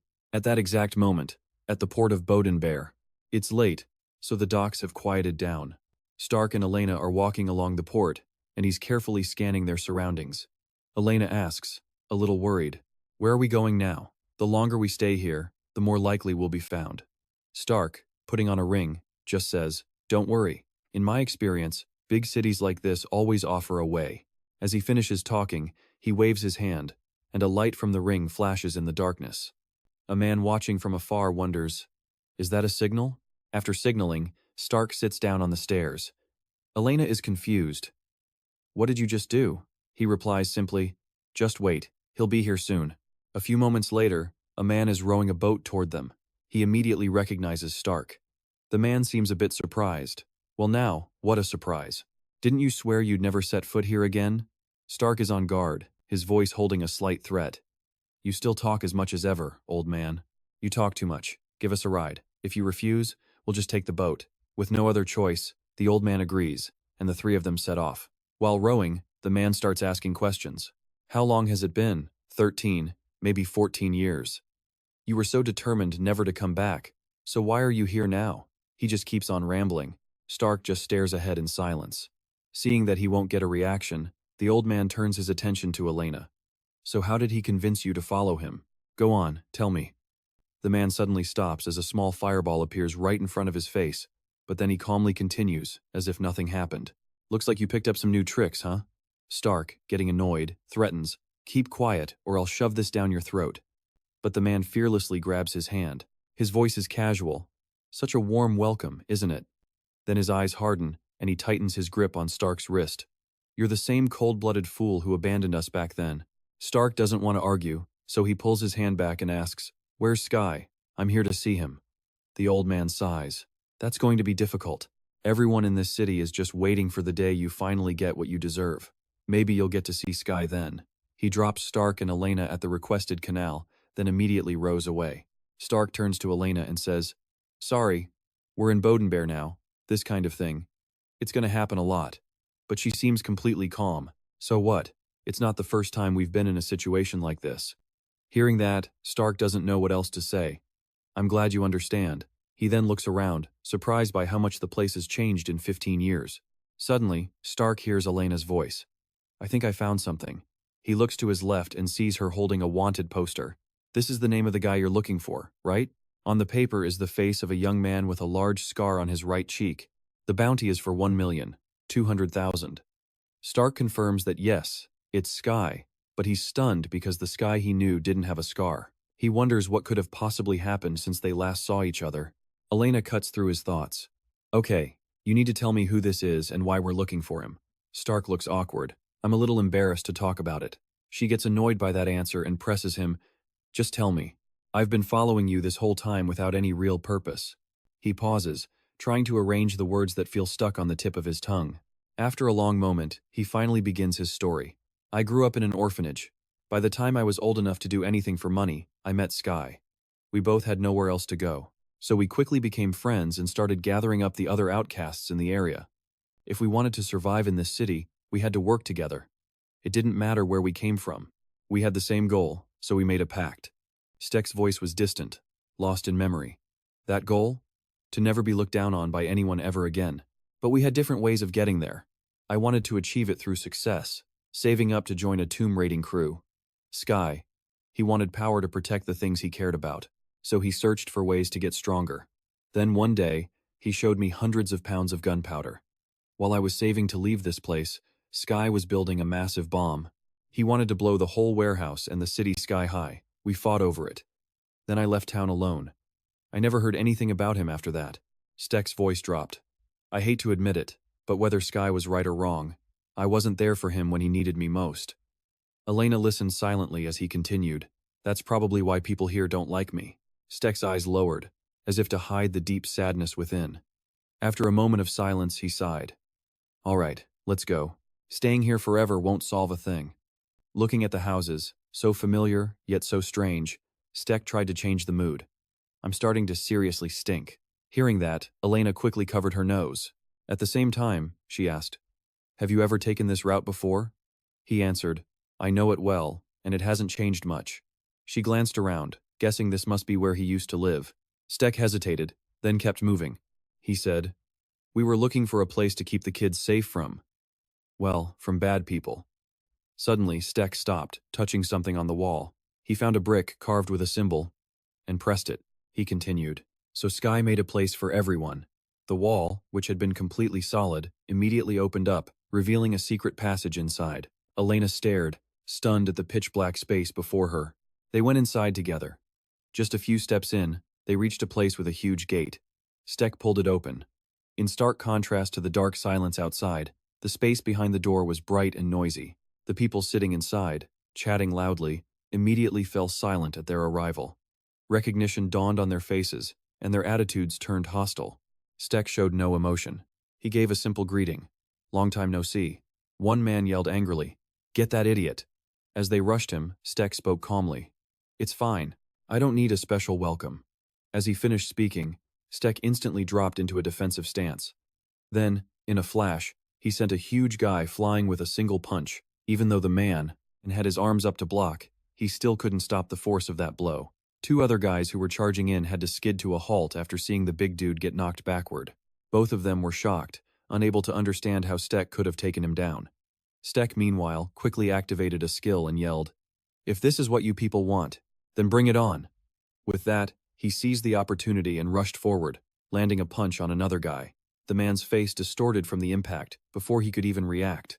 Immediately after, Stek swung his right hand, and another guy took a fist to the face. The big dude from before had just managed to get up when he saw Stek launch a kick that sent someone else flying. He broke into a cold sweat, thinking, He's just a tomb raider. How did he get this strong? All the loud crashing and fighting was starting to bother someone. Sky, in his private room. He angrily threw the door open and walked out, rubbing his hands together. I told you guys not to make so much noise when I'm working. But then he froze when he saw the face he hadn't seen in years. Stek also recognized the owner of the voice and paused the fight. Sky Gherkin, wanted, with a bounty of 1.2 million. His past was anything but fortunate. He was born in the central slums of the northern city of Zidlok. His mother's name was Lhasa Sagakin. She was so beautiful, it was hard to believe she came from the slums. Despite being poor, she always had a smile on her face, until, that is, her life was destroyed by a nobleman. A guy who had everything. He got bored and decided to have some fun in the slums. That's when he found Lhasa. And from that nobleman's visit, Sky was born. Despite the difficult circumstances, Sky still had 15 years of his mother's love. The tragedy of his life began when he was 10. He watched with his own eyes as his mother died. Her last words to him were, Run. Sky listened to his mother and started running. He just kept running, never once looking back. Not long after he left the slums, everyone there was massacred. But he wouldn't find out for a few years. When he did, Sky's life began again with a new ideal: revenge. After that, he made a few friends in the Barden Bear slums and formed his own gang. Because of his roots in the underworld, Sky found the man who hired assassins to hunt him and his mother, Duke Marcus Joseph, Sky's own biological father. After discovering his son was living in the slums, the Duke decided to erase that shameful existence. Sky went insane over the animalistic and unjust behavior of the nobles, and his hatred for them grew every day. Then Sky heard the Duke was planning a visit to Barden Bear. He hatched a plan to make himself look like a victim of the explosion, and that was the very reason for the split between him and Steck. The assassination failed. As a result, Sky's group was suppressed by the authorities and placed under strict restrictions. Back in the present, Steck and Sky were meeting again after years of turning their backs on each other. Even though he was 90% sure, Sky still had to ask, "Is it really you?" Steck sensed the hostility from the other side and replied cautiously, "Long time no see, Sky." Suddenly, an impatient voice cut in. "Boss, don't just stand there, do something." But Sky seemed to hardly care. In a bored voice, he said, "Do what?" Another guy urged him on. "He's right, we can't let that traitor escape." Hearing his subordinates speak up one after another, Sky twisted a lock of his hair, finding the whole thing a bit annoying. Steck wasn't sure what he would do, guessing to himself, "Does he want a one-on-one fight?" Suddenly, Sky muttered, "All right, I've thought it through." He immediately pulled out a break-action, double-barreled shotgun and fired. Steck instantly activated his wind cutter skill. He dodged to the right while using the wind to deflect the bullet's path. Seeing the shot only punch a hole in the wall behind Steck instead of through his body, Sky frowned in annoyance. "You shouldn't have been able to dodge that, but it seems you've learned a few new skills." Steck, regaining his balance, shot back angrily. "Is this how you greet someone you haven't seen in years? By shooting them in the face?" Sky just reloaded his shotgun and snarled, "Believe me, I'm thrilled to see you. It brings back memories. But it also pisses me off." He aims his gun at Steck's again. "So I've decided to shoot you first and chat later. Once I put a hole in you, I'll throw a party. A welcoming party for you." Another one warned Stex. "That's no ordinary gun. It'll make more than just a hole." Hearing this, Stex asks Sky, "What the hell did you create now?" Sky doesn't bother answering. He just silently pulls the trigger. Stex instantly leaps up, dodging the bullet. From above, he yells down at Sky, "You stupid fool." His underling quickly gets back up. They regroup, ready to swarm him. But before they can move, one of them gets hit with an arrow. The rest, caught off guard, are struck down one after another. From the distance, a threat. It was Elena. "Don't move," she yelled, her bow drawn tight. "Stay still, or I'll turn every last one of you to gold." Her men were furious, getting held up by some random woman. Some were pissed she appeared out of nowhere. Others were just distracted by her beauty. But Stake? He ignored the grunts below, clasping his hands together to activate a skill. With a flash, he unleashed a wave of ice flowers right at Sky. Sky had no idea what he was up to, but he pulled the trigger anyway, firing his very last bullet.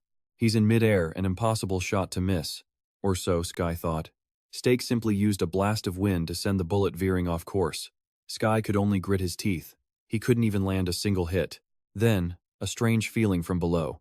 He looked down, and his feet were completely encased in ice. Frozen solid. As he frantically tried to break free, Stake landed silently right in front of him.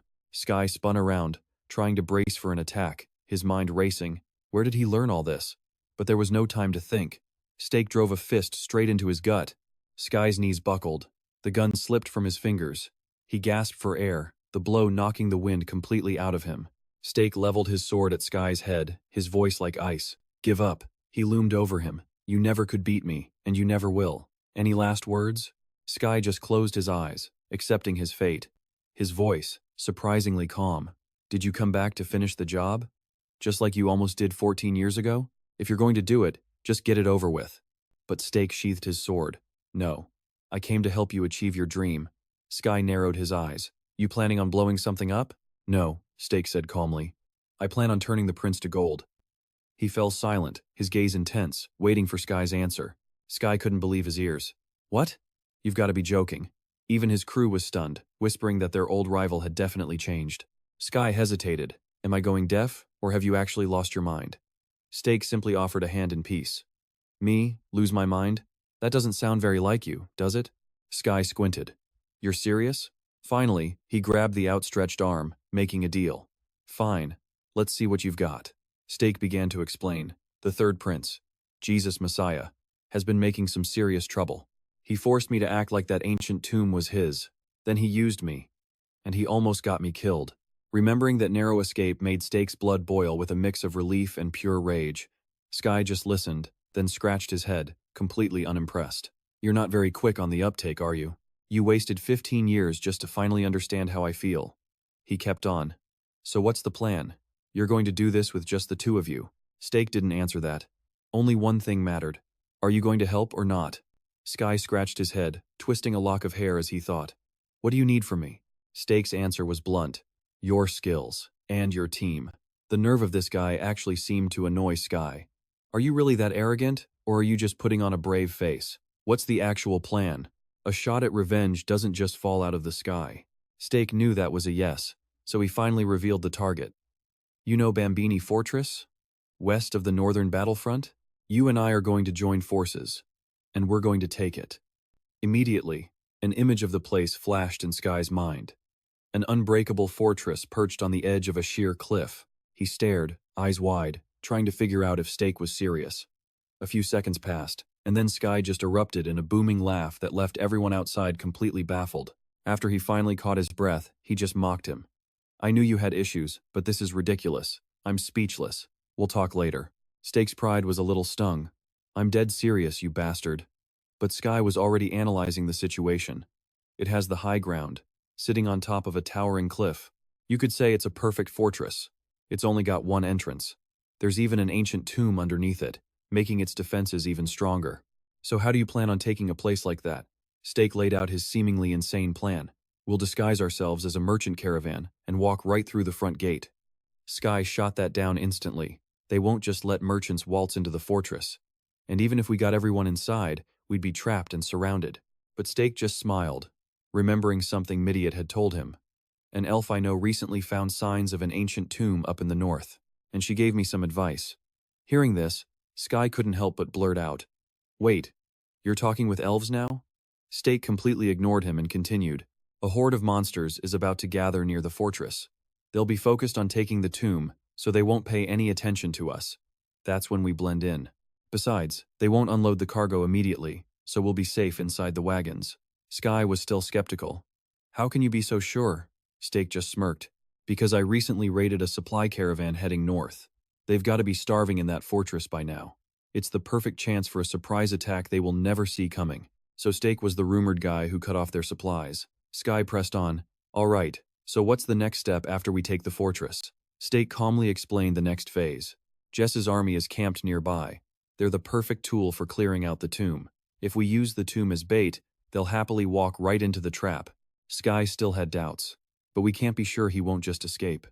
At the mention of the prince, a fire of pure hatred burned in Stake's eyes as he clenched his fist. He declared, When that coward sees my face, he won't be running anywhere.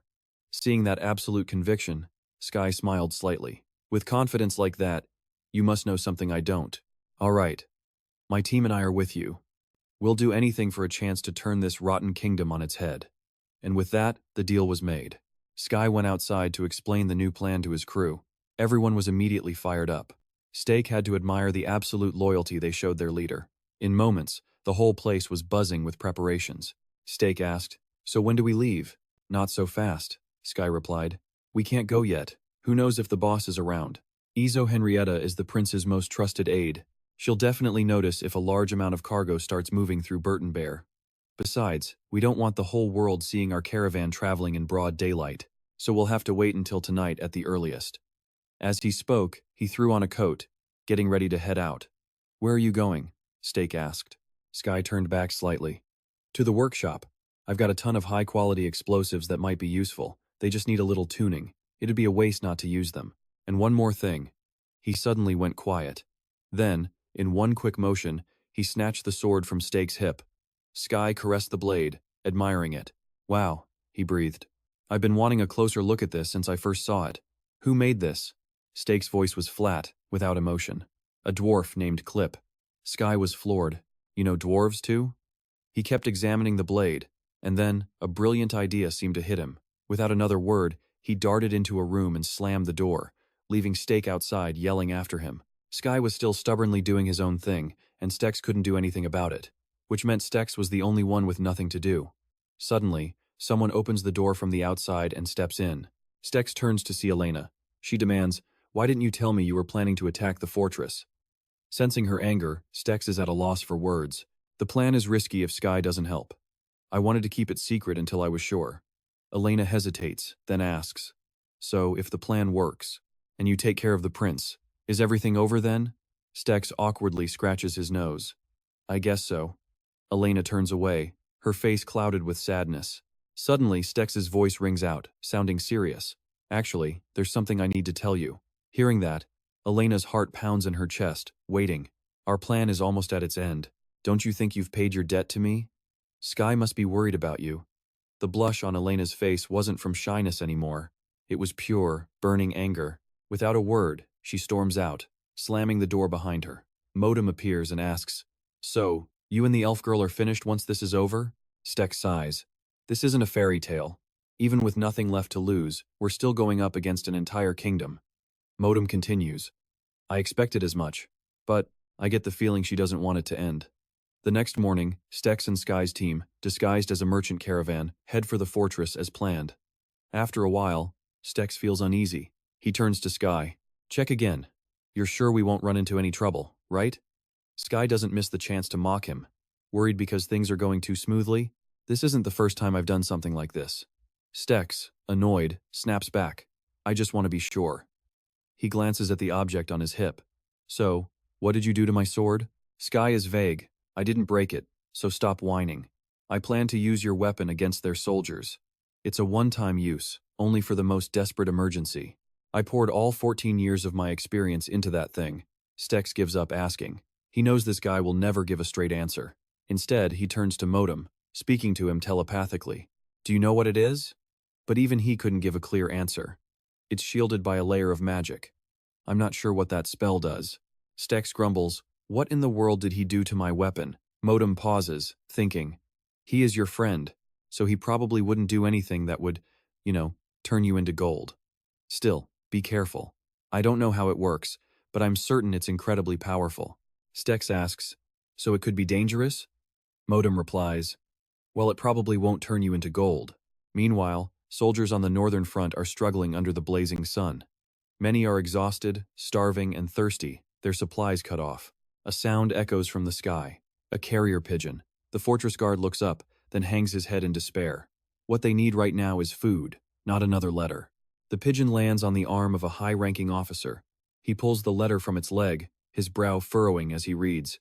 That soldier's name is Angela. After reading, he passes the letter to his subordinate, a man named Nicholas, then turns and shouts, "Everyone, assemble." The other soldiers immediately fall into formation. Angela signals for Lieutenant Nicholas to read the letter. He obeys, his voice loud and clear. "The number of monsters in the Gambini catacombs has reached its limit. We will now select men for the 426th battle and..." Nicholas pauses. He thinks, "I have to tell them the supply caravan has vanished without a trace." But before he could even open his mouth, Angela holds up a hand, silencing him. He speaks instead, "We will select the men later. For now, you are all dismissed." Hearing they have to fight again, the soldiers are completely demoralized. They barely have any strength left. Angela quietly explains to Nicholas. The men are desperate. They don't need to hear more bad news. Then, Angela asks, "How long do you think our reserve food will last?" Nicholas stands there, tense and silent. Angela understands. He doesn't press the issue. He starts giving orders, focusing on the immediate crisis. "I will gather a team and head into the catacombs now. Guard the fortress and handle any problems while I'm gone." Not long after, Stex's caravan approaches the fortress. Sky sticks his head out. "Is that it?" Stex's face turns serious. "Yeah, if we sneak in from an exposed position like this, we'll just draw more attention." Sky takes the chance to tease him again. "Don't be scared, just stick to the plan." Stex snaps. "Who said I'm scared? Get your head back inside." Seeing the caravan, a guard on the wall shouts, "This is Gambini Fortress. Stop and state your name and purpose." Hearing the guard's voice, the soldiers inside the fortress stop what they're doing. They listen intently. Stex calls up from below. We're bringing food and supplies for the fortress, as instructed.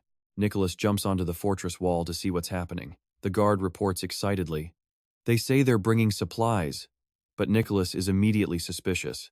How would merchants know about our supply shortage? Stex keeps shouting. We received an urgent order from the Venezia royal family to deliver these goods to you. Everything's been paid for. All you have to do is accept the delivery. Nicholas looks down from above.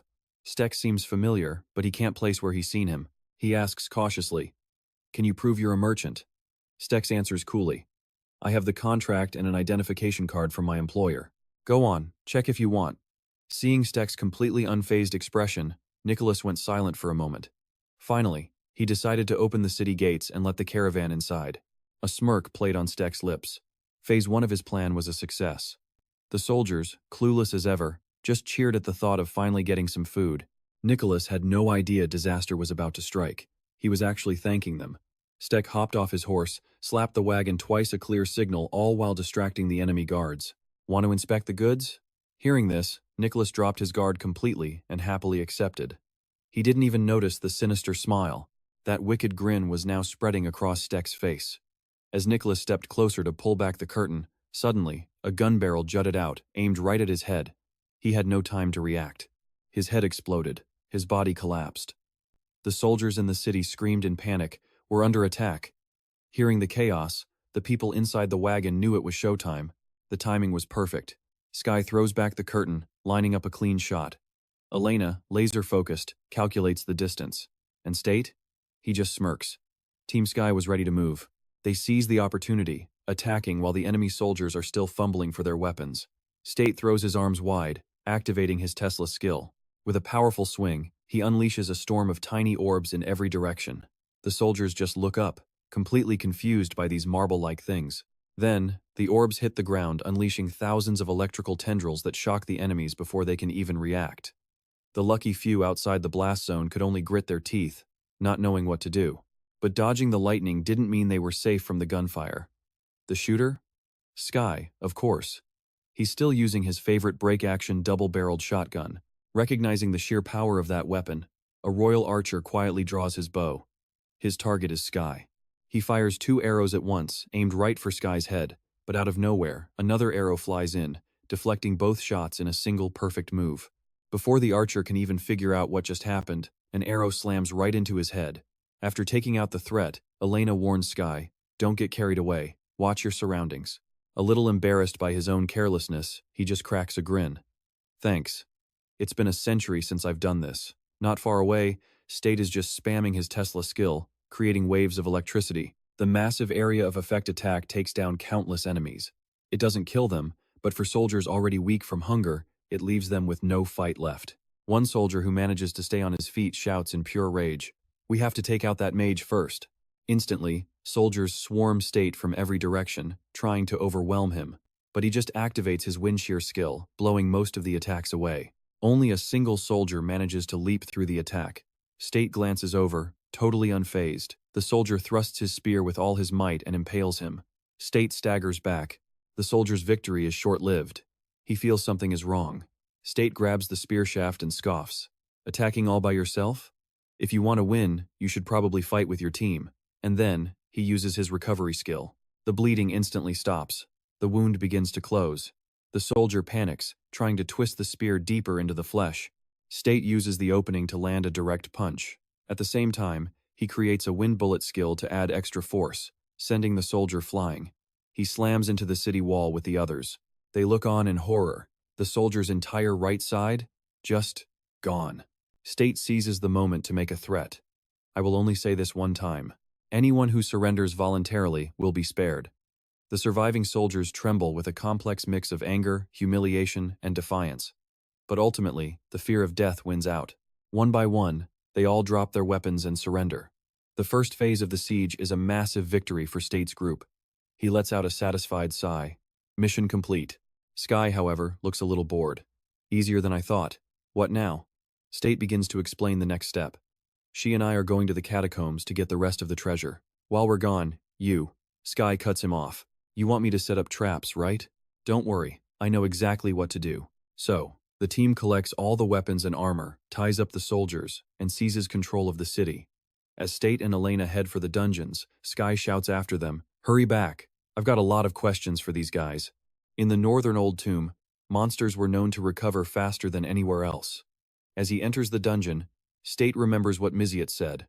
He guesses the artifact in the core of this tomb must be incredibly powerful. Looking at the blood splattered everywhere, his eyes widen in appreciation. Looks like one hell of a battle happened here. Pinching his nose, State thinks to himself, the smell of rot and old blood. It's been a while. Only a special kind of monster could live in a place like this. Suddenly, Elena calls to him. I hear something on the other side of that door. They both look towards the source of the voices. State mutters, probably soldiers hiding out. Let's go check.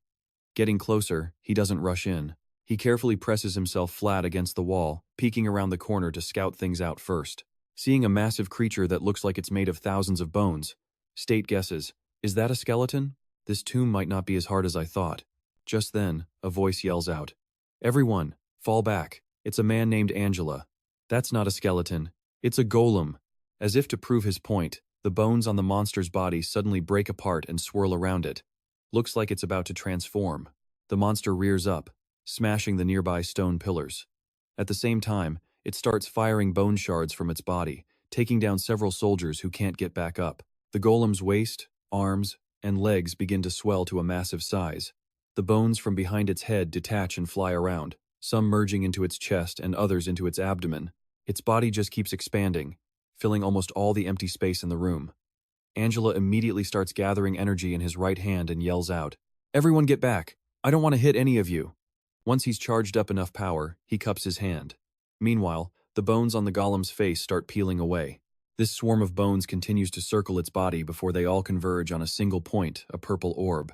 Guessing that's the weak spot, Angela immediately clenches his fist. The orb seems to react to his movement, shattering into a million pieces. Seeing this, the soldiers erupt in cheers, thinking the battle is already over. Angela thinks so too, and turns to order his soldiers to help the wounded. But suddenly, he feels an intense heat right behind him. He whips around, throwing up an arm just in time to block an attack. He growls, his brow furrowed. Who's there? State steps out of the shadows, his right hand still pulsing with energy. Elena's eyes go wide as she whispers, that doesn't look like wind magic. He must be using the artifact. Angela has no idea why there's a stranger here, but he gets a very bad feeling about this. State doesn't care what he's thinking. Let's not drag this out, he says. I don't want to waste time, so I'll just deal with all of you at once. Furious at his arrogance, Angela unleashes an attack that sends State flying. He snarls, you've got some nerve, waltzing into Venezia's treasury.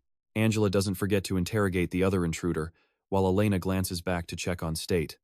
Tell me what you are doing here. Elena doesn't even bother answering, just lets out a little smirk, amused that he thinks he's in control.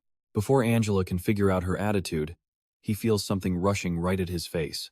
It's State's wind bullet, an attack so powerful it sends him rocketing backward, a perfect payback for what he just did. Pain erupts through his body as he groans, the metallic taste of blood filling his throat. State sounds annoyed. He gave no warning at all. I almost didn't see that coming. Elena warns him. Looks like he's still alive. Wiping a trickle of blood from his mouth, State mutters, this guy might be tough to take down. Elena reminds him. He must have used a teleportation ability. On the other side of the room, Angela begins to eye his opponent with caution. Things just got serious. He tried to teleport out of the blast, but still got sent flying. What kind of magic was that? Meanwhile, Angela was already charging up her right hand again. Gritting his teeth, he knew it. There was no way he could dodge this next one. He was only human. He couldn't survive repeated hits like that. Suddenly, Stek's body was lifted off the ground, completely out of his control. Seeing the danger, Elena immediately drew her bow. 2 arrows flew straight at Angela. Angela was forced to cancel the attack to block the shots. Finally back in control, Stek landed lightly on his feet and praised her. Nice one. Realizing Elena was a problem, the soldiers charged in to overwhelm her. She quickly stowed her bow, cupped her hands, and activated her rising wind skill. In an instant, a massive gale erupted inside the tomb. A storm of dust and sand blinded all the soldiers. Stek was impressed. Now he had the perfect opening to use his own skills. Stek closed his eyes, activating his animal instincts before quickly vanishing from his spot. At this point, the soldiers were still coughing, blindly searching for their enemy. A sudden killing intent washed over them, but they had no time to react. In a single, sweeping slash, Stek sent the entire group to the afterlife. One scream echoed after another. Angela, still recovering, yelled impatiently, "Don't just stand there, get out of the sandstorm." He tried to stand up to help his men, but realized something was very wrong. He looked down. He had no idea when his feet had been completely frozen solid. Angela had no choice but to stay put, on high alert. Was he going to attack from the mist again? Come on, he thought. I'll just use my teleport to see. Before Angela could even finish his strategy, Stek appeared right next to him. Seeing the sword in his hand, Angela panicked. A sword? He's not a mage? Angela desperately threw up a shield around his waist. Stek's blade connected, but it didn't do much. The barrier absorbed most of the damage. At the same time, Angela shattered the ice, trapping his feet with pure force. Stek realized the ice trap he'd set wasn't nearly strong enough. Angela quickly clenched his right fist, channeling even more energy into it for maximum damage. He threw a brutal uppercut, but Stek was faster, dodging with ease. He backed away, creating a safe distance between them. Angela clutched his wound with one hand while forming a massive, blue fist of pure energy with the other. He started ordering his soldiers, "Don't try to fight him head-on." And then, he stopped and looked right at Elena. He was changing targets. She looked up at the attack, with no time to react. "Attack them from a distance," he continued. Then, he launched the punch from afar, knocking her to the ground. Absolutely enraged by that move, Stek instantly charged at Angela. But Angela just used the same old trick, creating another giant hand of pure energy. The hand clamped down hard around Stek, pinning him completely. But luckily, his ring hand was still free. Stek immediately channeled power from Motam, amplifying his strength. A moment later, he shattered Angela's hold and shot forward again. With his lips pressed tight, Stek was determined to teach this guy a lesson. Angela flinched, backing away while thinking to himself, is he fighting with just physical strength? Is this guy even human? They both threw a punch at the exact same time, and the impact sent a shockwave through the entire chamber. Stek immediately followed up with another hit. Seeing it coming, Angela raised his own fist to block. The second punch connected, and even though Stek wasn't charging his attacks, every single blow he landed was just as powerful as Angela's energy-infused fists. The third punch was the same, and so was every punch after that. Stek had completely taken over, pushing Angela back with overwhelming force. Motam cheered him on. "We're stronger. Don't stop. Keep the pressure on." Stek and Angela kept fighting, both sizing each other up. The other soldiers just stared with their jaws on the floor, trying to figure out how to help their commander. But Elena noticed them whispering. An archer drew his bow, aiming for a sneak attack on Stek. Elena moved just as fast, firing her own cheap shot at the enemy leader. Angela felt an arrow coming for him, and Stek sensed one too. He quickly used a blast of wind to knock the arrow off course. Angela tried to block with a shield, but the arrow punched right through it. Stek saw his opening in that split second. He drove his elbow straight into Angela's chest. Then he activated his power-up skill, amplifying the blow. Angela was blasted backward, crashing straight through the stone wall. His eyes rolled back in his head. No idea if he was just knocked out or gone for good. The soldiers were stunned. They couldn't believe their commander had lost. Angela's face was a mess of blood and bruises. Stek glared at the remaining soldiers. "Drop your weapons. Surrender now," or before he could finish, a scream cut him off. The soldiers were shouting, staring at something strange.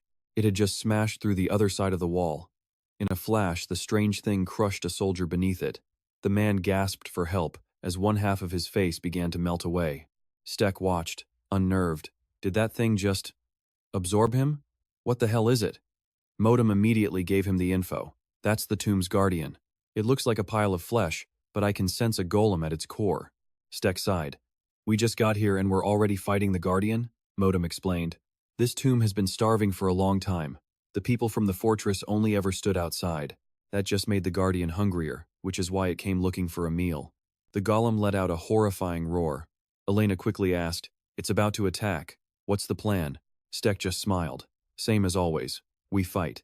He activated his fireball skill, and a torrent of flames shot from his hand like a dragon's breath, instantly burning away part of the golem.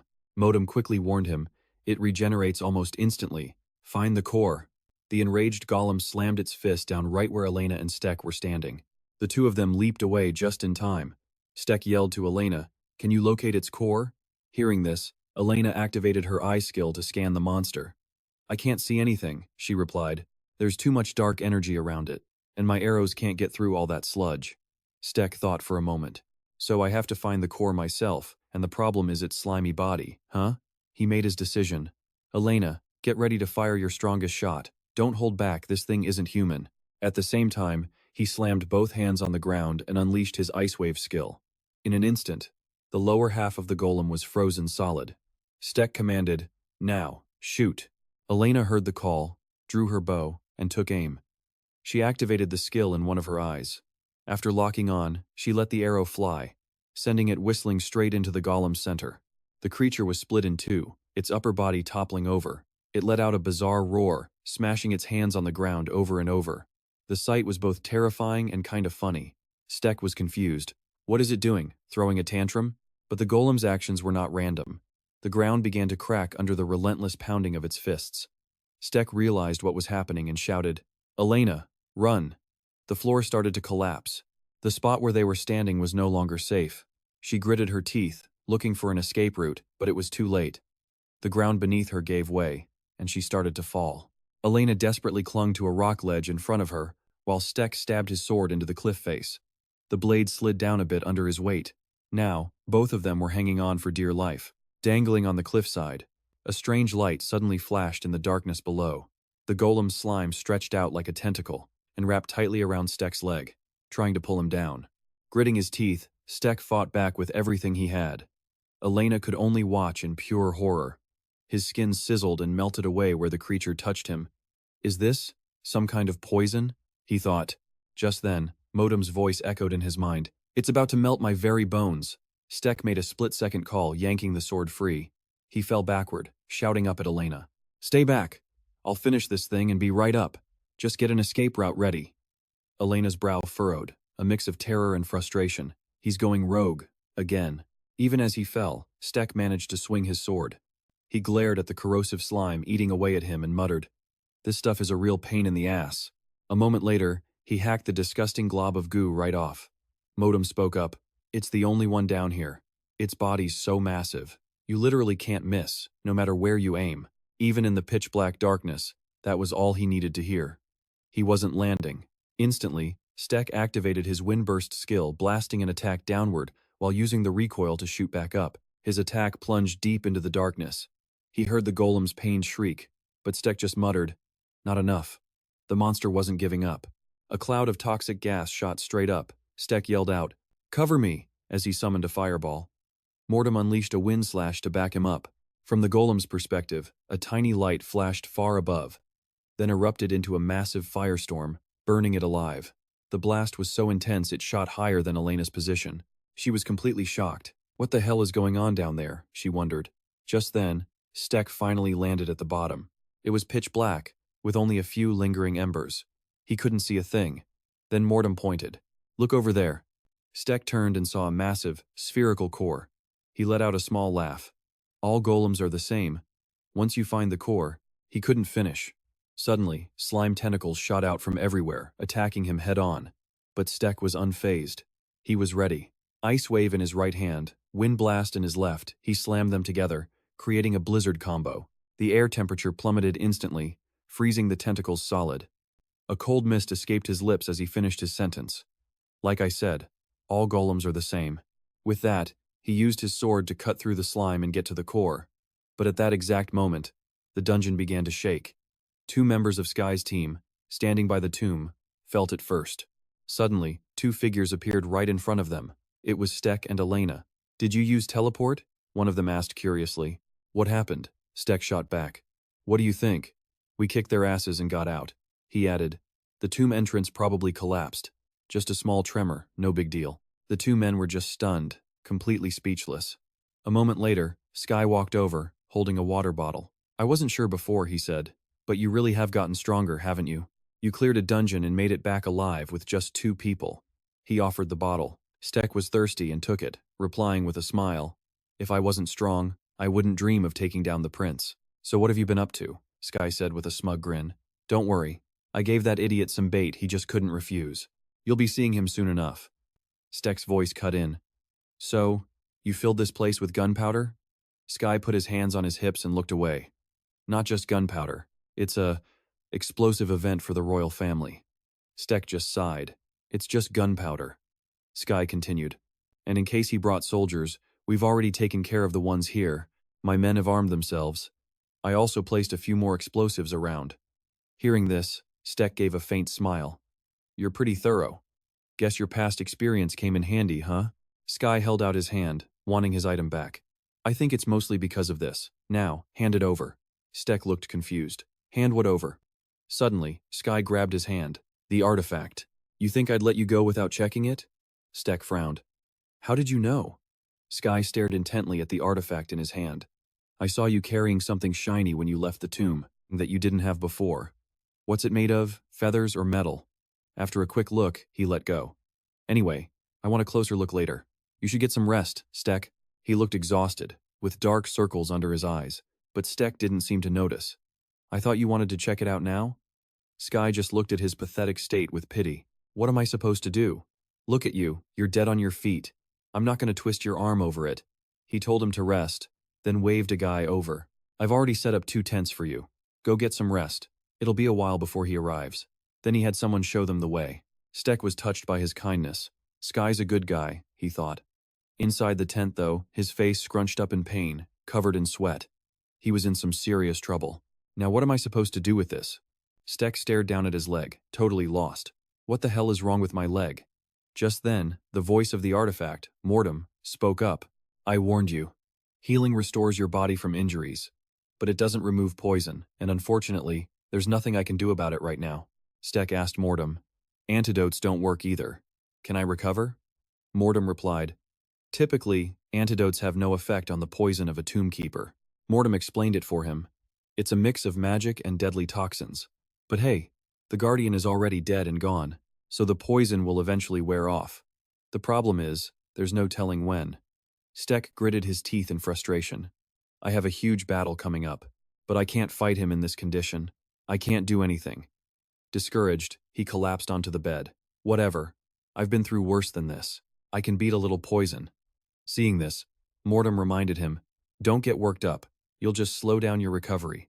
And don't forget, you won't die as long as I'm here. 3 days later, in the desert, Jezot called out to the man beside him. Tell me, Lieutenant. The lieutenant jumped. Yes, sir, Jezot asked. It's hard to believe, but the letter from 3 days ago. It said the entire tomb raiding party was wiped out inside? Jezot frowned, staring ahead. So I'm thinking, if we're too late, how bad do you think the damage will be? The lieutenant replied. As part of the Northern Front, Gambini doesn't just protect the kingdom from invasion, it also keeps the tomb in check. So, if the fortress has fallen, it'll create a massive hole in our northern shield. Hearing this, Jezot's frown deepened into a worried sigh. The lieutenant's face was grim. If a fortress of that level is defeated, countless monsters will invade Benzine territory. Worst case, they could pour into the heart of the kingdom. But there's an even bigger problem, he revealed. If word gets out that the Northern Front has been breached, the northern kingdoms might invade. Jezot's face darkened. You think so too, huh? The lieutenant, afraid he'd misspoken, quickly apologized. My apologies, Your Highness. I didn't mean to question the royal family. Jezot looked serious, but he didn't punish him. It's fine. I'm not looking for someone to blame. Suddenly, a soldier's voice cut through their conversation. Your Highness, I see Gambini. Jezot immediately asked. What's it look like? Is the situation bad? Peering through his spyglass, the soldier reported. The exterior looks fine, sir. Getting the report, Jezot couldn't help but feel a little suspicious. Did we make it in time? Just then, the soldier, on the gate tower, spotted Jezot's party. You made it, Your Highness. We'll open the gate right away, he reported. The prince is here. Open the gates, Jezot called up from below. We received your letter and came to help. Where is the fortress commander? The gatekeeper shouted back in reply. He's fighting monsters in the crypt, sir, but I'm not sure how long he can hold out. Understanding the situation, Kaiser calmly says, Is that so? Then we're moving in, everyone. Just as Kaiser's group was about to move, a soldier ran up to them. Supreme One, you're just in time. If you'd been even a day later, things would have gotten so much worse. But seeing only one man approach, Kaiser grew suspicious. That's strange. Where are the other soldiers? The soldier suddenly tossed a spark of fire and yelled, Watch out! The system flashed. Ignition skill activated. Realizing the danger, Kaiser dodged instantly.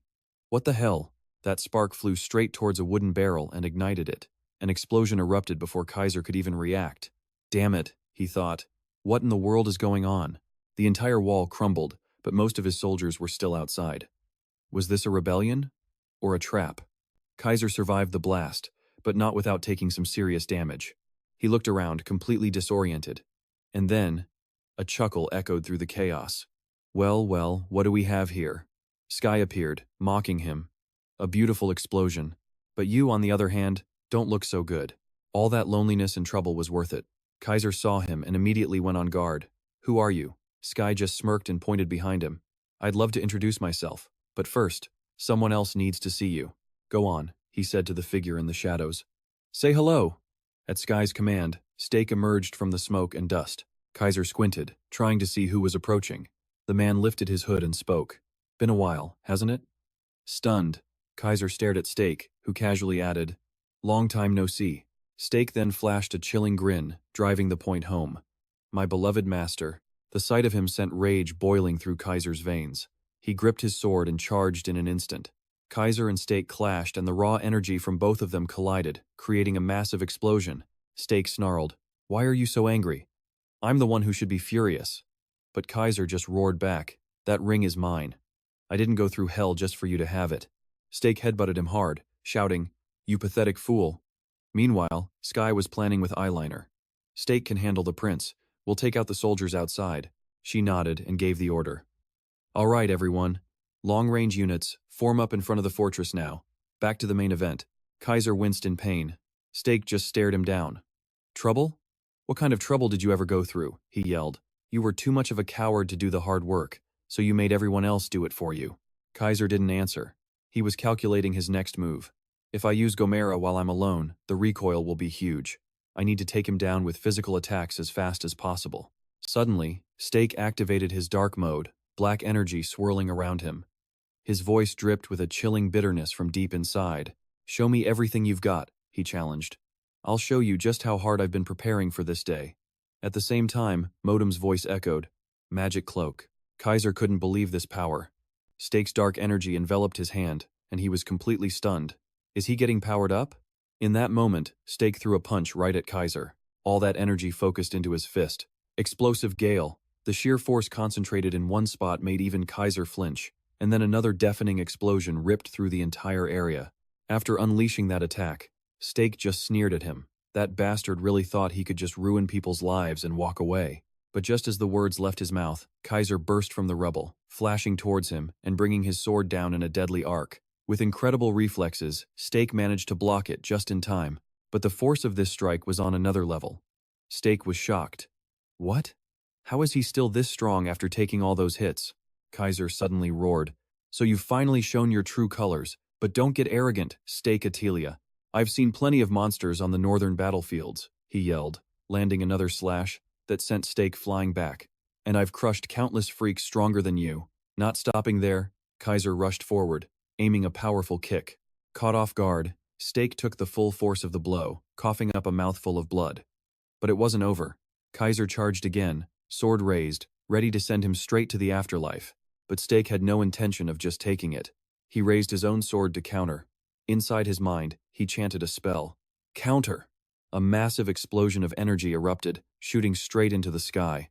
In that single moment, Stake managed to push back Kaiser's artifact, narrowly escaping certain death. Kaiser could only stare in disbelief. How did he push back my artifact with a simple iron sword? Stake leaped back to create distance, but Kaiser wasn't letting him go, jumping right after him a second later. Kaiser appeared right in front of Stake, swinging his sword in a lightning-fast blur. Motam sensed the danger, screaming a warning. Careful! Stake's reflexes were insane as he chanted another spell. Explosive gale! He successfully dodged the Reaper's blade. After that move, Kaiser's hand was trembling from the strain. He gritted his teeth, furious. You've learned a few new tricks, haven't you? And that was the opening. Stake threw two objects in response. Your sword can cut the wind, right? But how about electricity? Two orbs of lightning trapped Kaiser from both sides as Stake raised his hand. A stream of blue electricity shot from his palm. He and Motam yelled in unison, Tesla Arc. In a flash, the orbs unleashed devastating power, zapping Kaiser and making him scream in pure agony. Kaiser was hit with a horrifying amount of damage from Stake's attack, leaving him completely paralyzed. Stake watched his old master get fried by his own electricity. How does it feel? He shouted. That tingling sensation? Now you know how I felt. Even with his flesh burning away, Kaiser was still stubborn. He gripped his greedy sword, desperate to draw out more power. Power. I need more power. And with that sheer force of will, he shattered Stake's technique. Seeing this, Stake was completely stunned. He's still standing? Kaiser. A thick killing aura poured off him as he pointed his sword at Stake.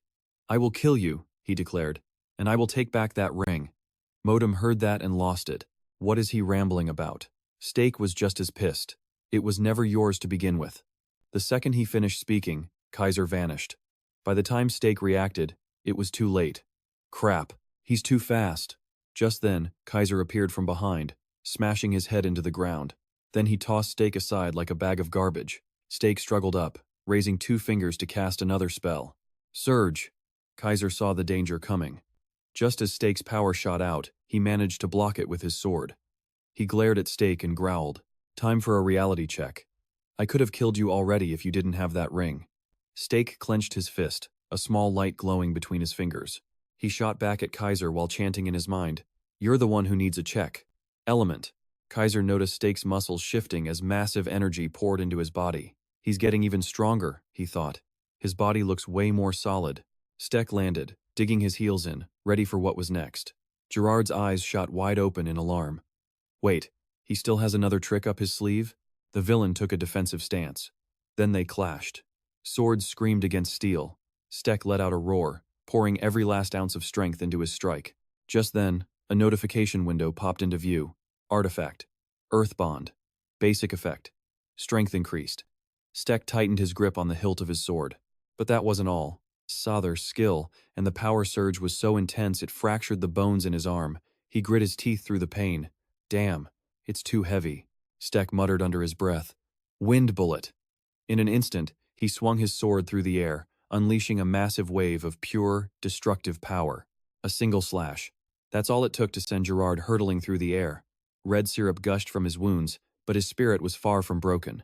No way, damn it all. Crash. He slammed into the ground after taking the full force of Stake's attack. A mocking smirk crossed Stake's face. You call yourself the Prince of Benezia? Pathetic. You really think you can protect the Northern Front? He picked up his weapon again, taunting him. All right then, try and stop this. A few minutes earlier, Archon was leading a magical assault against the fortress walls. He roared at his troops, pour every last drop of magic and physical strength you have into this attack. Instantly, everyone unleashed a storm of magic lightning bolts and fireballs rained down. The barrage slammed into the fortress, startling the 2 guards on watch. The blonde-haired guard on the wall let out a sigh of relief. Man, this fortress is solid. They didn't even leave a scratch. The black-haired man next to him held up a grenade and grinned. And we've got a whole pile of these. I honestly can't remember the last time a job went this smoothly. Suddenly, a massive explosion rocked the ground below. The 2 looked down, a memory clicking into place. Oh right, we have Feta, the master sharpshooter. Seeing Elena down below with her bow, picking off their soldiers, just made them more confident. They don't stand a chance of even reaching us. But wait, what the hell is she shooting at? All of a sudden, Sky turned to the bearded man. Hey, you lose focus in a fight. You get a hole blown through your head. Then he barked the order, keep dropping bombs on them. But just then, a spotter from the watchtower saw something. Boss, we've got company approaching from a distance. A whole group is heading this way. Sky demanded, what do you mean? And through the hazy smoke, a single figure began to emerge. It was Mark. The moment Sky saw him, pure panic set in. He immediately yelled to everyone, assemble the troops, now, they've brought reinforcements. Panic ripped through the ranks. What? Reinforcements? How? As Mark drew closer, a voice shouted out in recognition. It's Mark the Blade, the commander of the Eastern Forces. The blonde soldier started to sweat. You mean, the one they call Unstoppable Mark? A hooded figure nearby turned back, his face a mask of pure terror. Another soldier asked, he's supposed to be in Sentikma. What's he doing here? Sky, terrified, bit his nails. I don't know. This wasn't part of the plan.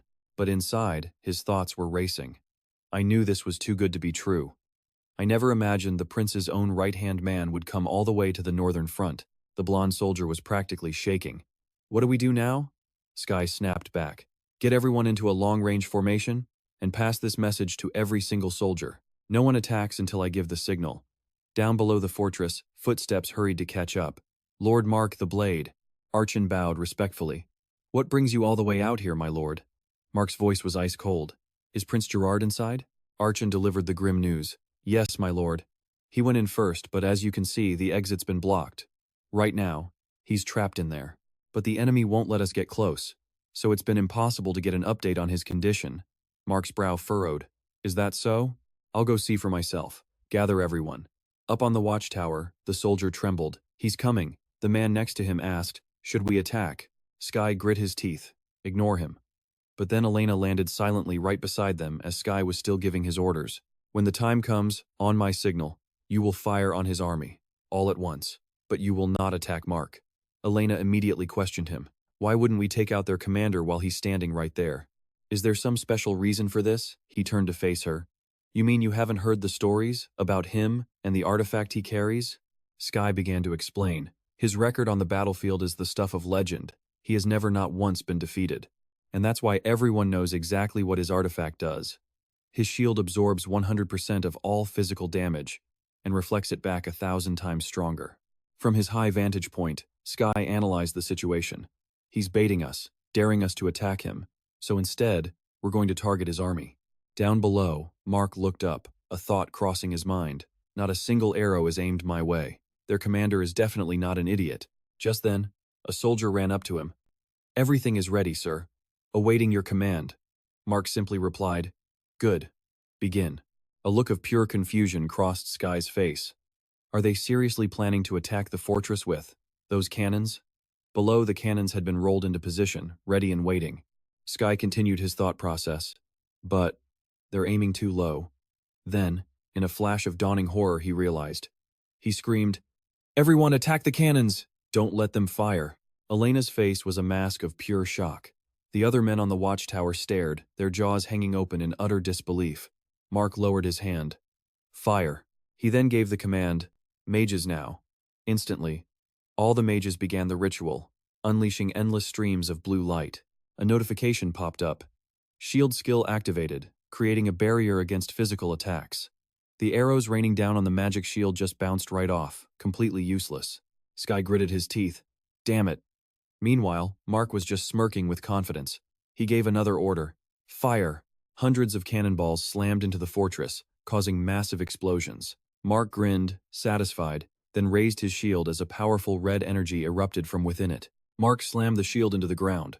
Seeing this, Sky knew something was wrong and muttered, This is bad. A mysterious green energy now flowed from the shield. Mark shouted, Everyone, get away from the wall. Stake was beyond furious, screaming, You're not worthy of the title Prince of Benezia. You think you can handle the northern front?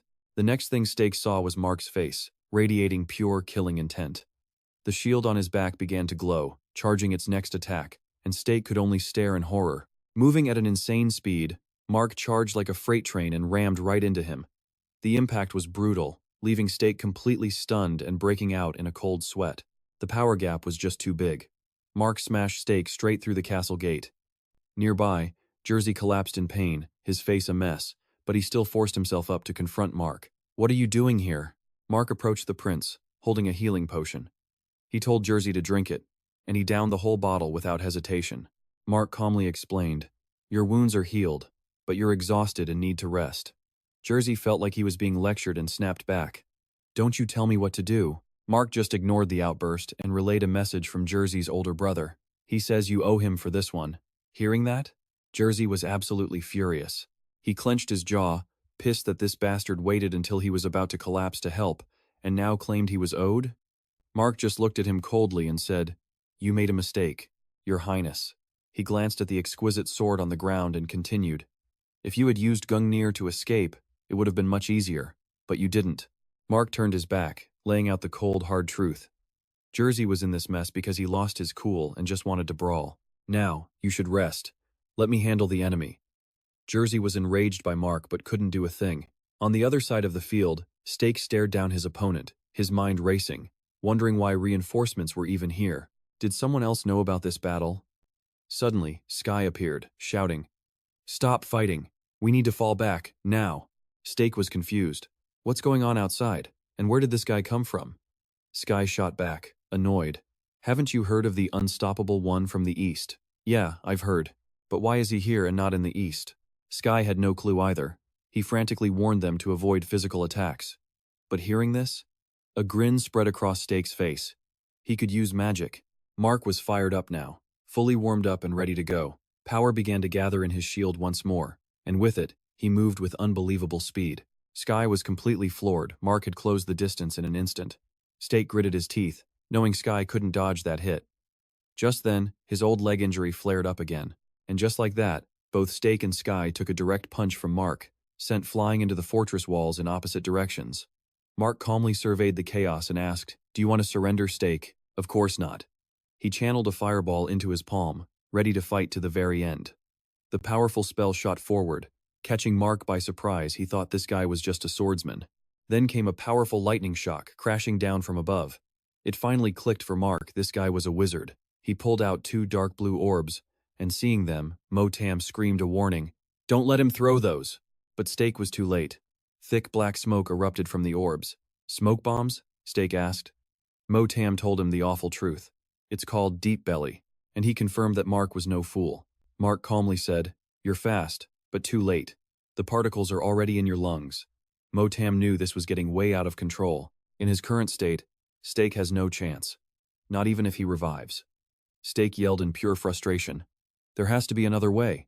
Motam thought for a moment, then declared, "You have to use everything you've got. If you lose here, our entire plan is ruined." Mark, now completely enraged, shot forward like a rocket. Stake took the hit and went flying, coughing up blood. Mark gave him 0 time to recover, and immediately launched his next assault. Mark leaped forward like a savage animal. But then, Stake gave a chilling, defiant smirk that made Mark pause. A voice echoed, "Possession!" A sharp beam of light shot out, but Mark was just fast enough to dodge. And there was Motam, now controlling Sky's body, a gun aimed right at Mark. He scoffed. "Looks like that thing is built for speed, not power." Stake turned, still uneasy seeing Motam use that skill. Motam just snapped, "We'll talk later." As he spoke, Sky's body erupted with a terrifying, demonic aura. He gave the order, "Hold your ground." The battle was getting more intense. A voice in the distance screamed, "Stop them, don't let them breach Mo Fortress." Motam unleashed a barrage of perfect shots. But Mark just blocked them with his arm, completely unharmed. Then, in a flash, he teleported right in front of Motam, whose eyes widened in shock. He threw another decisive punch. Motam dodged just in time, shouting, "I don't know what kind of gear that is, but it's incredibly hard to destroy."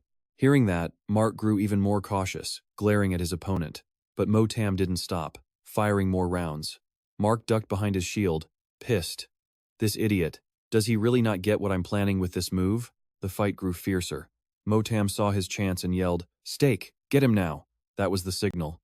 Stake used his authority skill and took to the air. Suddenly, Motam's gun jammed. At that exact moment, Stake appeared right behind Mark. A chill ran down Mark's spine. He turned his head and completely froze. Mark totally underestimated him. "That sword looks weak. What's it gonna do?" Stake roared back, furious. "You think a little Metal Gear can stop ME?" A blade crackling with powerful magic came crashing down. The energy was so immense Mark struggled to block, his face twisting with the effort. A second later, the sheer force of the magic sent him flying backward. Mark hid behind his shield, annoyed by that brutal attack. But Stake was on him in an instant, moving like the wind, giving him no time to react. He slammed a hand on the shield and used an earth spell to increase its weight. Instantly, the shield was driven into the ground. Mark was stunned. How did it suddenly get so heavy? Seizing this golden opportunity, Motam appeared right behind him. He tried to lift the shield, but it was useless. He was forced to block Motam's kick with his bare hands.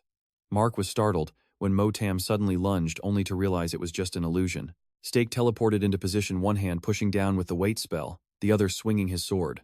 Incredibly, Mark was tough enough to catch the blade with his bare hand. But then he was hit by another vicious magic blast from Stake. Suddenly, the shield in Mark's hand activated its own power, firing off an incredibly strong counterattack. Mark gritted his teeth, never expecting Stake to be this powerful. Suddenly, from the city walls, a strange power erupts. Turns out, it's Ramhorn, radiating pure dark energy. He's back on his feet, and roaring Stake's name. Our boy is stunned. Stake's face is pure confusion. What the hell is going on? Ramhorn teleports in, a flash of light, and attacks with brutal speed. Steak's eyes go wide, but just in time, he manages to stab the monster right through the hand. But unbelievably, Ramhorn regenerates. With the sword still stuck inside him, his voice echoes, absolutely demonic, his face twisted in a hunger Steak has never seen before. "I've got you now," Ramhorn screams. Motam yells in a panic, "Steak, use the crossblade, now." Then, a voice in his head. "It's Sky. I installed a little secret in there. You only get one shot." Steak grits his teeth. "All right, let's see what this thing can do." He just touches it, pours in a little energy to activate it. And then kaboom, an earth-shattering explosion. The shockwave rips out for hundreds of meters, a pillar of fire soaring into the sky. A final, desperate move in this bloody, brutal fight.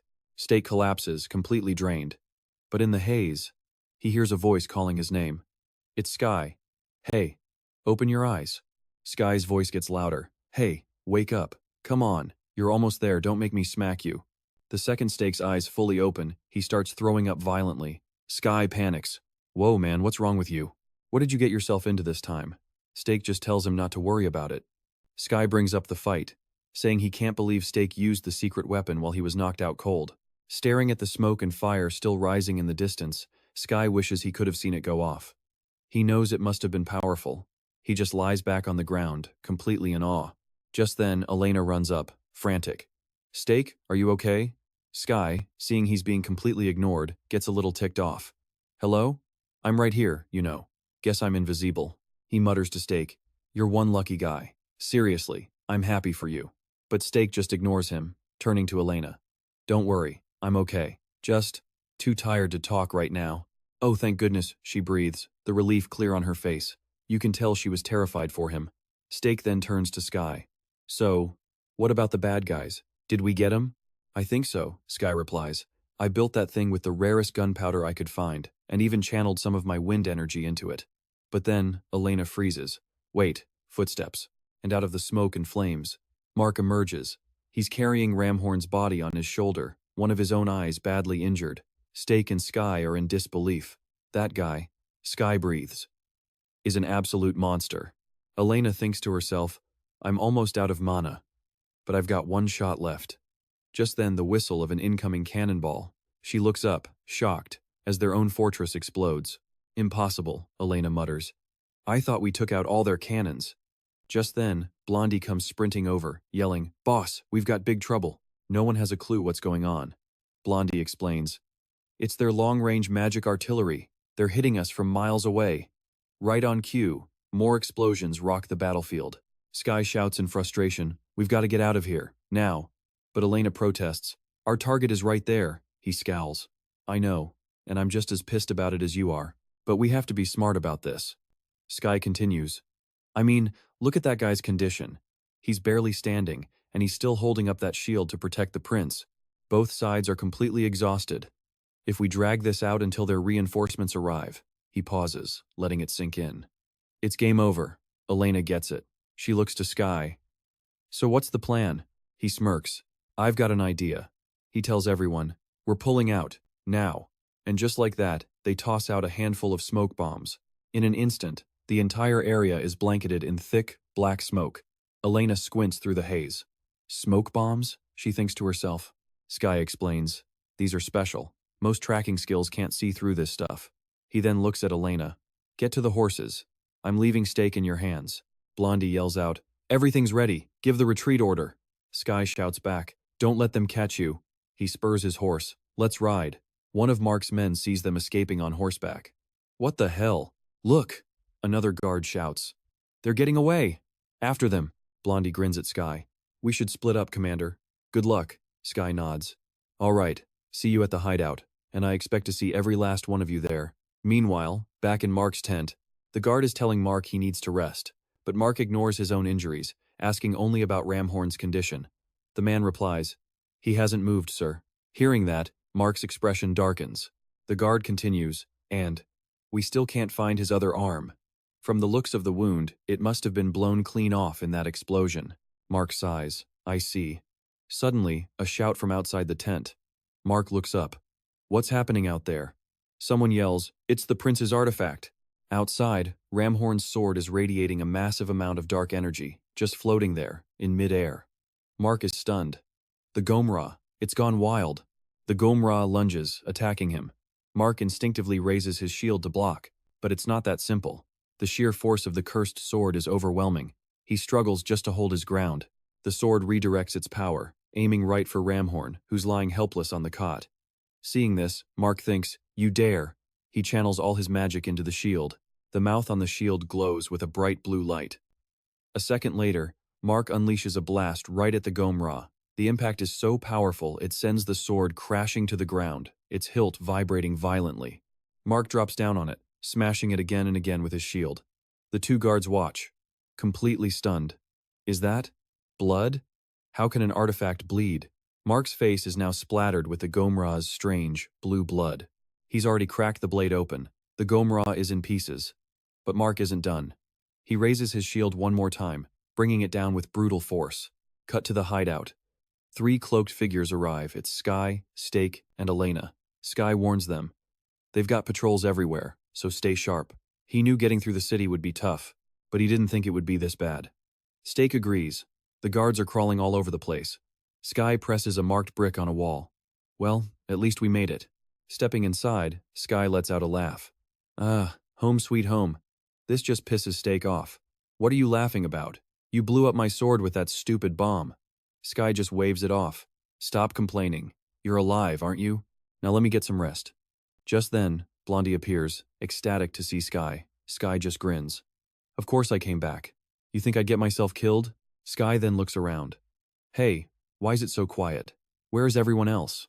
Blondie explains that with all the guards outside, the others are probably taking longer to sneak in. For now, it's just them. Sky nods, figuring that's why he hasn't seen a certain loudmouth yet. So, he asks, any news? Blondie asks if he remembers the Bai Shin gang, a pretty big name in Burton Bear's criminal underworld. Sky cuts him off. Yeah, he knows them. Well, Blondie says, they got captured a few days ago. Sky's shocked. What? Seriously? You're telling me they got caught by a bunch of regular soldiers? That doesn't sound like them at all. Blondie explains, it's because Eagle, the commander of the Western forces, tracked them down personally. Sky frowns, piecing it together. So the prince's guards and the regular army are all swarming the city right now? Oh man, they must be furious. Sky turns to look at Stake. So, now we're sure. When asked what he knows, Sky lays it out plain and simple. You can't stay here anymore. He says the crew from Benicia is actively hunting for him. Stake can't even step outside without getting caught. The blonde figures there's one small silver lining not many people have actually seen his face. There's only a single photo of him on the wanted poster, but it's only a matter of time before they widen the search. Stake screams, slamming his head on the table. The plan was perfect. The timing, the situation, all of it. Why does this unwanted crap always pop up out of nowhere and ruin everything? Sky tells him to quit whining and focus on their next move. Defeated, Stake asks, where am I supposed to go? The entire northern region is completely under Benesia's control, and he makes it clear he never wants to see that Gothorn guy's face ever again. Sky lays out the plan. If the west is a no-go, then head north. Stake is skeptical, the north? Sky insists that if he hides out in the Kremotod Empire up there, it's not just about escaping. Benesia won't dare come after him there. And realistically, it's the perfect chance to build his own army where Benesia can't touch him. Sky knows Stake has realized that beating that guy one-on-one is pointless. He presses on. What you need is the strength of an army. That's what you'll have when you return from the north.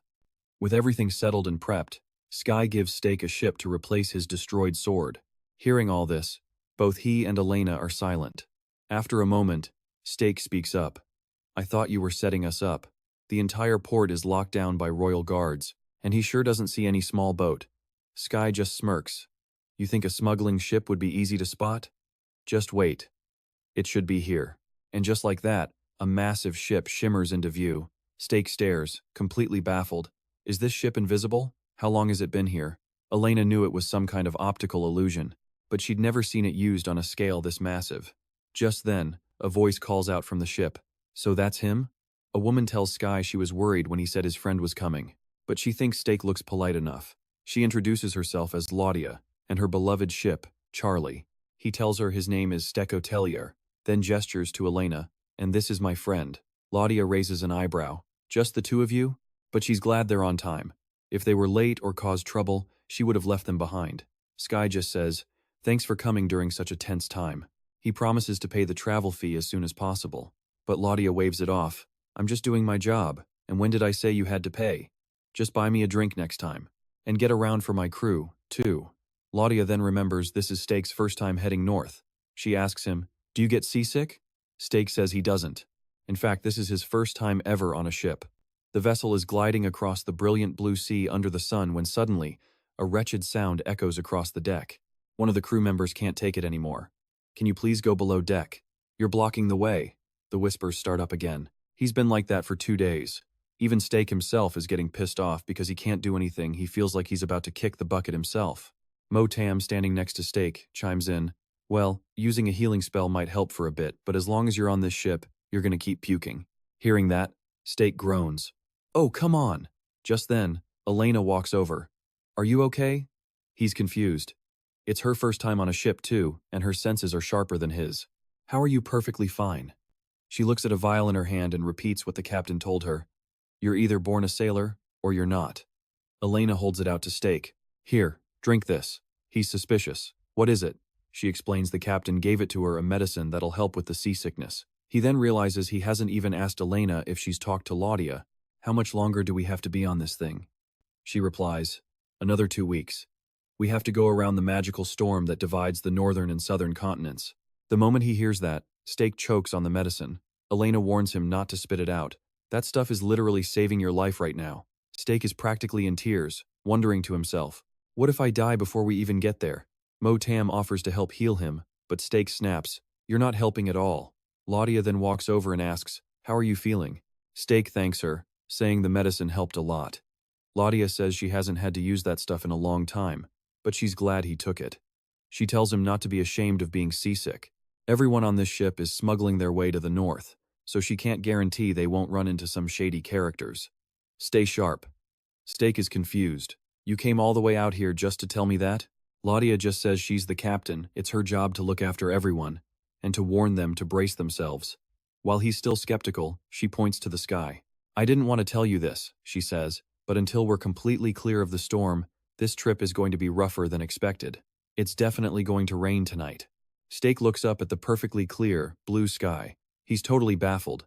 Rain? But there isn't a single cloud.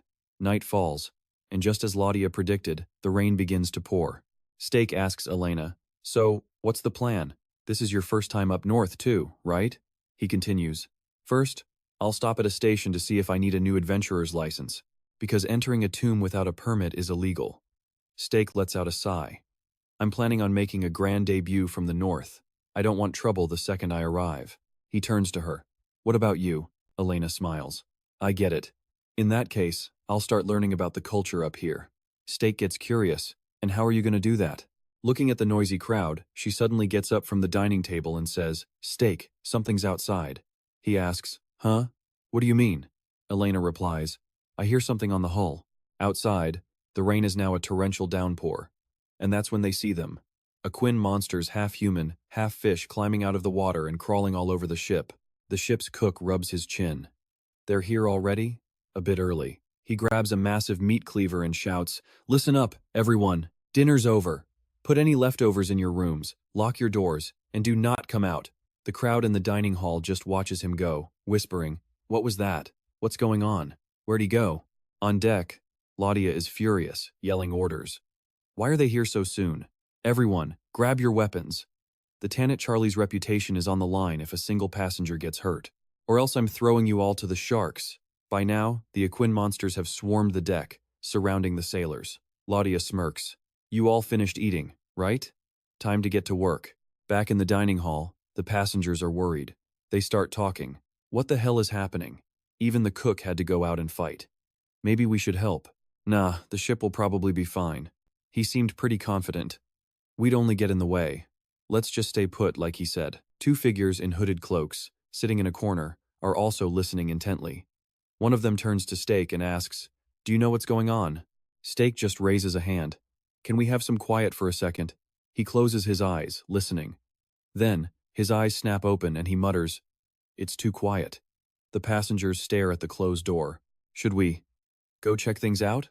If it's this quiet, it must be over." So, Steak opens the door, and everyone else peeks out behind him. He's stunned by the scene outside. He thinks, wait a minute, those are Aquans. Below the mast, piles of the monsters lie dead, riddled with countless swords. Their purple slime covers the deck. The sailors are talking amongst themselves. Look at them. They never get tired, do they? Always getting themselves sliced up. Steak asks, do they always attack this ship? Laudia chimes in. Yeah, these things show up whenever we're at sea. We're used to it. It's almost become a routine training exercise. Around her feet, the bodies of the Aquin are piled high. She looks at the group on deck and gives a warning. Just in case, stay alert. They hunt in packs, so there could be more lurking somewhere. She adds with a serious tone. And we've been seeing more of them lately. It's concerning. No one even noticed one of the Aquin was still moving. It suddenly sprouts a sharp spike and thrusts it towards a girl in a hooded cloak standing nearby. Her name is Kasia. Steak moves in a flash, grabbing her just as she lets out a startled scream. He shatters the spike with his bare hand and stomps the life out of the creature for good measure. The crowd erupts in chaos. What's going on? What the hell was that? One of them was still alive? Right on cue, Workham appears at the deck entrance. He scowls when he sees Steak standing so close to Kasia and instantly draws his weapon. Steak senses the danger and turns his head, but Workham's axe is already at his throat. He snarls. You bastard? What did you just do to her? Steak just says, I think there's been a misunderstanding. Kasia, furious, slugs Workham and yells, You idiot, he saved my life, and I told you to stop scaring people like that. Workham rubs his face, stammering awkwardly, I thought. Steak says with clear annoyance, Hey, aren't you going to say something to me? Workham just shoots him a sideways glance, sighs, and then turns his back and walks away. Steak curses under his breath. What a jerk. Suddenly, Laudia speaks up from behind him. My apologies. Steak asks, For what? Laudia replies, I never expected to need help from a passenger. As the captain, I'm the one to blame. Steak thinks back to the last ship he was on and asks, Why don't you use that invisibility spell? The one you used on the other ship. Wouldn't that keep the Aquan away? Laudia smirks. If only it were that simple. She explains. Unfortunately, a cloaking spell of this size doesn't last very long, and I can't use it too often. But I believe you have to solve problems like this yourself. It's one of the constants of the sea. So, welcome back to the ocean. The next morning in the dining hall, Elena cheerfully says good morning. Steak walks over to her table and replies, Yeah, it might have been a better morning if I wasn't so seasick. Out of nowhere, Elena asks, Steak, what do you know about the North? Steak shrugs. Not much, really. Elena's eyes light up. Did you know that they eat snow covered in sweet sauce like a fast food snack? They put the snow in a big cup and drizzle a red sauce on top. Steak just replies, no. She keeps going. And did you know they use dwarven snowmobiles to get around? They're made of wood and have 2 runners on the bottom. Steak pauses for a moment, then narrows his eyes. Where did you learn all this? From a book. Elena answers excitedly. My roommate told me. She's super nice and smart. Steak asks, Roommate? Elena points to Kasia sitting nearby and says, That girl over there. Steak turns his head to see Kasia waving at him. He thinks to himself, the girl from yesterday. She's from the north?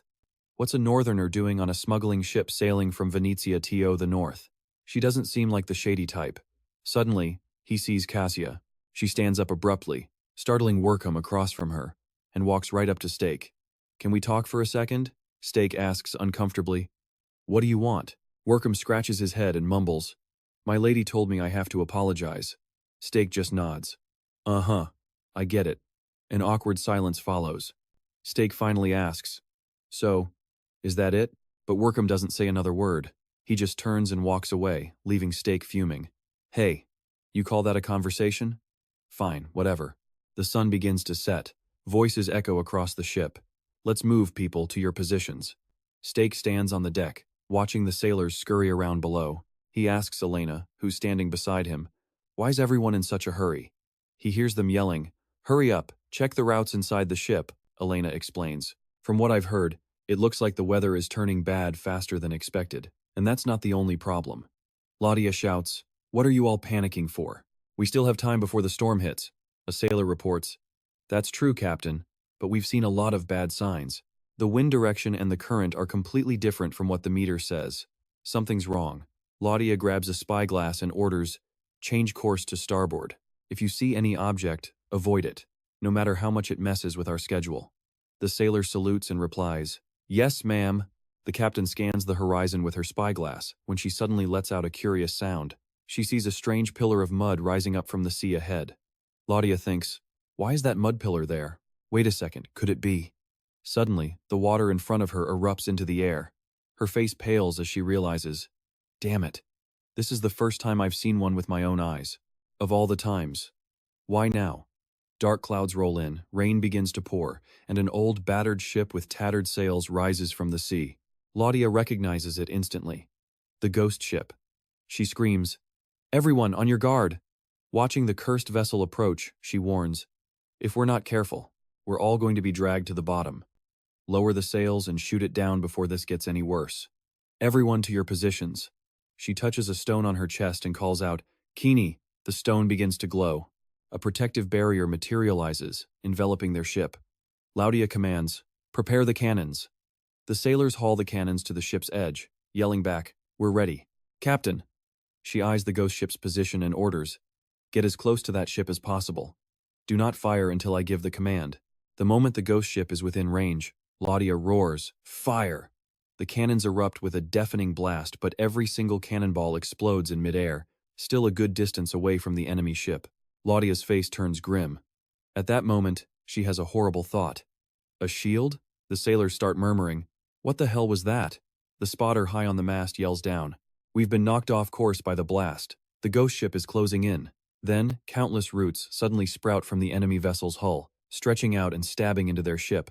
Claudia screams, "We're about to be hit." Stake shouts, "What is that? A ghost ship," while Elena throws her hands up to shield herself. Workham and Kasia are also on high alert. Claudia commands, "We're under attack. All attack squads, to the deck. Prepare for close quarters combat." She sees countless dark figures leaping from the ghost ship and issues a final warning. "To everyone else, listen up. The enemy is boarding our ship. Those dark figures, they're skeletons, and they're laughing as they begin their assault." The first creature gets a face full of Workham's axe. He wields a brutal chain axe. Another one lunges right at them, but a flash of light and arrow pierces it clean through. That was all Elena. One shot, and she's already moving on. Workham glances back. Stek has one by the skull. He smashes its head straight into the deck. Stek frowns, wondering, what are these things? Skeletons? Zombies?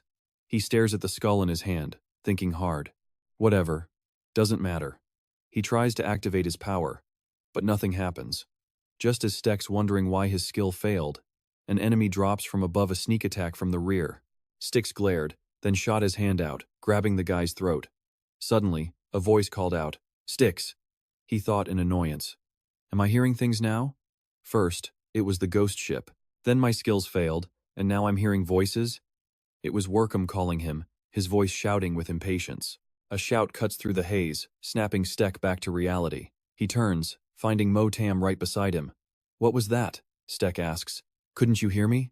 Motam replies, "I've been trying to wake you up. No time to explain, so let's get straight to it. You've been trapped in an illusion this whole time, and you didn't even realize it. I just pulled you out, but it's only a matter of time before you fall back in." Stek, still dazed, asks, "Wait, an illusion of what exactly?" Motam glances around the ship. "Everything," he says. "Everything you just saw was fake. The only reason you're not fully free is because you don't completely trust me yet." Before zipping back into the ring, he leaves Stek with a final thought. "Think about it. Isn't it strange we're just standing here talking, and the enemy isn't attacking?" Stek looks around the deck. He sees it now. Everything has stopped moving. "Yeah," he mutters. "Everything's frozen. Starting to feel like something's wrong?" Motam presses. "Why would the enemy choose close combat instead of just shooting us from a distance? And why didn't your powers work?" Motam's words force him to rethink the entire battle. Seeing Stek's focus waver again, Motam says, "If we had more time, I'd let you figure this out on your own and break the illusion yourself. But we're out of time, so I'm just gonna have to force you awake."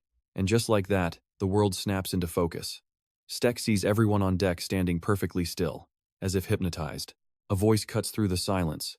"Everything's quiet, just like it should be. Let's go, hurry up." 3 figures in hoods appear on the deck. One is carrying a passenger over his shoulder, while the other 2 follow close behind. "Our captain is amazing," one of them says. "I can't believe that illusion trick still works, even from a mile away. Now shut up and let's move." The one in the back looks at the girl on his partner's shoulder. Why does the captain want this girl anyway? asks the pirate in the back. The man carrying her just shrugs. How should I know? Probably the kid of someone important, he grunts. If you really want to know, go ask the captain yourself. They're about to leave, but one of them hesitates. Hey, hold on, he says. It's been a while since we had a haul this big. Why don't we take a little something for ourselves? The man carrying the girl just grunts. If you're gonna grab something, make it quick. The other guy turns back toward the deck. No need to rush, he says, completely oblivious to the blue lightning crackling from Stek's hand. The moment he turns his head, he freezes in shock. Stek's attack explodes where he stood, a blinding flash of electric power. The pirate carrying the hostage sees it, and his face pales. He thinks to himself, how is this possible? The illusion wasn't supposed to wear off yet. As the sparks fade, Stek is revealed, gripping the pirate's accomplice by the head. Blue energy arcs around the man's body as Stek steps forward. His eyes are burning. What exactly, he growls. Do you want with my ship? One of the pirates draws a knife. You damn bastard. The leader stops him. Forget it. We don't have time for a fight. This wasn't part of the plan, the leader thinks. What do I do? He yells at Stek. Hey wizard, don't move. You know what happens if you don't listen, right? He pulls out a dagger. Stek sees it and grits his teeth. You son of a bitch. The man holds the dagger to Kasha's throat. Back off. One more step, but before he can finish, his own crewmate appears behind him, placing a sword right against his neck. The man was now under Motam's control. Time to die, the possessed pirate says. The leader is stunned. What? You? He feels the cold steel on his skin. How? I didn't even see him move. Motam stares through the pirate's eyes, which are now glowing intensely. Stay still, he commands. I'm trying to read your mind, which means I need your head in one piece. Motam's essence then leaves the pirate's body. A part of him returns to the ring as he says, nothing. The rest of Motam reforms into a floating skull next to Stek. He looks at the tied-up pirate and reports, they're just low-level grunts. They have no idea why they were ordered to kidnap her. One more thing. The illusion around the ship might be broken, but it's still protected by a barrier. Getting through it won't be easy. As he speaks, Motam gestures toward a faint purple shield shimmering around the enemy ghost ship. Stek asks, can't we just break it with magic? Not unless you want to waste a ton of ridiculously powerful spells. Motam replies, and that would be a huge waste of mana. Stek sighs at that. All right, he suggests, let's try waking everyone else up first. I'm sure they're not that clueless. They'll realize something is wrong soon enough. A stream of green smoke flows past Elena, and her eyes snap open. She looks around frantically. Stek? Where are the enemies? He reassures her, you're okay now. Just breathe. Elena watches as the green light dances across the deck, slowly rousing the rest of the crew. What happened? She asks Stek. Below deck, Stek explains everything to Elena. She's shocked. They were trying to kidnap Cassia? Stek glances toward the girl in the distance. So that's her name? Elena continues. But why would they do that? Stek watches the scene unfold on the deck above. I'm not sure, he replies. None of them knew the reason. Can you tell the captain what happened for me? I need to go. Have a little chat with our guests below deck. Cam is confused. Young lady, what are you doing on the ship's hold? I told you to wait inside where it's safe. Kasha snaps back. Don't tell me what to do. I don't even know what happened. 1 minute things were normal, the next, I was here. Cam scolds her. You're always like this. As the heir to your family, you should be more careful. Suddenly, Stek jumps down, cutting him off. Hey, are you two gonna stop? Cam turns to look at him. He asks, pardon me, but could you tell us what just happened? I can only remember bits and pieces. It's all very confusing. Motam floats beside Stek, whispering. His tone changed. Is he trying to be submissive now? Stek explains to Cam. Everyone on deck was trapped in an illusion. I was the first one to wake up and had to take down a few guys who were trying to kidnap you, he says, nodding at Cassia. She pales. May? Stek points to the tied-up pirate in the corner. Over there? Cam shakes his head. I have no idea who they are. We've never met them, but their clothes and their ship, they look familiar. Laudia slams her sword into the floorboards. It doesn't matter if they're familiar or not. From now on, no bastard gets near this ship again. Laudia turns to Stek, furious. I heard from the girl who was with you. So all of it was an illusion? The skeletons, the ghost ship, the storm? Stek nods. That's right. Laudia looks at her crew, who are groaning on the floor. Captain, I'm not feeling well.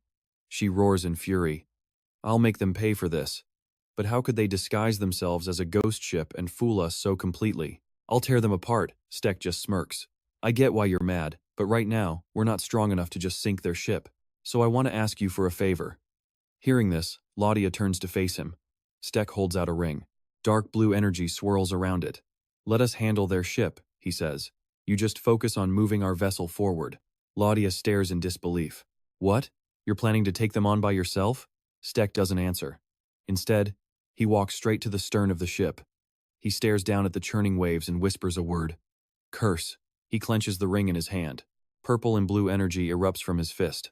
Steck thinks one word, avalanche, and instantly, the sea in front of him freezes solid, stopping the ghost ship dead in its tracks. Leodia stared, completely stunned by the sight. Then, she gave the order. Straight ahead. Meanwhile, in a sun-drenched room at the Benezia Royal Estate, Raptor was just catching a moment of peace, dozing in his chair when suddenly, bam! The door flies open. He jolts awake, annoyed. Could you try not to slam the door? I don't wish to be disturbed. The visitor, Alfred, ignored him, demanding, What have you done? Raptor just lets out a long sigh. What about? Hard to answer a question when you don't actually ask one. Alfred fired back. You predicted the disaster at Fort Gambini, the one where our entire garrison was wiped out. And you sent Max troops from the east as backup? He rode all the way to the fortress on horseback. From the capital? That distance? It should have been impossible. Alfred's brow furrowed, staring down his brother. How in the hell did you know what was happening at the fort? Raptor just smirked. From the Zodiac, obviously. I figured you already knew that. Why are you even asking? Alfred shot back. Yes, the Zodiac works for me, I know.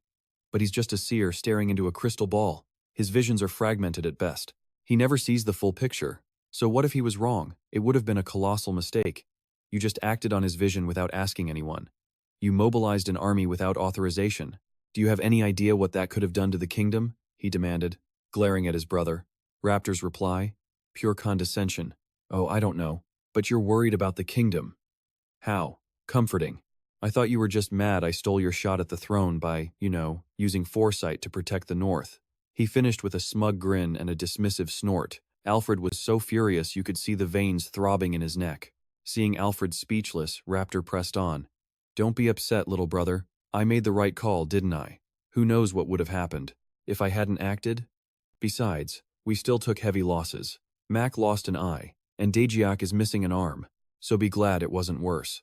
The Gambini incident is already giving me a headache. Alfred frowned, thinking to himself, be glad? Glad we didn't lose even more? This whole mess is a nightmare, but what's really bothering me is how he saw the Zodiac's vision in the first place. Until I figure that out, Dajiak and I, we have to be careful. He's always watching. I have to assume he's going to be observing my every move from now on. Raptor broke the silence. What's with that look on your face? If that's all you came to say, you can leave. With all the problems I'm dealing with, I don't have time for idle chatter. And with that, he looked down at the report in his hands.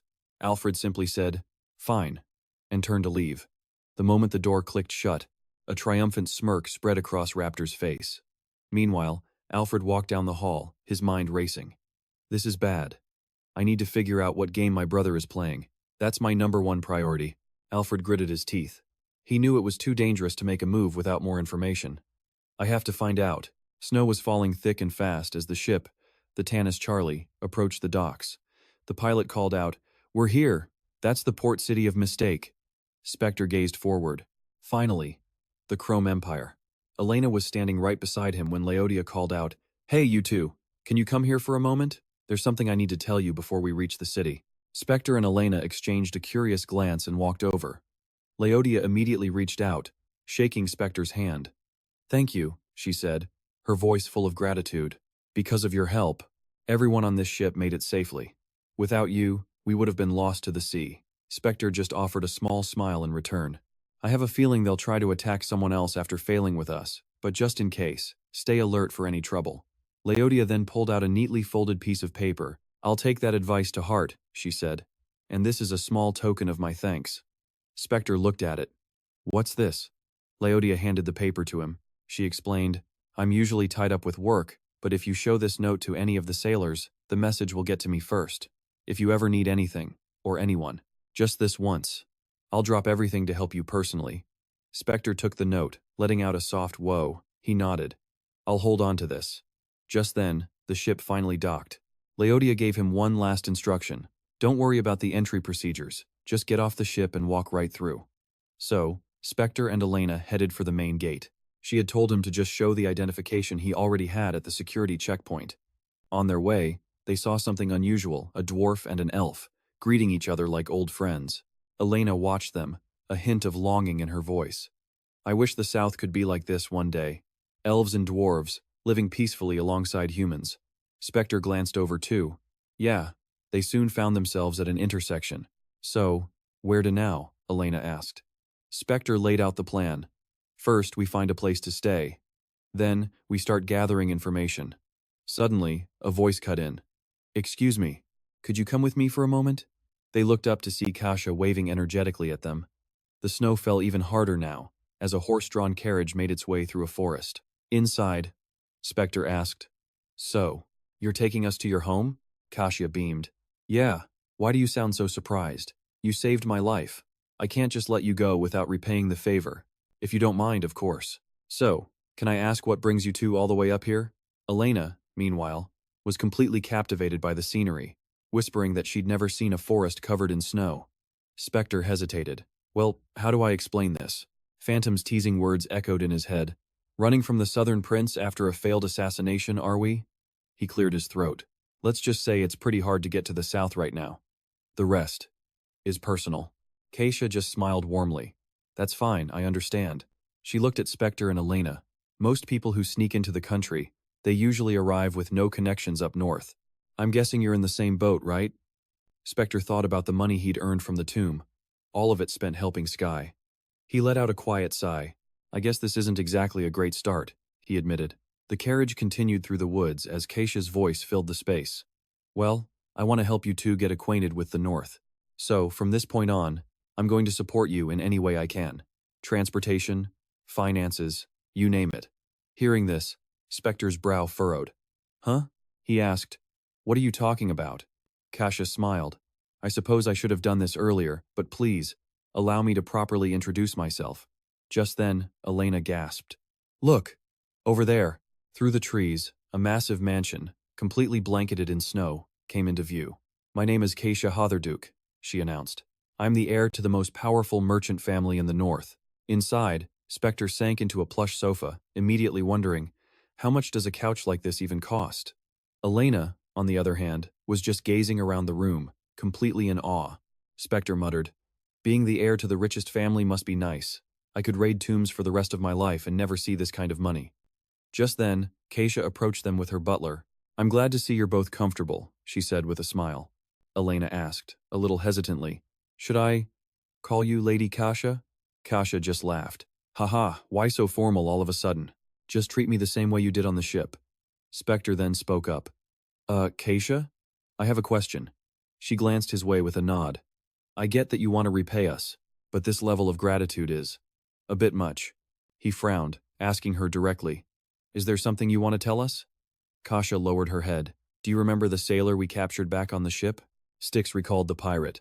I tried to question him, he explained, but all I got was that they were hired to kidnap you. He didn't even know the reason why. Kasia picked up the story. That's right. My guard, Workham, questioned him too with the same result. But, look at this. She held up a beautifully carved dagger. I found this, Kasia explained, on a thief who tried robbing me a few days before I left the north. Workham fought them off and protected me. When I found it, I just assumed it belonged to some common thief. But Styx took the dagger, examining it closely. He reasoned, no common thief carries a high-end weapon like this. And what's more, it had a name engraved on it. Kasia read it aloud, Augustine Vergut. Styx looked at the hilt. Yep, the name was right there. Kasia's voice turned somber. He was my father's best friend, and his business partner. Tragically, he was killed during a robbery. It happened just days before I left the kingdom. From that pirate we caught, I learned about the connection between that gang, this dagger, and the man who ordered the hit. She remembered the pirates abducting her. And now they're using a ghost ship to come after me, she said, her voice laced with worry. It means my family isn't safe anywhere. Not on land, not at sea, Styx asked. Couldn't it just be a coincidence? Why are you so sure one person is behind all of this? Kasia confessed. The truth is, my family is trying to reopen the trade routes between the north and the south. Styx was floored. What? Is that even possible? I thought a massive magical storm cut the two regions off from each other, Keisha replied. Difficult, yes, but not impossible. Smugglers have been doing it for a while now. They come from all different races, and both the North and South have very different ways of dealing with non-humans. And they're profiting from that division in their own ways, so both sides want this problem solved. That's why a few northern merchants started making moves in secret. My father is leading the charge. Hundreds of merchants, even Orgoton, are backing him completely. He's at the very forefront of this entire merchant coalition. As my family's representative, I had to be the one to head south, to sign the contracts and discuss our future plans. That's why I was on the ship, the Titan Charlie. And right when we were starting to get things organized, I started hearing reports. People involved in the project were being attacked. And I was almost abducted myself. You still don't see it? Styx shot back. Of course I do. It's way too obvious. They tried to grab you out in the open, and they knew exactly where you'd be. Someone on the inside is behind this. There's a traitor in the shadows, watching our every move. In the lavish drawing room, Styx sat in a chair with Elena beside him. Across from them sat Cassia, with Workham standing guard. Styx asked, "So, you want something else entirely?" Keisha pleaded, "Please, I need you to find the person behind all this." She held up her hands, reassuring him. "Oh, but don't worry. I'll still give you my full support, even if you refuse this job. Think of them as two separate things. This is a personal request." Styx pressed. "Is there any particular reason it has to be us? Other than that run-in on the ship, we're strangers. We have zero experience in this. Or any knowledge of the North, for that matter. If you hire us, we're probably the worst possible choice for a job this important to your family." Kasha replied, "Not exactly. In fact, the two of you are perfect for this very reason. No one knows who's pulling the strings because the enemy is watching from the shadows. If I sent my own people to investigate, the mastermind would spot them immediately. They'd be compromised, and it would all be for nothing." Styx let out a sigh. "Fair point," he admitted. "It doesn't matter who they send, they won't get a thing out of me. So that's why you brought us here?" Keisha explained. "It wouldn't have been very smart to discuss this at the port, in broad daylight." She held up two fingers, laying out the job. "Besides Augustine, there are two other merchants involved in this project. I need you to keep an eye on both of them for me." Seeing Styx still looked hesitant, Keisha quickly added, "If you need anything at all, just let me know and I'll provide it. And of course, I'll pay you well for this job." Just then, Motam's voice echoed. "Sounds like a sweet deal, doesn't it?" He materialized, offering his counsel. "Our goal is to collect 10 artifacts in the north. We'll have to travel everywhere anyway. Might as well investigate these merchants. You get to explore the north with a rich sponsor backing you. Isn't that a win-win?" Styx had to admit, he's got a point. He glanced over at Keisha. "All right, I'll take the job. We're going to be traveling a lot anyway, so we can handle your little problem along the way." Cassia lit up. "Really?" She let out a huge sigh of relief, collapsing back into her chair. "Oh, thank goodness. I was so worried I could barely breathe." Workham, standing behind her, added, "This is wonderful news. Truly a relief, my lady." Styx then asked, "Aren't you guys worried, entrusting me with something this important?" Workham immediately recalled the beatdown Styx gave that pirate on the ship. He spoke up. "You've already shown us what you're capable of, so if Lady Keisha trusts you, then I respect her decision without question." Motam observed, "He's completely different from when we first met him." Styx remarked, "You sure changed your tune quick." Cassia shot a look at Workham. "Don't say things like that. You'll put pressure on them. Styx has agreed to help me, so let me handle things from here." She turned back to Styx. "Now then, Workham, please show our guests around." A few days later, Styx and Elena were leaving the mansion. Styx admired his new sword, completely impressed. "We've been living like nobles these past few days. I almost feel guilty accepting such an expensive, dwarven-forged sword, even though I really needed it." Cassia, who was standing nearby, said, "Don't feel guilty at all. Honestly, I was surprised you only took the one sword. I was planning to offer you an entire armory." Styx turned to face her. "This is more than enough. I prefer to travel light. So, we've got two suspects, and you want me to watch one of them, right?" "A guy named Novelia Ziverfell." "That's right," Keisha confirmed. "He's a man with brown hair and a red headband. He's a merchant who supplies goods to the dwarven town of Silat. It's not too far from here, so it should be an easy trip for you." Styx grunted. "Is that right?" He hung the new sword at his hip and then asked, "So, do you know where the nearest Adventurers Guild is? I need to get my license reinstated." Kasha tilted her head. "A license? Couldn't I just provide you with one?" You wouldn't have to worry about any tests, unless there's some special reason you need to take one. Styx narrowed his eyes. Yeah, is that legal? Cassia explained with a slight blush. Well, in my experience with the underworld, the word illegal really only applies to people who don't have money. She looked a bit embarrassed. You should go with Workham to get it sorted out. Styx froze for a second. Seriously? He thought. I do this for a living, but hearing a rich merchant talk like that is kinda terrifying. Are all merchants this twisted? Just then, Warren waved from the nearby carriage. Get in, it's time to go. I've packed the carriage with food, money, and pretty much anything you'll need for the expedition. Oh, and one more thing. He then hands our boy a communication orb. He explains, this little gadget is for communication. It'll connect you directly to Cassia. He adds a warning. So use it only when you have to, because you've only got 10 calls. Next up, he pulls out 2 cards, instructing them, these are A-rank adventurer licenses, ready to go once you confirm them, one for Styx and one for Elena. Styx inspects his card, noting, this is to prevent fakes. It's made from a special alloy, one that glows when the real owner touches it. And only the guild knows how to make that alloy, the man adds. Travel safe, you two. A lot is riding on this. Styx just hops onto the carriage and replies, don't worry, we have plenty of experience with this sort of thing from our time down south. He calls out a quick, see you later, and the carriage rolls out. At a district near the port, Styx gets serious. Elena, I need to warn you about something. As they walk through the busy streets, he says, we'd be wise to avoid drawing any attention to ancient artifacts. Elena looks confused. What? Styx explains. Because there are always dozens of people willing to kill for something from a tomb, and in many cases, entire teams get wiped out before they even reach the ancient site. So if anyone tries to ambush us, we'd better be on guard. As he says this, he pushes open a door of the Adventurers Guild headquarters. They walk straight to the information counter. All right, let's see now, Styx says. Something on our way, and preferably low profile. He plucks a mission flyer from the board. It's a recruitment post for bodyguards. Styx mutters, Blacken. I guess this could work, but why is the pay so damn low? He shrugs. Then again, I suppose I can't afford to be picky. He takes the request to the desk and says, I'd like to accept this job. The man at the counter looks him over. Huh, I haven't seen your face around here before. What's your rank? Styx's answer is short. A. The clerk just lets out a quiet. Huh? As every adventurer in the room suddenly glances in their direction. Styx asks, I have a question. Has anyone else accepted this job? The clerk replies, about 5 people, I think. Honestly, it's a miracle anyone took it. Who'd want to work in the current conditions? Besides, it's hard enough finding B-rank adventurers. I can't believe you're actually an A-rank. He gestures toward a row of buildings nearby. Anyway, they're all gathering at the west entrance to the port this afternoon, so you'd better get a move on. With that, the 2 of them leave the guild and head out. Elena asks, why was everyone staring at us like that? We didn't do anything to stand out. Styx replies, they're probably just jealous. Or pissed that someone's taking their work.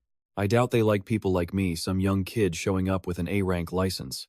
It's a pretty common attitude among adventurers. Up ahead, they spot a crowd gathered. That must be the place, Styx guesses.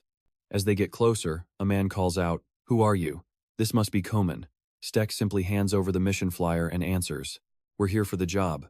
Are you the one hiring escorts to the Blackened territory? Komen takes the paper and says, oh, I was losing hope in who would take this job, but an A-rank adventurer? We finally have a real professional. But you're not bothered by the work? It's 200 guad a day, you know. Money's tight lately. I can't pay you any more than that. Styx shoots back. Do you think I'd be here if I cared about the pay? Hearing that, Komen turns and walks away with a grin. You've got guts. Get in the carriage. As the caravan moves out, Komen is already shouting, hey, watch where you're going. Check the map carefully. And you guards better stay alert for danger. I'm not paying you to do nothing. Styx peeks out of the carriage. Everyone seems really on edge. Just like back south. It gets pretty exhausting after a while, right? The driver glances over at him and introduces himself. Nice to meet you, I'm Loiseth, B-rank adventurer. Styx just says, sounds pretty cool. Loiseth chuckles. Haha, spoken like a true A-ranker. So how the hell did you manage to reach A-rank anyway? Styx's answer is simple. It's nothing special, you just have to survive. Don't take jobs that are too tough for you. Just try to survive as long as you can and look for opportunities. If you do that, you'll be an A-rank someday, too. Loiseth just frowns. Yeah, you make it sound easy. But that's the hard part, isn't it? Stex grins. And I've realized something recently. Having tons of money is the easiest way to rank up. Loiseth just laughs in response. If we were rich, why would we even be adventurers? The caravan presses deeper into a snowy mountain as the weather turns harsh. Inside the carriage, Elena turns to Stex. I have a question. Stex hums in response. Elena asks, there were plenty of other missions available, so why did you choose this one? Well, Stex begins, recalling the details from the request form. He explains, because this mission's destination isn't just any regular stop. It's the Novelia Riverfield Merchants Association, but it's for a small-time merchant. For a small merchant like Komen to be making a delivery directly to the main branch of a major merchant guild, and to be going himself? Yeah, that's beyond suspicious. I'm sure there's something shady going on here, but that's exactly what makes this a golden opportunity for us. Because once we complete this mission, we can deal with the Novelia Guild directly. All we need to worry about now is making a good impression. With that, Stex flashes a confident smile. Outside, the snow is falling thick and heavy as Komen shouts orders. Keep the carriages close together. Don't you dare lose sight of the lead wagon. Loiseth, the driver, raises a hand to shield his face. Whoa, a blizzard out of nowhere? What awful luck. And it had to happen while we're transporting cargo. From inside, Stex agrees. Yeah, just awful. He secretly pulls out a small knife, thinking to himself, this is the perfect moment to create that opening. A little trick that no one will ever notice. He makes a tiny cut on his hand to draw a bit of blood. Then, he pulls out a small pouch. Seeing this, Elena asks, that powder? Stex explains in a low voice, hemorrhagic herbs. They're usually used for healing, but you can also use them like this. He lets a single drop of blood fall onto the powder. Instantly, the potent smell of blood fills the air. The scent is about to get much stronger, Stex says. Elena. She watches as Stex drops the pouch of pungent powder behind them. She pinches her nose and asks, is this the opportunity you were talking about? Stex nods. Yep, this is it. We won't be needing this anymore, he asks her. Do you sense anything strange in this area? Elena tunes her senses to their surroundings and replies, there's something heading straight for us.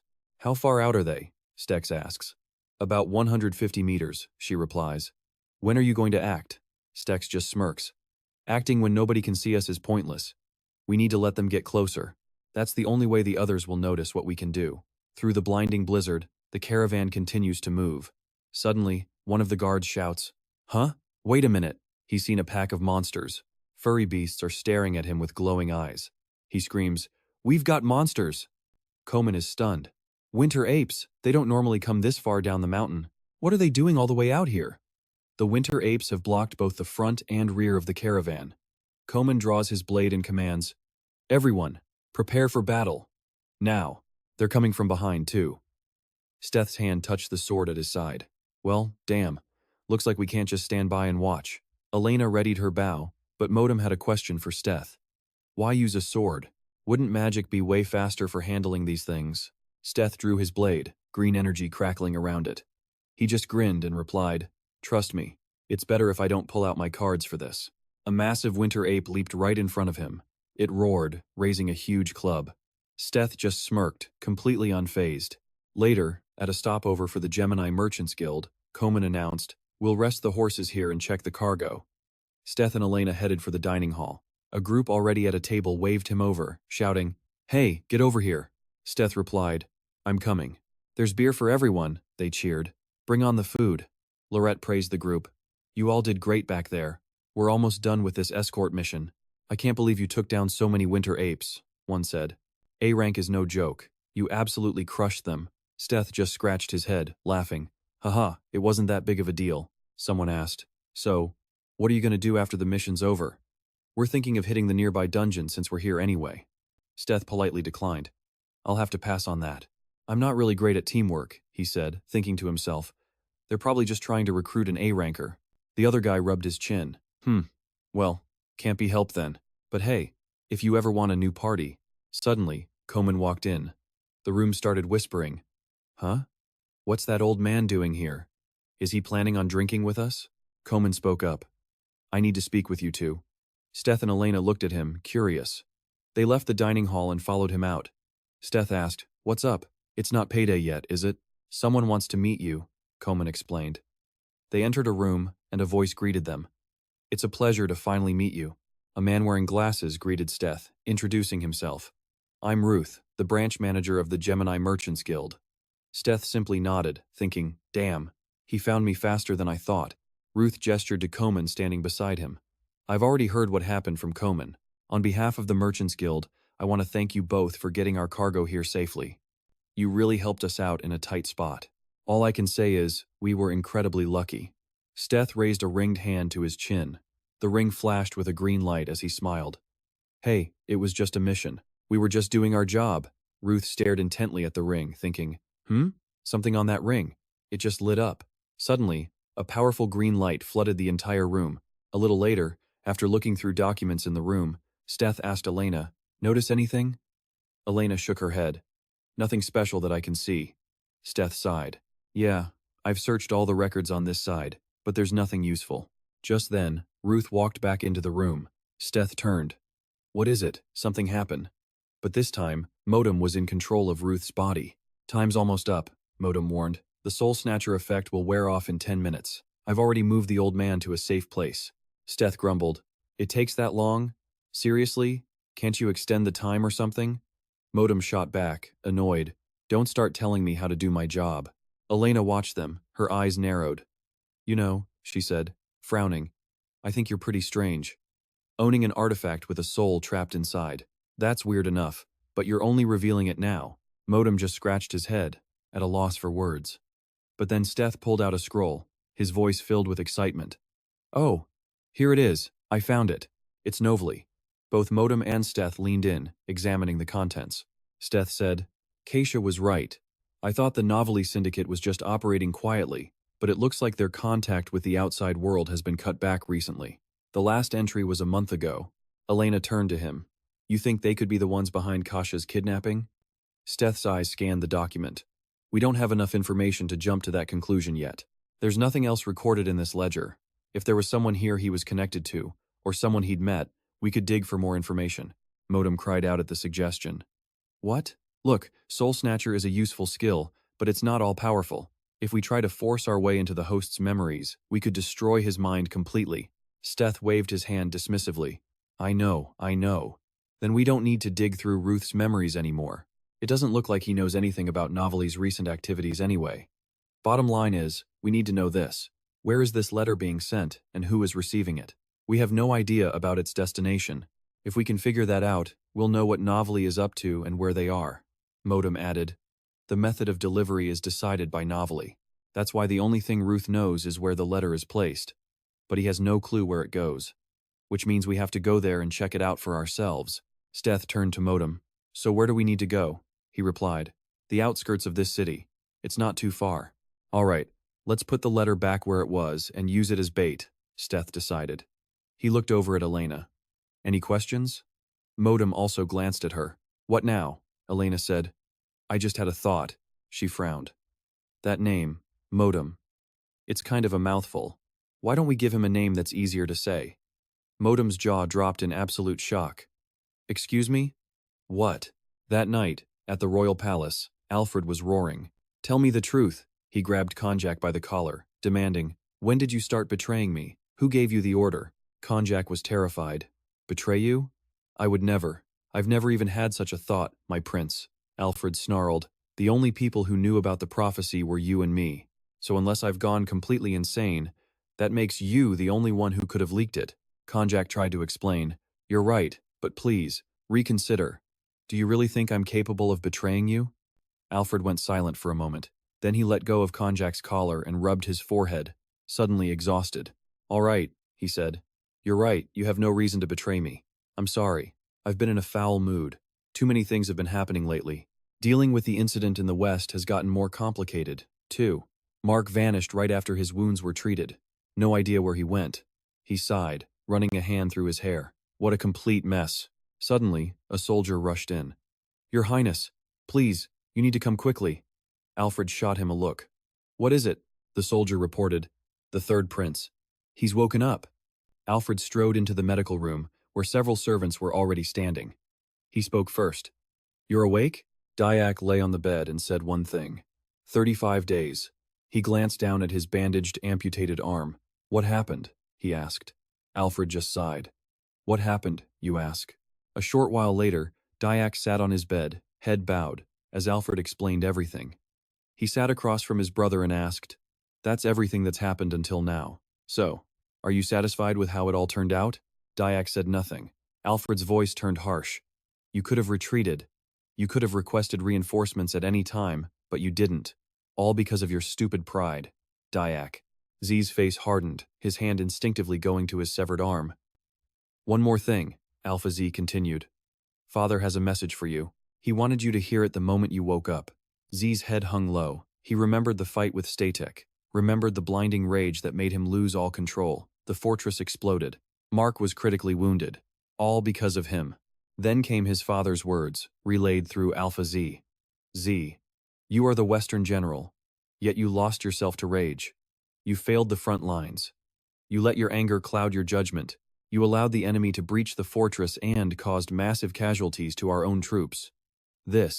I cannot ignore this. From this moment on, you will answer for your actions. Your title of Western General is revoked." The words hit Z like a physical blow, and he clutched his head in pure agony. Meanwhile, Styx and his crew were on a job, tailing a very suspicious guy. Styx grumbled under his breath. 2 days. We've been on this guy's tail for 2 whole days. Morton shot back. "You doubting my intel? What is that, some kind of professional paranoia?" Styx shot back. "How about you just admit it? Oops, wrong guy," or something. They watched their target, who was constantly, nervously scanning his surroundings. "Look, just consider this," Morton said. "Maybe the guy searching for a letter in the middle of the night is just a normal dude. Your job is to read the map. Just make sure you're doing it right, so at least we know where we're heading." "So what's the last town we passed?"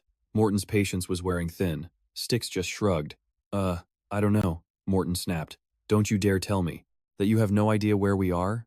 Styx threw his hands up. "Hey, do you have any idea how hard it is to maintain a tracking spell through a blizzard? This animal instinct skill isn't a walk in the park, you know. I've had it active for 2 days straight." Suddenly, a calm voice cut through the bickering. It was Elena. "The last town was Jackal's Foundry." "I'm certain of it." Styx blinked. "Huh? How could you possibly know that?" "The map," Elena stated simply. "The one Keisha showed us before we left. I've been tracking our distance. It's the only logical location. I've also heard that Jackal's Foundry sits right in the middle of the 3 kingdoms. That's why no nation dares touch it. A tiny city, wedged between 3 superpowers. Styx could only manage an O." Morton smirked. "Sounds like the perfect place to lay low. You could learn a thing or two from her, Styx." They continued their pursuit, and soon enough, the city of Jackal's Foundry appeared through the snow. Styx's jaw dropped. "Whoa, it's the real deal. Man, Keisha's intel is always top-notch. She's amazing." A faint blush appeared on Elena's cheeks. "Focus, Styx. We can't lose him." Styx watched their target's silhouette vanish between the buildings. Right. Of course," he said, but his mind was racing. "He's heading into a back alley. Gotta be careful. This is where things get messy." He and Elena quickly followed him into the narrow passage. But as they focused on their target, they failed to notice the figures watching them from the rooftops above. Styx clicked his tongue. "So where does this little shortcut lead?" Elena's voice was low. "I know where he's going." Suddenly, their path was blocked. A mountain of a man stepped out from the shadows. Well. What do we have here? I don't recognize you two. You think you can just walk through our territory without paying the toll? That's the law of the underworld, strangers." More thugs emerged, surrounding them. The noise was too much. Their target glanced back, saw them, and bolted. Styx cursed under his breath. "Damn it, he made us." He yelled to Elena, "Go, follow him. I'll handle these guys and catch up." The huge thug just let out a nasty laugh. "I'm here. You ain't going nowhere. Go on, try me wham." Before he could finish, Elena's boot connected squarely with his face. She used his head as a springboard and vaulted over him, never breaking her pursuit. The other thugs were stunned. What the hell was she? Styx cracked his knuckles, a dangerous glint in his eyes. "Rule number 1, he growled. "Never take your eyes off your opponent. Especially during a fight." He drove his fist deep into the giant's gut. The man let out a choked gasp as he was sent flying backwards. Styx glared at the remaining goons. "Bring it on, all of you," he roared. "I don't have time for this." Meanwhile, their target was sprinting for his life, and Elena was right on his heels. She activated a skill, a burst of speed. In a flash, Elena closed the distance. One powerful leap, and she tackled the man, slamming him to the ground. "Where is Novali?" she demanded. The man spat back. "You think I'd tell you anything?" The device on her hand morphed, forming a set of vicious-looking claws. "You'll talk," she said, her voice ice-cold. "Before I crush your skull." The man's bravado vanished. Okay, I'll talk. Just get that thing away from me. What do you want? Where did that even come from?" He led her to a rundown building. "You sure this is it?" she asked. He tried to ask, "Who are you people?" Any but a swift chop to the neck from Elena sent him slumping to the ground, unconscious. Elena stared at the building. There's definitely someone inside, she thought. I can feel them. She pushed the door open. Inside, a lone figure sat in a chair, his back turned to her. She stepped closer. "Are you Novali?" The name made the man jump. He whipped his head around, his eyes wide with a mix of fear and anger. "So, you finally came," he spat. "Now then." He suddenly hurled the cup in his hand straight at her face. "Go to hell," he screamed. The cup flew through the air. Elena just tilted her head, dodging it with ease. It shattered against the wall behind her. In the next instant, she was on him. She grabbed Novali by the head and slammed his face into the table. Hard. He let out a pained grunt. Elena paused, surprised. "This is Novali? He's so weak." "What do you people want?" he screamed. "Just leave me alone. If you're here to kill me, get it over with." Hearing that, Elena immediately let go. "Whoa, relax. I'm not here to kill you." But just as she said it, an assassin dropped from the shadows, an axe swinging down right at Novali's head. Elena spun around in a blur. The axe blade descended. At that exact moment, she unleashed her magic. "Gale," she commanded. A powerful gust of wind erupted, blasting through the room. It sent the assassin and Novali flying in opposite directions. Novali hit the floor with a groan. The assassin tumbled, but recovered with a practiced roll. Elena watched his fluid movements. An assassin, she realized. The man glared back at her, pure killing intent in his eyes. He scrambled to his feet, making a break for it. But Elena was faster. She shoved a handful of wood splinters into the device on her arm, and it instantly morphed into a gun barrel. 2 wooden projectiles shot out, flying straight for the assassin. With 2 flicks of his axe, he sliced both bullets clean in half and kept running for the door. He was so focused on escaping, he never saw Styx walking in. He ran straight into a devastating kick that sent him flying across the room. Styx frowned, looking over at Elena. "Who's this clown? Novali's bodyguard?" The assassin just gasped for air, too broken to move. "By the way," Styx added casually, "I had to redirect your attack. It was aimed way off." Elena shot him a look. "No. I think your kick just changed the wind's path and aimed it for me." Styx glanced around at the mess. "So, what the hell happened here?" "Okay, I have no idea what's happening," Styx muttered. "But we need to deal with this guy before we handle Novali." And just then no one noticed the assassin was sneakily pulling out a pill. He shoved it right into his mouth, but Elena was faster. Her hand clamped around his throat, stopping him from swallowing as she yelled, "Styx! His mouth!" He swallowed something. Styx yelled out, "Don't let him escape." He slammed a fist square into the assassin's stomach, forcing him to spit out a capsule. A small purple pill rolled across the floor. The assassin just coughed and sputtered. Styx picked up the pill, inspecting it. An assassin planning to off himself? What the hell is going on here? A little later, in a room with a roaring fireplace, Kasha's voice echoed from a communication orb. "So you're saying Novali wasn't behind the kidnapping?" Styx sat right in front of the glowing sphere. Elena stood beside him. Novali was sipping tea, and the assassin was tied up in the corner. Styx confirmed it.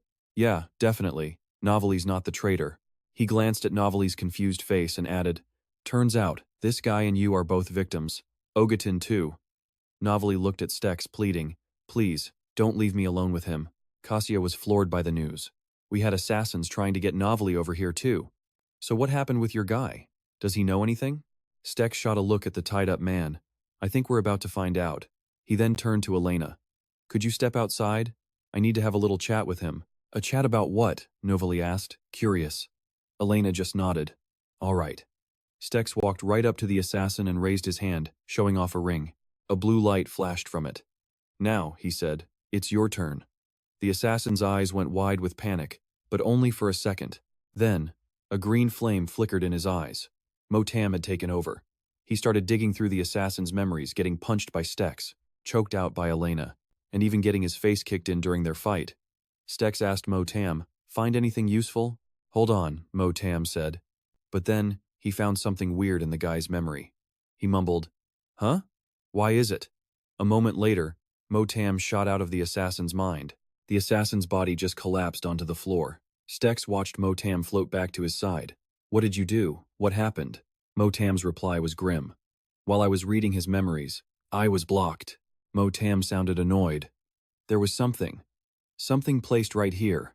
When I got close, it felt filthy and slimy. I couldn't see. The memory was blocked by some kind of fog. Stex frowned. Something that can block your power? Who is this guy? And who's pulling the strings? Motam looked at the unconscious assassin. It's not like that. This guy's memories were sealed. Something was murky from the very beginning, so I couldn't get a clear look inside his mind. But I saw one thing. One image in his head. Something so tall it pierced the heavens. It was a massive, vibrant green tree with enormous roots. The great ancient tree. Stex finished his thought. The great ancient tree? I heard that's in Column, in the El Kingdom. Why would that be in his head? And why attack Novely? Motam asked. How far is it to the Kalum Kingdom from here? Stex shot him a look. Far. Like seriously far. Even on horseback, I have no idea how long it would take. Motam just said, all right, at least you know something. Let's get going. Stex was confused. Huh? We have to haul ourselves all the way to Kalum because you saw a picture of it? Motam was firm. We need to confirm it. Stex pushed back. Confirm what? The energy source around him, Motam explained, recalling the last time they faced a dark artifact when Stex fought until he collapsed. It feels just like the artifact from the Zezia Valley. Later, Stex, Elena, and Novely were all gathered around the orb. Stex explained, I don't have all the details, but it looks like the assassin is connected to the Kalum Kingdom.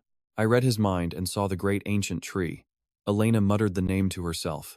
The great ancient tree of Kalum. Kassia's voice came through the orb. That place is in the complete opposite direction of where you are now. So why bring it up? Stex sighed. How should I know? We have to investigate. Speaking of which, what about the last suspect? Didn't you say there were more? Kassia nodded. That's the problem. While you were gone, I looked into it, but now we can't find him. He's vanished. Stex let out another sigh. Great, a dead end, Kassia offered. We'll keep digging on our end. For now, just do what you think is best. All right. Thanks for the help, Stex said. Oh, and one more thing. Can you guys protect Novely? The guy's an idiot. We can't just let him run around doing whatever he wants. Novely just stared, completely baffled. Stex grumbled. I can't believe this half-baked communication method still works. I thought you said he wasn't just some nobody, Kassia replied. In that case, I'll have someone tail him. Wait at the Gemini Merchants Association. We have the perfect person for the job. Got it, Stex said. I'll contact you if I find anything new.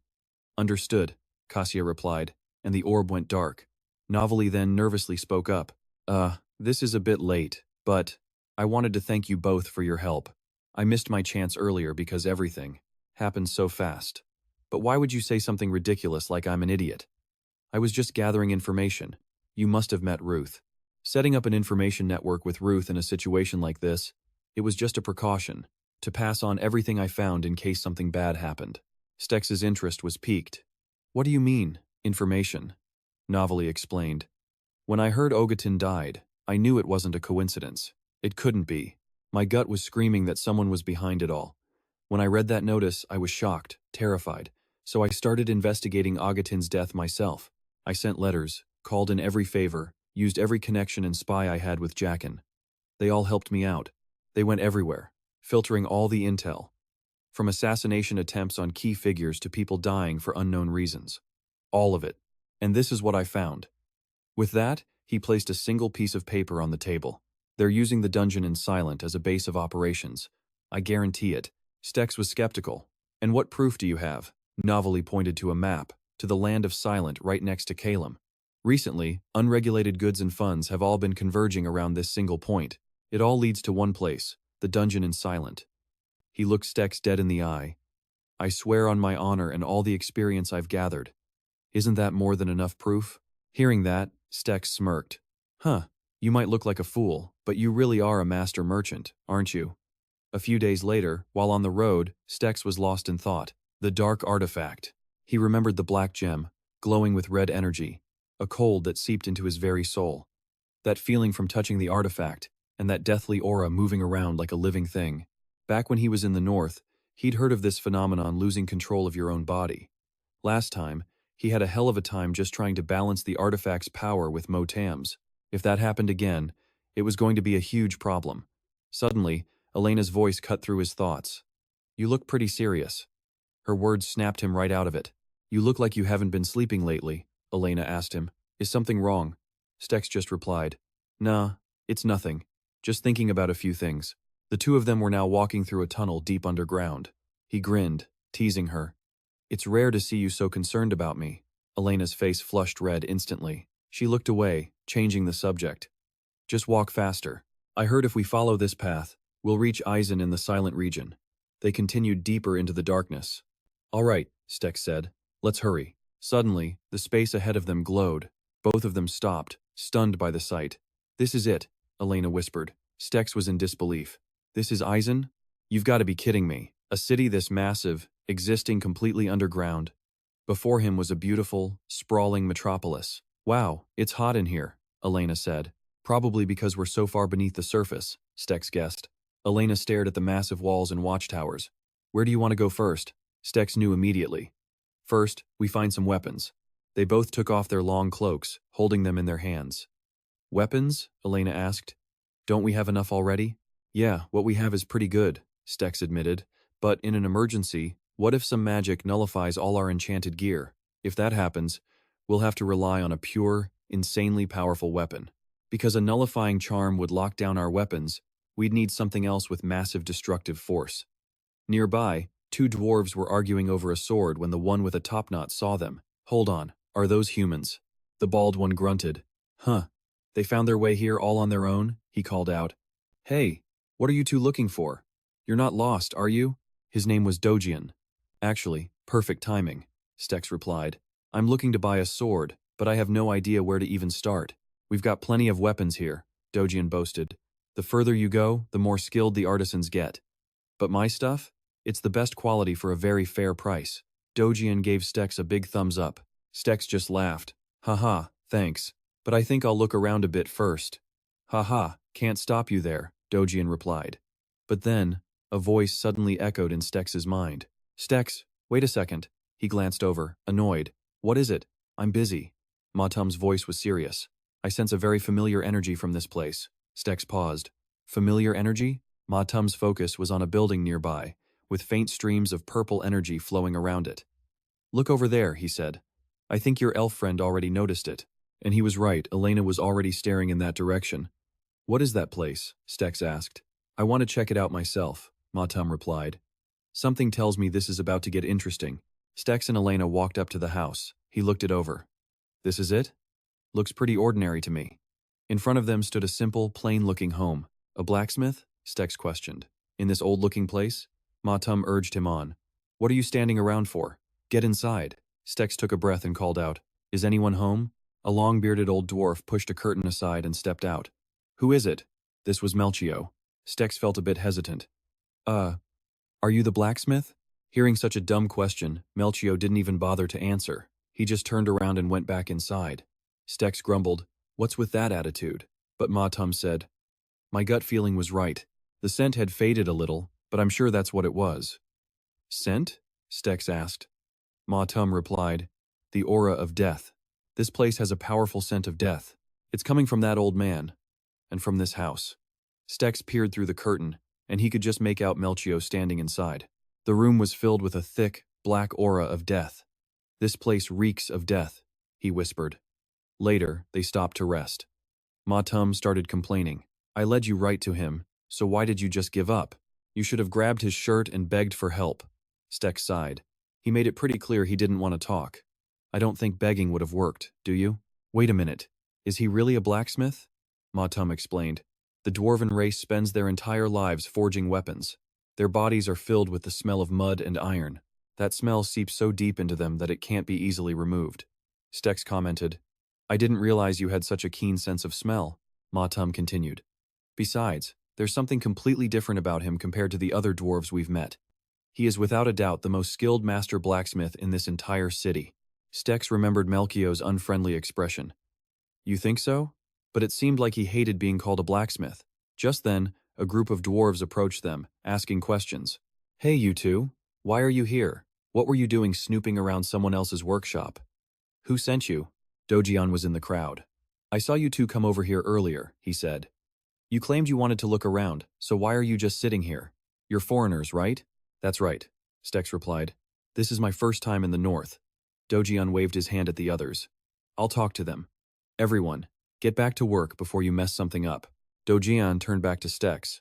Well, I didn't think I'd be introducing myself like this. My name is Dojian, and you? I'm Stex, he answered. Dojian held out his hand. Good to meet you again. Let's skip the small talk, shall we? Did you meet him? The question caught Stex by surprise. Yeah, we met him. Dojian looked toward the workshop and warned Stex. You'd be wise not to mention him while you're here. Why's that? Stex asked. Dojian replied. That guy has some complicated issues here. Stex pushed. Issues? Dojian began to explain. He's a washed-up blacksmith who tried to combine artifacts with weapons. Didn't you see it? That cold glare, that powerful energy, and that thick aura of death all around him? That's the kind of man he is. His name is Melchio. The scene shifts to a tavern, where Stex, Elena, and Dojian are sitting together. Combining artifacts and weapons? Stex asked again. I'm sure you've thought about things like that, Dojian continued. But why get tangled in such a mess? To put it simply, an artifact is like a stone, a normal, inanimate object. Whether it's small or round, its size and function are completely random, and no one can control it. It's a gift from fate. But what would happen if you could melt that stone? It would turn into water, a kind of liquid that could be absorbed into any shape, meaning it would become a form of pure energy. This energy could then be infused into a weapon, turning it into an artifact, or a weapon with multiple functions that match whatever shape the user desires. For example, a torch that holds a magical fire. That is the item Melchio wanted to create an ultimate weapon, and in Stex's mind, Motam spoke up. It's an interesting theory, but it has one major flaw. Stex asks, come to think of it, you said that old man was in some kind of trouble, right? Dojian takes a long drink of beer, sets the mug down, and begins to explain. To melt down the artifact and absorb its death energy, Melchior used cursed tools. Tools steeped in the necrotic power from the dungeons. Some were naturally resistant to mana, and that dark energy. He poured everything into making that weapon. But in the final moments of the process, Melchior himself was the one who screwed it all up. The experiment failed, catastrophically. He was horrified. The forge was destroyed, and a wave of death energy flooded everything. Melchior could only clutch his arm in agony. He'd lost control of the artifact, triggering a massive explosion of necrotic power that leveled several locations. And because Melchior was drenched in that raw death energy, the power ate away at his arm, leaving him permanently crippled. Dojian continued the story. From the city's perspective, they wanted him executed for being so reckless. But the Lord here decided to just banish him to the most remote part of the city. That's the house you guys visited. Considering all he'd done in the past, killing him felt like a waste. Now, he has to keep both his arms constantly wrapped in bandages. He can't even move his arms without a constant supply of painkillers. It's a tragic story, really. If he'd succeeded, he would have been a legend, famous not just in the Silent region, but across the entire North. Though, in Dojian's eyes, he already was. Stex whispers to Motam, hey, I think I have a theory. Motam immediately responds, me too. Meanwhile, at Melchior's house, the old blacksmith stands alone at his workbench. He remembers Stex's face, wondering who that kid was. A blacksmith? Suddenly, a knock at the door. Who is it now? Melchior grumbles. The medicine delivery? He pulls back the curtain and sees Stex waving. Hello. Disgusted, he turns and storms back inside. Wait a second, Stex calls out. Don't just walk away. Melchior sees Stex step inside and furiously shouts, get out before I call the guards. Do you have any idea this is trespassing? Stex replies calmly, if you just hear me out, I'll leave quietly. He says the old man's name, Melchior. That gets his attention. He turns. Stex asks, don't you want to finish your life's work? Get out. Melchior growls. Please, Stex insists. Just listen to me. I came here to talk about you. And that experiment you tried before. What's it got to do with you? Melchior snaps. How much more miserable do you want me to be? Stex just cracks a small smile. Use me. Wisps of black necrotic energy begin to swirl around him, proving his words. I'm completely immune to artifacts containing death energy. Don't be ridiculous, Melchior scoffs. But Stex is dead serious. You and me. He holds out a hand. Let's create a masterpiece together. The next day, a blizzard rages as Stex and Elena cross a rickety suspension bridge. Motam flies alongside them. Elena finally asks, "Excuse me, how much longer until we get there?" "We're almost there," Motam answers. Stek relays the message. Just then, they spot it. A cave, pulsing with that familiar dark purple death energy. "Inside there," Motam says. Stek and Elena head in, taking a look around. "I guess since this mine is abandoned," Stek notes, "the dungeon is deep inside." Elena asks, "This is the Corona mine, right?" "Yep," Stek confirms. "No one uses it anymore because the metal here is infused with death energy. But that also makes it the perfect material for crafting powerful artifacts." He points to a massive pit in the ground. Necrotic energy billows out from its depths. He grins. "A dungeon this big? We should be able to get the coronium ore and the artifact. You ready? Let's go." Elena says without hesitation. They leap into the pit, landing safely below. Before them lies a deep, dark cavern. Ice and snow cling to the walls in the path ahead. "Yep, definitely a northern dungeon," Stek says. "Let's head deeper and see what we find." After a while, Stek glances back at the corpse of a monster he just took down. Motam's green energy swirls around it, absorbing its essence. "Is it just me?" he asks, "or are we still warm even though we're in an ice cave? Guess it's all the moving. Have you seen any mineral veins?" "I've only spotted one." Elena just glances at him. "Same here. Shouldn't minerals with death energy be closer to the artifact?" Just then, Stek spots a blue rock jutting out from the cave wall. "Is this it?" he asks. "That's the one," Motam confirms. "It's packed with death energy." Stek's eyes narrow. If that's the case, then there has to be a guardian. No sooner do the words leave his mouth, he snaps an icicle from the wall and hurls it forward. The ground shakes violently. A flash of light and an ice shard monster materializes out of nowhere. It's a massive, floating eyeball, surrounded by razor-sharp spikes of ice. It hurtles towards them, its maw of jagged teeth wide open. "We'll mine the minerals after we deal with this thing," Stek says. He sees an ice spike forming in the monster's mouth and yells, "Elena, get behind the ice wall." He thinks, "Ice wave." A wall of solid ice erupts from the ground, shielding Elena from the monster's attack. Stek quickly tosses something to her. "Catch." Elena snags it out of the air. "A special bullet. It's for that weapon you used the other day," Stek explains. He turns to face the monster, rings of fire igniting around his hands. "Nothing beats fire against ice, right?" He grins. He silently chants, "Fireball." A massive sphere of flame erupts from his hands. The creature takes a direct hit, roaring in pain. But it's not enough. The flames only manage to melt some of the ice on its head. "Damn it, it just froze over again," Stek thinks. "Elena, I need a distraction," he yells, charging forward with his sword drawn. Elena loads the bullet onto an arrow, drawing her bowstring taut. She fires. The shot connects, causing multiple explosions across the monster's body. Stek uses the opening, launching himself high into the air. Raising his sword high, crackling with raw power, Stek grits his teeth and lets out a battle cry, plunging the blade straight down onto the monster's head, leaving a brilliant green trail in its wake. Green lightning arcs from the blade. But then clang. His sword is stopped cold by the ice spikes. "My sword!" Stek shouts. The impact actually makes the spikes grow even longer. The ice spikes impaled him. A huge chunk of flesh was torn from Stek's side, exposing bone. Those same shards of ice just shattered his sword. Elena screamed, terrified, "Stek!" The ice monster lunged, its mouth wide open, full of razor-sharp teeth. But Elena was faster. 2 arrows flew, exploding on impact right in the monster's face. Stek, using his power, began healing the gaping wound in his side. He grits his teeth. So cold. The monster's eyes widened, seeing this. Suddenly, 3 long legs erupted from its body, anchoring it to the ground. Elena thought, "It's pinned itself down." She fired 2 more arrows, aiming to finish it. They exploded. But this time, the monster didn't even have a scratch. Its mouth opened. Icy energy began to gather. Motam cried out, "That's..." Elena saw it too, her eyes wide with shock. Motam screamed, "Get out of the way!" A massive energy beam shot straight for them, but they just barely managed to throw up an ice wall and dive aside. Motam said, "I know this thing. This is the ice slate's abnormal state." Peeking out from cover, the other 2 stared at the powered-up creature. Stek added, "I've seen this before, but I can't regenerate from injuries like that." He frowned, thinking, "What can I possibly do?" Then, an idea hit him. He yelled out, "Elena, the pillar! Destroy the bottom half of that pillar for me." Elena glanced at the monster, then back at the pillar. "Got it." Meanwhile, Stek placed his hand on a clump of minerals growing on the cave wall, tainted with death energy. He said, "And as for us, We're activating Devour, Motam replied. Devour. He watched as Stek absorbed the energy from the minerals. A status window popped up with a notification.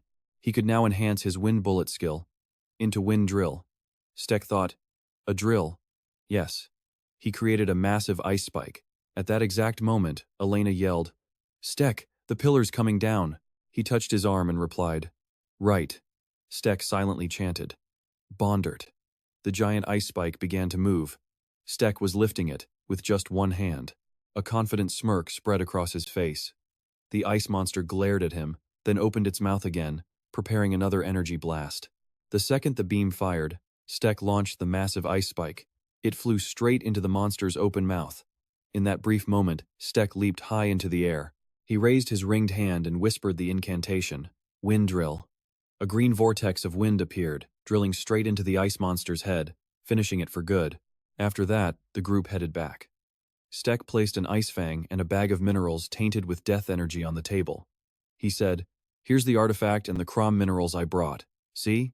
Use them however you want. Then he motioned to Dojian, standing beside him. Dojian added, I'm prepared for what's to come. The old man, Melchior, spoke hesitantly. But, will you be all right? If the others find out you're working with me, they'll. Dojian just smiled. It doesn't matter what you do here, because no matter what you achieve, your work will never be acknowledged by them. In other words, Stek continued, no matter what we do, the others won't even notice. And I'm just a traveler, so I'll be leaving soon anyway. Melchior tried to warn them, you're all being so reckless. The ambition to create a masterpiece can cost a master his life. I'm sure you know that better than anyone, Dojian said. And I know you want to witness the moment a masterpiece is born. Hearing this, Melchior looked down at his own bandaged hands. They were shaking uncontrollably. He was silent for a moment, then finally said, all right. He tied up his hair, a fire of determination burning in his eyes. Brian, he ordered, put the artifact in the forge, then take it out. You said you're completely immune to death energy, right? Let's put that to the test. Black smoke billowed from the forge as Stek pulled the ice artifact from the flames. He frowned. Looks like the ice is holding its original shape. Motam guessed. It's probably because this is the only artifact that can destroy other artifacts. I've never seen anything like this. Suddenly, Melchior yelled, no, no! He pointed at the artifact and instructed, don't use the tongs. You have to take it out with your bare hands. Stek hesitated. But, Melchior reassured him, don't worry. The glove you're wearing is a tool designed to absorb death energy. That thing can't hurt you, see? You're still fine. You are completely immune. And don't worry about the heat. Stek frowned, looking at the glowing object in his hand. He let out a grunt. The ice artifact began to vibrate intensely, streams of purple energy swirling around it. The death energy in the glove and the artifact are fighting each other, Melchior explained. His voice became deadly serious. From this point on, this is the hardest part. Imagine your hands are a hammer. Now, crush the artifact. During this process, a massive, powerful burst of death energy will explode. Last time, I failed at this very step, and the consequences were severe. If you can withstand it, you have to keep compressing the artifact. If you fail, everyone here dies. Stek turned to see Melchior and Dojian hiding far in the back. He asked, annoyed, why are you two hiding over there while telling me this? Melchior shouted back, we're not hiding, we're just cheering you on. Stek strained, trying to crush the artifact with both hands as tendrils of death energy whipped around him. Motam said, focus. The harder you press, the stronger the death energy becomes. So it's true. An artifact can become pure energy when you forge it. If you let even a tiny bit of it escape, it'll cause a chain reaction of explosions. From a safe distance, Melchior and Dojian peeked out. Dojian said, that's an unbelievable amount of death energy. How did you survive that much power, old man? You even survived the explosion, Melchior yelled to Stek. Now, fuse the crom with the artifact. Gritting his teeth, Stek shoved the artifact in his hands into the block of crom on the table. The resulting explosion of energy and death aura forced him to bite down, enduring the pain. A moment later, Melchior said, it's done. The crom mineral has completely contained the artifact's death energy. The piece of crom was now a pale purple, with a dark aura swirling around it. Melchior was in awe. With this, and these metals, I can finally create the weapon I've always dreamed of. Dojian asked worriedly, but old man, what about your hands? Didn't you say it yourself? Melchior replied, we're betting our lives. The only problem is my body. With a determined smile, he began putting on his gloves with trembling hands. He said, "Get ready. From here on out, it's our turn." Later, spent bandages lay scattered on the floor. Dojian's worried voice rang out, "Hey, are you still okay, old man?" Melchior answered, "Finally. It's done. My hands are killing me again." The two were lying on the floor, exhausted. Melchior asked, "By the way, when did we start calling him Brian? He still hasn't shown up." Just then, Steck walked in. He spoke up, "I'm here." "Ah, you're here," Melchior replied. "Here, look." He handed Steck a sword. Steck stared at the blade, completely stunned. It was glowing, radiating immense power. He heard Melchior introduce it. "This is your sword, the soulless sword." Motam asked, "What is this?" "Surprising. The sword looks so ordinary." Steck touched the blade and asked, "You already named it, but why call it soulless?" Melchior answered, "Because the inside of this sword is completely empty." It was a long sword that looked unremarkable at first glance, but the sheer power and death energy radiating from its blade was absolutely off the charts. Melchior began to explain. It was crafted to serve a master, but it has no idea who its master is, or what they even want. So calling it the soulless sword? Yeah, that sounds about right. Steck studied the blade carefully. "Thanks," he said. "So, how much do I owe you for this?" But Melchior just shook his head. "Don't worry about it. Just take it." The master blacksmith was completely drained, lying exhausted on the floor. "Who works this hard just for money?" he mumbled. "This was more than enough payment for me. If you really want to give cash to someone, pay my old friend who helped me out." Steck glanced over at Dojian, who was already fast asleep. Melchior added, "Look, do what you want. I'm just beat from forging all that ore. I need to get some sleep right now. If you have time later, feel free to stop by and visit. Oh, and one more thing. About that sword? You'd better treat it with respect." Hearing that, a huge grin spread across Steck's face. He joyfully admired his new blade and replied, "You got it." The next day, Steck and Elena set off. They were traveling through a canyon with their guide, a torch lighting the way, when Elena asked her question. "So, we'll find the dungeon if we just follow Mount Rockfoot?" Steck nodded. "That's right. The guys who attacked Ogaton probably went this way too." Their guide glanced back at them, looking a little apologetic. "Hey, sorry for making you two walk. There's a nasty rumor going around about winter apes attacking merchants up north. So I can't exactly relax in the carriage while we travel," he said with a sigh. Steck remembered his last run-in with them. He just waved a hand and laughed. "Ha ha, don't worry about it. You're guiding us, so this is nothing. Besides," he thought to himself, "handling those things is easy. Winter apes, huh? Don't tell me that rumors already spread this far." The guide, leading the horse and cart, chuckled. "Ho ho, it seems I have a reputation for being a reliable guide. We're almost at the cave, so we'll stop there for a bit before we push on." But then the soulless sword began to tremble and glow. Steck looked down at it, confused. "Huh? What's this? Why is it lighting up all of a sudden?" A strange, faint energy drifted towards them. The horse smelled it and whinnied in terror. Motam shouted a warning to Steck.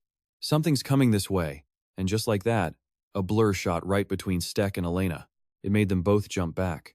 What the hell was that? Steck thought. The thing flew straight for their guide, who was too terrified to move. He could only watch as the strange mist enveloped him completely. Steck yelled, "Hey, look out!" The words barely left his mouth when the guide swung an axe right where he was standing. Steck dodged just in time. He leaped back. "Why are you suddenly attacking me?" he shouted. The guide trembled, gripping the axe. His eyes were completely lifeless, and above his head hovered a swirling mass of energy with glowing blue eyes. Motam sized it up. Could that be? A ghost? But how? Steck shot him a look. "What is that thing?" Motam stared at the ghost, which was now smiling a twisted, evil grin. "Ghosts are beings from another world," he explained. "They belong to the intermediate realm. For them to be wandering around here, in the physical world where humans live, it just doesn't make any sense." The guide grunted and charged again with his axe. Steck dodged.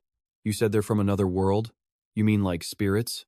As he avoided another swing, Motam replied, "Exactly. It possessed the guide because it can't physically touch you or the elf girl." Steck looked at the guide, who was now panting heavily. "Can't I deal with it using my takeover skill?" Motam shot that down. "You could try, but if too many spirits invade a single host body and cause chaos inside, the host's mind will completely shatter." Steck gritted his teeth. "You mean he'll die?" He weighed his options, "but if I just let this happen, He's in danger either way. What do I do? Just then, the soulless sword pulsed with a soft light. Stek's eyes widened. Is this? Motam yelled. Stek, draw it, now. He pulled the sword from its sheath. The blade was now covered in a golden aura. The sword, it's glowing. Right on cue, the guide let out a roar and swung his axe. Stek broke into a cold sweat and raised his own blade to block the attack. The moment they connected, the sword erupted in a blinding flash. What is this light?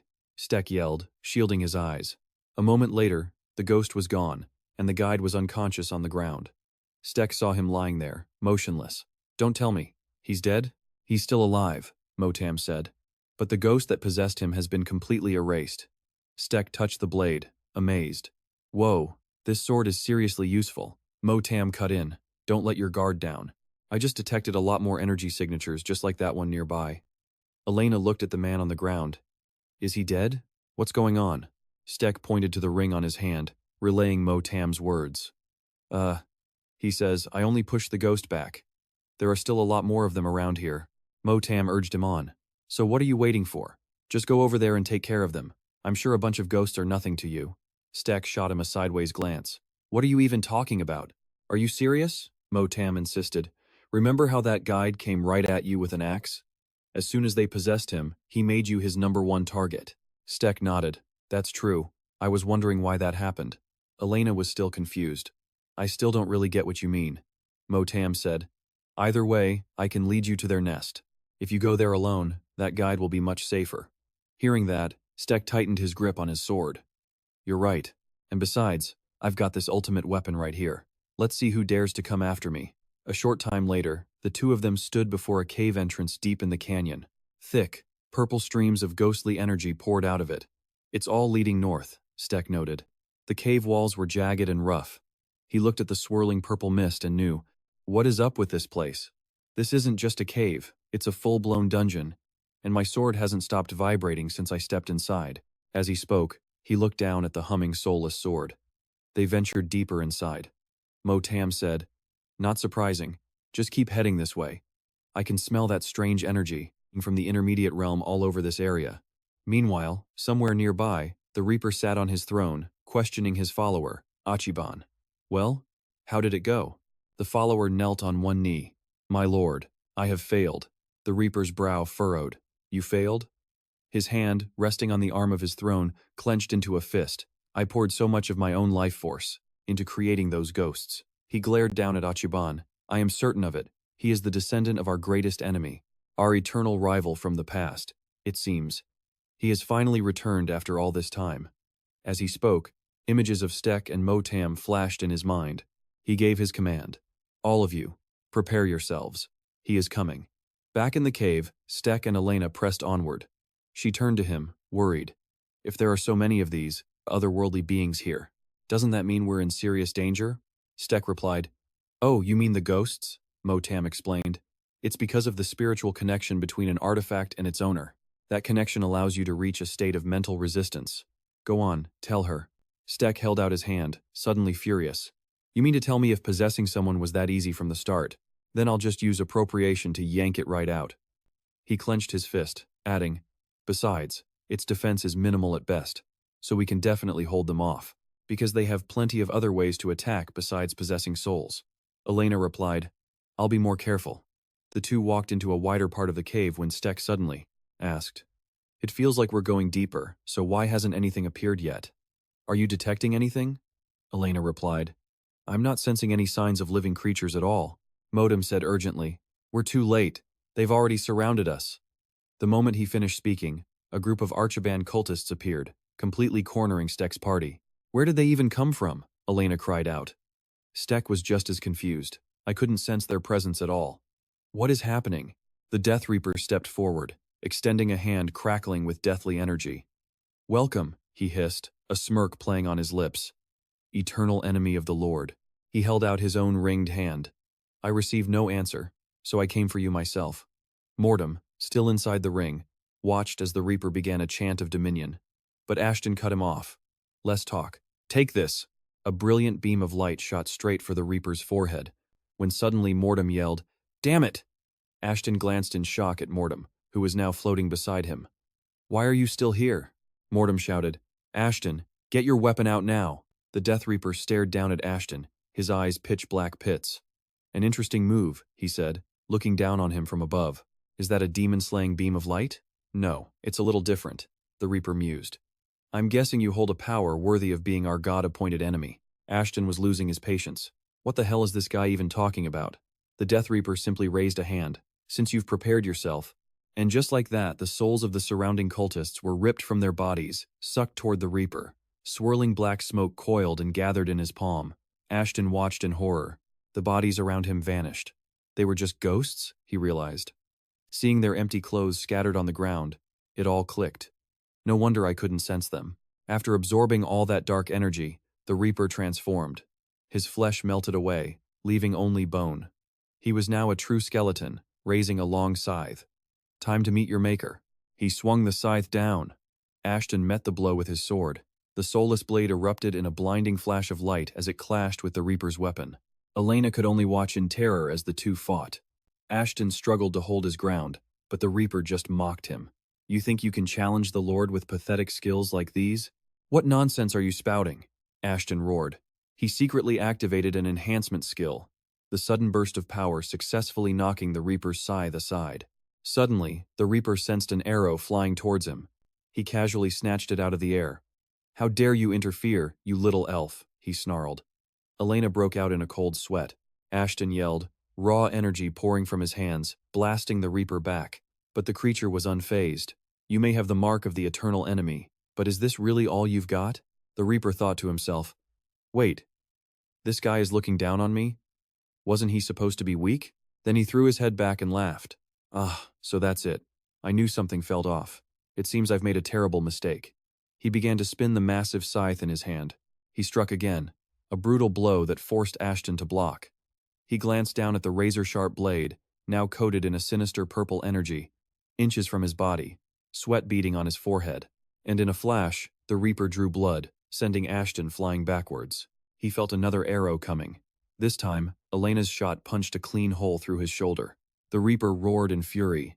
Stop getting in our way! With that, he stretched a hand toward her, and a swirling black orb of energy appeared from his palm. Elena's eyes widened in fear. The orb shot towards her, leaving a black scar across the air itself. It slammed into her, creating a massive explosion. When the smoke cleared, Elena was revealed, slumped against the cave wall, unmoving. It was impossible to tell if she was alive or dead. I have no interest in you, elf. Stay put. The Reaper then grabbed Ashton's arm. You don't even have the power to awaken your master. He lifted him up like a child and stared at the ring on his finger. How dare you come here, you fool? Ashton's mind raced. He can see Motam? Motam spoke directly to the Reaper. Sorry, but I happen to like this companion, and I have no clue what you've been rambling on about. The Reaper raised a hand glowing with black and red deathly energy. If that's the case, then watch this. Perhaps this will jog your memory. The energy washed over them, forcing Ashton and Motam to relive the moment they struggled to merge with the dark artifact. It hit them both at once. They understood. That's right, the Reaper said. You've seen this scene countless times, haven't you? I am merely a fragment of a much greater whole. I am the noble incarnation of him. And my target is him. He paused, his hand becoming enveloped in a sharp layer of energy. Then he sliced. The blade hand cut clean through Ashton's arm, severing it at the elbow. He screamed in pure agony as his hand, with the ring still on it, fell to the ground. The Reaper picked it up. My goal is to erase every last remnant of that enemy from this world. He began to pull the ring off, ignoring the vines from Motam that desperately tried to cling to the severed finger. The Death Reaper added, but you should be proud. The human you brought with you this time is the toughest survivor of all the enemies I have ever faced. Motam gritted his teeth in fury, watching as Ashton clutched his bleeding stump, writhing on the ground. Seeing both him and the unconscious Elena, the Reaper praised Motam. You raised him quite well. Ashton, full of pain and rage, could only say, the ring. Suddenly, he heard Mortam's voice in his head. Do not panic. What? Why? Ashton asked. Motam replied, our connection is not over. Only the physical ring is gone. Calm down. The Reaper looked at Motam and made a threat. It doesn't matter if you understand my words. In the end, both you and your companion will be sealed by my own hand. And that seal will last. Until the day he returns to this world once more. Motam could only ask, what? How pitiful, the Reaper sighed. You're forced to repeat this endless cycle until you finally become whole again, even though you can't retain any of your memories. Fate is so cruel. The Reaper was so lost in his monologue with Motam, he failed to notice Ashton had already sat up, and his severed arm was growing back. Ashton was silently chanting a recovery spell. Bone shot out from the stump. Flesh and sinew instantly regenerated, and then the ring vanished from the Reaper's hand, reappearing on Ashton's newly formed one. "So, what do you think?" Ashton said with a smirk, holding up his ringed hand in defiance. "That's a pretty interesting move too, isn't it?" The Reaper simply replied, "Is that so?" He raised his scythe again. "Well, it seems you two won't get bored. You'll just have to be sealed away together." Ashton's brow furrowed as his mind raced. "What do I do now? A direct confrontation is a terrible idea. Should I be using magic? What kind of magic would even work against him?" Mortem's voice cut through his thoughts. "Light. Remember the canyon? The light from your sword defeated those ghosts and saved Torch. If you're thinking about what happened to him, then yes, that will absolutely work." Just as Motam finished, the Reaper's scythe swung down, and Ashton raised his sword on pure reflex. The light erupting from the soulless sword made the Reaper flinch. The blade's golden energy flared even brighter as the scythe drew near. Ashton was stunned. "The light. It's actually working!" Motam reminded him. "Remember what May told you. The sword's nature comes from its master's desire. Whatever you wish for from the sword, it will grant your request." And just like that, he swung hard, sending the Grim Reaper flying.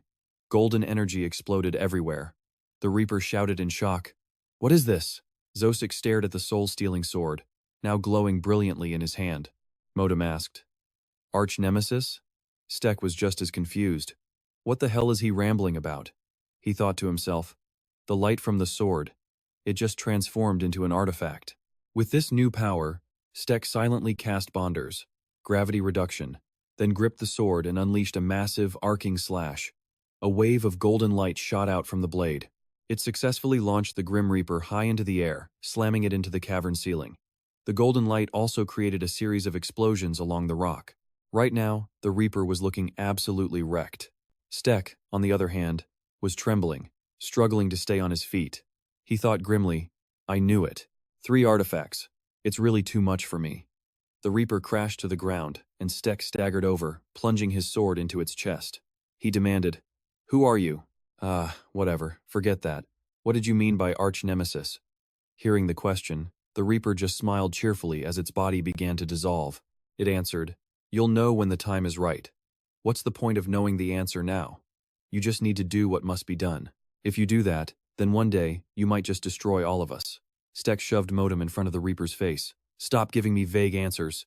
The Reaper replied, "From the moment you put on that ring, everything that happens next is part of your destiny." It looked at Motam and continued, "If you reject it, you'll die.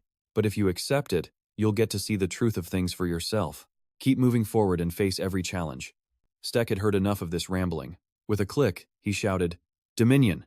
A few days later, Stek and Elena were standing before a beautiful city. He said, "We've arrived in Deer Valley. This is the city of engineers." Elena added, "Compared to Eisen, this place is much more peaceful." He frowned at the scroll in his hand, then decided, "Let's find a place to rest and take a look at this scroll. We still haven't had a chance to read it since we got it out of the dungeon." He then glanced down at the other scrolls in his bag and said, "Since there are quite a few scrolls here, I'm sure some of them have useful info." Inside an inn, Stek and Elena huddled together, reading one of the scrolls. He remarked, "Most of this is just strange characters and numbers, or the names of objects we've never even heard of." Elena said, "Look at this line." Stek leaned down to read, "Formation of types in Deer Valley, and transport. Does that mean they're looking for something?" The order was issued by Charlie's workshop. Deadline is the end of October. Stek muttered, "Charlie's workshop. Feels like we're about to uncover something." Suddenly, a loud explosion from outside caught their attention. The waiter said, "Oh my, sorry about that. The explosion outside was a bit loud, wasn't it?" Stek replied, "It's fine. This is our first time in the city. Did that sound come from a workshop?" The waiter answered, "Yes, you're right. It's not too surprising, since today isn't a normal day. After all, today is a pretty special day." Stek asked, "A special day?" The waiter pointed towards the bustling square nearby and began to explain. "In 2 days, the engineering exhibition will be held. All the engineers in the city will display the works they've completed so far. There's not much time left until the deadline, so I'm sure that explosion came from a busy workshop. If you two have nothing to do, you should try visiting. It's pretty interesting because they display all kinds of unique products. Stek and Elena listened as they ate. He asked, "Oh, do you know where Charlie's workshop is?" The waiter rubbed his chin, then replied, "I can draw a map to Charlie's workshop for you, but he's not taking any more requests." Elena asked, "Is it because he's busy preparing for the exhibition?" The waiter replied, "No, his workshop has already closed down. The workshop is still around, but I heard it's been closed for almost a week. I think he's probably busy packing up his goods inside." Hearing this, Stek was startled. His urgent voice echoed through the dining room. "Damn it, we're out of time. Please, draw me the map, quickly." Later, the two of them appeared in a small room. Stek said to the person at the counter, "Hello, we came here because we heard this is Charlie's workshop." The man at the counter replied, "Charlie is my father." He looked at Stek with an unhappy expression and said, "I'm Chat. As you can see, unfortunately, we haven't been taking any new production requests, not since the business was still running." Stek walks over. "What happened here?" But the man, Chat, just waves him off. "This is a family matter. I don't discuss it with outsiders. If you're done here, then just leave." He snaps. Motam whispers an idea. "Should we sneak inside and dig for more info? It would be much easier." "No," Stek replies firmly. "We gather intel with integrity. Just wait a minute." He then pulls out a scroll and addresses Chat. "My apologies for asking about a private family matter, but we're currently investigating something in secret. We're afraid your father might be mixed up in something terrible." That hits Chat hard. His composure shatters, and his eyes fill with tears as he asks Stek, "Do you know something about it?" Stek answers carefully, "No, I can't say that we do." Overcome with grief, Chat begs him, "Please, help me find my father." Stek introduces himself and Elena using their aliases, Selena and Berzian. Then, he asks about Chat's father. The story comes pouring out. It's been a whole month, and he has no idea if his father is dead or alive. He remembers it perfectly, the day a group of men in black cloaks came to see him. And right on cue, two figures who'd been spying from a distance make their move. They leap down from a rooftop, landing right behind Stek and Elena. The moment they appear, Martin remarks on how fast they showed up, almost as if someone was planning to beat them senseless in a dungeon. The two cloaked figures start drawing their weapons. Seeing this, Motam advises Stek not to waste his energy on such careless opponents. Facing these two, Stek shows no fear, just pure annoyance. He draws his own sword and yells, "Now, watch me." A brilliant light erupts from the blade, completely stunning the cloaked figure. It was like a holy light from the heavens descended just to strike him down. After wrapping things up, Stek declares that this little run-in confirms everything. If these guys are involved, Charlie isn't just on the run. He believes Charlie has been kidnapped or is being held prisoner somewhere in Camelina. Hearing this, his companion asks, "You don't think they've already dealt with him, do you?" "Not unless the artifact has been stolen," Stek argues. "Otherwise, there's no reason for them to kill him." He cuts her off before she can add anything else. Their plan is crystal clear. They've secretly abducted Charlie and are planning something sinister. Either way, the first step is to check out any suspicious locations. A short while later, they arrive at a beautiful river. A voice asks, "How about this place?" Elena says she can definitely sense magic. Even though it's not very strong, she can feel the aura of a living creature. But, she says it doesn't feel like a monster. Her words leave Stek completely baffled. She continues, saying she only caught a glimpse of it, so she can't tell if it's dangerous or not. Just as she's about to say more, Motam appears, complaining about the disgusting, lingering smell of the cultists. After hearing him, Stek makes a decision. "We're not waiting any longer. We're going in," he declares. "Let's finish them off quickly and get out of here. Besides, this is a perfect opportunity to show off the new weapon Melchior made for him." A moment later, a man in a black cloak is dangling by his collar as a voice asks, "Is the next opponent ready to appear?"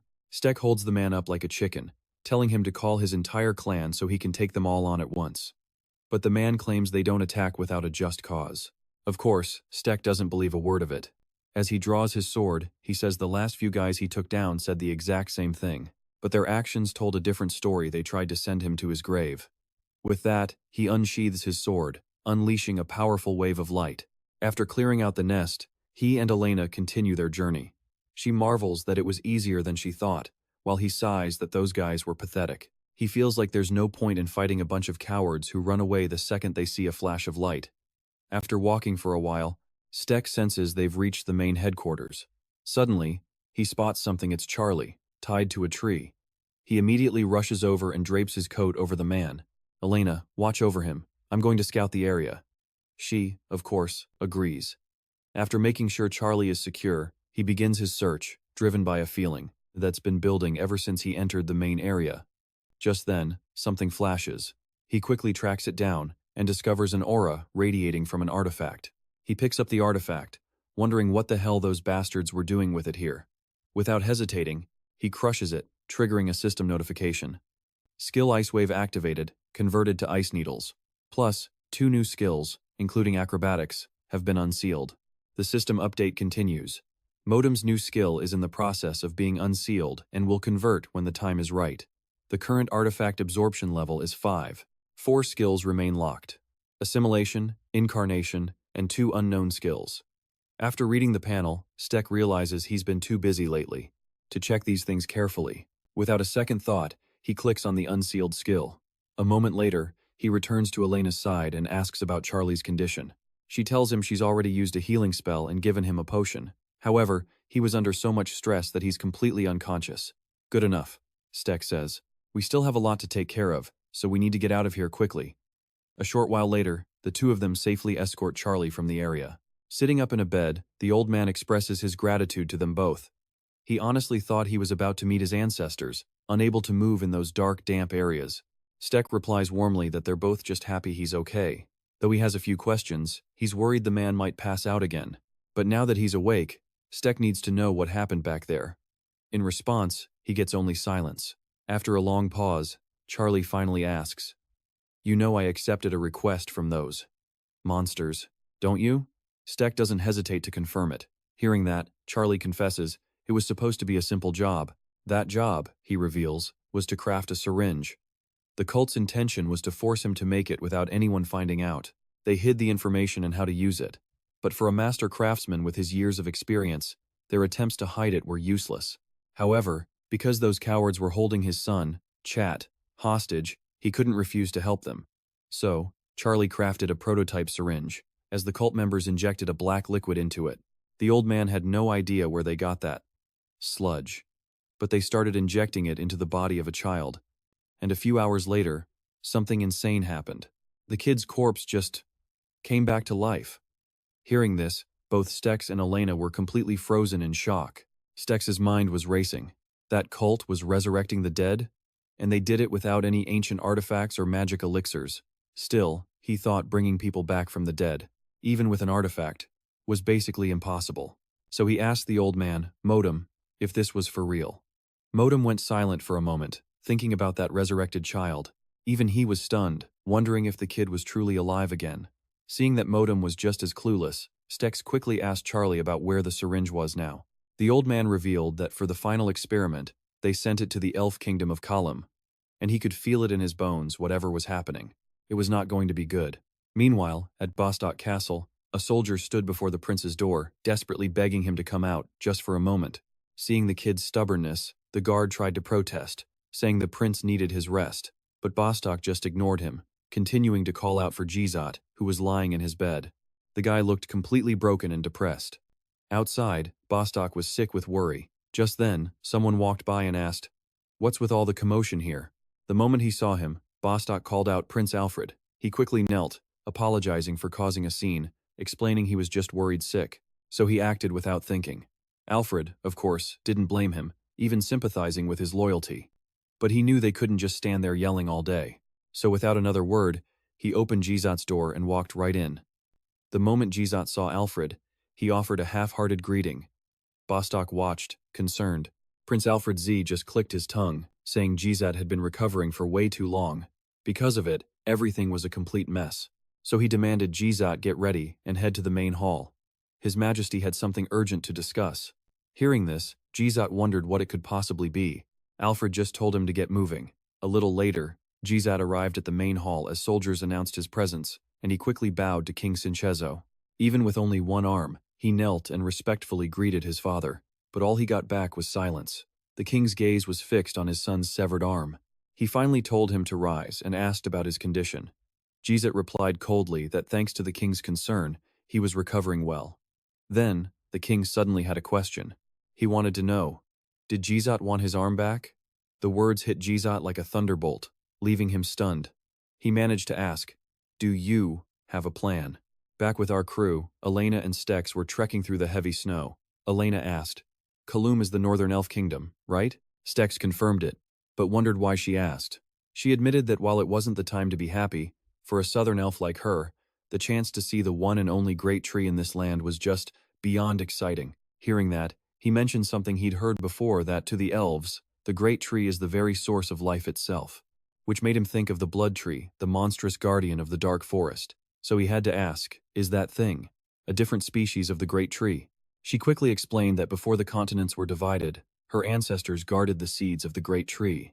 They traveled to the dark forest and planted a seed there.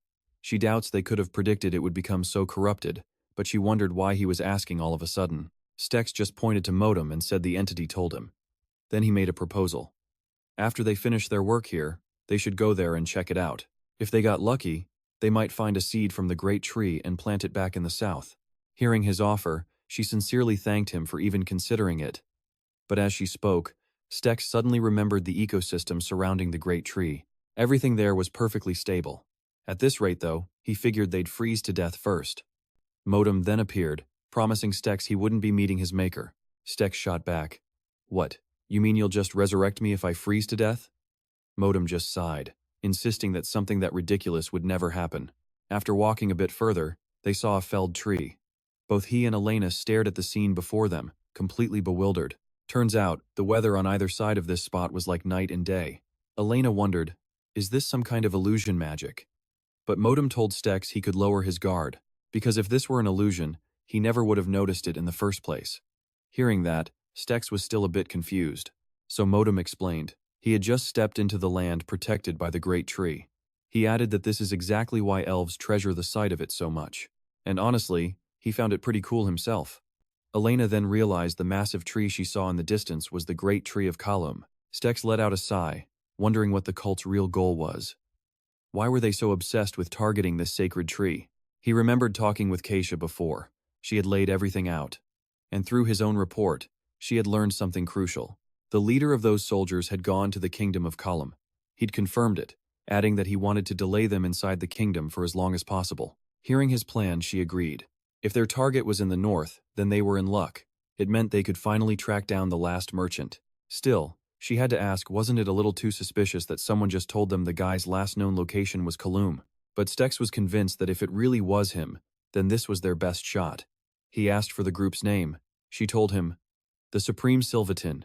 The second he heard the name, he volunteered to investigate personally while he was scouting the area. And now, back in the present. As he moved through the forest, Motam warned him to get ready. Hearing that, Stex thought to himself, yeah, he had felt something was wrong the moment he stepped in here. He asked the entity, their target is us, right? Motam corrected him, not just you, they're trying to eliminate anyone who gets in their way. Immediately, Stex turned and called out Elena's name. She instantly knew what he meant, confirming she felt a presence, something that couldn't be detected by normal spiritual senses. The words had barely left her mouth when two followers of the Achiban cult landed right in front of them, demanding to know who they were. They figured these two weren't just some lost fools who stumbled in by accident. And if that was the case, well, this was about to get a whole lot easier for them. Wasting no time, one goon pulls out a sledgehammer, the other a massive blade, ready to carve them up. Stex, completely bored by their monologue, just pulls out his own weapon. He turns to Motam and says, see? Told you this bunch talks way too much. But hey, it works out for him. He'll just use them as a little sacrifice. A thank you gift for Charlie. But that's when Motam appears, giving him a serious warning. He senses an aura from these two, one that feels eerily similar to a Reaper's. One they've faced before, which means these guys weren't going to be as easy to beat as the ghosts from earlier. Ignoring the warning, Stex just charges forward, yelling that he's way stronger now, so don't worry. He immediately unleashes his bond enhancement skill. His target? The guy with the sword. One swift slash cuts right across his body, but nothing happens. The lack of any effect leaves Stex completely stunned. He'd used the exact same amount of power as before. As the enemy leaps into the air, Stex is left wondering if there's some other condition he's missing. Some trick to activating his skill? The Achiban follower seems to recognize him, calling him that interesting kid. And then, without hesitation, the follower raises his sword, preparing to bring it down on Stex's head.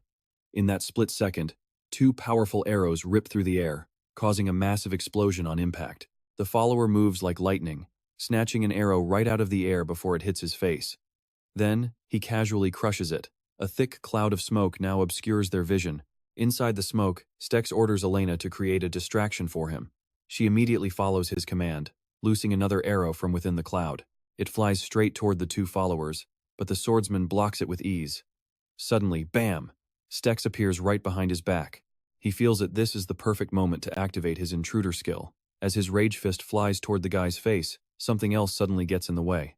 So instead of a clean hit, his fist smashes into some kind of shield his opponent's buddy threw up. And yeah, Stex is not happy. He's actually pretty pissed. Elena doesn't miss a beat. She fires off another arrow, a perfect diversion to give Stex the opening he needs to get away. He lands at a safe distance and summons his Teslas, immediately hurling them at the two Ichiban followers. The swordsman reacts in a flash, raising his blade. Just as the Teslas are about to hit, he lets loose a single slash. The attack is wickedly sharp and fast. Stex sees the blade of energy coming right for him. He realizes it's a direct sword wave attack. Thankfully, his reflexes are fast. He blocks it with his own sword, wondering what the hell kind of insane moves these guys have. Putting his own strength behind it, Stex swings his sword in a wide arc, shattering the attack. But suddenly, the hammer user appears right behind him, ready for a sneak attack. Just in time, Stex feels the killing intent closing in. Another huge explosion erupts. Miraculously, Stex is still in one piece. He clutches the side of his face, wondering what in the world is happening now. As the dust settles, the guy who tried to ambush him is laid out flat on the ground. The one who took him out? Mark. He casually greets the two of them. His sudden appearance leaves Elena speechless, and Stex is just as shocked. They all recognize him, General MacDonald. In that moment, pure rage boils over. Stex charges, screaming, "You bastard!" At the same time, Elena lets an arrow fly. Mark swiftly raises his shield, blocking both her arrow and Stex's furious strike. The moment sword hits shield, Stex immediately senses something about it. Mark uses his strength to shove him back. He then coldly reminds Stex that before they try to kill each other, they should probably finish their fight with the Ichiban followers. He even adds a helpful tip: there's a guy right above him ready for a sneak attack. Just as the blade comes down, Stex whips his sword up to block. The enemy just mocks him for losing focus. In response to the taunt, he just clicks his tongue in annoyance. He uses his low-grade earth bond and sends the guy flying. But in that same instant, Mark charges right at him. Danger. He knows it instantly. Sword clashes against shield, sending out a shockwave you could feel. The screech of metal on metal fills the air as sparks fly. Unwilling to give an inch, Mark shoves with all his might, sending Stex flying back. The force pushes him back a bit too. Both are forced to retreat. At the same time, one Ichiban follower tells his downed buddy to get up. He asks what they should do with these intruders. The other one seems confused by the question. Suddenly, a new follower plants a sword in the ground, declaring they need to eliminate all three of them.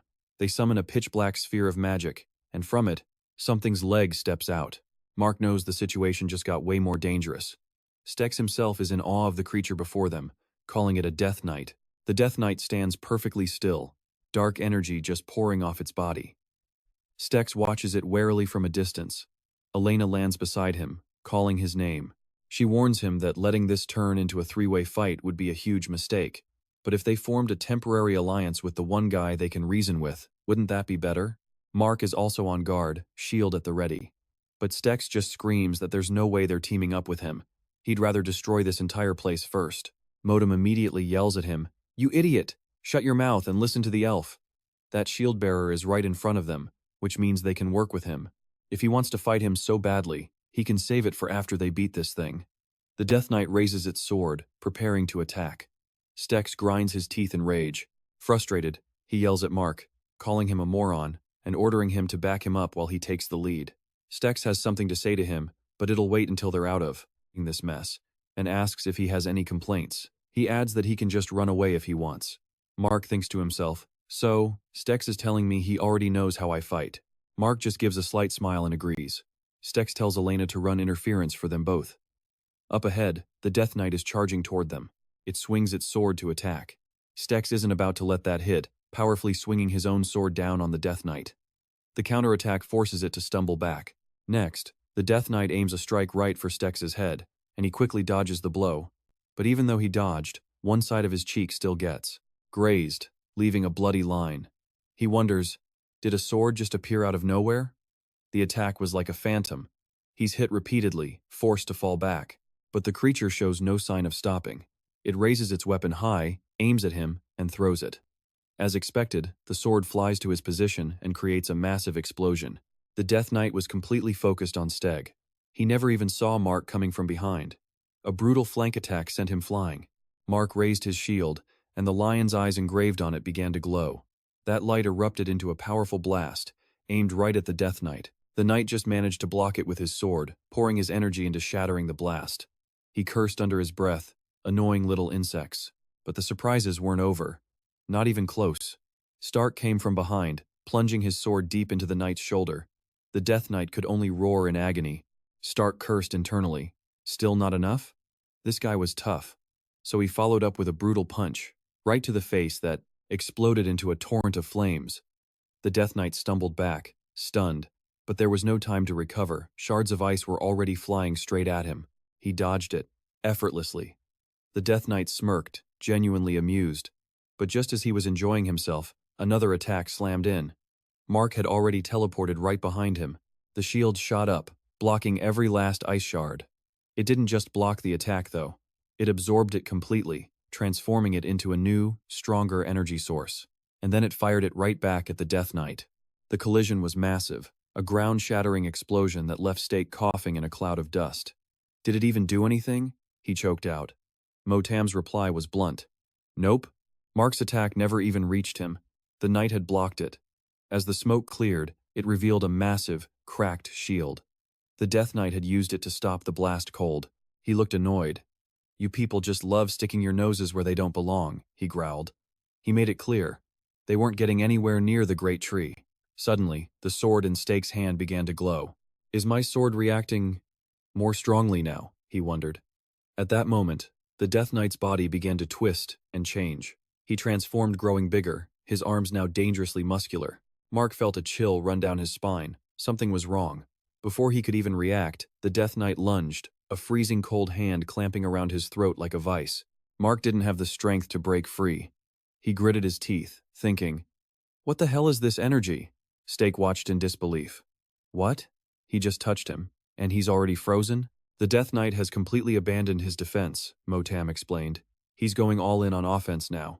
That energy is forcibly draining Mark's life force. Stake did the math. If the knight had no defense, then this was their chance. He launched himself into the air, getting ready. He brought his weapon down for a finishing blow right on the enemy's head, but the creature saw it coming. Another arm shot out and grabbed Stake by the neck. He was stunned. Where did that arm come from? The Death Knight slammed Stake into the ground. Motam explained that the creature has no fixed form. Stake just gritted his teeth, enduring the crushing force on his neck. This is getting annoying. And while still holding Mark by the throat, the knight threw a punch straight at Stake. But from the distance, an arrow came flying, aimed right for the Death Knight. It was Elena, bow drawn, aimed right at him. The Death Knight grew another hand to snatch the arrow from the air. He sneered. Turns out it's just some trashy elf. Suddenly, Stake, who had been pinned down this whole time, threw a powerful uppercut, smashing the creature right in the face when it least expected it. He was free from its grasp. Stake decided then and there, he was betting everything on this one fight. Instantly, shards of ice erupted from the ground, locking the Death Knight's legs in place. He was trapped, frozen to the spot. From a distance, Stake soared into the sky, his hand gripping the hilt of his sword. The blade came down with earth-shattering power, and then, a pillar of light tore through the sky, bringing with it massive bolts of lightning. The power was so immense it created a horrifying explosion, carving out a huge chunk of the landscape. Night fell. The three of them, Stake, Elena, and Mark, sat resting by a campfire. Are you hiding something? Stake asked Mark, his tone sharp. Just yesterday you were trying to kill us, and now you're giving us medicine and expecting us to team up? How did you even find us? Intuition, Mark replied calmly. As long as Venezia is an enemy of the Southern Alliance, the road south is going to be rough. Then he added, did you and Elena really think, in a situation like this, that I wouldn't avoid that route? Of course, you don't have to worry about me tracking you. I made the decision to follow you two back. When we were in Venezia, Stake snapped back. So you're saying we should just trust you? A nobleman from Venezia, a general. The same one who threw everything away to come to the north? Mark countered. You've got it wrong. I was born in the north. Even if you searched the entire continent, you'd never find anyone with less love for the north than me. I simply heard a new, famous adventurer had arrived up here, so I followed the trail. Stake sighed. Those rumors are ridiculous. Motam wasn't buying it. If you're from the north, you should have just stayed there. Why come all this way just to spout nonsense? Stake didn't get what he meant by less love. Mark explained.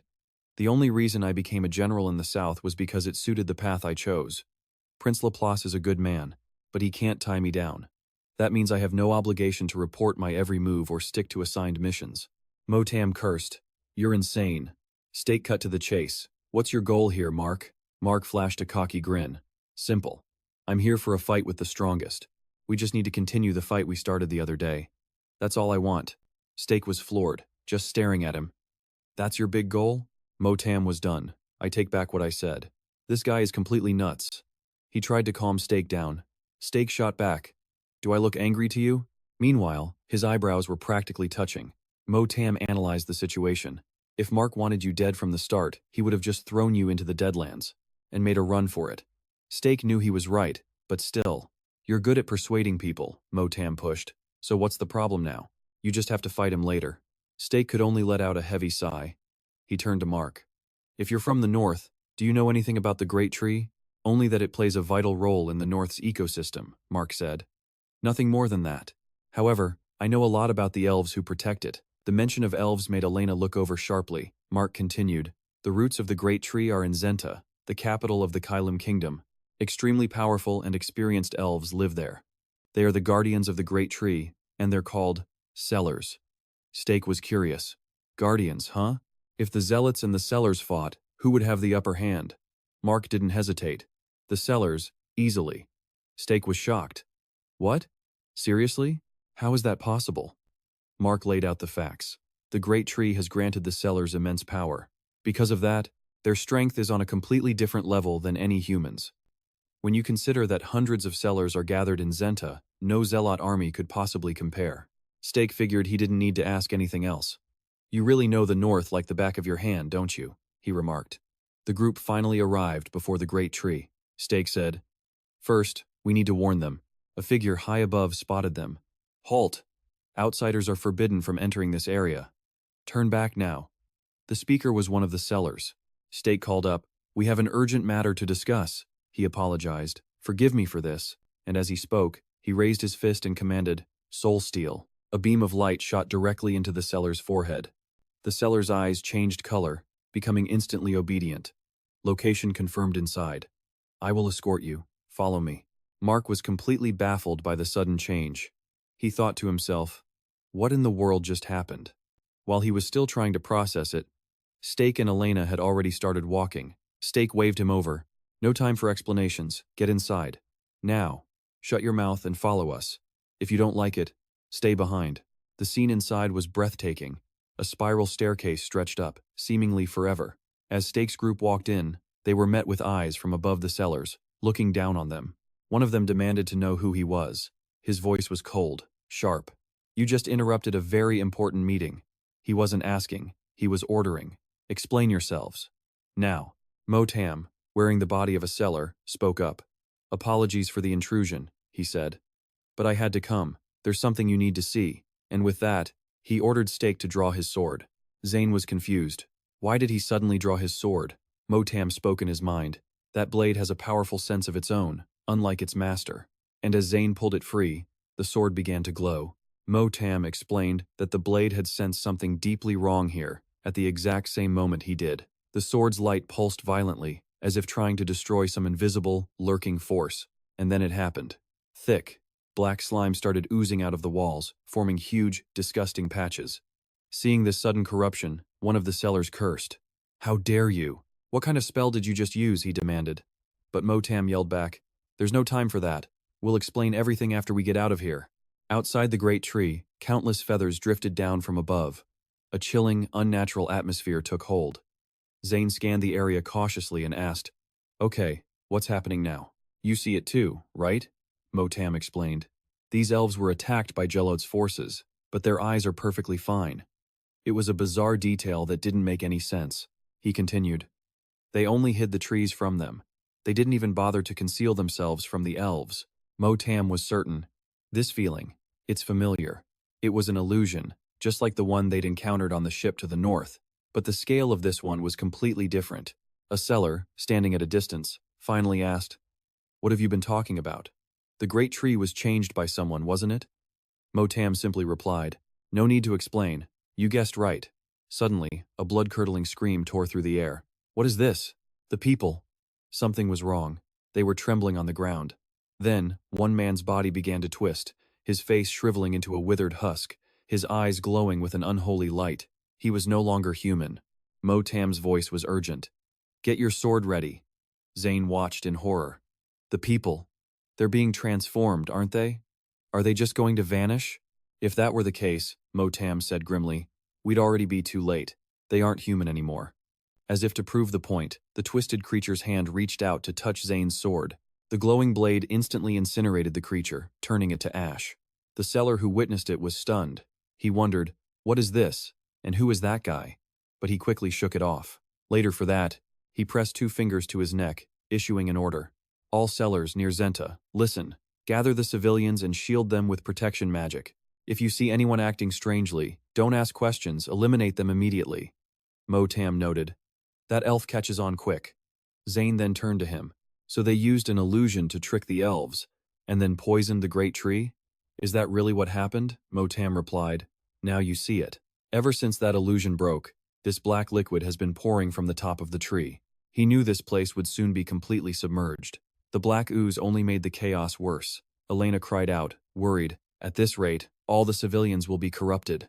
Motam explained. The great tree is the core of this region's ecosystem. It neutralizes all magic and releases it.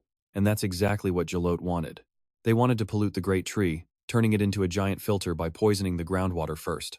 I think they injected something directly into it. Just like the drug in that syringe we saw before. Something truly evil, Zane sighed, the heavy truth settling on him. So I have to go up there. He looked at his friends. How about it? Is that even a question? Elena agreed instantly. Let's go up. Mark didn't refuse either. He'd never imagined anything like this, but he was going too. Then let's move out, Zane said. Elsewhere, someone was running in a panic. He called out, Captain, I have an urgent report. The man he called Captain answered, Before I hear your report, I want to hear about something else. The man was none other than Simon. What's the situation? Are the civilians safe? He asked. His subordinate reported. The sellers have gathered as many as they can, but the main problem is the city's defense system. It's been completely disabled. It seems like things are chaotic because they're fighting the infected people. But the sellers have it under control, so they're minimizing the total damage. Simon gave a swift command. We don't have much time. Handle the situation as quickly as possible and send more reinforcements for support. We have to hurry. The subordinate immediately obeyed. Inside the great tree's nutrient tubes, Simon had told them that if they followed the flow of air, they would soon reach the top. He was leaving this mission in Zane's hands. The group of 3, Zane, Elena, and Mark, were now flying up through the tree's interior. Elena observed. The airflow is spreading out fast up ahead. If we don't focus, we'll get trapped in this gas. I'll hold you tight until we reach the highest level. As for Zane, his face was bright red, since he was currently pressed right into Elena's chest. Mark, flying below them, quietly sized him up. He'd just seen Zane take charge, and his ability was truly incredible. The 3 of them flew up quickly, finally reaching their destination. They landed softly on solid ground. Zane was suspicious. It seems like the levels are separated, right? He felt like they'd reached the top a little too easily. Suddenly, a voice echoed out, welcoming them. The person mused. I didn't expect you to get here so fast. Zane wondered who this person was, but he didn't really care who it was. The fact that he was here meant he wasn't an ally. Zane raised his sword defensively. This man was the leader. He clapped his hands and praised him. You're very direct, aren't you? I like that about you. It's always best to be quick and efficient, right? But his smiling face was a mask. With just a look from his eyes, he launched an attack at Zane. 2 sudden strikes hit on either side of him, creating 2 massive explosions. The attack caught him completely off guard. Zane was terrified. He didn't even move. Did I miss something? What kind of magic is this? Was it a kind of magic that was invisible to the naked eye? Or was there someone else here? If they were all gathered in this spot, What should he do? Mark and Elena were both hit by the leader's attack and injured. But in that moment, Zane suddenly figured it out. He smiled. I see. You weren't standing still at all. He closed his eyes. If this next attack is as strong as the last one. Zane opened his eyes, his resolve hardening as he let out a sharp breath. Motam spoke in his mind. Good. His eyes have been opened. He won't be fooled by the same trick twice. Zane replied. I'm sure of it. I've felt this presence before. Motam confirmed Zane's thoughts. You're right. It's him. The illusion on the Blackbone ship and the one on the great tree. It was all his doing. This is the power of the ancient artifact he holds. The leader was shocked. What? How did you figure that out? Zane's sword flared with a brilliant light, radiating a formidable energy. Even Elena looked over in surprise. Mark wondered, was it an illusion? The leader sighed as he looked at Zane. Seriously, in his mind, he was fuming. My ultimate technique is being purified. How annoying. What is that sword? The leader bit his thumb, worried. If this keeps up, everything will fall apart, just like that failed kidnapping last time. He wondered, when did things go so wrong? He had been in charge of the Blackbone ship incident, and he'd even come all the way here without getting paid. He should have bailed on this mess ages ago. The leader cursed them, furious, and unleashed his magic. Crossing his arms over his chest, he fired 2 devastating energy columns right at the specters. Mark stared, shocked. Did he just summon a shield? Mortem's voice chimed in, confirming it was the same shield from the ship, and breaking it with basic magic would be tough. But Mark was ready, instantly raising his own shield to block the leader's devastating attack. He refused to lose. There was no way this guy was going to beat him. Not today. Steck just sighed. This guy's confidence was off the charts.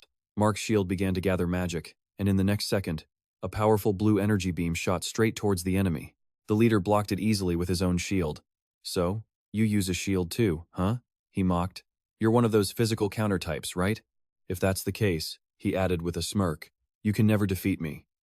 The taunt made Mark grit his teeth in rage, but while he was focused on the front, 2 magic attacks slammed into his back. Mark was hit completely by surprise. And in that one moment the leader was distracted. An arrow came flying in from the side. But he didn't even flinch, instantly creating another shield to block the incoming arrows. The leader glanced over. Elena is the archer, I presume? He kept guessing. Then the last one must be the mage. He was talking about Steck. But Steck didn't give him time to think, quietly chanting Tesla as a blast of blue energy erupted. Steck stared at where he'd just attacked. Nothing, just a dense wall of magic shields. The voice behind them spoke up. You're a pretty famous guy, you know? The leader just smiled. Imagine the price on your head. One of the leader's eyes began to glow. He raised a hand, and with a single command, the magic shields all rose into the air at once. Mortem sounded a little worried. This is strange. Way more than I expected. Steck was horrified. No way. Is he really going to do it? Mortem's suggestion was blunt. Just keep attacking until he runs out of juice. It was their only option. At Mortem's command, Elena and Mark launched another assault. Elena activated her spider burst, her cannon transformation. The leader immediately went on the defensive. Elena fired a ferocious blast of magic. The leader threw up a protective barrier just in time. The force of the cannon slammed into his shield. Next up, Mark unleashed Windburst. He charged forward, shield first, just as Steck launched his own attack. Mark's shield collided with the leader's, and the energy radiating from it began to eat away at the enemy's defense. At the same time, a massive pillar of ice erupted from beneath the leader, smashing straight into the ceiling. Hit from all sides, he couldn't block it all, and was sent flying. Even Steck was surprised. How did it shatter like that? All I did was block his attack. The leader was finally injured. He clenched his jaw, trying to keep the blood from spilling out of his mouth. Shaking, he pulled out a small glass vial. It was time. That person had told him, if anything went wrong on the mission, this potion would help. But the warning was clear. Only drink a tiny amount, and only if absolutely necessary. The leader tilted his head back and chugged the entire vial of black liquid. Well, there isn't much left anyway, he thought. Mortem was confused. A black potion? After drinking it, the man shattered the empty vial on the ground. He was suddenly way more dangerous. He threatened them, come on, attack me. I'll take all of your heads. But then, he heard a strange dripping sound, the sound of liquid hitting the floor. He looked down at his arm. Half of it had completely melted away. He panicked. What? What is this stuff? Steck, Elena, and Mark just watched in silence, waiting to see what would happen. The leader raged, determined to kill them no matter what. But then his vision blurred, and he collapsed. Mark was confused. What just happened? Is he dead? All that was left was a pile of tattered clothes on the ground. The leader had completely dissolved. Stek guessed. Maybe the potion had a side effect? But Motam warned them, it's not over. He's still alive. Suddenly, from the pile of clothes, massive tentacles with razor-sharp claws erupted. Motam recognized it instantly. A night fiend, he warned. Be careful, I have no idea what this monster can do. The night fiend stood there, an absolutely terrifying sight. Stek held back. Let's observe its reactions first, he suggested. Elena fired off a test, shot a single arrow. The night fiend immediately created a shield to block it. Stek was shocked it could still use the artifact. The monster let out a terrifying roar. At the same time, it lashed out with its tentacles. Mark was hit dead on. Even with his shield up, the force sent him flying. Elena and Stek suffered the same fate. The three of them were completely overwhelmed. Dust filled the air. Stek gritted his teeth, muttering a healing spell for himself. But Elena was badly hurt, trembling as she clutched her side. Motam urged Stek on. You can't hesitate with this thing. Elena and Mark are seriously injured. You have to end this, now. He agreed with Motam. What was the right move? Stek opened his sync system interface and selected the fourth artifact. Magic power, 45,000. A brilliant light erupted from where he stood. He then activated his sync skill transformation with any technique. The lightspeed sync skill allows the user to move with blinding speed. All damage dealt is accumulated in real time. Lightning crackled around his legs as Stek practically danced across the ground. He moved like a flash of light, closing the distance instantly and ending his run with a punch straight into the Night Fiend's body, the sync skill, Fire Core. This skill converts the opponent's abilities into their raw, elemental form, while simultaneously attacking with immense magical power. The punch created a horrific force that blasted straight through the Night Fiend's body. Stek fought back the searing pain from his own body. Drops of black liquid rained down on the floor. The Night Fiend was blown to pieces, barely recognizable, letting out a final, pained groan. In the center of its dissolving body, a glowing orb appeared. Stek wondered, could this be the key to unlocking the artifact's true power? He decided to risk it. Pouring every last bit of his strength into his sword, he lunged forward, bringing the blade down and splitting the Night Fiend's core in two. With that final slash, the monster was officially destroyed, but Stek couldn't stay up any longer, and collapsed. Mark managed to catch him just in time. He looked down at the man in his arms, shocked. He never imagined Stek was hiding this kind of incredible power. If you were this strong, Mark asked, why didn't you use this against the Death Knight? Stek just smirked. Shut up. Why would I ever trust you enough to do something that dangerous? Pathetic. Elena rushed over. Stek, are you okay? He told her he was better. He tried to move his shoulder, it was stable, but still hurt like hell. They knew the air in the nutrient tube would drop by morning, so they decided to wait until it rose again. Elena suddenly remembered. Hey, after you took him down, did you grab anything from him? Stek blinked. You mean his bag? He rummaged through the leader's pouch, but there wasn't much inside. Just a map and some notes. Looks like a to-do list for the Blackbone ship. Mark sat beside him, watching silently. Stek finally looked at him. What? If you have a question, just ask. Mark tells him, you'll understand everything once you see it with your own eyes. The great ancient tree. It's a symbol of peace and resilience. This tree is the very spirit that protects nature. If anything happened to it, the consequences would be unimaginable. He explains that before they arrived, Stek told him he was just investigating, tracking these guys as a favor. But after everything that's happened, he's starting to feel like their enemy is someone Stek knows very well. I'm right, aren't I? He asks. Stek just sighs. Why does everyone talk like they know the whole story? But the truth is, he doesn't know. He really doesn't. And unlucky for Mark, he can't say anything more about it. Mark is left speechless. Stek and Elena pull out blankets, getting ready for sleep. Stek tells him, if you're going to suspect me, you might as well just get some rest. They don't have much time before they reach the top of the tree. You need to save your strength. After resting up, the three of them fly towards the treetop. But Stek starts feeling uneasy. It's getting harder and harder to breathe. Motam explains it's because they're ascending the higher you go, the thinner the air gets. If this wasn't the great tree, they'd have passed out a long time ago. Elena notices the nutrient pipes up here are getting darker. She thinks they must be close to the top. Mark looks up and shouts, everyone, get ready, we're at the exit. All three of them land together. In the distance, Stek spots a figure standing there. He wonders, are they over there? Then a voice calls out, "So, you've arrived." Stek is shocked they were discovered so easily. The figure says he didn't expect to meet his rival right here, right now. Stek isn't wasting any time. This actually makes things easier. Let's end this quick.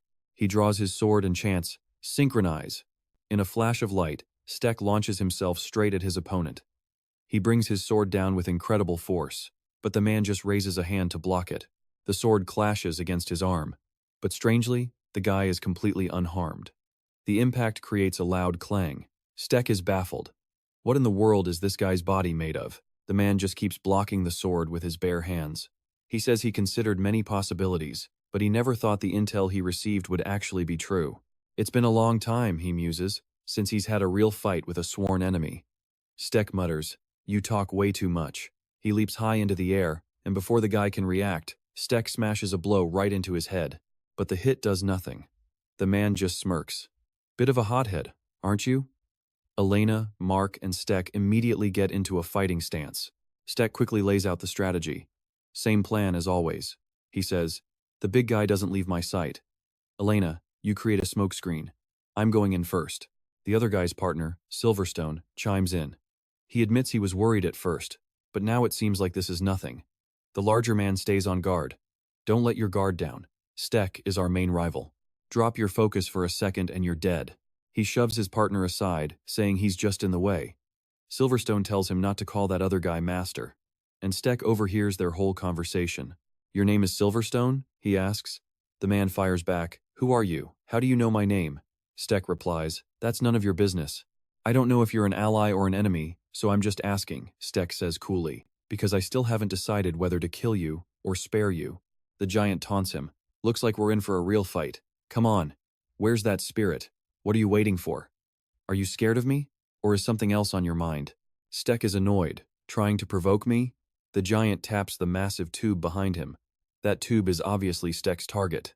If he doesn't make his move soon, he won't get the result he wants. The giant smirks.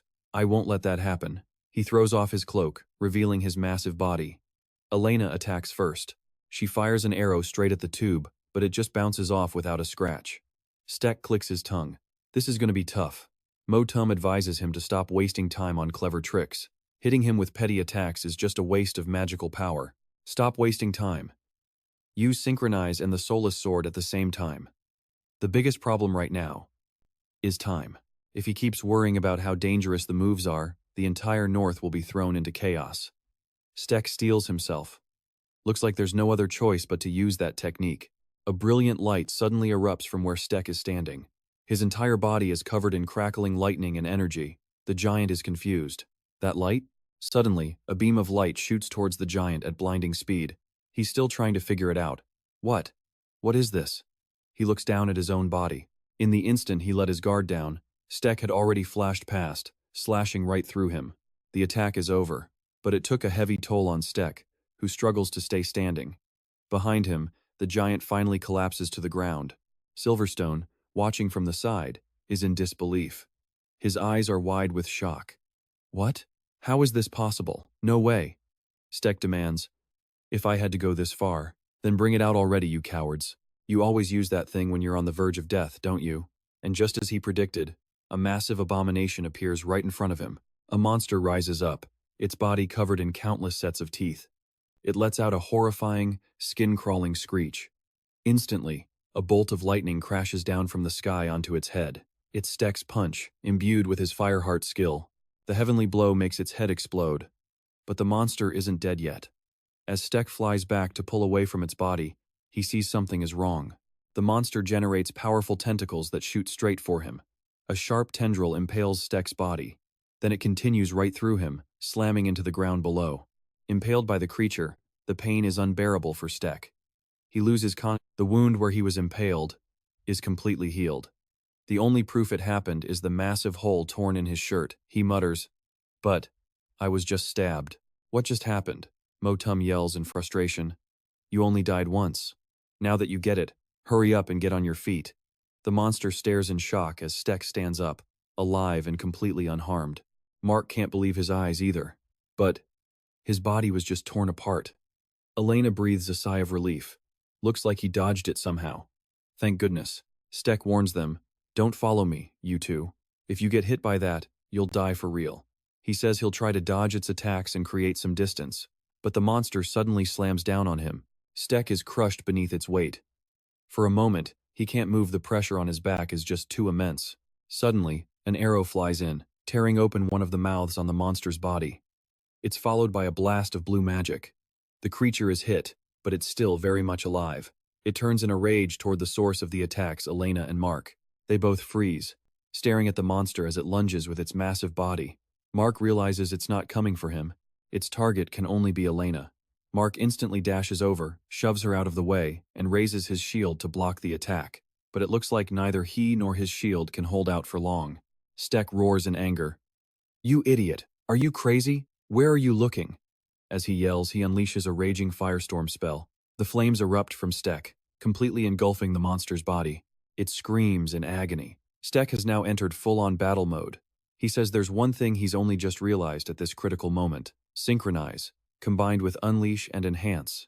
The sword in Stek's hand was humming with power, ready to strike.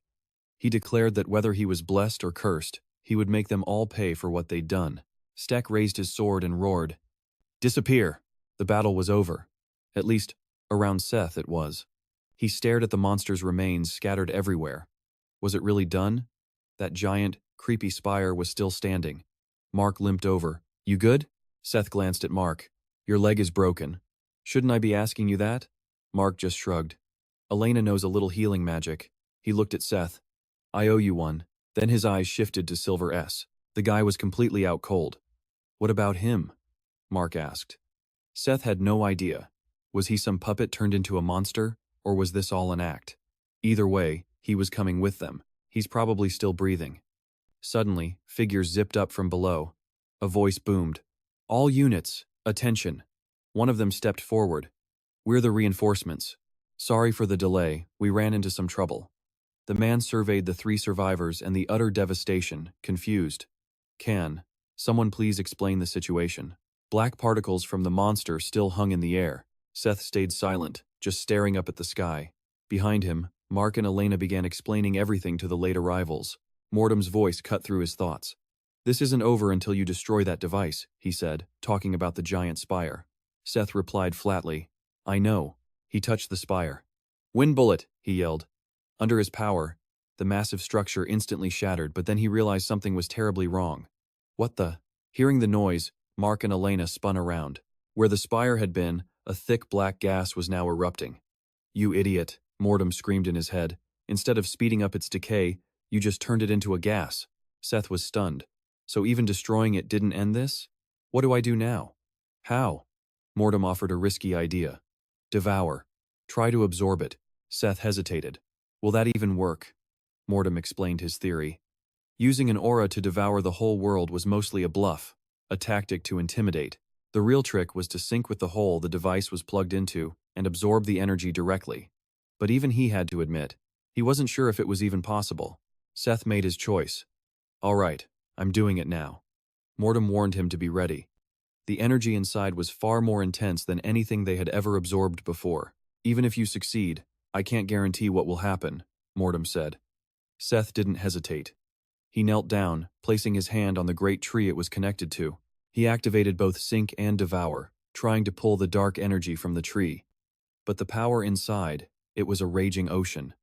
The soldiers around them started to panic. They were yelling, "How can one man do that?" But because of him, the dark aura was slowly leaving the ancient tree. New green leaves began to sprout on its branches, full of life. Captain F couldn't comprehend how a single human could absorb so much dark energy. But on the inside, Seth was wrestling with it. Within that storm of dark energy, he felt something familiar. There it was, a dark artifact, shaped like a black Rubik's Cube. But before he could do anything, Seth's vision started to blur and fade away. The very last thing he saw was Elena's terrified, worried face before his eyes shut. And then, he found himself in a strange dream. He was in the middle of a burning forest. 2 people were there. One sat passively under a tree. It was the Lord. The other, confronting him with absolute confidence, was Akron, the Lord's own son. "I can't believe that thing belongs to you," Akron accused him. The Lord looked flustered. "This isn't what you think it is." But when Akron pushed for an explanation, the Lord just took off, running deep into the blazing woods. Suddenly, an arrow flew past, blocking his way. A woman appeared. "Decoy, just give up," she advised. She scolded him, calling his actions foolish. But the Lord wasn't listening. "If what I'm doing is foolish, then the three of you trying to stop me is just as foolish," he roared. The Lord even tried to attack Decoy to make her move, but she just casually flicked her hand, deflecting the attack completely. Realizing he couldn't win, the Lord turned and ran again, desperate to avoid a fight. In his haste, he didn't see the summoned barrier ahead and ran straight into it. Cain was waiting in ambush. He warned his father, "Don't make me strike again." With a threatening glare, Cain demanded, "Give us the artifact." The Lord, exhausted, staggered to his feet and refused. Without another moment's thought, Cain drew his sword. Much to the Lord's surprise, he unleashed a strike as fast as lightning straight at the ground. The forest on that side was completely annihilated, instantly bursting into flames and turning to ash. Through the smoke, only Cain's silhouette remained. He stood there. In front of him lay the glasses the Lord always wore. Cain apologized to his siblings for letting their father get away. Even if they were family, blood-related, this was something they couldn't ignore. The Lord kept running, trying to survive against his 3 children, but he was found easily. Akron slammed him to the ground with a powerful attack. They stood before their father once again. They gave him a chance to surrender, but he didn't take it. Now it had come to this, because the Lord believed he wasn't weak enough to be defeated by mere words. He kept insisting that everything he did was for everyone's sake. "It's only because you 3 don't understand my plan that things have turned out like this." Cain couldn't stand it anymore. The more he listened, the more disgusted he became. The Lord was the one who crossed the line. Billions of innocent lives had been sacrificed for his plan. That was something the 3 gods could never understand or forgive. No matter what excuse the Lord tried to cling to, this was unforgivable. Cain now knew the full extent of his father's sins. He couldn't just stand by and watch any longer. The Lord reached into his pocket and pulled out the dark artifact, the black Rubik's Cube. He knew he had to fight. Cain and his siblings were resolute in their beliefs. And in the Lord's hand, the cube erupted with a massive wave of dark energy. Cain saw the attack coming. He raised his sword, blocking the shockwave from the Lord, but it was so strong his hands began to tremble. Cain gripped his sword tightly to keep it from being knocked away. After fully blocking the blast, he charged straight at his father. The Lord slammed his hands on the ground, summoning a dome-like shield that knocked Cain into the air. The 2 energies clashed, creating a massive tremor. The Lord was already exhausted just from defending himself against Cain. From behind, Akron's voice called out, "We are a family, bound by the same blood. Does it really have to end like this?" The Lord quickly shrank the shield into a smaller barrier. He moved it just in time to block Akron's attack. Decoy wasn't just going to stand there. She joined her brothers in assaulting their father.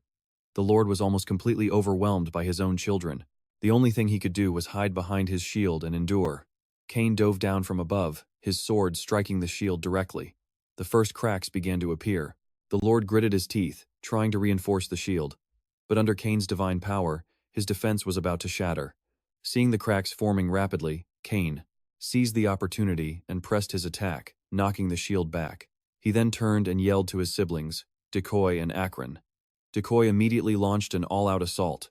Akron gathered his power for a head-on collision. He used his own iron shield to charge forward, ramming straight into the Lord's magic barrier and shattering it to pieces. The Lord was sent flying. Akron angled his shield up, and Cain calculated the trajectory. In a flash, he launched himself toward the Lord, driving his sword straight into his chest for the final blow. The Lord cried out in agony and collapsed to the ground.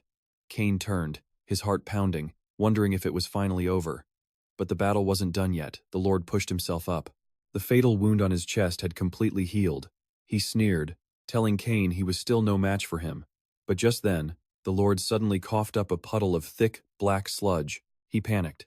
"This is bad." Decoy and Cain all exchanged looks. That liquid, it was the source of most of the Lord's terrifying magic. But no matter what they said, the Lord knew his only option was to run. He used that dark artifact again and shot into the sky. Akron was still in shock, blaming himself for not finishing the Lord off sooner. Decoy couldn't believe what was happening. Cain immediately stepped up, promising to handle it. He had to stop the Lord before things got any worse. A heavy rain started to fall as the Lord desperately fled, clutching the artifact. He glanced back and saw Cain hot on his heels, a surge of fear hitting him. Cain was catching up. In a final, desperate move, the Lord tried to absorb the dark artifact itself to become one with it.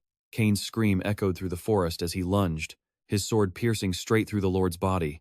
Another terrifying shockwave exploded outward. And just like that, Status's eyes shot open. He raised a hand to block the sunlight, realizing with a jolt. It was all a dream. He wondered why the Lord would steal a dark artifact in his dream. A new day was dawning here, with sunlight filtering through the massive, restored city built at the base of the great ancient tree. A cool, gentle breeze blew through the window of Status's room. He had no idea how much time had passed since he lost consciousness. He looked down at the ring on his finger, wondering why Motam had been so strangely silent since then.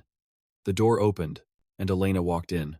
She was carrying a bottle of water and a towel, her face blushing slightly, probably because of her light clothes, and the fact Status was already awake. Status felt like his body had absorbed more of the dark artifact's power this time. He couldn't remember exactly how many days had gone by, only bits and pieces.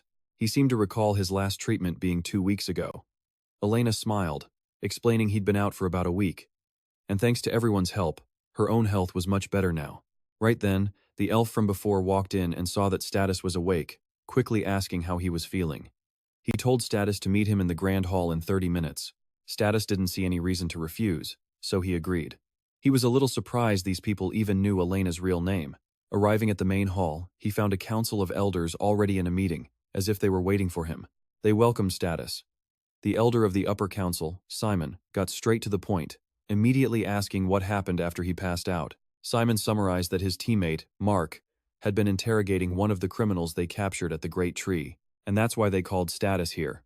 The prisoner was none other than Silver Stern. Apparently, Silver Stern's followers had been secretly helping him this whole time. They provided him with a communication network and transportation. It seems they'd formed a partnership a long, long time ago. According to Simon's intel, he didn't just have one partner, but many. Silver Stern had revealed a ton of his secrets, and one of them was directly related to Kasia, the woman Status's group had rescued. Elena explained further. The interrogation revealed that the followers were using Silver Stern to order the assassination of the head of the Hadenjot clan, and his wife, Kasia. Status was stunned. Assassination? Not a kidnapping? Turns out, the kidnapping part was entirely Silver Stern's own idea, going off script. The Northern Merchant Guild's goal was to kidnap Kasia to control her rival family. They had already told Kasia the entire truth. They managed to contact her through a magic communication tool. Talk about a close call. If the assassination wasn't just Silver Stern's rogue plan, Kasia and the entire world capital region would have been wiped out. What could the South possibly gain by cutting off trade with them? Simon revealed that the upper council had known about these cultists for a long time. Status was shocked. How much do you know? The cultists call themselves the followers of Archibald, and they've been active in the north for a long time. Status urgently asked if Simon had sent word to the other empires and kingdoms. He argued that if he made the call for help, they would listen.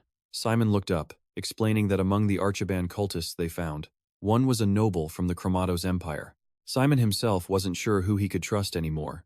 They had all acted too recklessly, and there was no telling who knew what about the potential profits. The reason the Archibald cultists were trying to block trade to the south was actually simple: to prevent the spread of hostile forces from the south.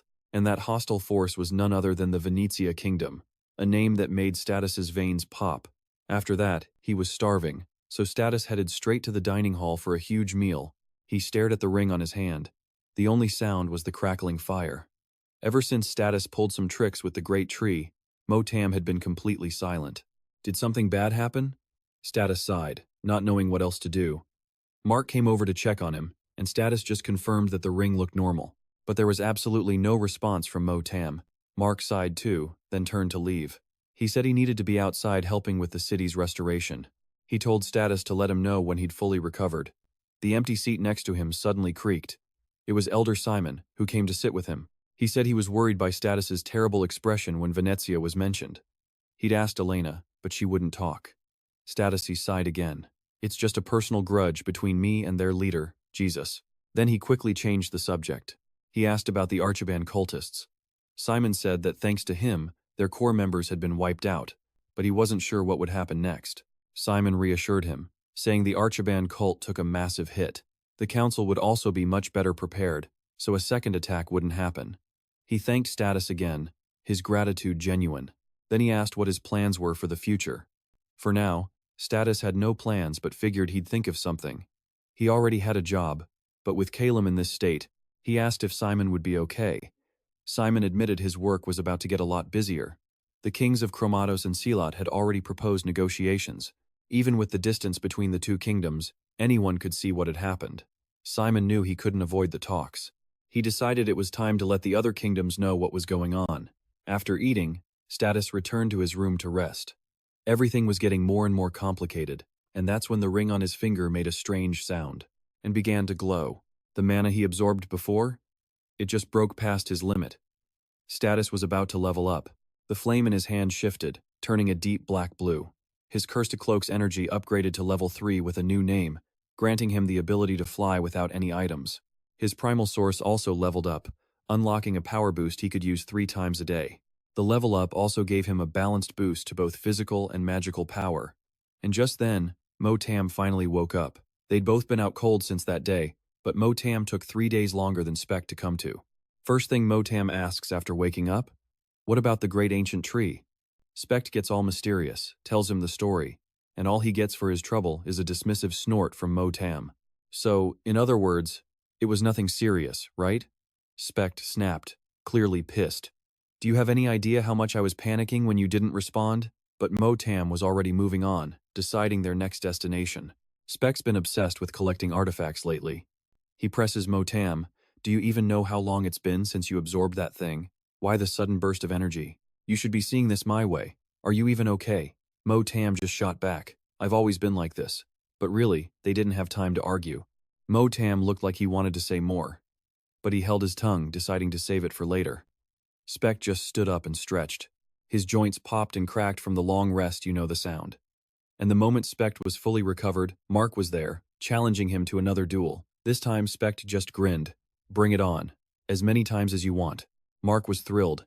He wanted to start right then and there. And Spect didn't disappoint, raising his sword, ready for battle. Mark charged first, hiding behind his shield. But Spect was ready. He instantly activated his new skill, Elemental Armor. The moment they crashed, it was clear Mark's physical attack was completely useless against the charge.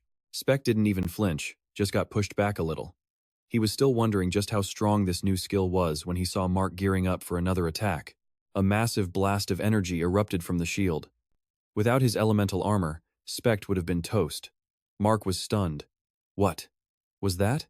Spect didn't bother hiding it. He told him it was a new technique he'd just learned. Still not perfect. Mark just smirked. "So that's it? You just wanted a sparring partner to test your new toy? Fine. I'll just have to crush you with my deep barium." But Spec didn't look scared. Not at all. In fact, he looked thrilled by the challenge, and he wasn't waiting for Mark to make the next move. This time, Spec attacked first, moving at the speed of light. Mark realized it instantly. His shield was coated in deep barium, making it magic-proof, but it didn't matter. In a flash, Spect was gone, and reappeared right behind him. Mark didn't even have time to turn. Bam! A direct punch, straight to the face. Spect sent him flying into a wall, his shield left forgotten on the ground. He slammed hard against the wall, gasping for air, shaking from the pain and exhaustion. Mark had to admit it, Spect was on another level. He wasn't scared, exactly, but his entire body trembled as he tried to push himself up. "You knew you couldn't break my shield," Mark accused, "so you attacked from behind." Spect just nodded. Yep, he admitted Mark's instincts were sharp, and his stamina was insane. But then he revealed the real reason for the fight. "This was payback, for the time you looked down on me." But Mark just said that even if Spec took him down right now, he wouldn't complain. With that, Spec declared their scores settled. After all, Mark had helped him out a lot lately, and with a final word, he turned and walked out of the hall. He told them the Elder was summoning them. At Simon's request, Spect, Mark, and Elena went to meet him. Turns out, it was about the negotiations between the two kingdoms, which is why Simon couldn't meet them in person. He handed the 3 of them a scroll, saying he had a proposal. Spec took it, unrolled it, and blinked. "Wait a second. This is a work contract," Simon explained politely. "I want to offer a mutually beneficial arrangement. Of course, if you're not interested, you can refuse." The contract, of course, was from Simon himself. He'd heard they were searching for a dungeon for their next expedition. Elena had mentioned it to him. As he spoke, Simon stood up, moving past stacks of documents to rummage for something. He explained that finding a dungeon here in Kailu was next to impossible. Why? Because the great ancient tree had purified most of the land, reducing the corruption everywhere. And then Simon placed a huge crate of letters on the table in front of them. "These all arrived last night," he said. "By magic. They're from all the cities in Kailu, and all the surrounding villages. The one thing they all had in common? They were desperate calls for help. People were suddenly being hit by dark magic, coming from a dungeon. It seems that after the great ancient tree was poisoned, all that dark power spread out and merged together. And worse? It's apparently created even more artifacts. Thanks to that same tree, the atmosphere in Kailu is packed with magical energy. Which means one thing. The monsters here are way stronger than anywhere else. Even with the local guards, stopping the invasions is proving almost impossible. So Simon begged them, pleaded with Spec to destroy the entire dungeon system. And if that wasn't enough motivation, he'd pay. On top of that, Spec would get to keep any and all artifacts he found inside. An excited little sound escaped Spec's lips. He was totally sold. This deal was too good to pass up. He put on a show of reluctance and accepted the job. The dungeon they were headed to was a private one, so they wouldn't have to worry about anyone else interfering. Spec laid out a simple plan, just in case a fight broke out. His plan? Sneak in, grab the artifact, and get out. Simple. Besides, they were also being given supplies and even henchmen for the job. This was a seriously sweet deal. All they had to do was finish the mission. Elena just smiled proudly at the plan. Then Spec turned to Mark, his tone suddenly serious. "I have a question for you," he asked. "With my current strength, do you think I can take down Goathorn?" Mark frowned, thinking it over. He reminded Spec that the last time he tried to assassinate Goathorn, they only got away by cutting off their support lines. "Venezian won't let that happen a second time," he warned. Basically, Spect would have to be ready to take on an entire kingdom. And in Mark's opinion, that meant one thing. They needed to train. A lot. They had to be prepared for anything and everything. Spect was actually surprised. For a guy who seemed so cold, Mark's tactical analysis was brilliant. Spect had assumed they'd all go their separate ways after this. He even told Mark he was free to choose his own path, but that wasn't why Elder Simon summoned all three of them, was it? Spect was shocked. "Wait, I just finished beating you up, and you still want to stick around?" he thought. "The duel is over." Mark just clenched his fist. "Then I've made my decision," Mark declared. "I'm going to travel the world to observe, learn, and train." As he said this, Motam gave Spect a careful, warning look. Sure, Mark was useful, but a fighter? Absolutely not. Spect shot back. "And how do I know you won't just sell me out? What if you get bored with me? That ghost won't let you get away with it." Mark chuckled. "But not anymore. If you don't like it, Spect, then don't do it. I haven't betrayed you yet. If you look like you're about to break your promise, I can just slit your throat." Spect sighed, having no idea what was going on inside this giant's head. Elena drew her weapon. It morphed into a blade, pressing it right against Mark's neck.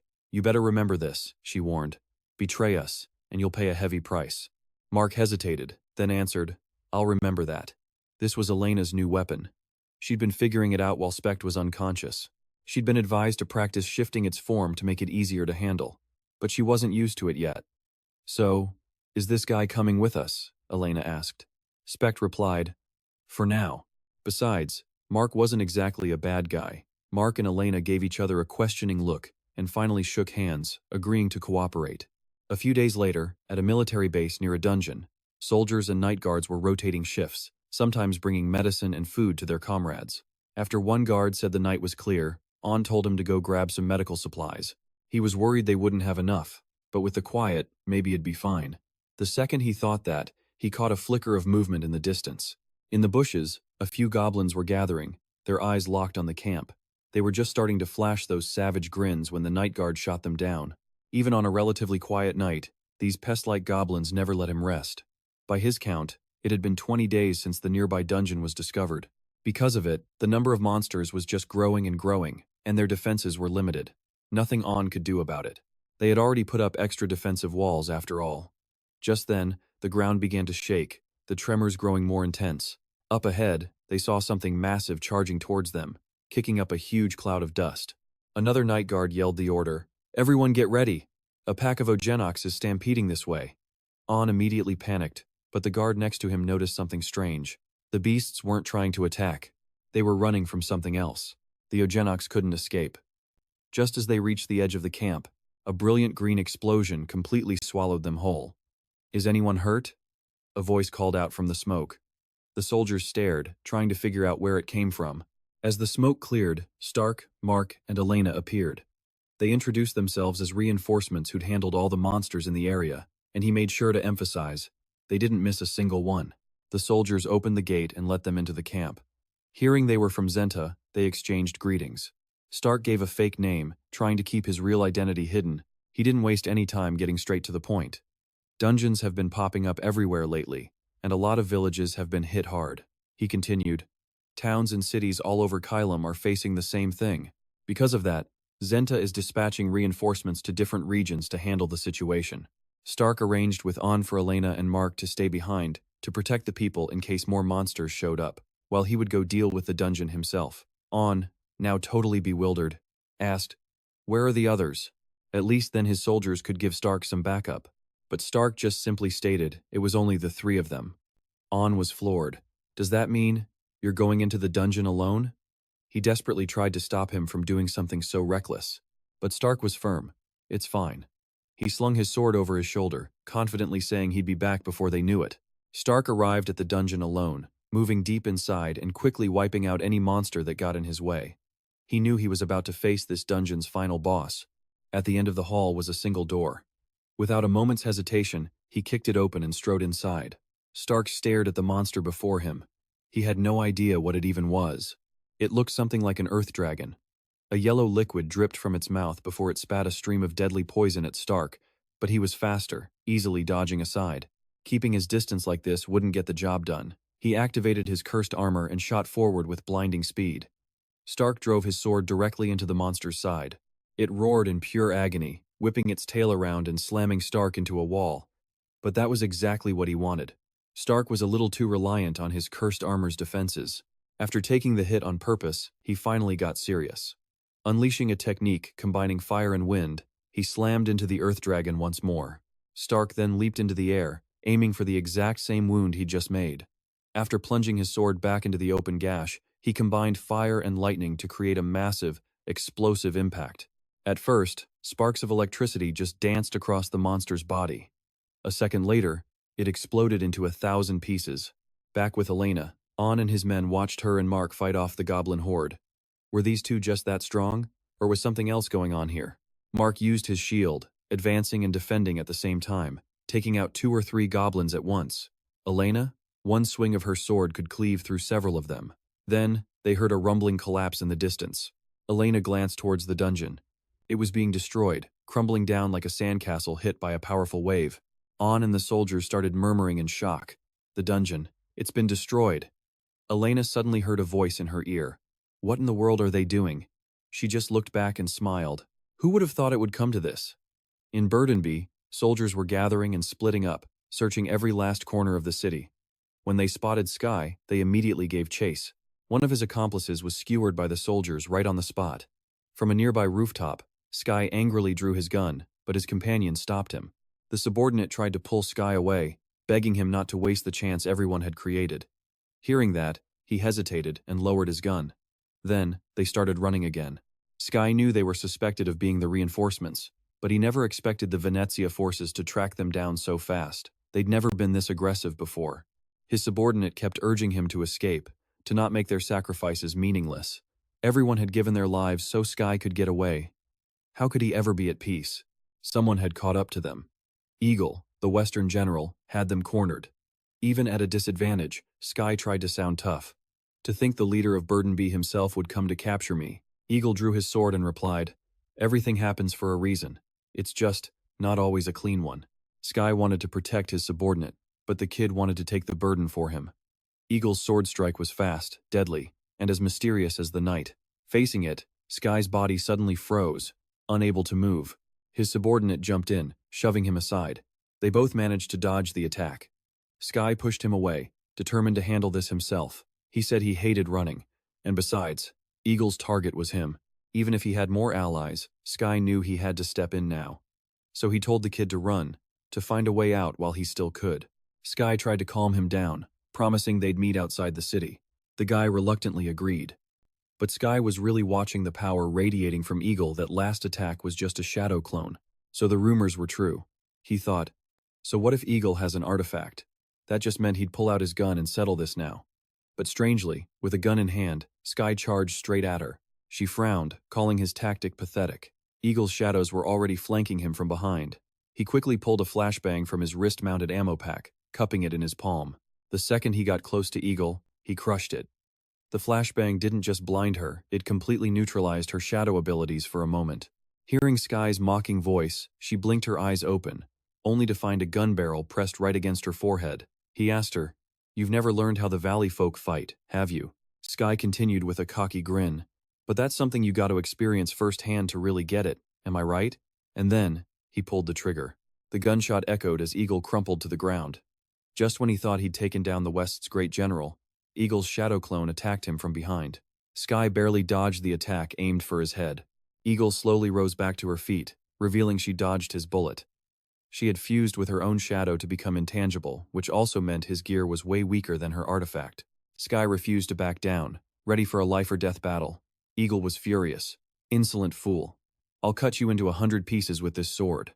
Sky just kept pulling the trigger. Eagle again used her shadow, phasing to dodge, reappearing right behind him. She leaped into the air, ready for a sneak attack, but he just smirked, casually aiming his gun behind him and firing. However, Eagle simply used her shadows to form a shield. In this fight, the massive gap in their power levels was becoming painfully obvious. Eagle lunged forward, thrusting her sword to disarm him. He reached for another bomb on his wrist. Seeing him pull the same trick, Eagle drove a powerful kick into his hand, sending it flying. She was genuinely angry now, gripping her sword tight and lunging without a moment's hesitation. The tip of the blade was too close. Sky couldn't even move his body fast enough to dodge it. Facing total defeat, Sky could only think one thing. "If my men saw this, I'd rather just die right here." But honestly, this move should have been easy to avoid. A voice echoed in his ear as a blue arm shot out. A wave of blue light quickly swallowed Sky and vanished, leaving Eagle completely bewildered. She scanned the area. He watched a blue light flash and vanish like the wind, furiously wondering what trick Sky was pulling now. How dare he run away? Seething with rage, Eagle melted back into the shadows, determined to hunt Sky down no matter what. Meanwhile, in a house far from the chaos, Sky had just been yanked into another dimension, and he couldn't stop coughing.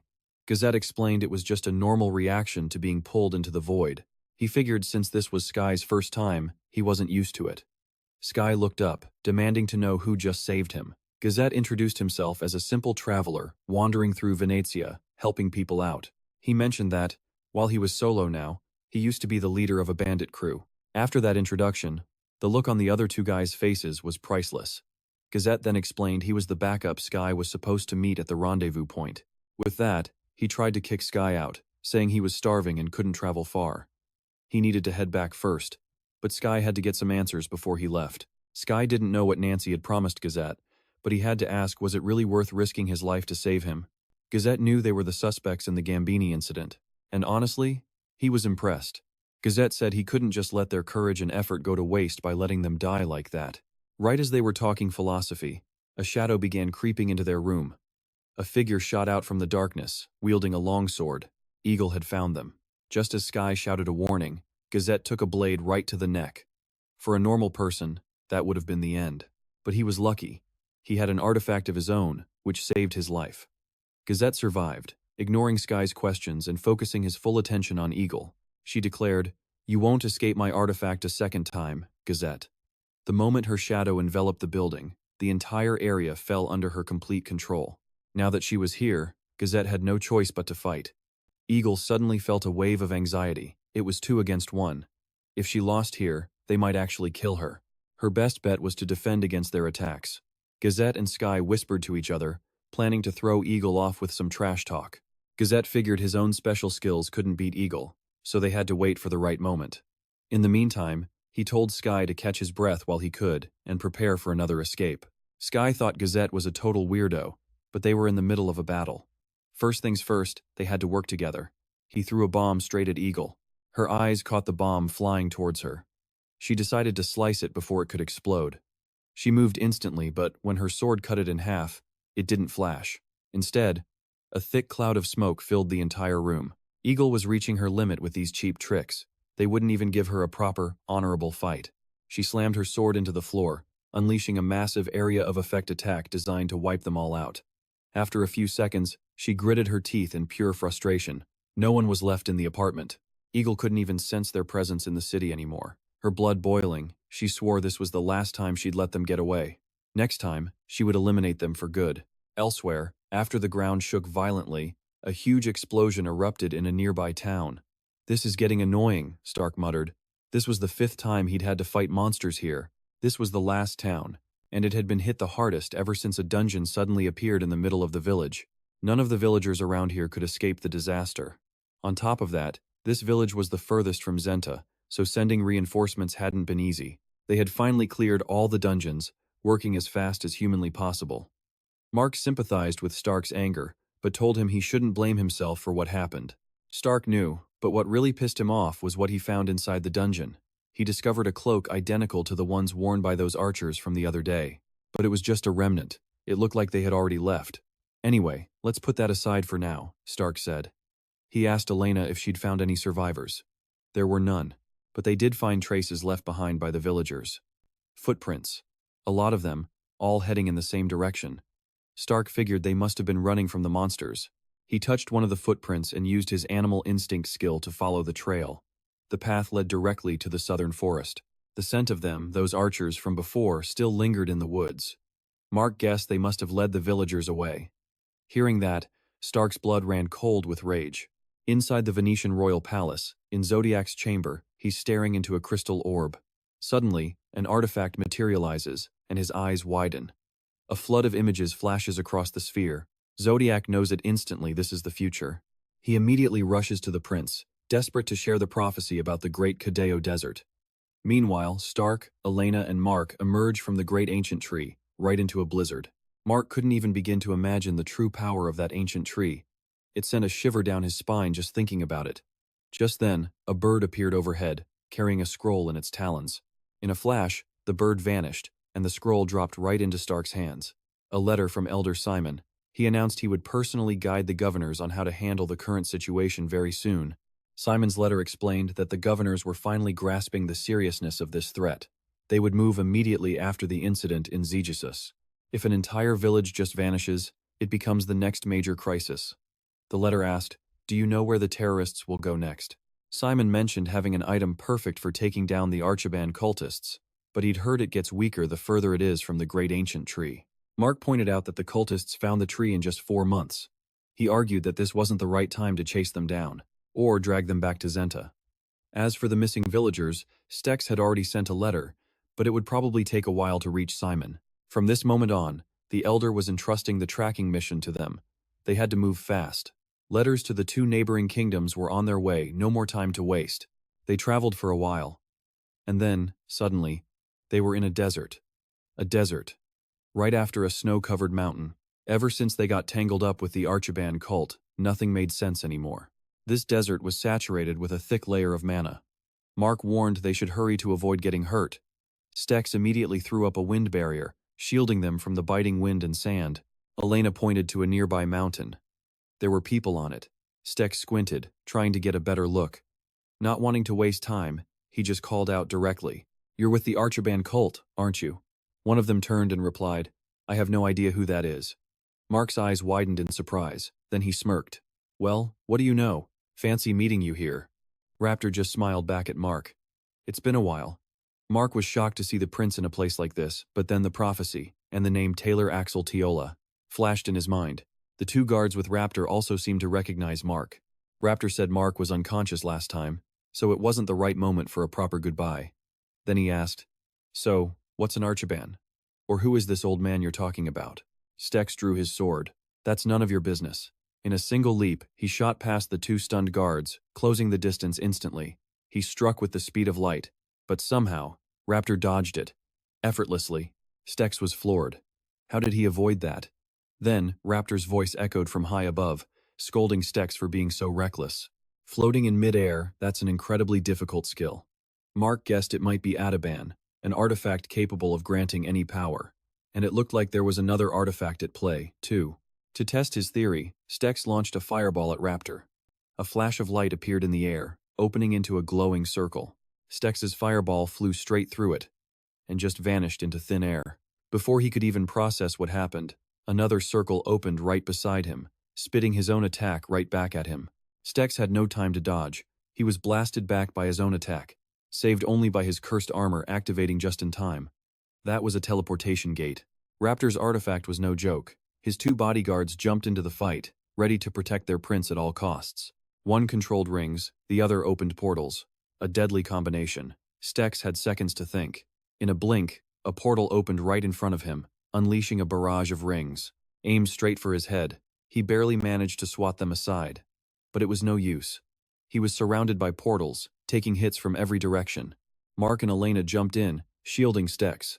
They'd handle the guards. Stex just needed to focus everything on Raptor. With that, Stex shot off like a rocket. The purple-haired guard couldn't accept it. Mark, a former general, betraying Prince Raptor? Mark just gave a quick apology, saying he wasn't a Venetian noble anymore, and that he had his own reasons.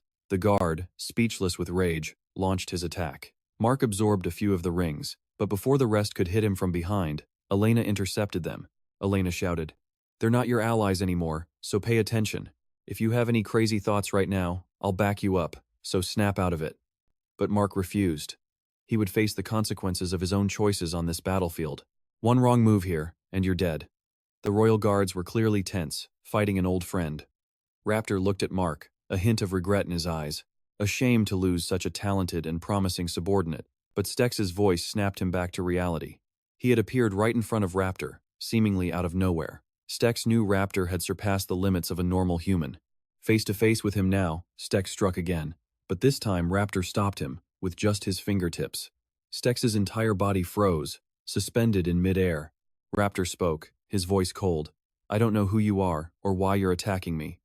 Then, he raised his foot and kicked Stex in the head, a pure act of humiliation. He told Stex not to get delusional and aim too high.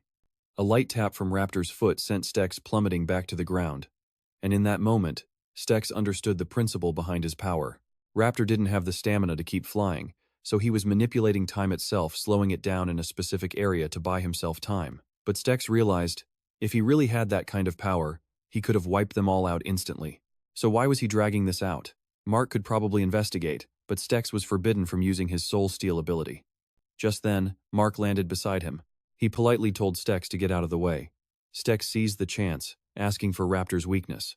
Mark replied that Raptor definitely couldn't leave this specific spot. At that moment, another ring attack came flying from the purple-haired guard. Mark blocked it with his shield and his own body, screaming at Stex to go.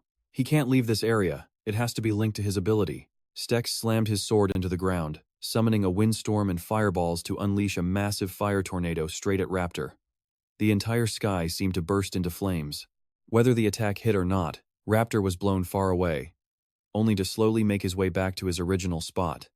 Stex thought, is he really not going to run? Raptor's power was immense, for sure, but even it had to have a limit. Usually, using a big move like that slows you down. By now, Raptor must have guessed that Mark had spilled his secret. Raptor was banking on the prophecy. The entire game would change right here, in this location. He had to get back to his spot. If he'd known this would happen, he never would have come with so few men. He stepped back into the designated area, making sure not to get separated from his guards. And just like that, Stex charged in again. But as his fist entered Raptor's time zone, it slowed down dramatically, until it stopped completely. Raptor grinned, victorious. "You haven't learned a thing." He tried to intimidate Stex, telling him the attack was completely meaningless. But Stex just gave him a wicked smile, and detonated the energy in his own hand. He let out a small cry just before the full explosion went off. Raptor's scream echoed across the entire desert, making his two guards whip around in pure panic. He gets sent flying, slamming into the ground. His two guards abandon their fight to rush over, but Elena? Not a chance. She draws her bow and lets an arrow fly. But the portal user is up to his old tricks again. Mark leaps forward, shielding Elena from her own redirected arrows. His shield is ready to strike back. It unleashes a powerful blast, just like the one he used against Stex. The purple-haired guy shouts an order, and Steeler opens a portal to counter the attack. He follows the command, quickly opening a gateway to avoid the blast, but he forgot to pick a destination. He managed to open the portal in time, but without a target location, he just ripped one open right beside him. Mark's energy blast shot through it, destroying everything in its path, and they thought it was over. But it looks like something was unintentionally awakened. A sandstorm suddenly forms, swirling towards them like a tidal wave. They have to take cover, now. Prince Raptor has been completely defeated by Stex. The two guards have to prioritize protecting him. And that explosion from beneath the sand? No one knows what that was. This sandstorm is unnatural, looking more like a monstrous ocean wave made of pure sand. Deep below, a voice connects with Elena, waking her up. It's Snake, telling her to fight her way to the surface. Luckily for her, Mark is right there. He's using his shield to keep some of the sand off them. And luckily for them both, they weren't buried too deep. Prince Raptor and his guards are nowhere to be seen. Maybe they're buried. Maybe they're just gone for good. Stex can't sense any signs of life besides his two companions, and the ground level has risen from all the sand. Stex calls them over to look at something. From where the blast hit, a powerful, dark aura is radiating out. You could call it a deathly aura. Mark has never seen so much of it in one place. The ground begins to shake again. What now? As the creature reveals itself, they both freeze in shock. It's a giant. The thing is nearly as tall as the sun, a massive figure standing in the middle of this dangerous, barren desert. The source of that deathly aura is a dark artifact embedded in its chest. Suddenly, Stex's sword begins to glow. Could this giant be one of Archibald's disciples? He can only wonder. The giant's eyes snap open. Stex tries to calm his team, saying it's just big, doesn't mean it's strong. Let me go first. The words barely leave his mouth before he's kicked dozens of feet away, smashing through several boulders. Elena screams his name in terror. Mark can't believe it. How can something that huge move so fast? If it wasn't for his healing ability, Stex would be dead for sure. It's a miracle he's even conscious, let alone still giving orders. Everyone, keep your eyes on the enemy. He transforms his sword into its hellfire form, declaring he'll burn the giant to ash. Stex tells Elena to put everything she has into a single shot. Following his command, she draws her bow and fires.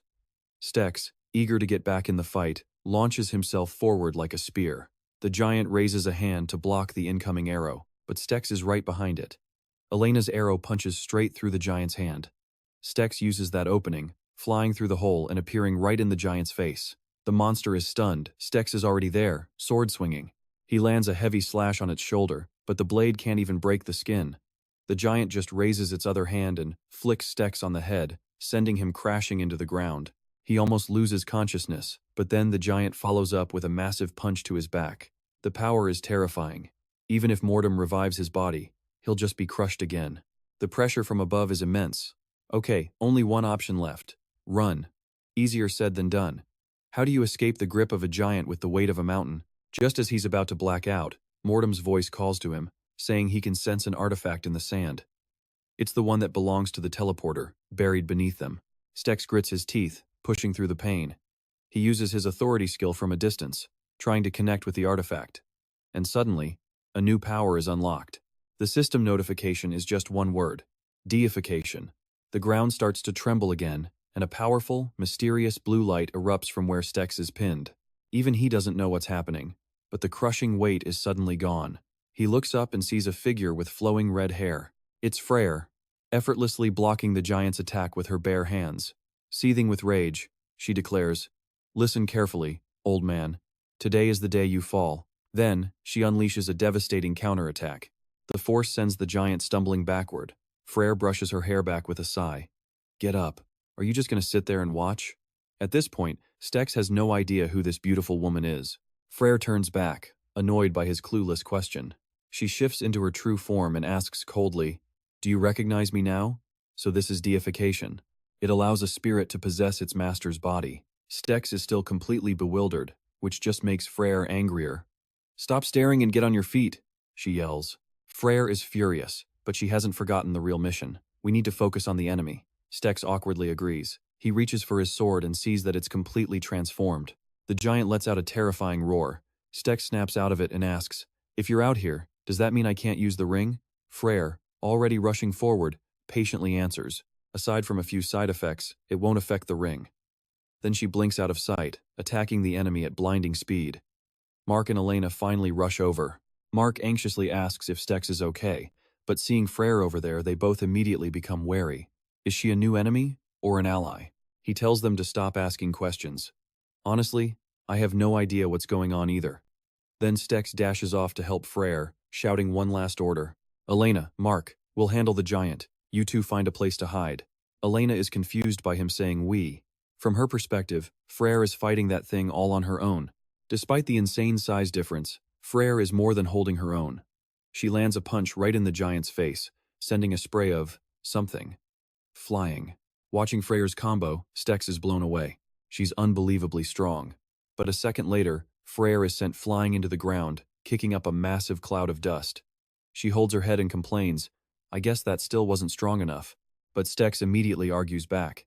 He couldn't even scratch it with his sword.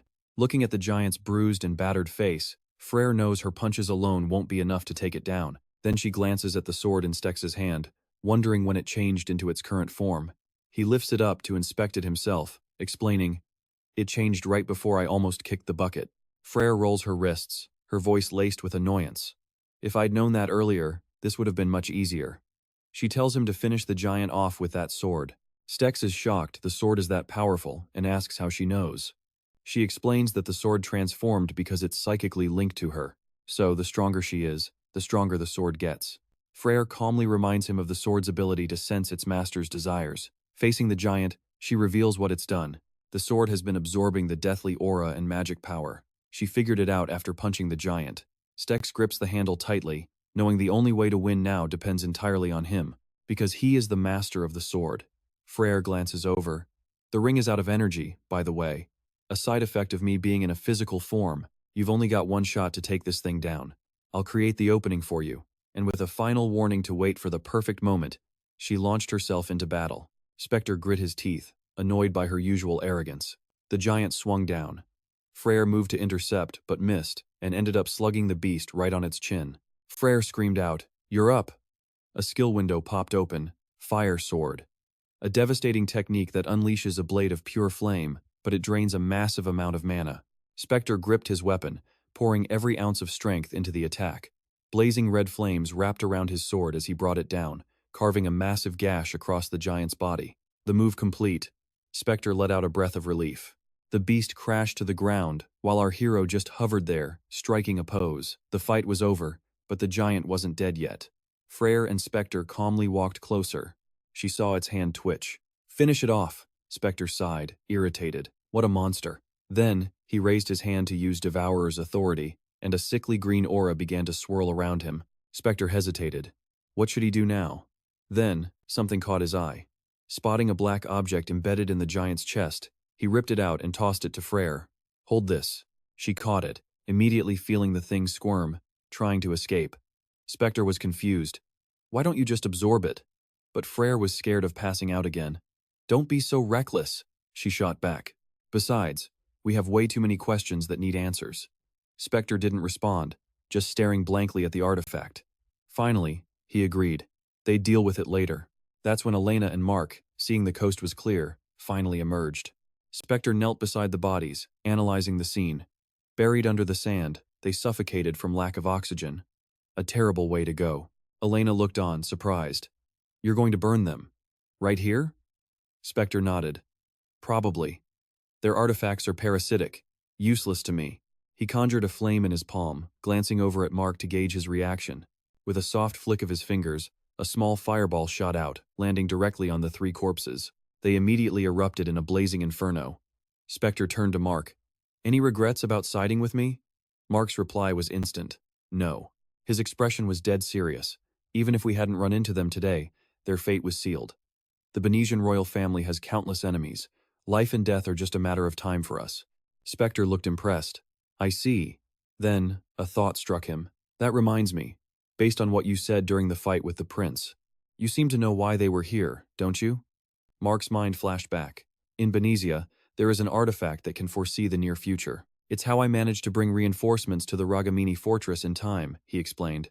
"Sorry to bring it up, but the prince must have seen some kind of vision about this place. That's why he refused to leave."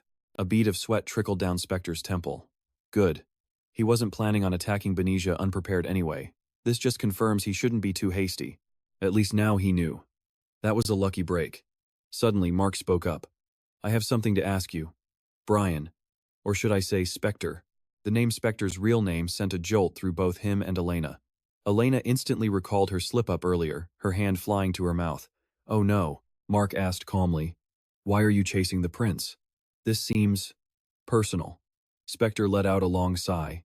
He waved Elena over, deciding it was time. Time to tell Mark everything. After hearing the story, Mark was floored. So an artifact. Brought you back to life? A complete reversal of fate. His gaze shifted to Elena. And your companion. She's an elf from the Darkwood? It's all starting to make sense now. Spectre then pointed towards another figure. And this is Motam. He just broke out of my ring, Spectre explained. And trust me, this isn't what he really looks like. Just then, Motam turned and snapped. Are you guys going to stand there talking all day? If you're finished with your little chat, get a move on. He leaned against the wall. I can't see a thing down in that hole the giant crawled out of. So, we're going in to check it out. I'll take the lead. You all follow me. The group descended into the pit. Inside, it was surprisingly spacious, but it reeked of something awful. Seeing everyone hesitate from the smell, Motam snapped again. Don't just stand there gawking. There's something in here. Spectre covered his nose. God, it stinks.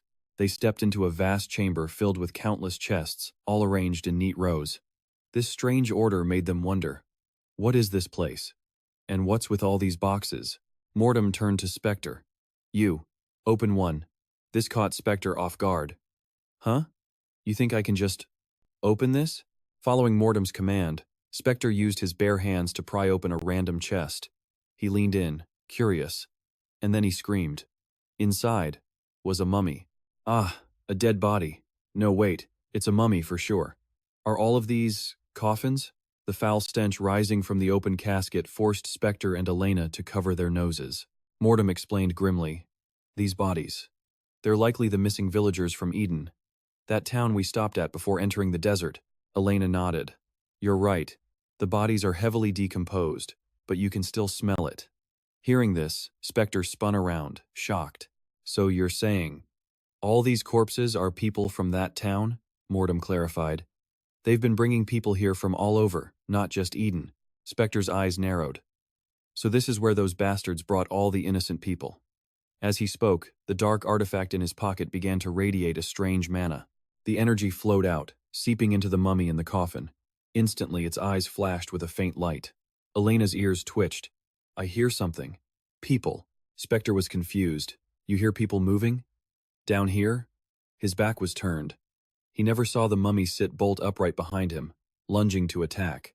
But his reflexes were insane. He leaped to the side, dodging the attack, and delivered a powerful kick that sent the mummy tumbling to the floor as he yelled out. What the hell was that? I thought these people were dead. He pulled back his cloak, noticing his sword was glowing again. A grim realization hit him. Which means, they're all cultists. Spectre drew his blade. What is happening here? I thought we'd dealt with everything. He pointed the sword at the downed mummy, and its head immediately exploded. A plume of dark energy erupted from the headless corpse. Just then, Motam, his face grim, called out. Spectre, over here, now. He showed Spectre a massive altar, pointing to its center. Look at the core of this altar. Do you recognize the missing piece? Spectre's stomach dropped. He pulled the dark artifact from his pocket. Wait a second. Don't tell me. Those bastards used this thing to create all the cultists here. Looking around the massive chamber, they came to a decision. This place is too big. We split into two teams. First up, Spectre and Motam. Alone now, Motam offered Spectre some advice. You should watch yourself. That Elena girl is way smarter than you. Spectre was slightly irritated by the comment. Motam placed a hand on the wall. If things go south, the other two will be safe where they are. We're heading down to the basement, which is a lot more dangerous. Hearing this, Spectre made up his mind. All right, let's check this place and head up. There's nothing here anyway. Motam, holding the dark artifact, kept a hand on the wall. He explained, you can't see it because you're human. But there's writing all over these walls. Looks like magic circuits. Thing is, this artifact isn't reacting to them. He wondered, are we missing something? So why did this block react? The air here is thick with mana. Spectre, speaking from his traveler's experience, chimed in. The most important thing when searching is to stay calm and think it through. What do you want it to react to? Motam asked, his face dead serious. We haven't missed a single thing since we got here. I know this dark artifact can react to something, Stage guessed. It just hasn't been activated yet. It's probably missing power. This idea surprised Motam. What? He looked at the artifact in his hand, trying to piece it together. Remember how that artifact was just pulsing with dense energy? We even saw it glowing bright inside that giant creature. But now, look at it. It's totally drained. State figures it must have burned through all its death energy, turning one of those cultists into a giant. Good thing too, If it hadn't, every one of those followers in the last room would have risen up and attacked them all at once. Motam's ears perked up. Death energy? State confirms it. This whole area is thick with it too. If my theory is right, we don't have time to stand around and guess. He activates his curse armor skill, and raw power floods the entire room. And just like that, writing on the walls begins to glow. Motam is impressed. Whoa, it actually worked. You can see the characters now. Pretty smart. Right on cue, Mark and Elena arrive on the scene. Mark immediately asks, "Where is all this death energy coming from?" State turns to them. "Oh, you two finished checking upstairs? We're in the middle of something here, but I have no idea how long this is going to take." State explains further, "We still have to completely flood this room with death energy, so close the basement door and wait for us upstairs." Then, he looks directly at Mark. "If anything happens, you protect her. You hear me, big guy?" Before they could leave, Motam calls out to Elena, the elf girl. He asks her, "Do you remember what you said before?" He was talking about the time Elena suggested, "Maybe we should think of a nickname for you to make things easier." He repeats it, asking, "You said I should get a proper name." A huge grin spreads across his face. "I've been thinking about it constantly since that day, and I finally came up with one. Freezer. You can call me Freezer." As he speaks, his body begins to dissolve, transforming into a stream of energy that rushes across the room. It flows directly towards the ring on State's hand. He says it one last time, "My name is Freezer." With the ring now on his hand, State sits cross-legged in the center of the room as death energy swirls around him. He closes his eyes. "I'm seeing something." He concentrates with all his might on the images. They begin to form all around him, making him wonder if he's just imagining things. A figure appears from behind and walks past him. Before him, a massive army stands in perfect formation. The person who just walked past him is clearly their leader. He shouts to the crowd below, "We've lost the enemy's trail." He explains that they've gathered all their followers and searched the entire northern region for years, but still haven't found a single trace of them. Hearing this, State is a little stunned. The leader continues, "Do you all know what this means?" Someone from below speculates, "Could they possibly be in the south?" The leader agrees. "Yes, it's very likely the relic is in the south now. We have to consider this." But the people below don't seem to agree. They start murmuring that the south is controlled by those bastards in the royal family. Benezia is currently in control of the south. If they discover any trace of the relic and learn how to use it, they're all finished. This news startles State, who thinks to himself, "What? So these cultists are actually fighting against Benezia?" The leader shouts, "Everyone, be calm. The arch-enemy's relic is now beyond our control. We have only one option left." He says, "Sooner or later, our sworn enemy will reappear. We must train an army to destroy him." The news is a complete shock to State. A person standing below asks in a panic, "An army? How are you going to create more followers?" The leader says coldly, "We will take over the great ancient tree." He explains further, "By directly injecting this liquid into the tree's trunk, we will then transform all living creatures protected by the great ancient tree into host bodies to create more followers." He raises his hand high, affirming, "Whether it's the arch-enemy or anyone else, we will destroy anyone who dares to stand in our way. Our primary goal remains the same." The man's eyes burn with fanaticism as he screams, "Everything we do is, in preparation for the rebirth of the Almighty One in this world." Hearing this, State can no longer remain calm. He collapses, gasping for breath after witnessing that memory. He asks, "Is it over? What do we do now?" Freezer speaks up. He thinks that perhaps the mana veins here act as a storage device, replaying their meeting. That meeting took place in this very basement. Motam reforms into Freezer's shape. She says, "They mentioned the great ancient tree, so I'm guessing this happened not too long ago." State quickly stops her. "Hold on. Based on everything they just heard," he guesses, "you must be the arch-enemy's relic, the one they used before I disappeared with it. So it's been a long time since the last arch-enemy." State raises his hand, looking closely at the ring. "And I became the new arch-enemy the moment I put this on. In other words, they're preparing for a war against me, right?" Freezer clutches his head and lets out a long sigh. "So annoying. I can't remember anything. I hate it when my memory is all fragmented like this." She decides, "I don't think there's anything else here. Let's go upstairs." They regroup with Mark and Elena on the upper floor and explain what they just witnessed. Mark asks again, "So they've already attacked the great ancient tree?" He cuts himself off. "Hey, I know we need to get out of here right now, but there's a problem."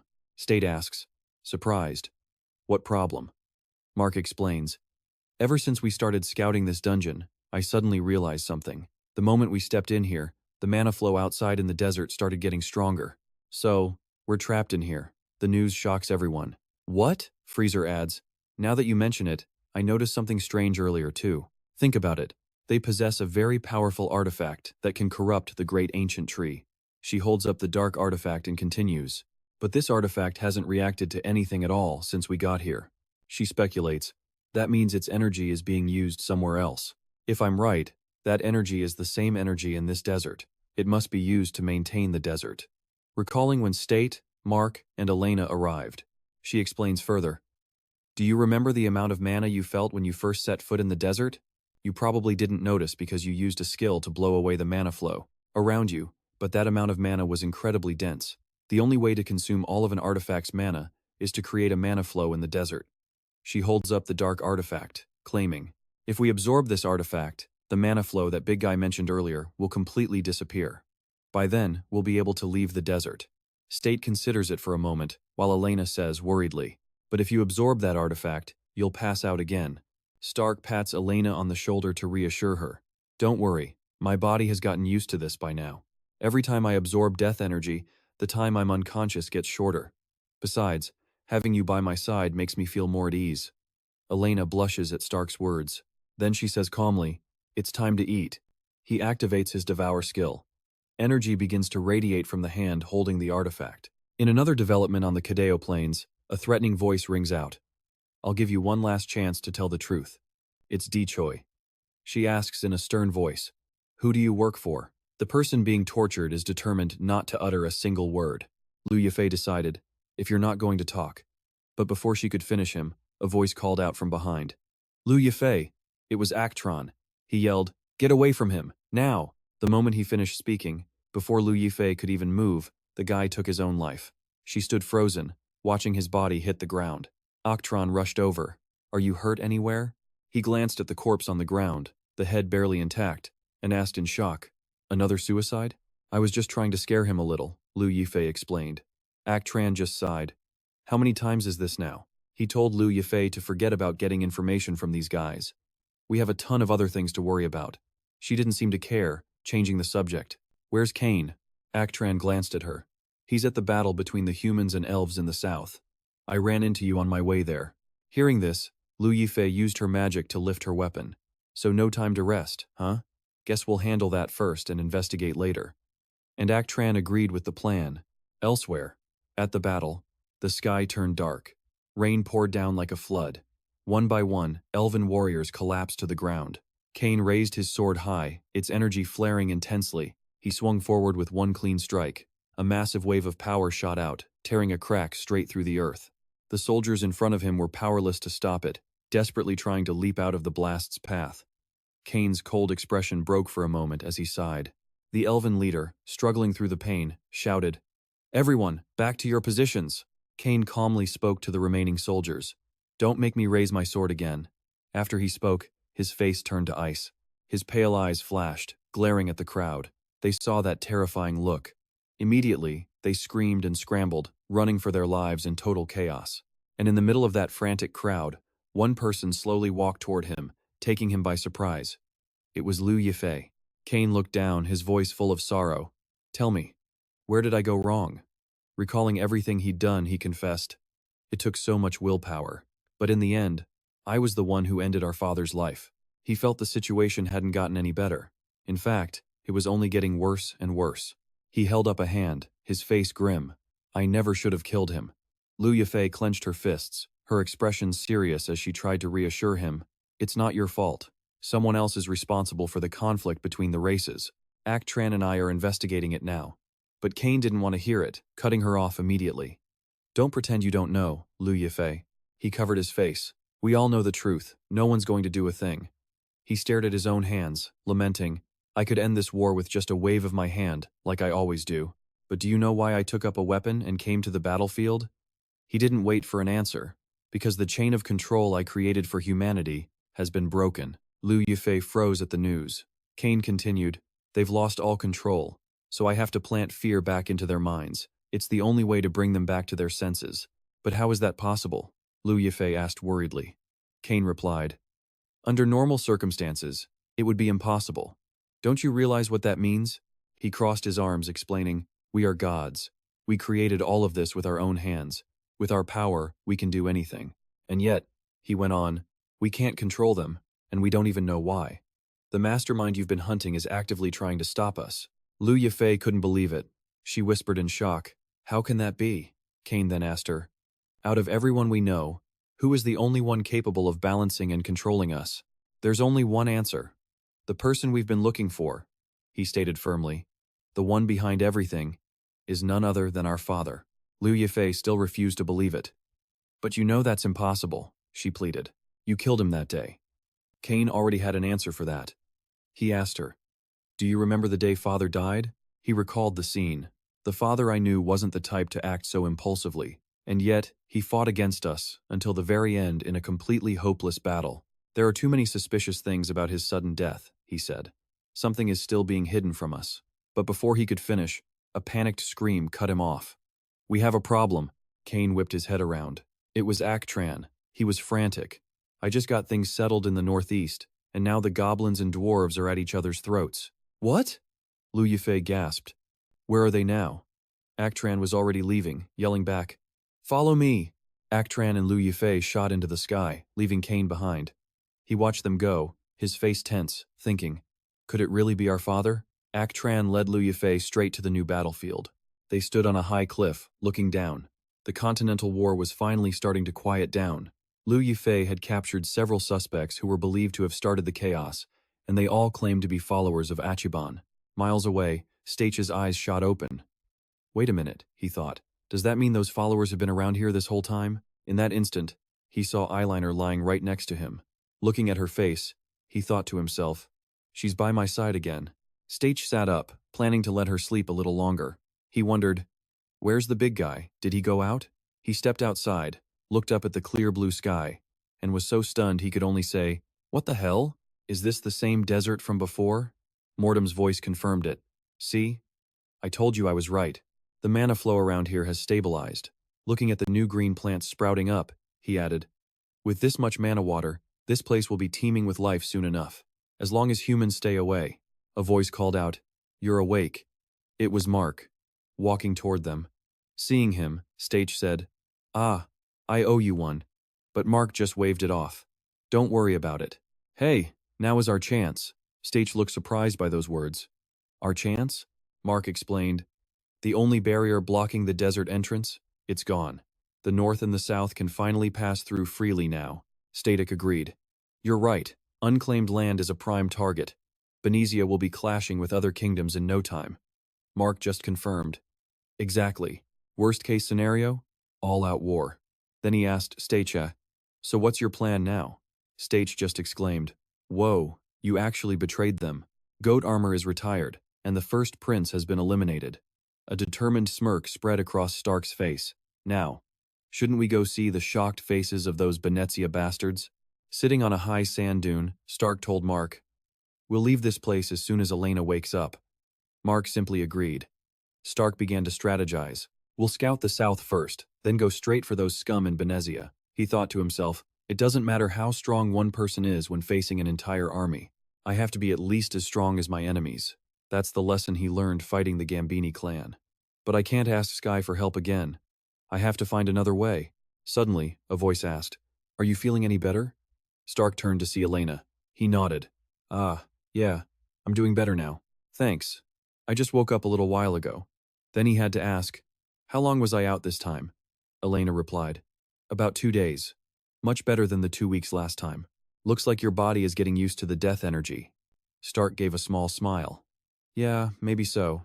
Hey Elena, I was thinking about where to go next," he said softly. "How about we stop by the Black Forest?" The suggestion seemed to catch Elena completely off guard. Elsewhere, the sounds of a fierce battle echoed through an arena. Goat armor faced off against a man with a thick beard, both fighting barehanded. With one powerful blow, Goat armor slammed his fist into the man's gut, shattering the stone armor on his back. The man stumbled backward, gasping in pain. The guards watching the fight couldn't help but shout, "Your Highness, that was truly impressive, sir. It looks like you're not having any trouble with your movements anymore." Goat armor rotated his new arm. "It took me a whole month just to get this thing adjusted." He flexed the new limb, the Titan muttering, "It better work perfectly." His expression suddenly grew dark. He remembered Shin Chaezo's words asking, "Goat armor, do you want your arm back?" Then, he pictured Stark's smug, victorious face, and the rage returned. Trembling, he thought, "That bastard stole my arm. And my purpose." Gritting his teeth, he vowed, "I will make you pay for everything." Overcome with rage, he slammed his fist into the stone wall behind him, leaving a massive hole as rock exploded everywhere. His face was a mask of pure hatred. His opponent was stunned. That was a solid stone pillar. I can't believe he was hiding that much terrifying power. Just then, a voice called out, "How's the new arm? Goat armor." Goat armor turned. "Alfred," he answered. "This arm is incredible." He couldn't help but add, "Ganmeza's old relic was nothing compared to this." Alfred looked thoughtful. "When the Titan artifact forms direct neural connections with the body, recreating bone and blood vessels, I've heard the pain is beyond excruciating. Without medication, no one is supposed to survive the agony, or the mutations that happen during the adaptation process. That's why this relic has been locked away until now." He asked curiously, "Was it your intense desire for revenge that gave you the strength to overcome that pain?" Goat armor placed a hand on his chest and bowed. "For that, I am truly grateful." Alfred returned a slight bow. "You don't need to thank me. My father was the one who granted you the artifact, not I." With that, he turned to leave, adding, "Are you finished with your training? If you are, then follow me. The king wants to hear about your new arm." And Goat armor bowed his head in obedience. Alfred led him through the magnificent palace to meet Shin Chezo. The king's voice boomed, "Tell me, how does the new arm feel in training?" Kneeling, Goat armor replied, "I am very pleased with it, your majesty." This answer satisfied Shin Chezo, who declared, "From this moment on, I hereby reinstate Jesus Messier to the position of Northern Commander." He added a final order, "Finish your training quickly, and then return to the front lines." "Yes, your majesty." Jesus bowed. But suddenly, a frantic voice cried out, "Your majesty!" A soldier burst into the room, shoving past the guards trying to stop him. He yelled, "There's news from the Kadeo Desert. I've received a report that the mana storm there has completely vanished." The news stunned both Goat armor and Alfred. They whipped their heads around, thinking the same thing. "What? The mana is gone?" Shin Chezo, however, remained calm, asking, "Are you certain?" Then he thought to himself, "So, that means he's finally on his way." A sinister smile crept across his face. "The one I've been waiting for." Elsewhere, a bird was flying swiftly, carrying a letter to Stark. The bird dropped the letter right into his hands. After reading it, Stark announced, "All right, I've got a response from Chairman Simon." Stark surveyed the area, then made his decision. "We have to break through the first line and head straight for the south." Mark added, "Those defenses are way stronger than I remember. They must have reinforced them." Stark held up a fist, flashing a ring. "You two wait here," he said. "I'll take care of these small fry myself. And I'll be quick about it."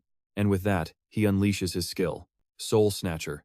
Energy begins to pour from his ring, locking onto the guards standing watch on the wall. A beam of pure energy shoots out, striking a guard head-on. An aura surrounds him, and he starts shaking uncontrollably. The guard next to him turns, totally confused. "Hey, what's wrong with you?" But then a spear flies out of nowhere, embedding itself deep in the second guard's neck. The first guard's face goes dark, his eyes glowing a sinister green. It's clear Motam has complete control now. Through his new puppet, he commands, "Take care of these fools." The energy explodes outwards, taking down the guards one by one while they have no clue what's even happening. What's attacking us? They can only stand there, dumbfounded.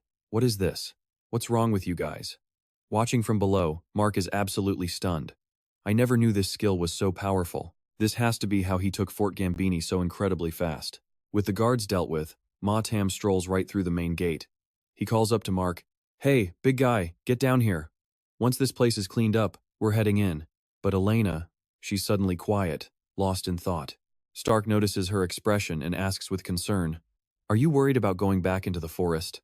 She seems startled by the question, replying, Yeah, a little bit." She let out a long sigh. "It's nothing," she lied. But inside, her mind was racing. If her father found out she'd gone up against the entire Benessia kingdom, that just couldn't happen. There was no way she could tell him the truth. She'd have to make something up. All around them, the Blackwood forest felt peaceful, almost serene. High up in the trees, Cry was on watch, chomping down on a huge piece of bread. A voice called up, "Cry, You're supposed to eat after your shift. Cry shot back a glare. Nothing's happened in this sector for ages, he grumbled. So what if I take a bite? I hate being hungry. The other guy just sighed. Did you even hear what Stark said? He pressed, snatching the food from his hand. He said the humans are acting strange. There have been a ton of executions lately, and now they're moving whole armies around. They're planning something big, don't you get it? Just as he said that, a sound. Their heads snapped up. Instantly, they were in combat stance, bows drawn, arrows nocked. They squinted into the distance, agreeing something was definitely coming. Then, their eyes went wide. Wait a second. Am I seeing things? Because walking towards them was Elena herself, with two strangers in tow. From the forest floor, she spotted them and gave a bright, cheerful wave. Long time no see, she called out. I'm so glad to see you're both okay. Cry didn't miss a beat, turning to Stark. Thank you, sir, for bringing Elena back to us safely. Stark just gave a polite wave in return. But Cry's companion had questions. But, who's the other guy? He asked, pointing right at Mark. Mark stayed completely silent. Stark shot him a quick look, then hesitated. Him? Well. He took a breath, closed his eyes, and just spit it out. He's a friend of mine, a merchant. We're pretty close. Mark started sweating, remembering Stark's warning from just before they arrived. Stark's words echoed in his head. Once we set foot in the Blackwood, you watch every single word you say, especially anything about Benezia. Luckily, the guards didn't press it. They just grinned. Oh, really? Well, whatever. The Elder is going to be thrilled to see you guys. They turned to Elena. So you're home for good this time, Elena? She quickly waved her hands. I'm just passing through, so don't get too excited. But things aren't as bad as they seem, she added, so there's no need to worry. With that, they were led to meet her father. The moment Keen saw his daughter, his face lit up. Elena, he cried, absolutely beaming. It's so good to have you back. He pulled her into a massive hug, not caring one bit that Stark and Mark were right there watching. Elena, totally embarrassed, whispered, Dad. Everyone staring. He finally let go with a hearty laugh. My apologies. He turned to his guests. Please, sit down. I'll have food brought out shortly. Elena slipped off her cloak, sighed, and asked, How's Grandma doing? She retired before the Elder, so she's just resting at home now. Keen explained, his eyes then falling on Elena's gear. Hey now, that's a lot of weaponry you're carrying. Elena instinctively tried to cover the weapons on her wrist, but Keen, seeing her discomfort, just smiled warmly. I know the world out there isn't always a safe place. You don't have to tell me what you've been through if you don't want to, he said gently. But you have to promise me you'll be careful, you hear? Elena let out a breath. Yes, Father. Keen's expression became knowing. I know you didn't come all this way just to say hello. You're staying for a while, aren't you? Stark stepped in. That's correct, sir. Elena has wanted to visit home for a long time. We also need to scout the southern region, so we'll be staying here. Would it be all right if we stayed for a few days? He asked. For a split second, surprise flashed across Keen's face. But it was immediately replaced by a huge, welcoming grin. Haha, of course, he boomed. Stay as long as you like. I was so happy to see you, I forgot all about letting you rest. I'll get your rooms prepared. Later that night, the moon was high in the sky. Dinner was over, and everyone had retired to their rooms. Stark was stretched out on his bed, exhausted. Oh man, he sighed. How long has it been since I could just relax like this? Suddenly, a voice from the doorway. Stark! It was Keen. He stepped into the room. May I have a word with you for a moment? Stark sat up, a little surprised to see him. Of course, sir. What is it? They moved to a table, and Keen began politely. I'm sorry to disturb your rest. I just wanted to say a few things. Ahem. I think you probably already know. He chuckled, his eyes tearing up. My daughter. She seems to like you a great deal. She's absolutely terrible at hiding her feelings. Stark's head shot up, completely floored. Sir, what did you just say? Seeing his reaction, Keen looked genuinely surprised. Don't tell me you haven't noticed? You two have been together all this time. I could tell the second I saw her, he continued. Her entire face just lights up any time she looks at you. Stark slowly lowered his head, a shadow crossing his face. He spoke quietly. I don't know what Elena feels. Or maybe I've just been deliberately ignoring my own feelings too. Memories of his time with Elena flashed through his mind. He clenched his fist and told Keen, Sir, the life I lead is unusual. Far more unusual than you could possibly imagine. And it's incredibly dangerous for anyone who gets dragged into my path. Keen stroked his chin. You still haven't told Elena this, have you? Stark shook his head. Actually, I did try to tell her. Once. For her own good. He remembered her question perfectly. So if this plan of yours succeeds, and you finally end things with the prince, is everything over then? And he remembered his answer. Maybe. He told her. Our plan is finally reaching its final stages, anyway. Don't you think you've done enough to repay your debt to me? He'd pushed. Your father, Keen. He must be worried sick about you. Elena had said nothing, but her face was pure fury. She shot him a look that could kill, then stormed out, slamming the door right behind her. Back in the present, Keen sighed deeply after hearing the story. Oh, son, that was a mistake. Listen here, Stark, he said, his voice turning serious. I'm guessing the reason you and Elena won't talk about what happened outside this forest is that you're afraid I'd pass out if I knew what kind of danger you were in. Am I right? Stark couldn't meet Keen's gaze, just silence. Seeing this, Keen pressed on. If you already knew, then why do you think I still allowed Elena to join you on your mission? He shared a painful truth. My daughter, she lost her freedom the moment I was gone. She became obsessed with this overwhelming duty to protect her people, to protect the entire kingdom. Suddenly, a voice from behind made her jump. It was Jerry, a teasing smile on her face. Spying on people in the middle of the night, are we? Not exactly a healthy hobby, you know? Flustered, Elena shot back. I wasn't spying. I just happened to be out admiring the view and overheard. She asked, suddenly worried. Wait, does Stark know I'm here? Jerry just waved it off. Nah. That idiot's so lost in his own head, he wouldn't notice a thing. She sighed. Look, I'm not human. I can sense who's nearby. So, how long have you been eavesdropping? Elena decided to just be honest about it, since you two started talking. Then, she turned the tables on Freyr. There's something I need to ask you. Elena looked away, her voice heavy. I know we have so much more to face, so I have no idea when or if I'll ever get to hear him say that again. Curled up on the rooftop, Elena's voice was filled with despair. Her head dropped, tears welling up in her eyes. Seeing this, Freyr just chided her. You're being a fool. Seriously, there's nothing to worry about. She sat down beside Elena. Now tell me this. Ever since that fight at Fort Gambini, has he once tried to send you away? She quietly admitted he hadn't. Hearing that, Freyr defended him. He puts on this tough guy act, but on the inside, he's way more indecisive than you think. And with that, Freyr let out a soft sigh.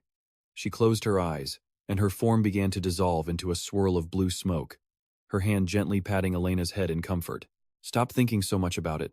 Just go back to your room and sleep. Otherwise, you'll be staring at the ceiling all night. And just like that, she was gone, leaving Elena alone with her thoughts. Elsewhere, Stark was tossing and turning, sleep completely out of reach. Freyr reappeared, cutting straight to the point. So, what's your next move? He just sighed, frustrated. What move? You know exactly what I mean. Stop stalling. Her voice sharpened. Or do I have to spell it out for you? Her words hit a nerve. Hard. His chest tightened, his breathing suddenly ragged. Finally, he relented. Fine. I've made my decision. A new day dawned. But for Elena, curled up in bed, her mind was a complete mess, a storm of thoughts keeping her pinned down. Right then, a knock on the door. It made her jump. Startled, she bolted upright. Who is it? A voice from outside apologized immediately. Are you still sleeping? It was Stark, and he sounded incredibly awkward. I was wondering if you'd like to take a walk with me for a bit? I don't really know the paths around here. He quickly added. But if you're tired, just stay in bed. Face already bright red, Elena scrambled to answer. Yes, just give me a minute. I'll be right there. A short while later, the two were walking side by side through the forest. Stark awkwardly tried to break the silence. So, being home after so long, how does it feel? She answered honestly. Everyone seems to be doing better than I imagined. Stark looked up through the canopy of leaves. You know the strangest part about all this? I'm not from these woods, but I feel completely at ease here, almost like I'm home. A small smile touched her lips as she started to tell him her own secret. Everyone calls this place the Darkwood just because it's, well, dark. But to me, this forest has always felt so incredibly warm. He watched her, seeing the pure happiness on her face, and silently wondered, when did it happen? At first, she was just a capable partner, but she became so much more than that. He remembered the moment she'd risked her own life to save his, and he spoke her name, his voice soft. Elena. She turned to look at him. There's Something I need to tell you." Hearing those words, a blush crept onto her cheeks as she thought about the reunion with her father. That moment must have made him feel guilty. Looking down, Stark confessed, "Seeing you with your father, your family finally has a chance to be whole. And I feel like I'm getting in the way."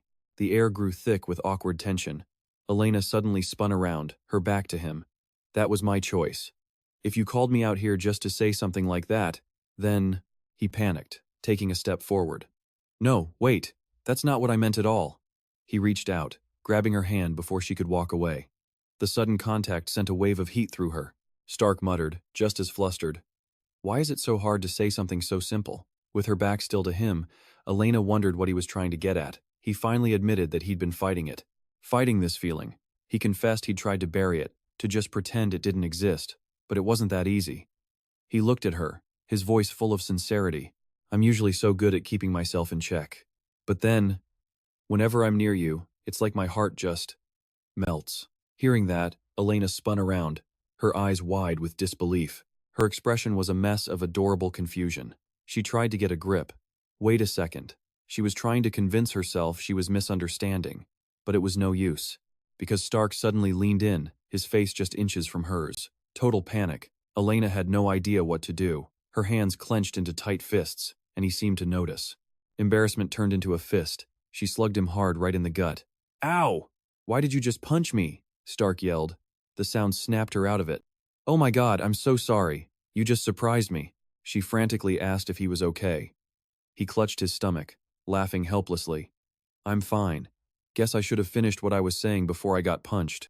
He looked up, his eyes full of warmth. "But still, thank you.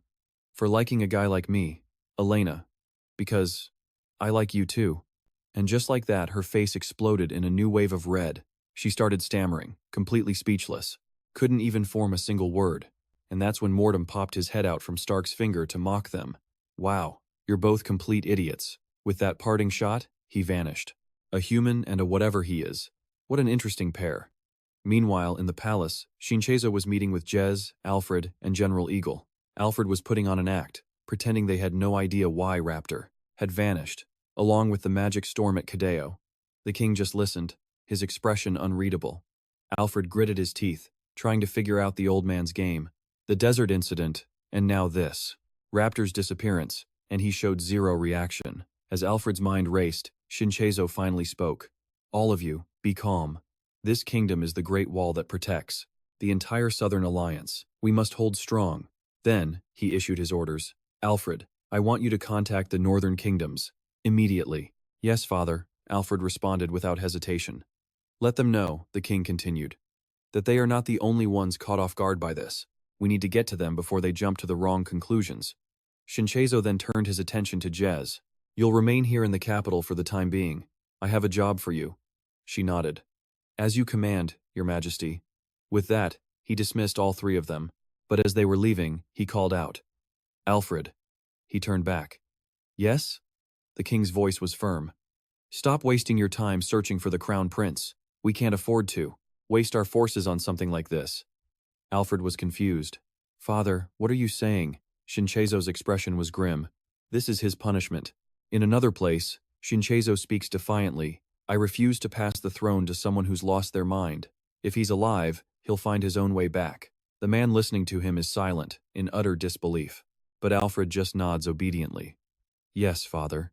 Cut back to a different room, where Elena angrily slams a newspaper down on the table in front of Motam and Stark. "I heard some news from our scouts this morning," she says. "Some gang got completely wiped out in Borden Bay." Stark looks up, suspicious. "A gang? That has to be Sky's crew. Luckily, the leader wasn't caught. But he's gone missing." Stark replies, "So Sky probably managed to escape.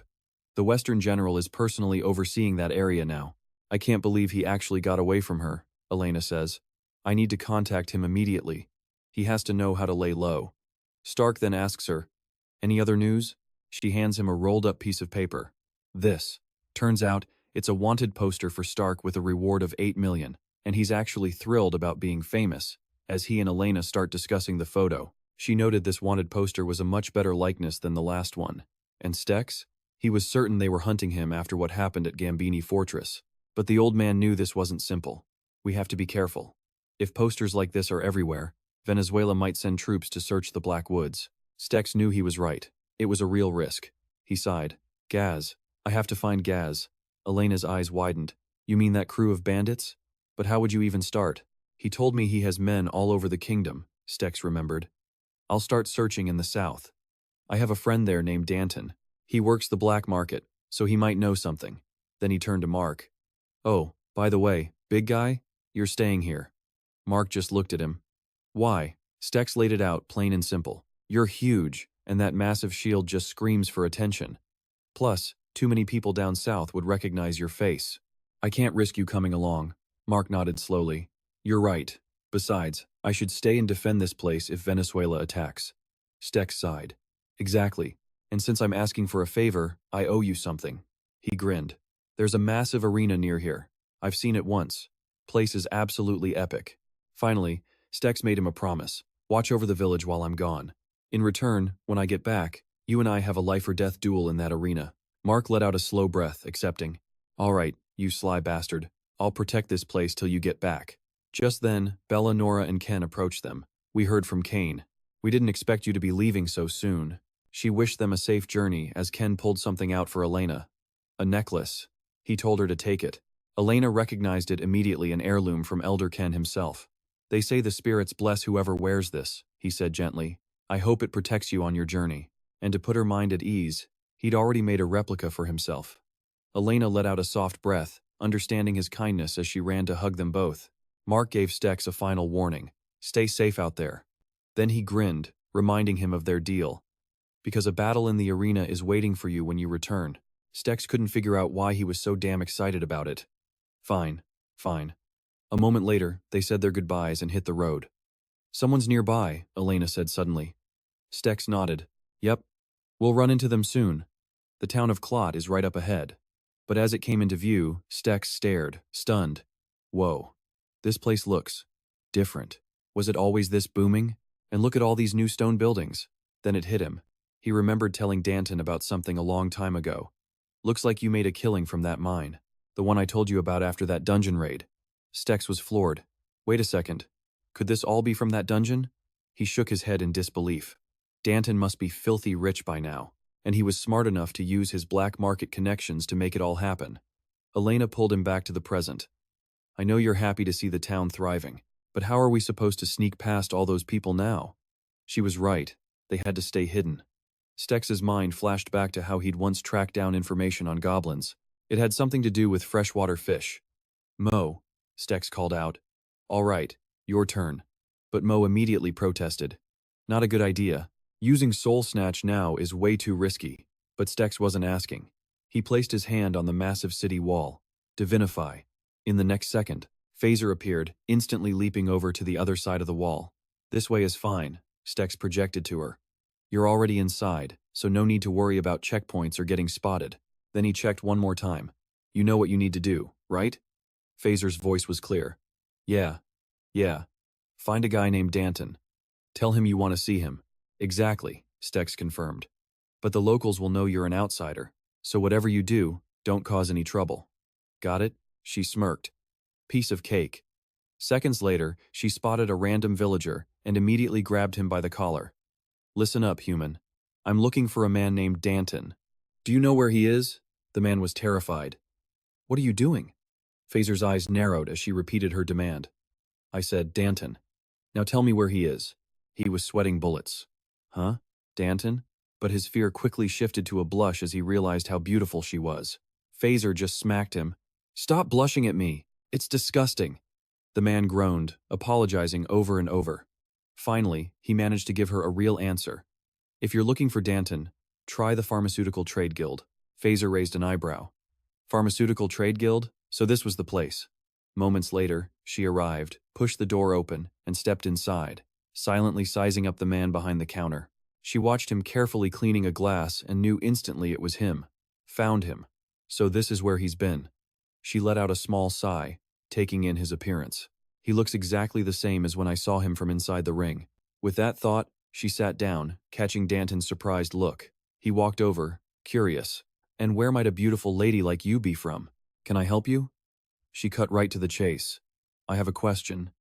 Then she mentioned Stex's old alias, making Danton flinch and immediately deny everything. Ever heard of a man named Brian Godling? Nope. Never heard the name. Phaser then slid the wanted poster across the counter. How about this person? His brow furrowed instantly. He couldn't help but think to himself, Stex, what kind of mess did you get into this time? Trying to avoid any more questions, Danton put on a stern face to change the subject. Sorry, but I'm not in the business of finding people. Now, can I get you something to drink? Seeing him squirm trying to protect his friend, Phaser broke into a satisfied grin. My mistake. You look like a bruiser, but you're actually sly as a fox. Stex was right to be friends with you. Then, she told him the situation. He's waiting for you outside the city walls. He can't get in. Hearing this, Danton's cool demeanor vanished. What? Stex is here? Quickly, show me the way. A short while later, inside a private room, Danton couldn't hold it in. Stex! He threw his arms around him, squeezing so tight, Stex's face started to turn blue. Where the hell have you been? You nearly gave me a heart attack. Elena covered her mouth, touched by their bond. Phaser, on the other hand, just looked completely over it. When Stex finally pushed him off, Danton could feel his friend's new strength. Whoa. Since when did you get so damn strong? He let go, firing off a storm of questions. Seriously, where did you go? And why is the bounty on your head so much higher now? But Stex was too wiped to even think. I'll explain later. Then, a thought hit him. Hey, I'm surprised you haven't been arrested. Things have been tense lately, he explained, remembering how they used to be seen together all the time. Plenty of people saw us hanging out back in the day. So no one reported you to the guards? At that, Danton burst out laughing. Are you kidding? If it wasn't for that dungeon you told me about, the guards would have dragged me away a long time ago. He speaks up. Everyone in this town knows we're friends. But my business is the only reason this town's economy is even improving. So trust me, they're not going to sell me out. Danton and Stex share a laugh. My position in the black market is pretty high these days. You're living better now, right? Don't you forget it. Danton suddenly recalls Phaser coming to find him earlier.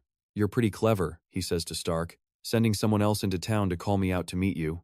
But here's a reality check. The black market isn't a safe place for you anymore. He then brings up the bounty. There's an 8 to million shoe price tag on your head now. Even the black market is getting nervous. He just sounds helpless, forced to accept the situation. Steck then changes the subject. By the way, how's Clip? At the mention of his name, Danton's face lights up. Clip? Oh, he's doing great. He's the main blacksmith for my enterprise now. He remembers when Clip was at his lowest, crying helplessly. Not knowing what else to do, Danton had helped him find a proper mentor. And that's when Clip's true talent really began to shine. Speaking of him, a thought crosses Danton's mind. Now that I think about it, you didn't sell that sword Clip made for you, did you? He'd be crushed if he found out. Steck turns to look at his sword. He denies it immediately. Sell it? No way. The sword just broke. Danton looks confused. Broke? Steck's brow furrows as he recounts what happened. So, I was trying to assassinate the 3 princes of Venezia. Danton's eyes widen. He can already tell this is going to be a long story. After Steck explains everything, Danton is just blown away by it all. You're getting bolder and bolder, aren't you? He can't believe Steck's sheer audacity. First, you seize a royal fortress. Then you almost killed a prince. That was all up north.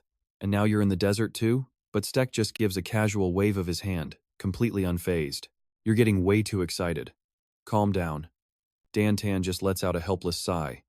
With the price on Steck's head getting higher, the Venezia kingdom will probably hunt him down and try to capture him alive at any cost. Danton then turns his attention to Phaser, who's been sitting quietly to the side. So, the lady who came to see me. She's the entity from that artifact? That's a new one on me. Steck's face turns serious as he gets straight to the point. If your life is in danger because of what Venezia does, it's my fault, indirectly. I'm sorry, but I have no intention of stopping until I get my revenge. But surprisingly, Danton isn't worried at all. In fact, he just scoffs. If you think I'd hate you for that, you've got it all wrong. This entire kingdom is so rotten it needs a complete overhaul. Danton thinks back to how the nobles have been treating the common folk. People are being taxed into the ground, no matter how little they make. And then there's all the conflict between the races, humans included. Elena listens with a deep frown. None of this is ever going to change. Not as long as the current royal family holds the throne. Danton feels a surge of pity thinking about the people's situation. Venezia controls the entire Southern Alliance. So they just let things stay this way. He sighs. The other southern kingdoms are probably going through the exact same hell we are. He rubs his eyes, resigned. Still, you'd think there would have been a coup or an uprising by now in a kingdom this corrupt. Stek finally chimes in. The royal family has an artifact. One that can show the people visions. That revelation completely stuns Dan Tan. Visions? In contrast, Stek just calmly takes a bite of his pastry. No wonder they always know how to stop rebellions and crush them at the root, before they even have a chance to grow. Dan Tan crosses his arms, falling deep into thought. You know, I used to think you were just being impulsive. But now that I think about it, even if you did manage to overthrow the royal family, this kingdom wouldn't change at all. Stek replies, At first, this was only about revenge. I never intended to change the whole kingdom, but now, I'm starting to have similar thoughts. Suddenly, he remembers something. Oh, right, Dan Tan. I'm looking for someone, but I don't know where he is. His name is Skyger King. Do you know him? The moment he hears the name, Dan Tan gets visibly uncomfortable. Skyger King? Yeah, I know of him. Birds of a feather flock together, I guess. He mutters, You have a beef with him too? Man, you're a real headache. Shaking his head, Dan Tan turns to leave, ready to go ask around for Stek. Stek calls out, That's all I need. I'll probably stay here until I hear something. Is it okay if I lay low here? Dan Tan crushes a piece of paper in his fist and gives Stek a stark reminder. As long as you're in this town, there's one thing you need to remember. Stek waits in silence. Your quest for revenge is starting to become a personal vendetta. He continues, But I hope you can be the one to shake this hopeless kingdom to its very core. And I'm not saying this as one of the leaders of the black market. Dan Tan throws his cloak over his shoulder. He looks at Stek, his eyes full of genuine hope. I'll always support you. Don't you ever forget that. Hearing those words, Stek lets out a huge sigh of relief, like a massive weight has been lifted. Thank you, Dan Tan. Dan Tan stops at the door, not quite ready to leave, and turns back. Oh, right. I wanted to ask one more thing before I go. Stek looks puzzled. Yeah? Dan Tan hesitates. Do you all need separate rooms? Fazir understands immediately and lets out a little laugh, but it takes a second for the other two to process the question before they both react. What the hell are you thinking? Dan Tan is just genuinely confused. What's wrong? It was just a question. The scene cuts to Clip's workshop. Bring that over here. Yes, sir. While the old man is working his forge, a figure approaches from behind. A voice chimes in. Well, Clip's got an apprentice now. Can't believe it. Clip turns around, annoyed. What was that? Who just spoke? But when he gets a clear look at the person, his whole expression changes. Oh my God, it's you. Stek waves, a friendly grin on his face. Long time no see, Clip. The old blacksmith is speechless. Stek? What are you doing here? The two sit down and talk for a while. And just like Dan Tan, Clip immediately brings up the bounty. What in the world have you been doing out there? Your wanted poster is plastered everywhere. What about it? Stek looks confused for a moment. Huh? It takes him a few seconds to realize Clip means the sword. Oh, you mean the sword you gave me? I'm so sorry. The sword. It broke. But Clip doesn't seem to mind at all. He just asks one thing. Did it help you? Stek smirks, his voice full of praise. Help me? That thing saved my life more than once.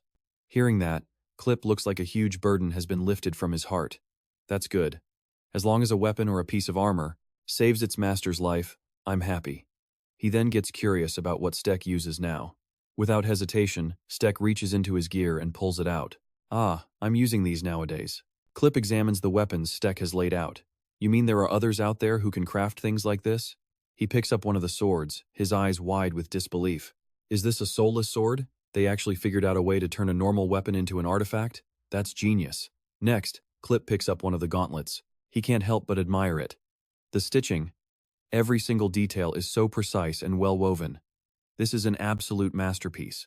Stay here for a few more days, Dan Tan offers with a smile. Give me that thing of yours, and I'll make it even better. Stark agrees. That would be great. And with that, we're back in Dan Tan's bar. Here you go, he says, serving a dish. This is our best seller. Stark watches him working hard and can't help but ask, Why are you still wiping glasses and cooking? You're the owner. Dan Tan just gives a small smile. It's a habit, and honestly, I enjoy this work. He then notices Stark's sour expression. Hey, you don't like your room? You look like you didn't get any sleep. Stark's face turns red as he blurts out. You put us in a shared room on purpose, didn't you? Thanks to you, I didn't sleep a wink. And now I look like hell. Are you happy now? This just makes Dantan burst out laughing. Look at you blushing. So, what really happened in there? You can thank me later, Dantan teases. Realizing he can't win, Stark gets annoyed and turns to leave. If that's what you think, it's never gonna happen. Don't be ridiculous. Anyway, thanks for the meal. Dantan is still laughing. Hey, wait a second, I'm not finished yet. He reaches into his coat for something while clearing the table. After hearing your story yesterday, I had my people do some digging. They found some pretty interesting information. The two of them lean in and talk for a while. Stark gets straight to it. So, what's the bottom line? He asks, crossing his arms seriously. Someone else was asking about Sky? Dantan confirms. That's right. Dantan continues. We actually got a request about 2 weeks ago for a campaign to suppress criminals in Borden Bay. Sounds suspicious, right? Stark immediately questions it. You think it could be a noble? Or maybe even a member of the royal family? You know our line of work, Dantan replies. We have to run deep background checks on potential spies, but this person seems to be a complete nobody. Just an ordinary guy. They both lean over the paper on the table. Stark looks at Dantan. I need to find out who this person is. Can you investigate for me? Without any hesitation, Dantan agrees. Of course, I'll do my best. Oh, and one more thing, Dantan says, standing up. You're not planning on just eating and running, are you? He walks toward the kitchen, leaving Stark totally confused. He returns with a plate of fish and hands it to Stark. Take this to that girl. Stark just stares at the plate, completely dazed, thinking, I didn't even know he could cook stuff like this. Meanwhile, Dantan is eagerly playing matchmaker. I'm just helping you out, my friend. Go for it. A little later, back in their shared room, Elena asks, Someone was looking for Sky? She speaks between bites of food. There's no way that's a coincidence. But have you figured out who it might be? Stark lets out a helpless sigh. I'm not sure, he admits. But Dantan said he'd help me investigate, so I'm counting on him for now. Elena nods. Then we don't need to worry anymore. Stark watches her eat, his face flushing red. Even Motam, the entity within him, can sense the strange shift in Stark. There it is again, the narrator thinks. Cut to another location. Alfred dismisses his subordinate. You may leave. The man bows. As you command, my lord. I will take my leave. After the subordinate is gone, Alfred slips away to another place. He glances left and right, making sure he's alone. Before him is a room filled with armed artifacts. The room is packed with ancient relics, and he scans them all with a judgmental eye. Most of this is useless, he mutters. Alfred then stops and reaches for a specific item. He picks up an ancient listening device. Here it is. This is called the Phil-Zet. It can transmit surrounding sounds over a great distance. Alfred grinds his teeth in rage, thinking, I can't believe he has one of these. His mind flashes back to a past incident. Henry. The prophecy about the future was leaked. Alfred clutches the ancient artifact tightly in his hand. If that's the case, he quickly activates the Phil-Zet's ability. Alfred's face pales. He knows there's an artifact in his own room. It's here. He's so furious he could spit blood, spinning around to run out. That cowardly bastard dared to plant one in my room. Alfred is enraged. Even with an artifact like this, he still managed to mess everything up. What an idiot. A subordinate sees him storming over and looks completely flustered. My lord, why do you seem to be in such a hurry? Is something wrong? Alfred retorts. It's none of your business. Now get out of my way. He grips the Phil-Zet again, sensing. Alfred purses his lips. He also planted a listening device in Goathorn's room. He stands before a door and says with certainty, but that's not all of them. Alfred shoves the door open, his brow furrowed as he looks ahead. Before Alfred's eyes is the throne. He planted another one here. He spits the name out like venom. Raptor, you despicable coward. A twisted smile spreads across his face. I'll consider this a little gift. From you. I'll put it to good use. Prince Giak yelled to the fleeing men, get your heads up and run faster. Then he grumbled under his breath. You're all royal guards of the capital, Venezia. And this is all the stamina you've got? Just then, a voice called out, Your Highness. The prince shot back. What is it? The man replied. Sir, His Majesty summons you. As they walked, Prince Giak grew suspicious, asking the man, We're heading to my father's private office. What's this all about? The guard answered nervously. I don't know, sir. But the king gave strict orders. No one else is allowed in the room. When they arrived, the man knocked. Your Majesty, the third prince is here. A voice from inside King Chezo. Enter. Giak asked his father, You called for me? but thought to himself, "Father only calls me to his private chambers for something extremely important." Just then, another knock. King Chezo ignored Jiak and just said to the door, "Come in." When he saw Alfred walk in, Jiak frowned. "What's he doing here?" The king turned to face them both. Jiak asked again, "Father, why did you summon us?" King Chezo replied, "I called you here to explain the current situation." Alfred saw the look on his father's face and was stunned. He's never been this furious before. Shin Chezo summoned Jago. He answered instantly, "Yes, father." The old man's tone was grim. "How much do you really know about your enemy?" Jago was confused. "Enemy? You mean Stella Italia?" Shin Chezo cut him off. "No, I'm talking about his artifact." Jago's eyes widened in shock. "How? How do you know about that thing?" The old man shot back. "Does it matter how I know? I only speak when it's absolutely critical. Otherwise, I tend to let things slide. And look where that got us. You lost the entire squadron, and you let the artifact fall into enemy hands." Jago scrambled to explain himself. "But father, it wasn't my fault," he pleaded, revealing what he knew. "I heard that artifact curses its owner, a curse so powerful it literally kills them. I was making the best choice based on the intel." Shin Chezo's reply was brutal. "You fool. That's not a curse." Jago was stunned. "What are you talking about?" Shin Chezo explained. "That artifact tests the will of its wielder. It pushes them to the brink of death, testing their drive to survive, their resolve to overcome absolute agony. If they prove they're worthy of its power, it resurrects them. Reborn. Their very body is remade to perfectly synchronize with the artifact's true potential. You called it a curse," he continued, "but it's just how the artifact works." Jago stared at his own hands, "But I held it." Shin Chezo's confirmation was like a knife. "Yes, you did." Jago gritted his teeth, burying his face in his hands as the truth crashed down on him. "If you hadn't thrown it away over some foolish rumor, that power would have been yours." Alfredo, silent until now, finally spoke up. "I have a question." Shin Chezo cut him off without even looking. "I know what you're going to ask. First, both of you, follow me. Behind the history you think you understand lies a secret known only to those who would inherit the throne, and I'm going to show it to you," he said, turning to lead them. "Long ago, the elves, driven by their wicked nature, ignited a war against mankind. They even used forbidden spells to forge ancient holy relics. Weapons designed for one purpose, to erase humanity from existence." Shin Chezo continued. "But luckily for us, humanity won the war before they could finish. That was only possible because the relics never unleashed their true power. They only do that when all of them are gathered in one place." He opened a hidden door. "The war ended, and the elves were exiled from our lands. Their will to fight was broken. To ensure they could never be used again, someone sealed away all the ancient relics, so their power could never be unleashed. As he stepped into a secret chamber, he revealed the truth, that someone was the founder of Benesia himself. He led them deeper into the hidden room, but even he had his limits. 1. The relics were too powerful to be destroyed by human hands, so sealing them was the only option. And 2. The location of the final, most powerful relic was lost. A horrifying realization dawned on Jago. "Don't tell me you mean?" Shin Chezo's confirmation was cold. "Yes."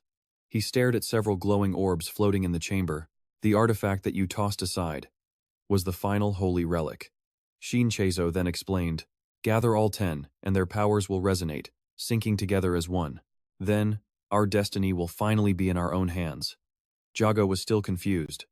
"But if it's that important, why didn't Benesia mobilize the army to find it years ago?" His father ignored the question. "Jago, do you know why I sent you on that expedition, out of all your brothers?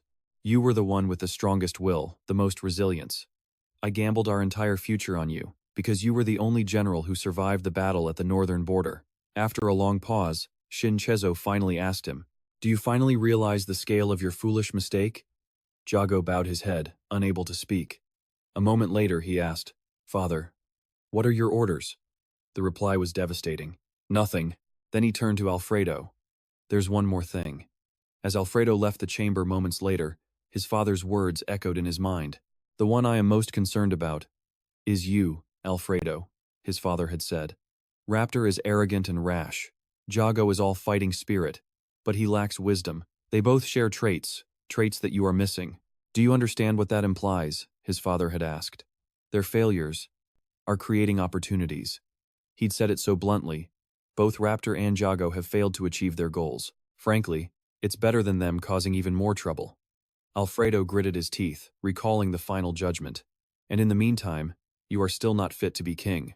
You excel at politics, but your ceiling is prime minister. He clenched his fists, the words ringing in his ears. Not king. Your role is to be an advisor to the throne. In a fit of rage, Alfredo hurled his glasses against the wall. A nearby guard jumped. Prince Alfredo, is everything all right? He whipped around, snarling. Shut your mouth. Get back to your posts, now. The guard scrambled away. Yes, my lord, forgive us. Alfredo was left panting, his pride wounded beyond repair. I've done everything for this kingdom. And that's all the credit I get? An advisor? How pathetic. A dark resolve settled in. Fine. If he wants me to act on my own, then I'll do exactly as I please. Meanwhile, elsewhere, Seth and Elena were headed to a rendezvous point.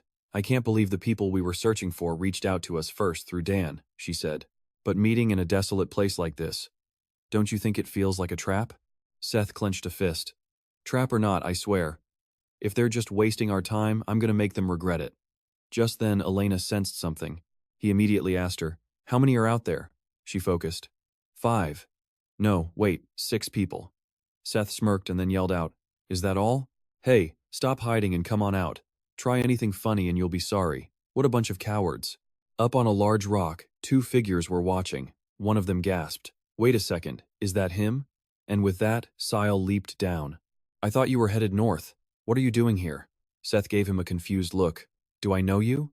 The kid explained. It's me, Sile. We've met a couple of times before. Motam, who was beside him, chimed in. Don't you remember him? The magic user who used to work for Gaz? The memory finally clicked for Seth. Oh, right. But what are you doing here? Instead of answering, Sile just yelled up to his hidden friends, It's okay, everyone. This guy is an ally. Seth immediately shot that down. Who said anything about being allies? A familiar voice replied from above. An ally? Sky sighed. So you're the ones who've been tailing us lately. Seth's head snapped up at the sound of that voice. In complete disbelief, he looked up. Sky? You're alive and well. That's great to see. But what in the world is going on here? A little later, at their makeshift camp, Sky was already giving him grief. Seriously, man, you could have shown up a lot sooner. What was the big holdup? All our preparations. For nothing. Sky raged at him. And on top of that, you challenged ME? Are you an idiot? He grabbed Chu Shi by the collar. Just thinking about it pisses me off. I ought to teach you a lesson. Behind him, Gaz just grunted. He pointed a finger at Chu Shi and asked, So, your real name is Chu Shi Hotelier, not Brian? You're the guy wanted everywhere these past few days? And a close friend of Skykirkin? Chu Shi just replied, You could say that. Gaz then turned to Elena. You're using a fake name too, right? She answered simply, I'm Elena. He then looked at Yager. And you? But she wasn't having it. None of your business. Worry about yourself. Hearing this, Gaz clutched his chest dramatically. Worry about myself, he mused. Someone actually dared say that to the leader of a bandit clan. Wow, Sky. You sure know some interesting people. Oh well, at least she answered. So we're still allies, right? Gotta stay positive. Sky then turned to Chu Shi. So what the hell were you doing up north? Chu Shi sighed. I sent the first prince to meet his maker. Sky was floored. What? The others nearby were just as shocked. Gaz couldn't believe it. I heard the first prince missed some ceremonies for some reason. So he's actually dead? Chu Shi confirmed it. Yep. I found out he was on a scouting mission with a small group. No army. So I took out the prince and his 2 top men, then burned the bodies. Sky just shook his head, a small smile playing on his lips. You never cease to amaze me. But hey, this is fantastic news. He continued. The Eastern General is missing, the first prince is toast, and the other 3 princes are barely hanging on. All we have left is the Western General in Beline, and 2 more princes. Chu Shi thought of Max. Better not mention the big guy. He spoke up. I learned a few things while fighting the first prince. Chu Shi then dropped the bomb. They have an ancient artifact in Venezia, one that can see the future. Sky was stunned. What? He gritted his teeth. If that's true, does that mean no matter what we do, we're destined to lose? No wonder the Western General showed up in Gambini. But Gaz stepped in. No, that's not right. I own an artifact myself, so I know a thing or two. I can guarantee no artifact has that kind of all-powerful ability. At most, It only shows visions that can affect destiny. He concluded, in other words, we can use it against them. The bigger our threat to the royal family, the higher the chance of it triggering a vision. Chu Shi agreed. Exactly. Whatever we do, we have to consider failure. What we need right now is flexibility, the ability to react to any situation, not a meticulous plan. Sky nodded. I agree. But first, I need to ask you something. He looked Chu Shi dead in the eye. You're always at the center of every plan. That means you have to be responsible, not just for your own people, but for everyone else too. Sky asked him point blank, are you prepared to take on that responsibility? Chu Shi's answer was firm. Of course. I know we can do this, but I also know we're going to need a lot more help. He then turned to the whole group. This is an incredibly dangerous mission. We've come this far, and I won't blame anyone for backing out now. So I have to ask you all. As Chu Shi asked, their faces were set, radiating pure determination. We fight until the end, no matter what happens. Are you ready to stand with me? To the very end? Gaz just let out a sharp grunt. I can't believe a fool like you would dare take on an entire kingdom. I like your spirit. He then stood up, taking the lead. Follow me. I've got a place for you to stay the night. A little later, inside a tent, Gaz pointed to a map. Lucky for us, the kingdom of Venetia is weak right now. Ezio Henrietta is the only general they have left. He laid out the intel. She possesses an artifact called the Night Sword. It can summon shadows to serve her. The weaker the light, the stronger the sword becomes. Gaz looked at the group. Thanks to his experience, Sky knows this well. She will attack at night, because that's when her sword is at its most powerful. But her soldiers need light to operate and coordinate, so she'll almost certainly split from her squad and act alone. He warned them, we have to be careful with any lights, or their soldiers will spot us. Gaz revealed their plan. We'll use special goggles that give us night vision. While we've been talking, my men have been moving the necessary supplies. Chu Shi nodded, taking it all in. He then asked, what about the two princes? There's no guarantee Ezio will be the one leading the army. Gaz waved a hand dismissively. From what I know, those two aren't fighters. He said it with total confidence. Unlike their other brothers, they focus on running the kingdom. So there's no way a bookworm like that would suddenly show up on a battlefield. Just then, one of Gaz's men burst in. Boss, we've got a problem. A suspicious group is slowly crossing the valley. Gaz was shocked. What? Take me there now. At the location his man reported, an entire unit of armored soldiers was on the march. Gaz saw them and gritted his teeth. Damn it! They ducked down low, observing the army below. Gaz confirmed it. That's the army from Venezia. He was baffled. What are they doing here? Seeing the huge number of troops, he muttered, how many of them are there? Just then, his subordinate rushed over. Captain! Gaz looked at him, confused, as the man whispered urgently in his ear. After hearing the report, Gaz's face went grim. What? Why are you telling me this just now? He demanded. If Venezia is already moving north, that means they're finished over there. Their forces have split in two, one army headed west, the other south. Gaz stared down at the horde. I don't know what's happening in the south, but that's definitely the Western Army right there. Suzy connected the dots instantly. The southern group, they have to be marching on the Dark Forest. Attacking the Dark Forest with an army that small?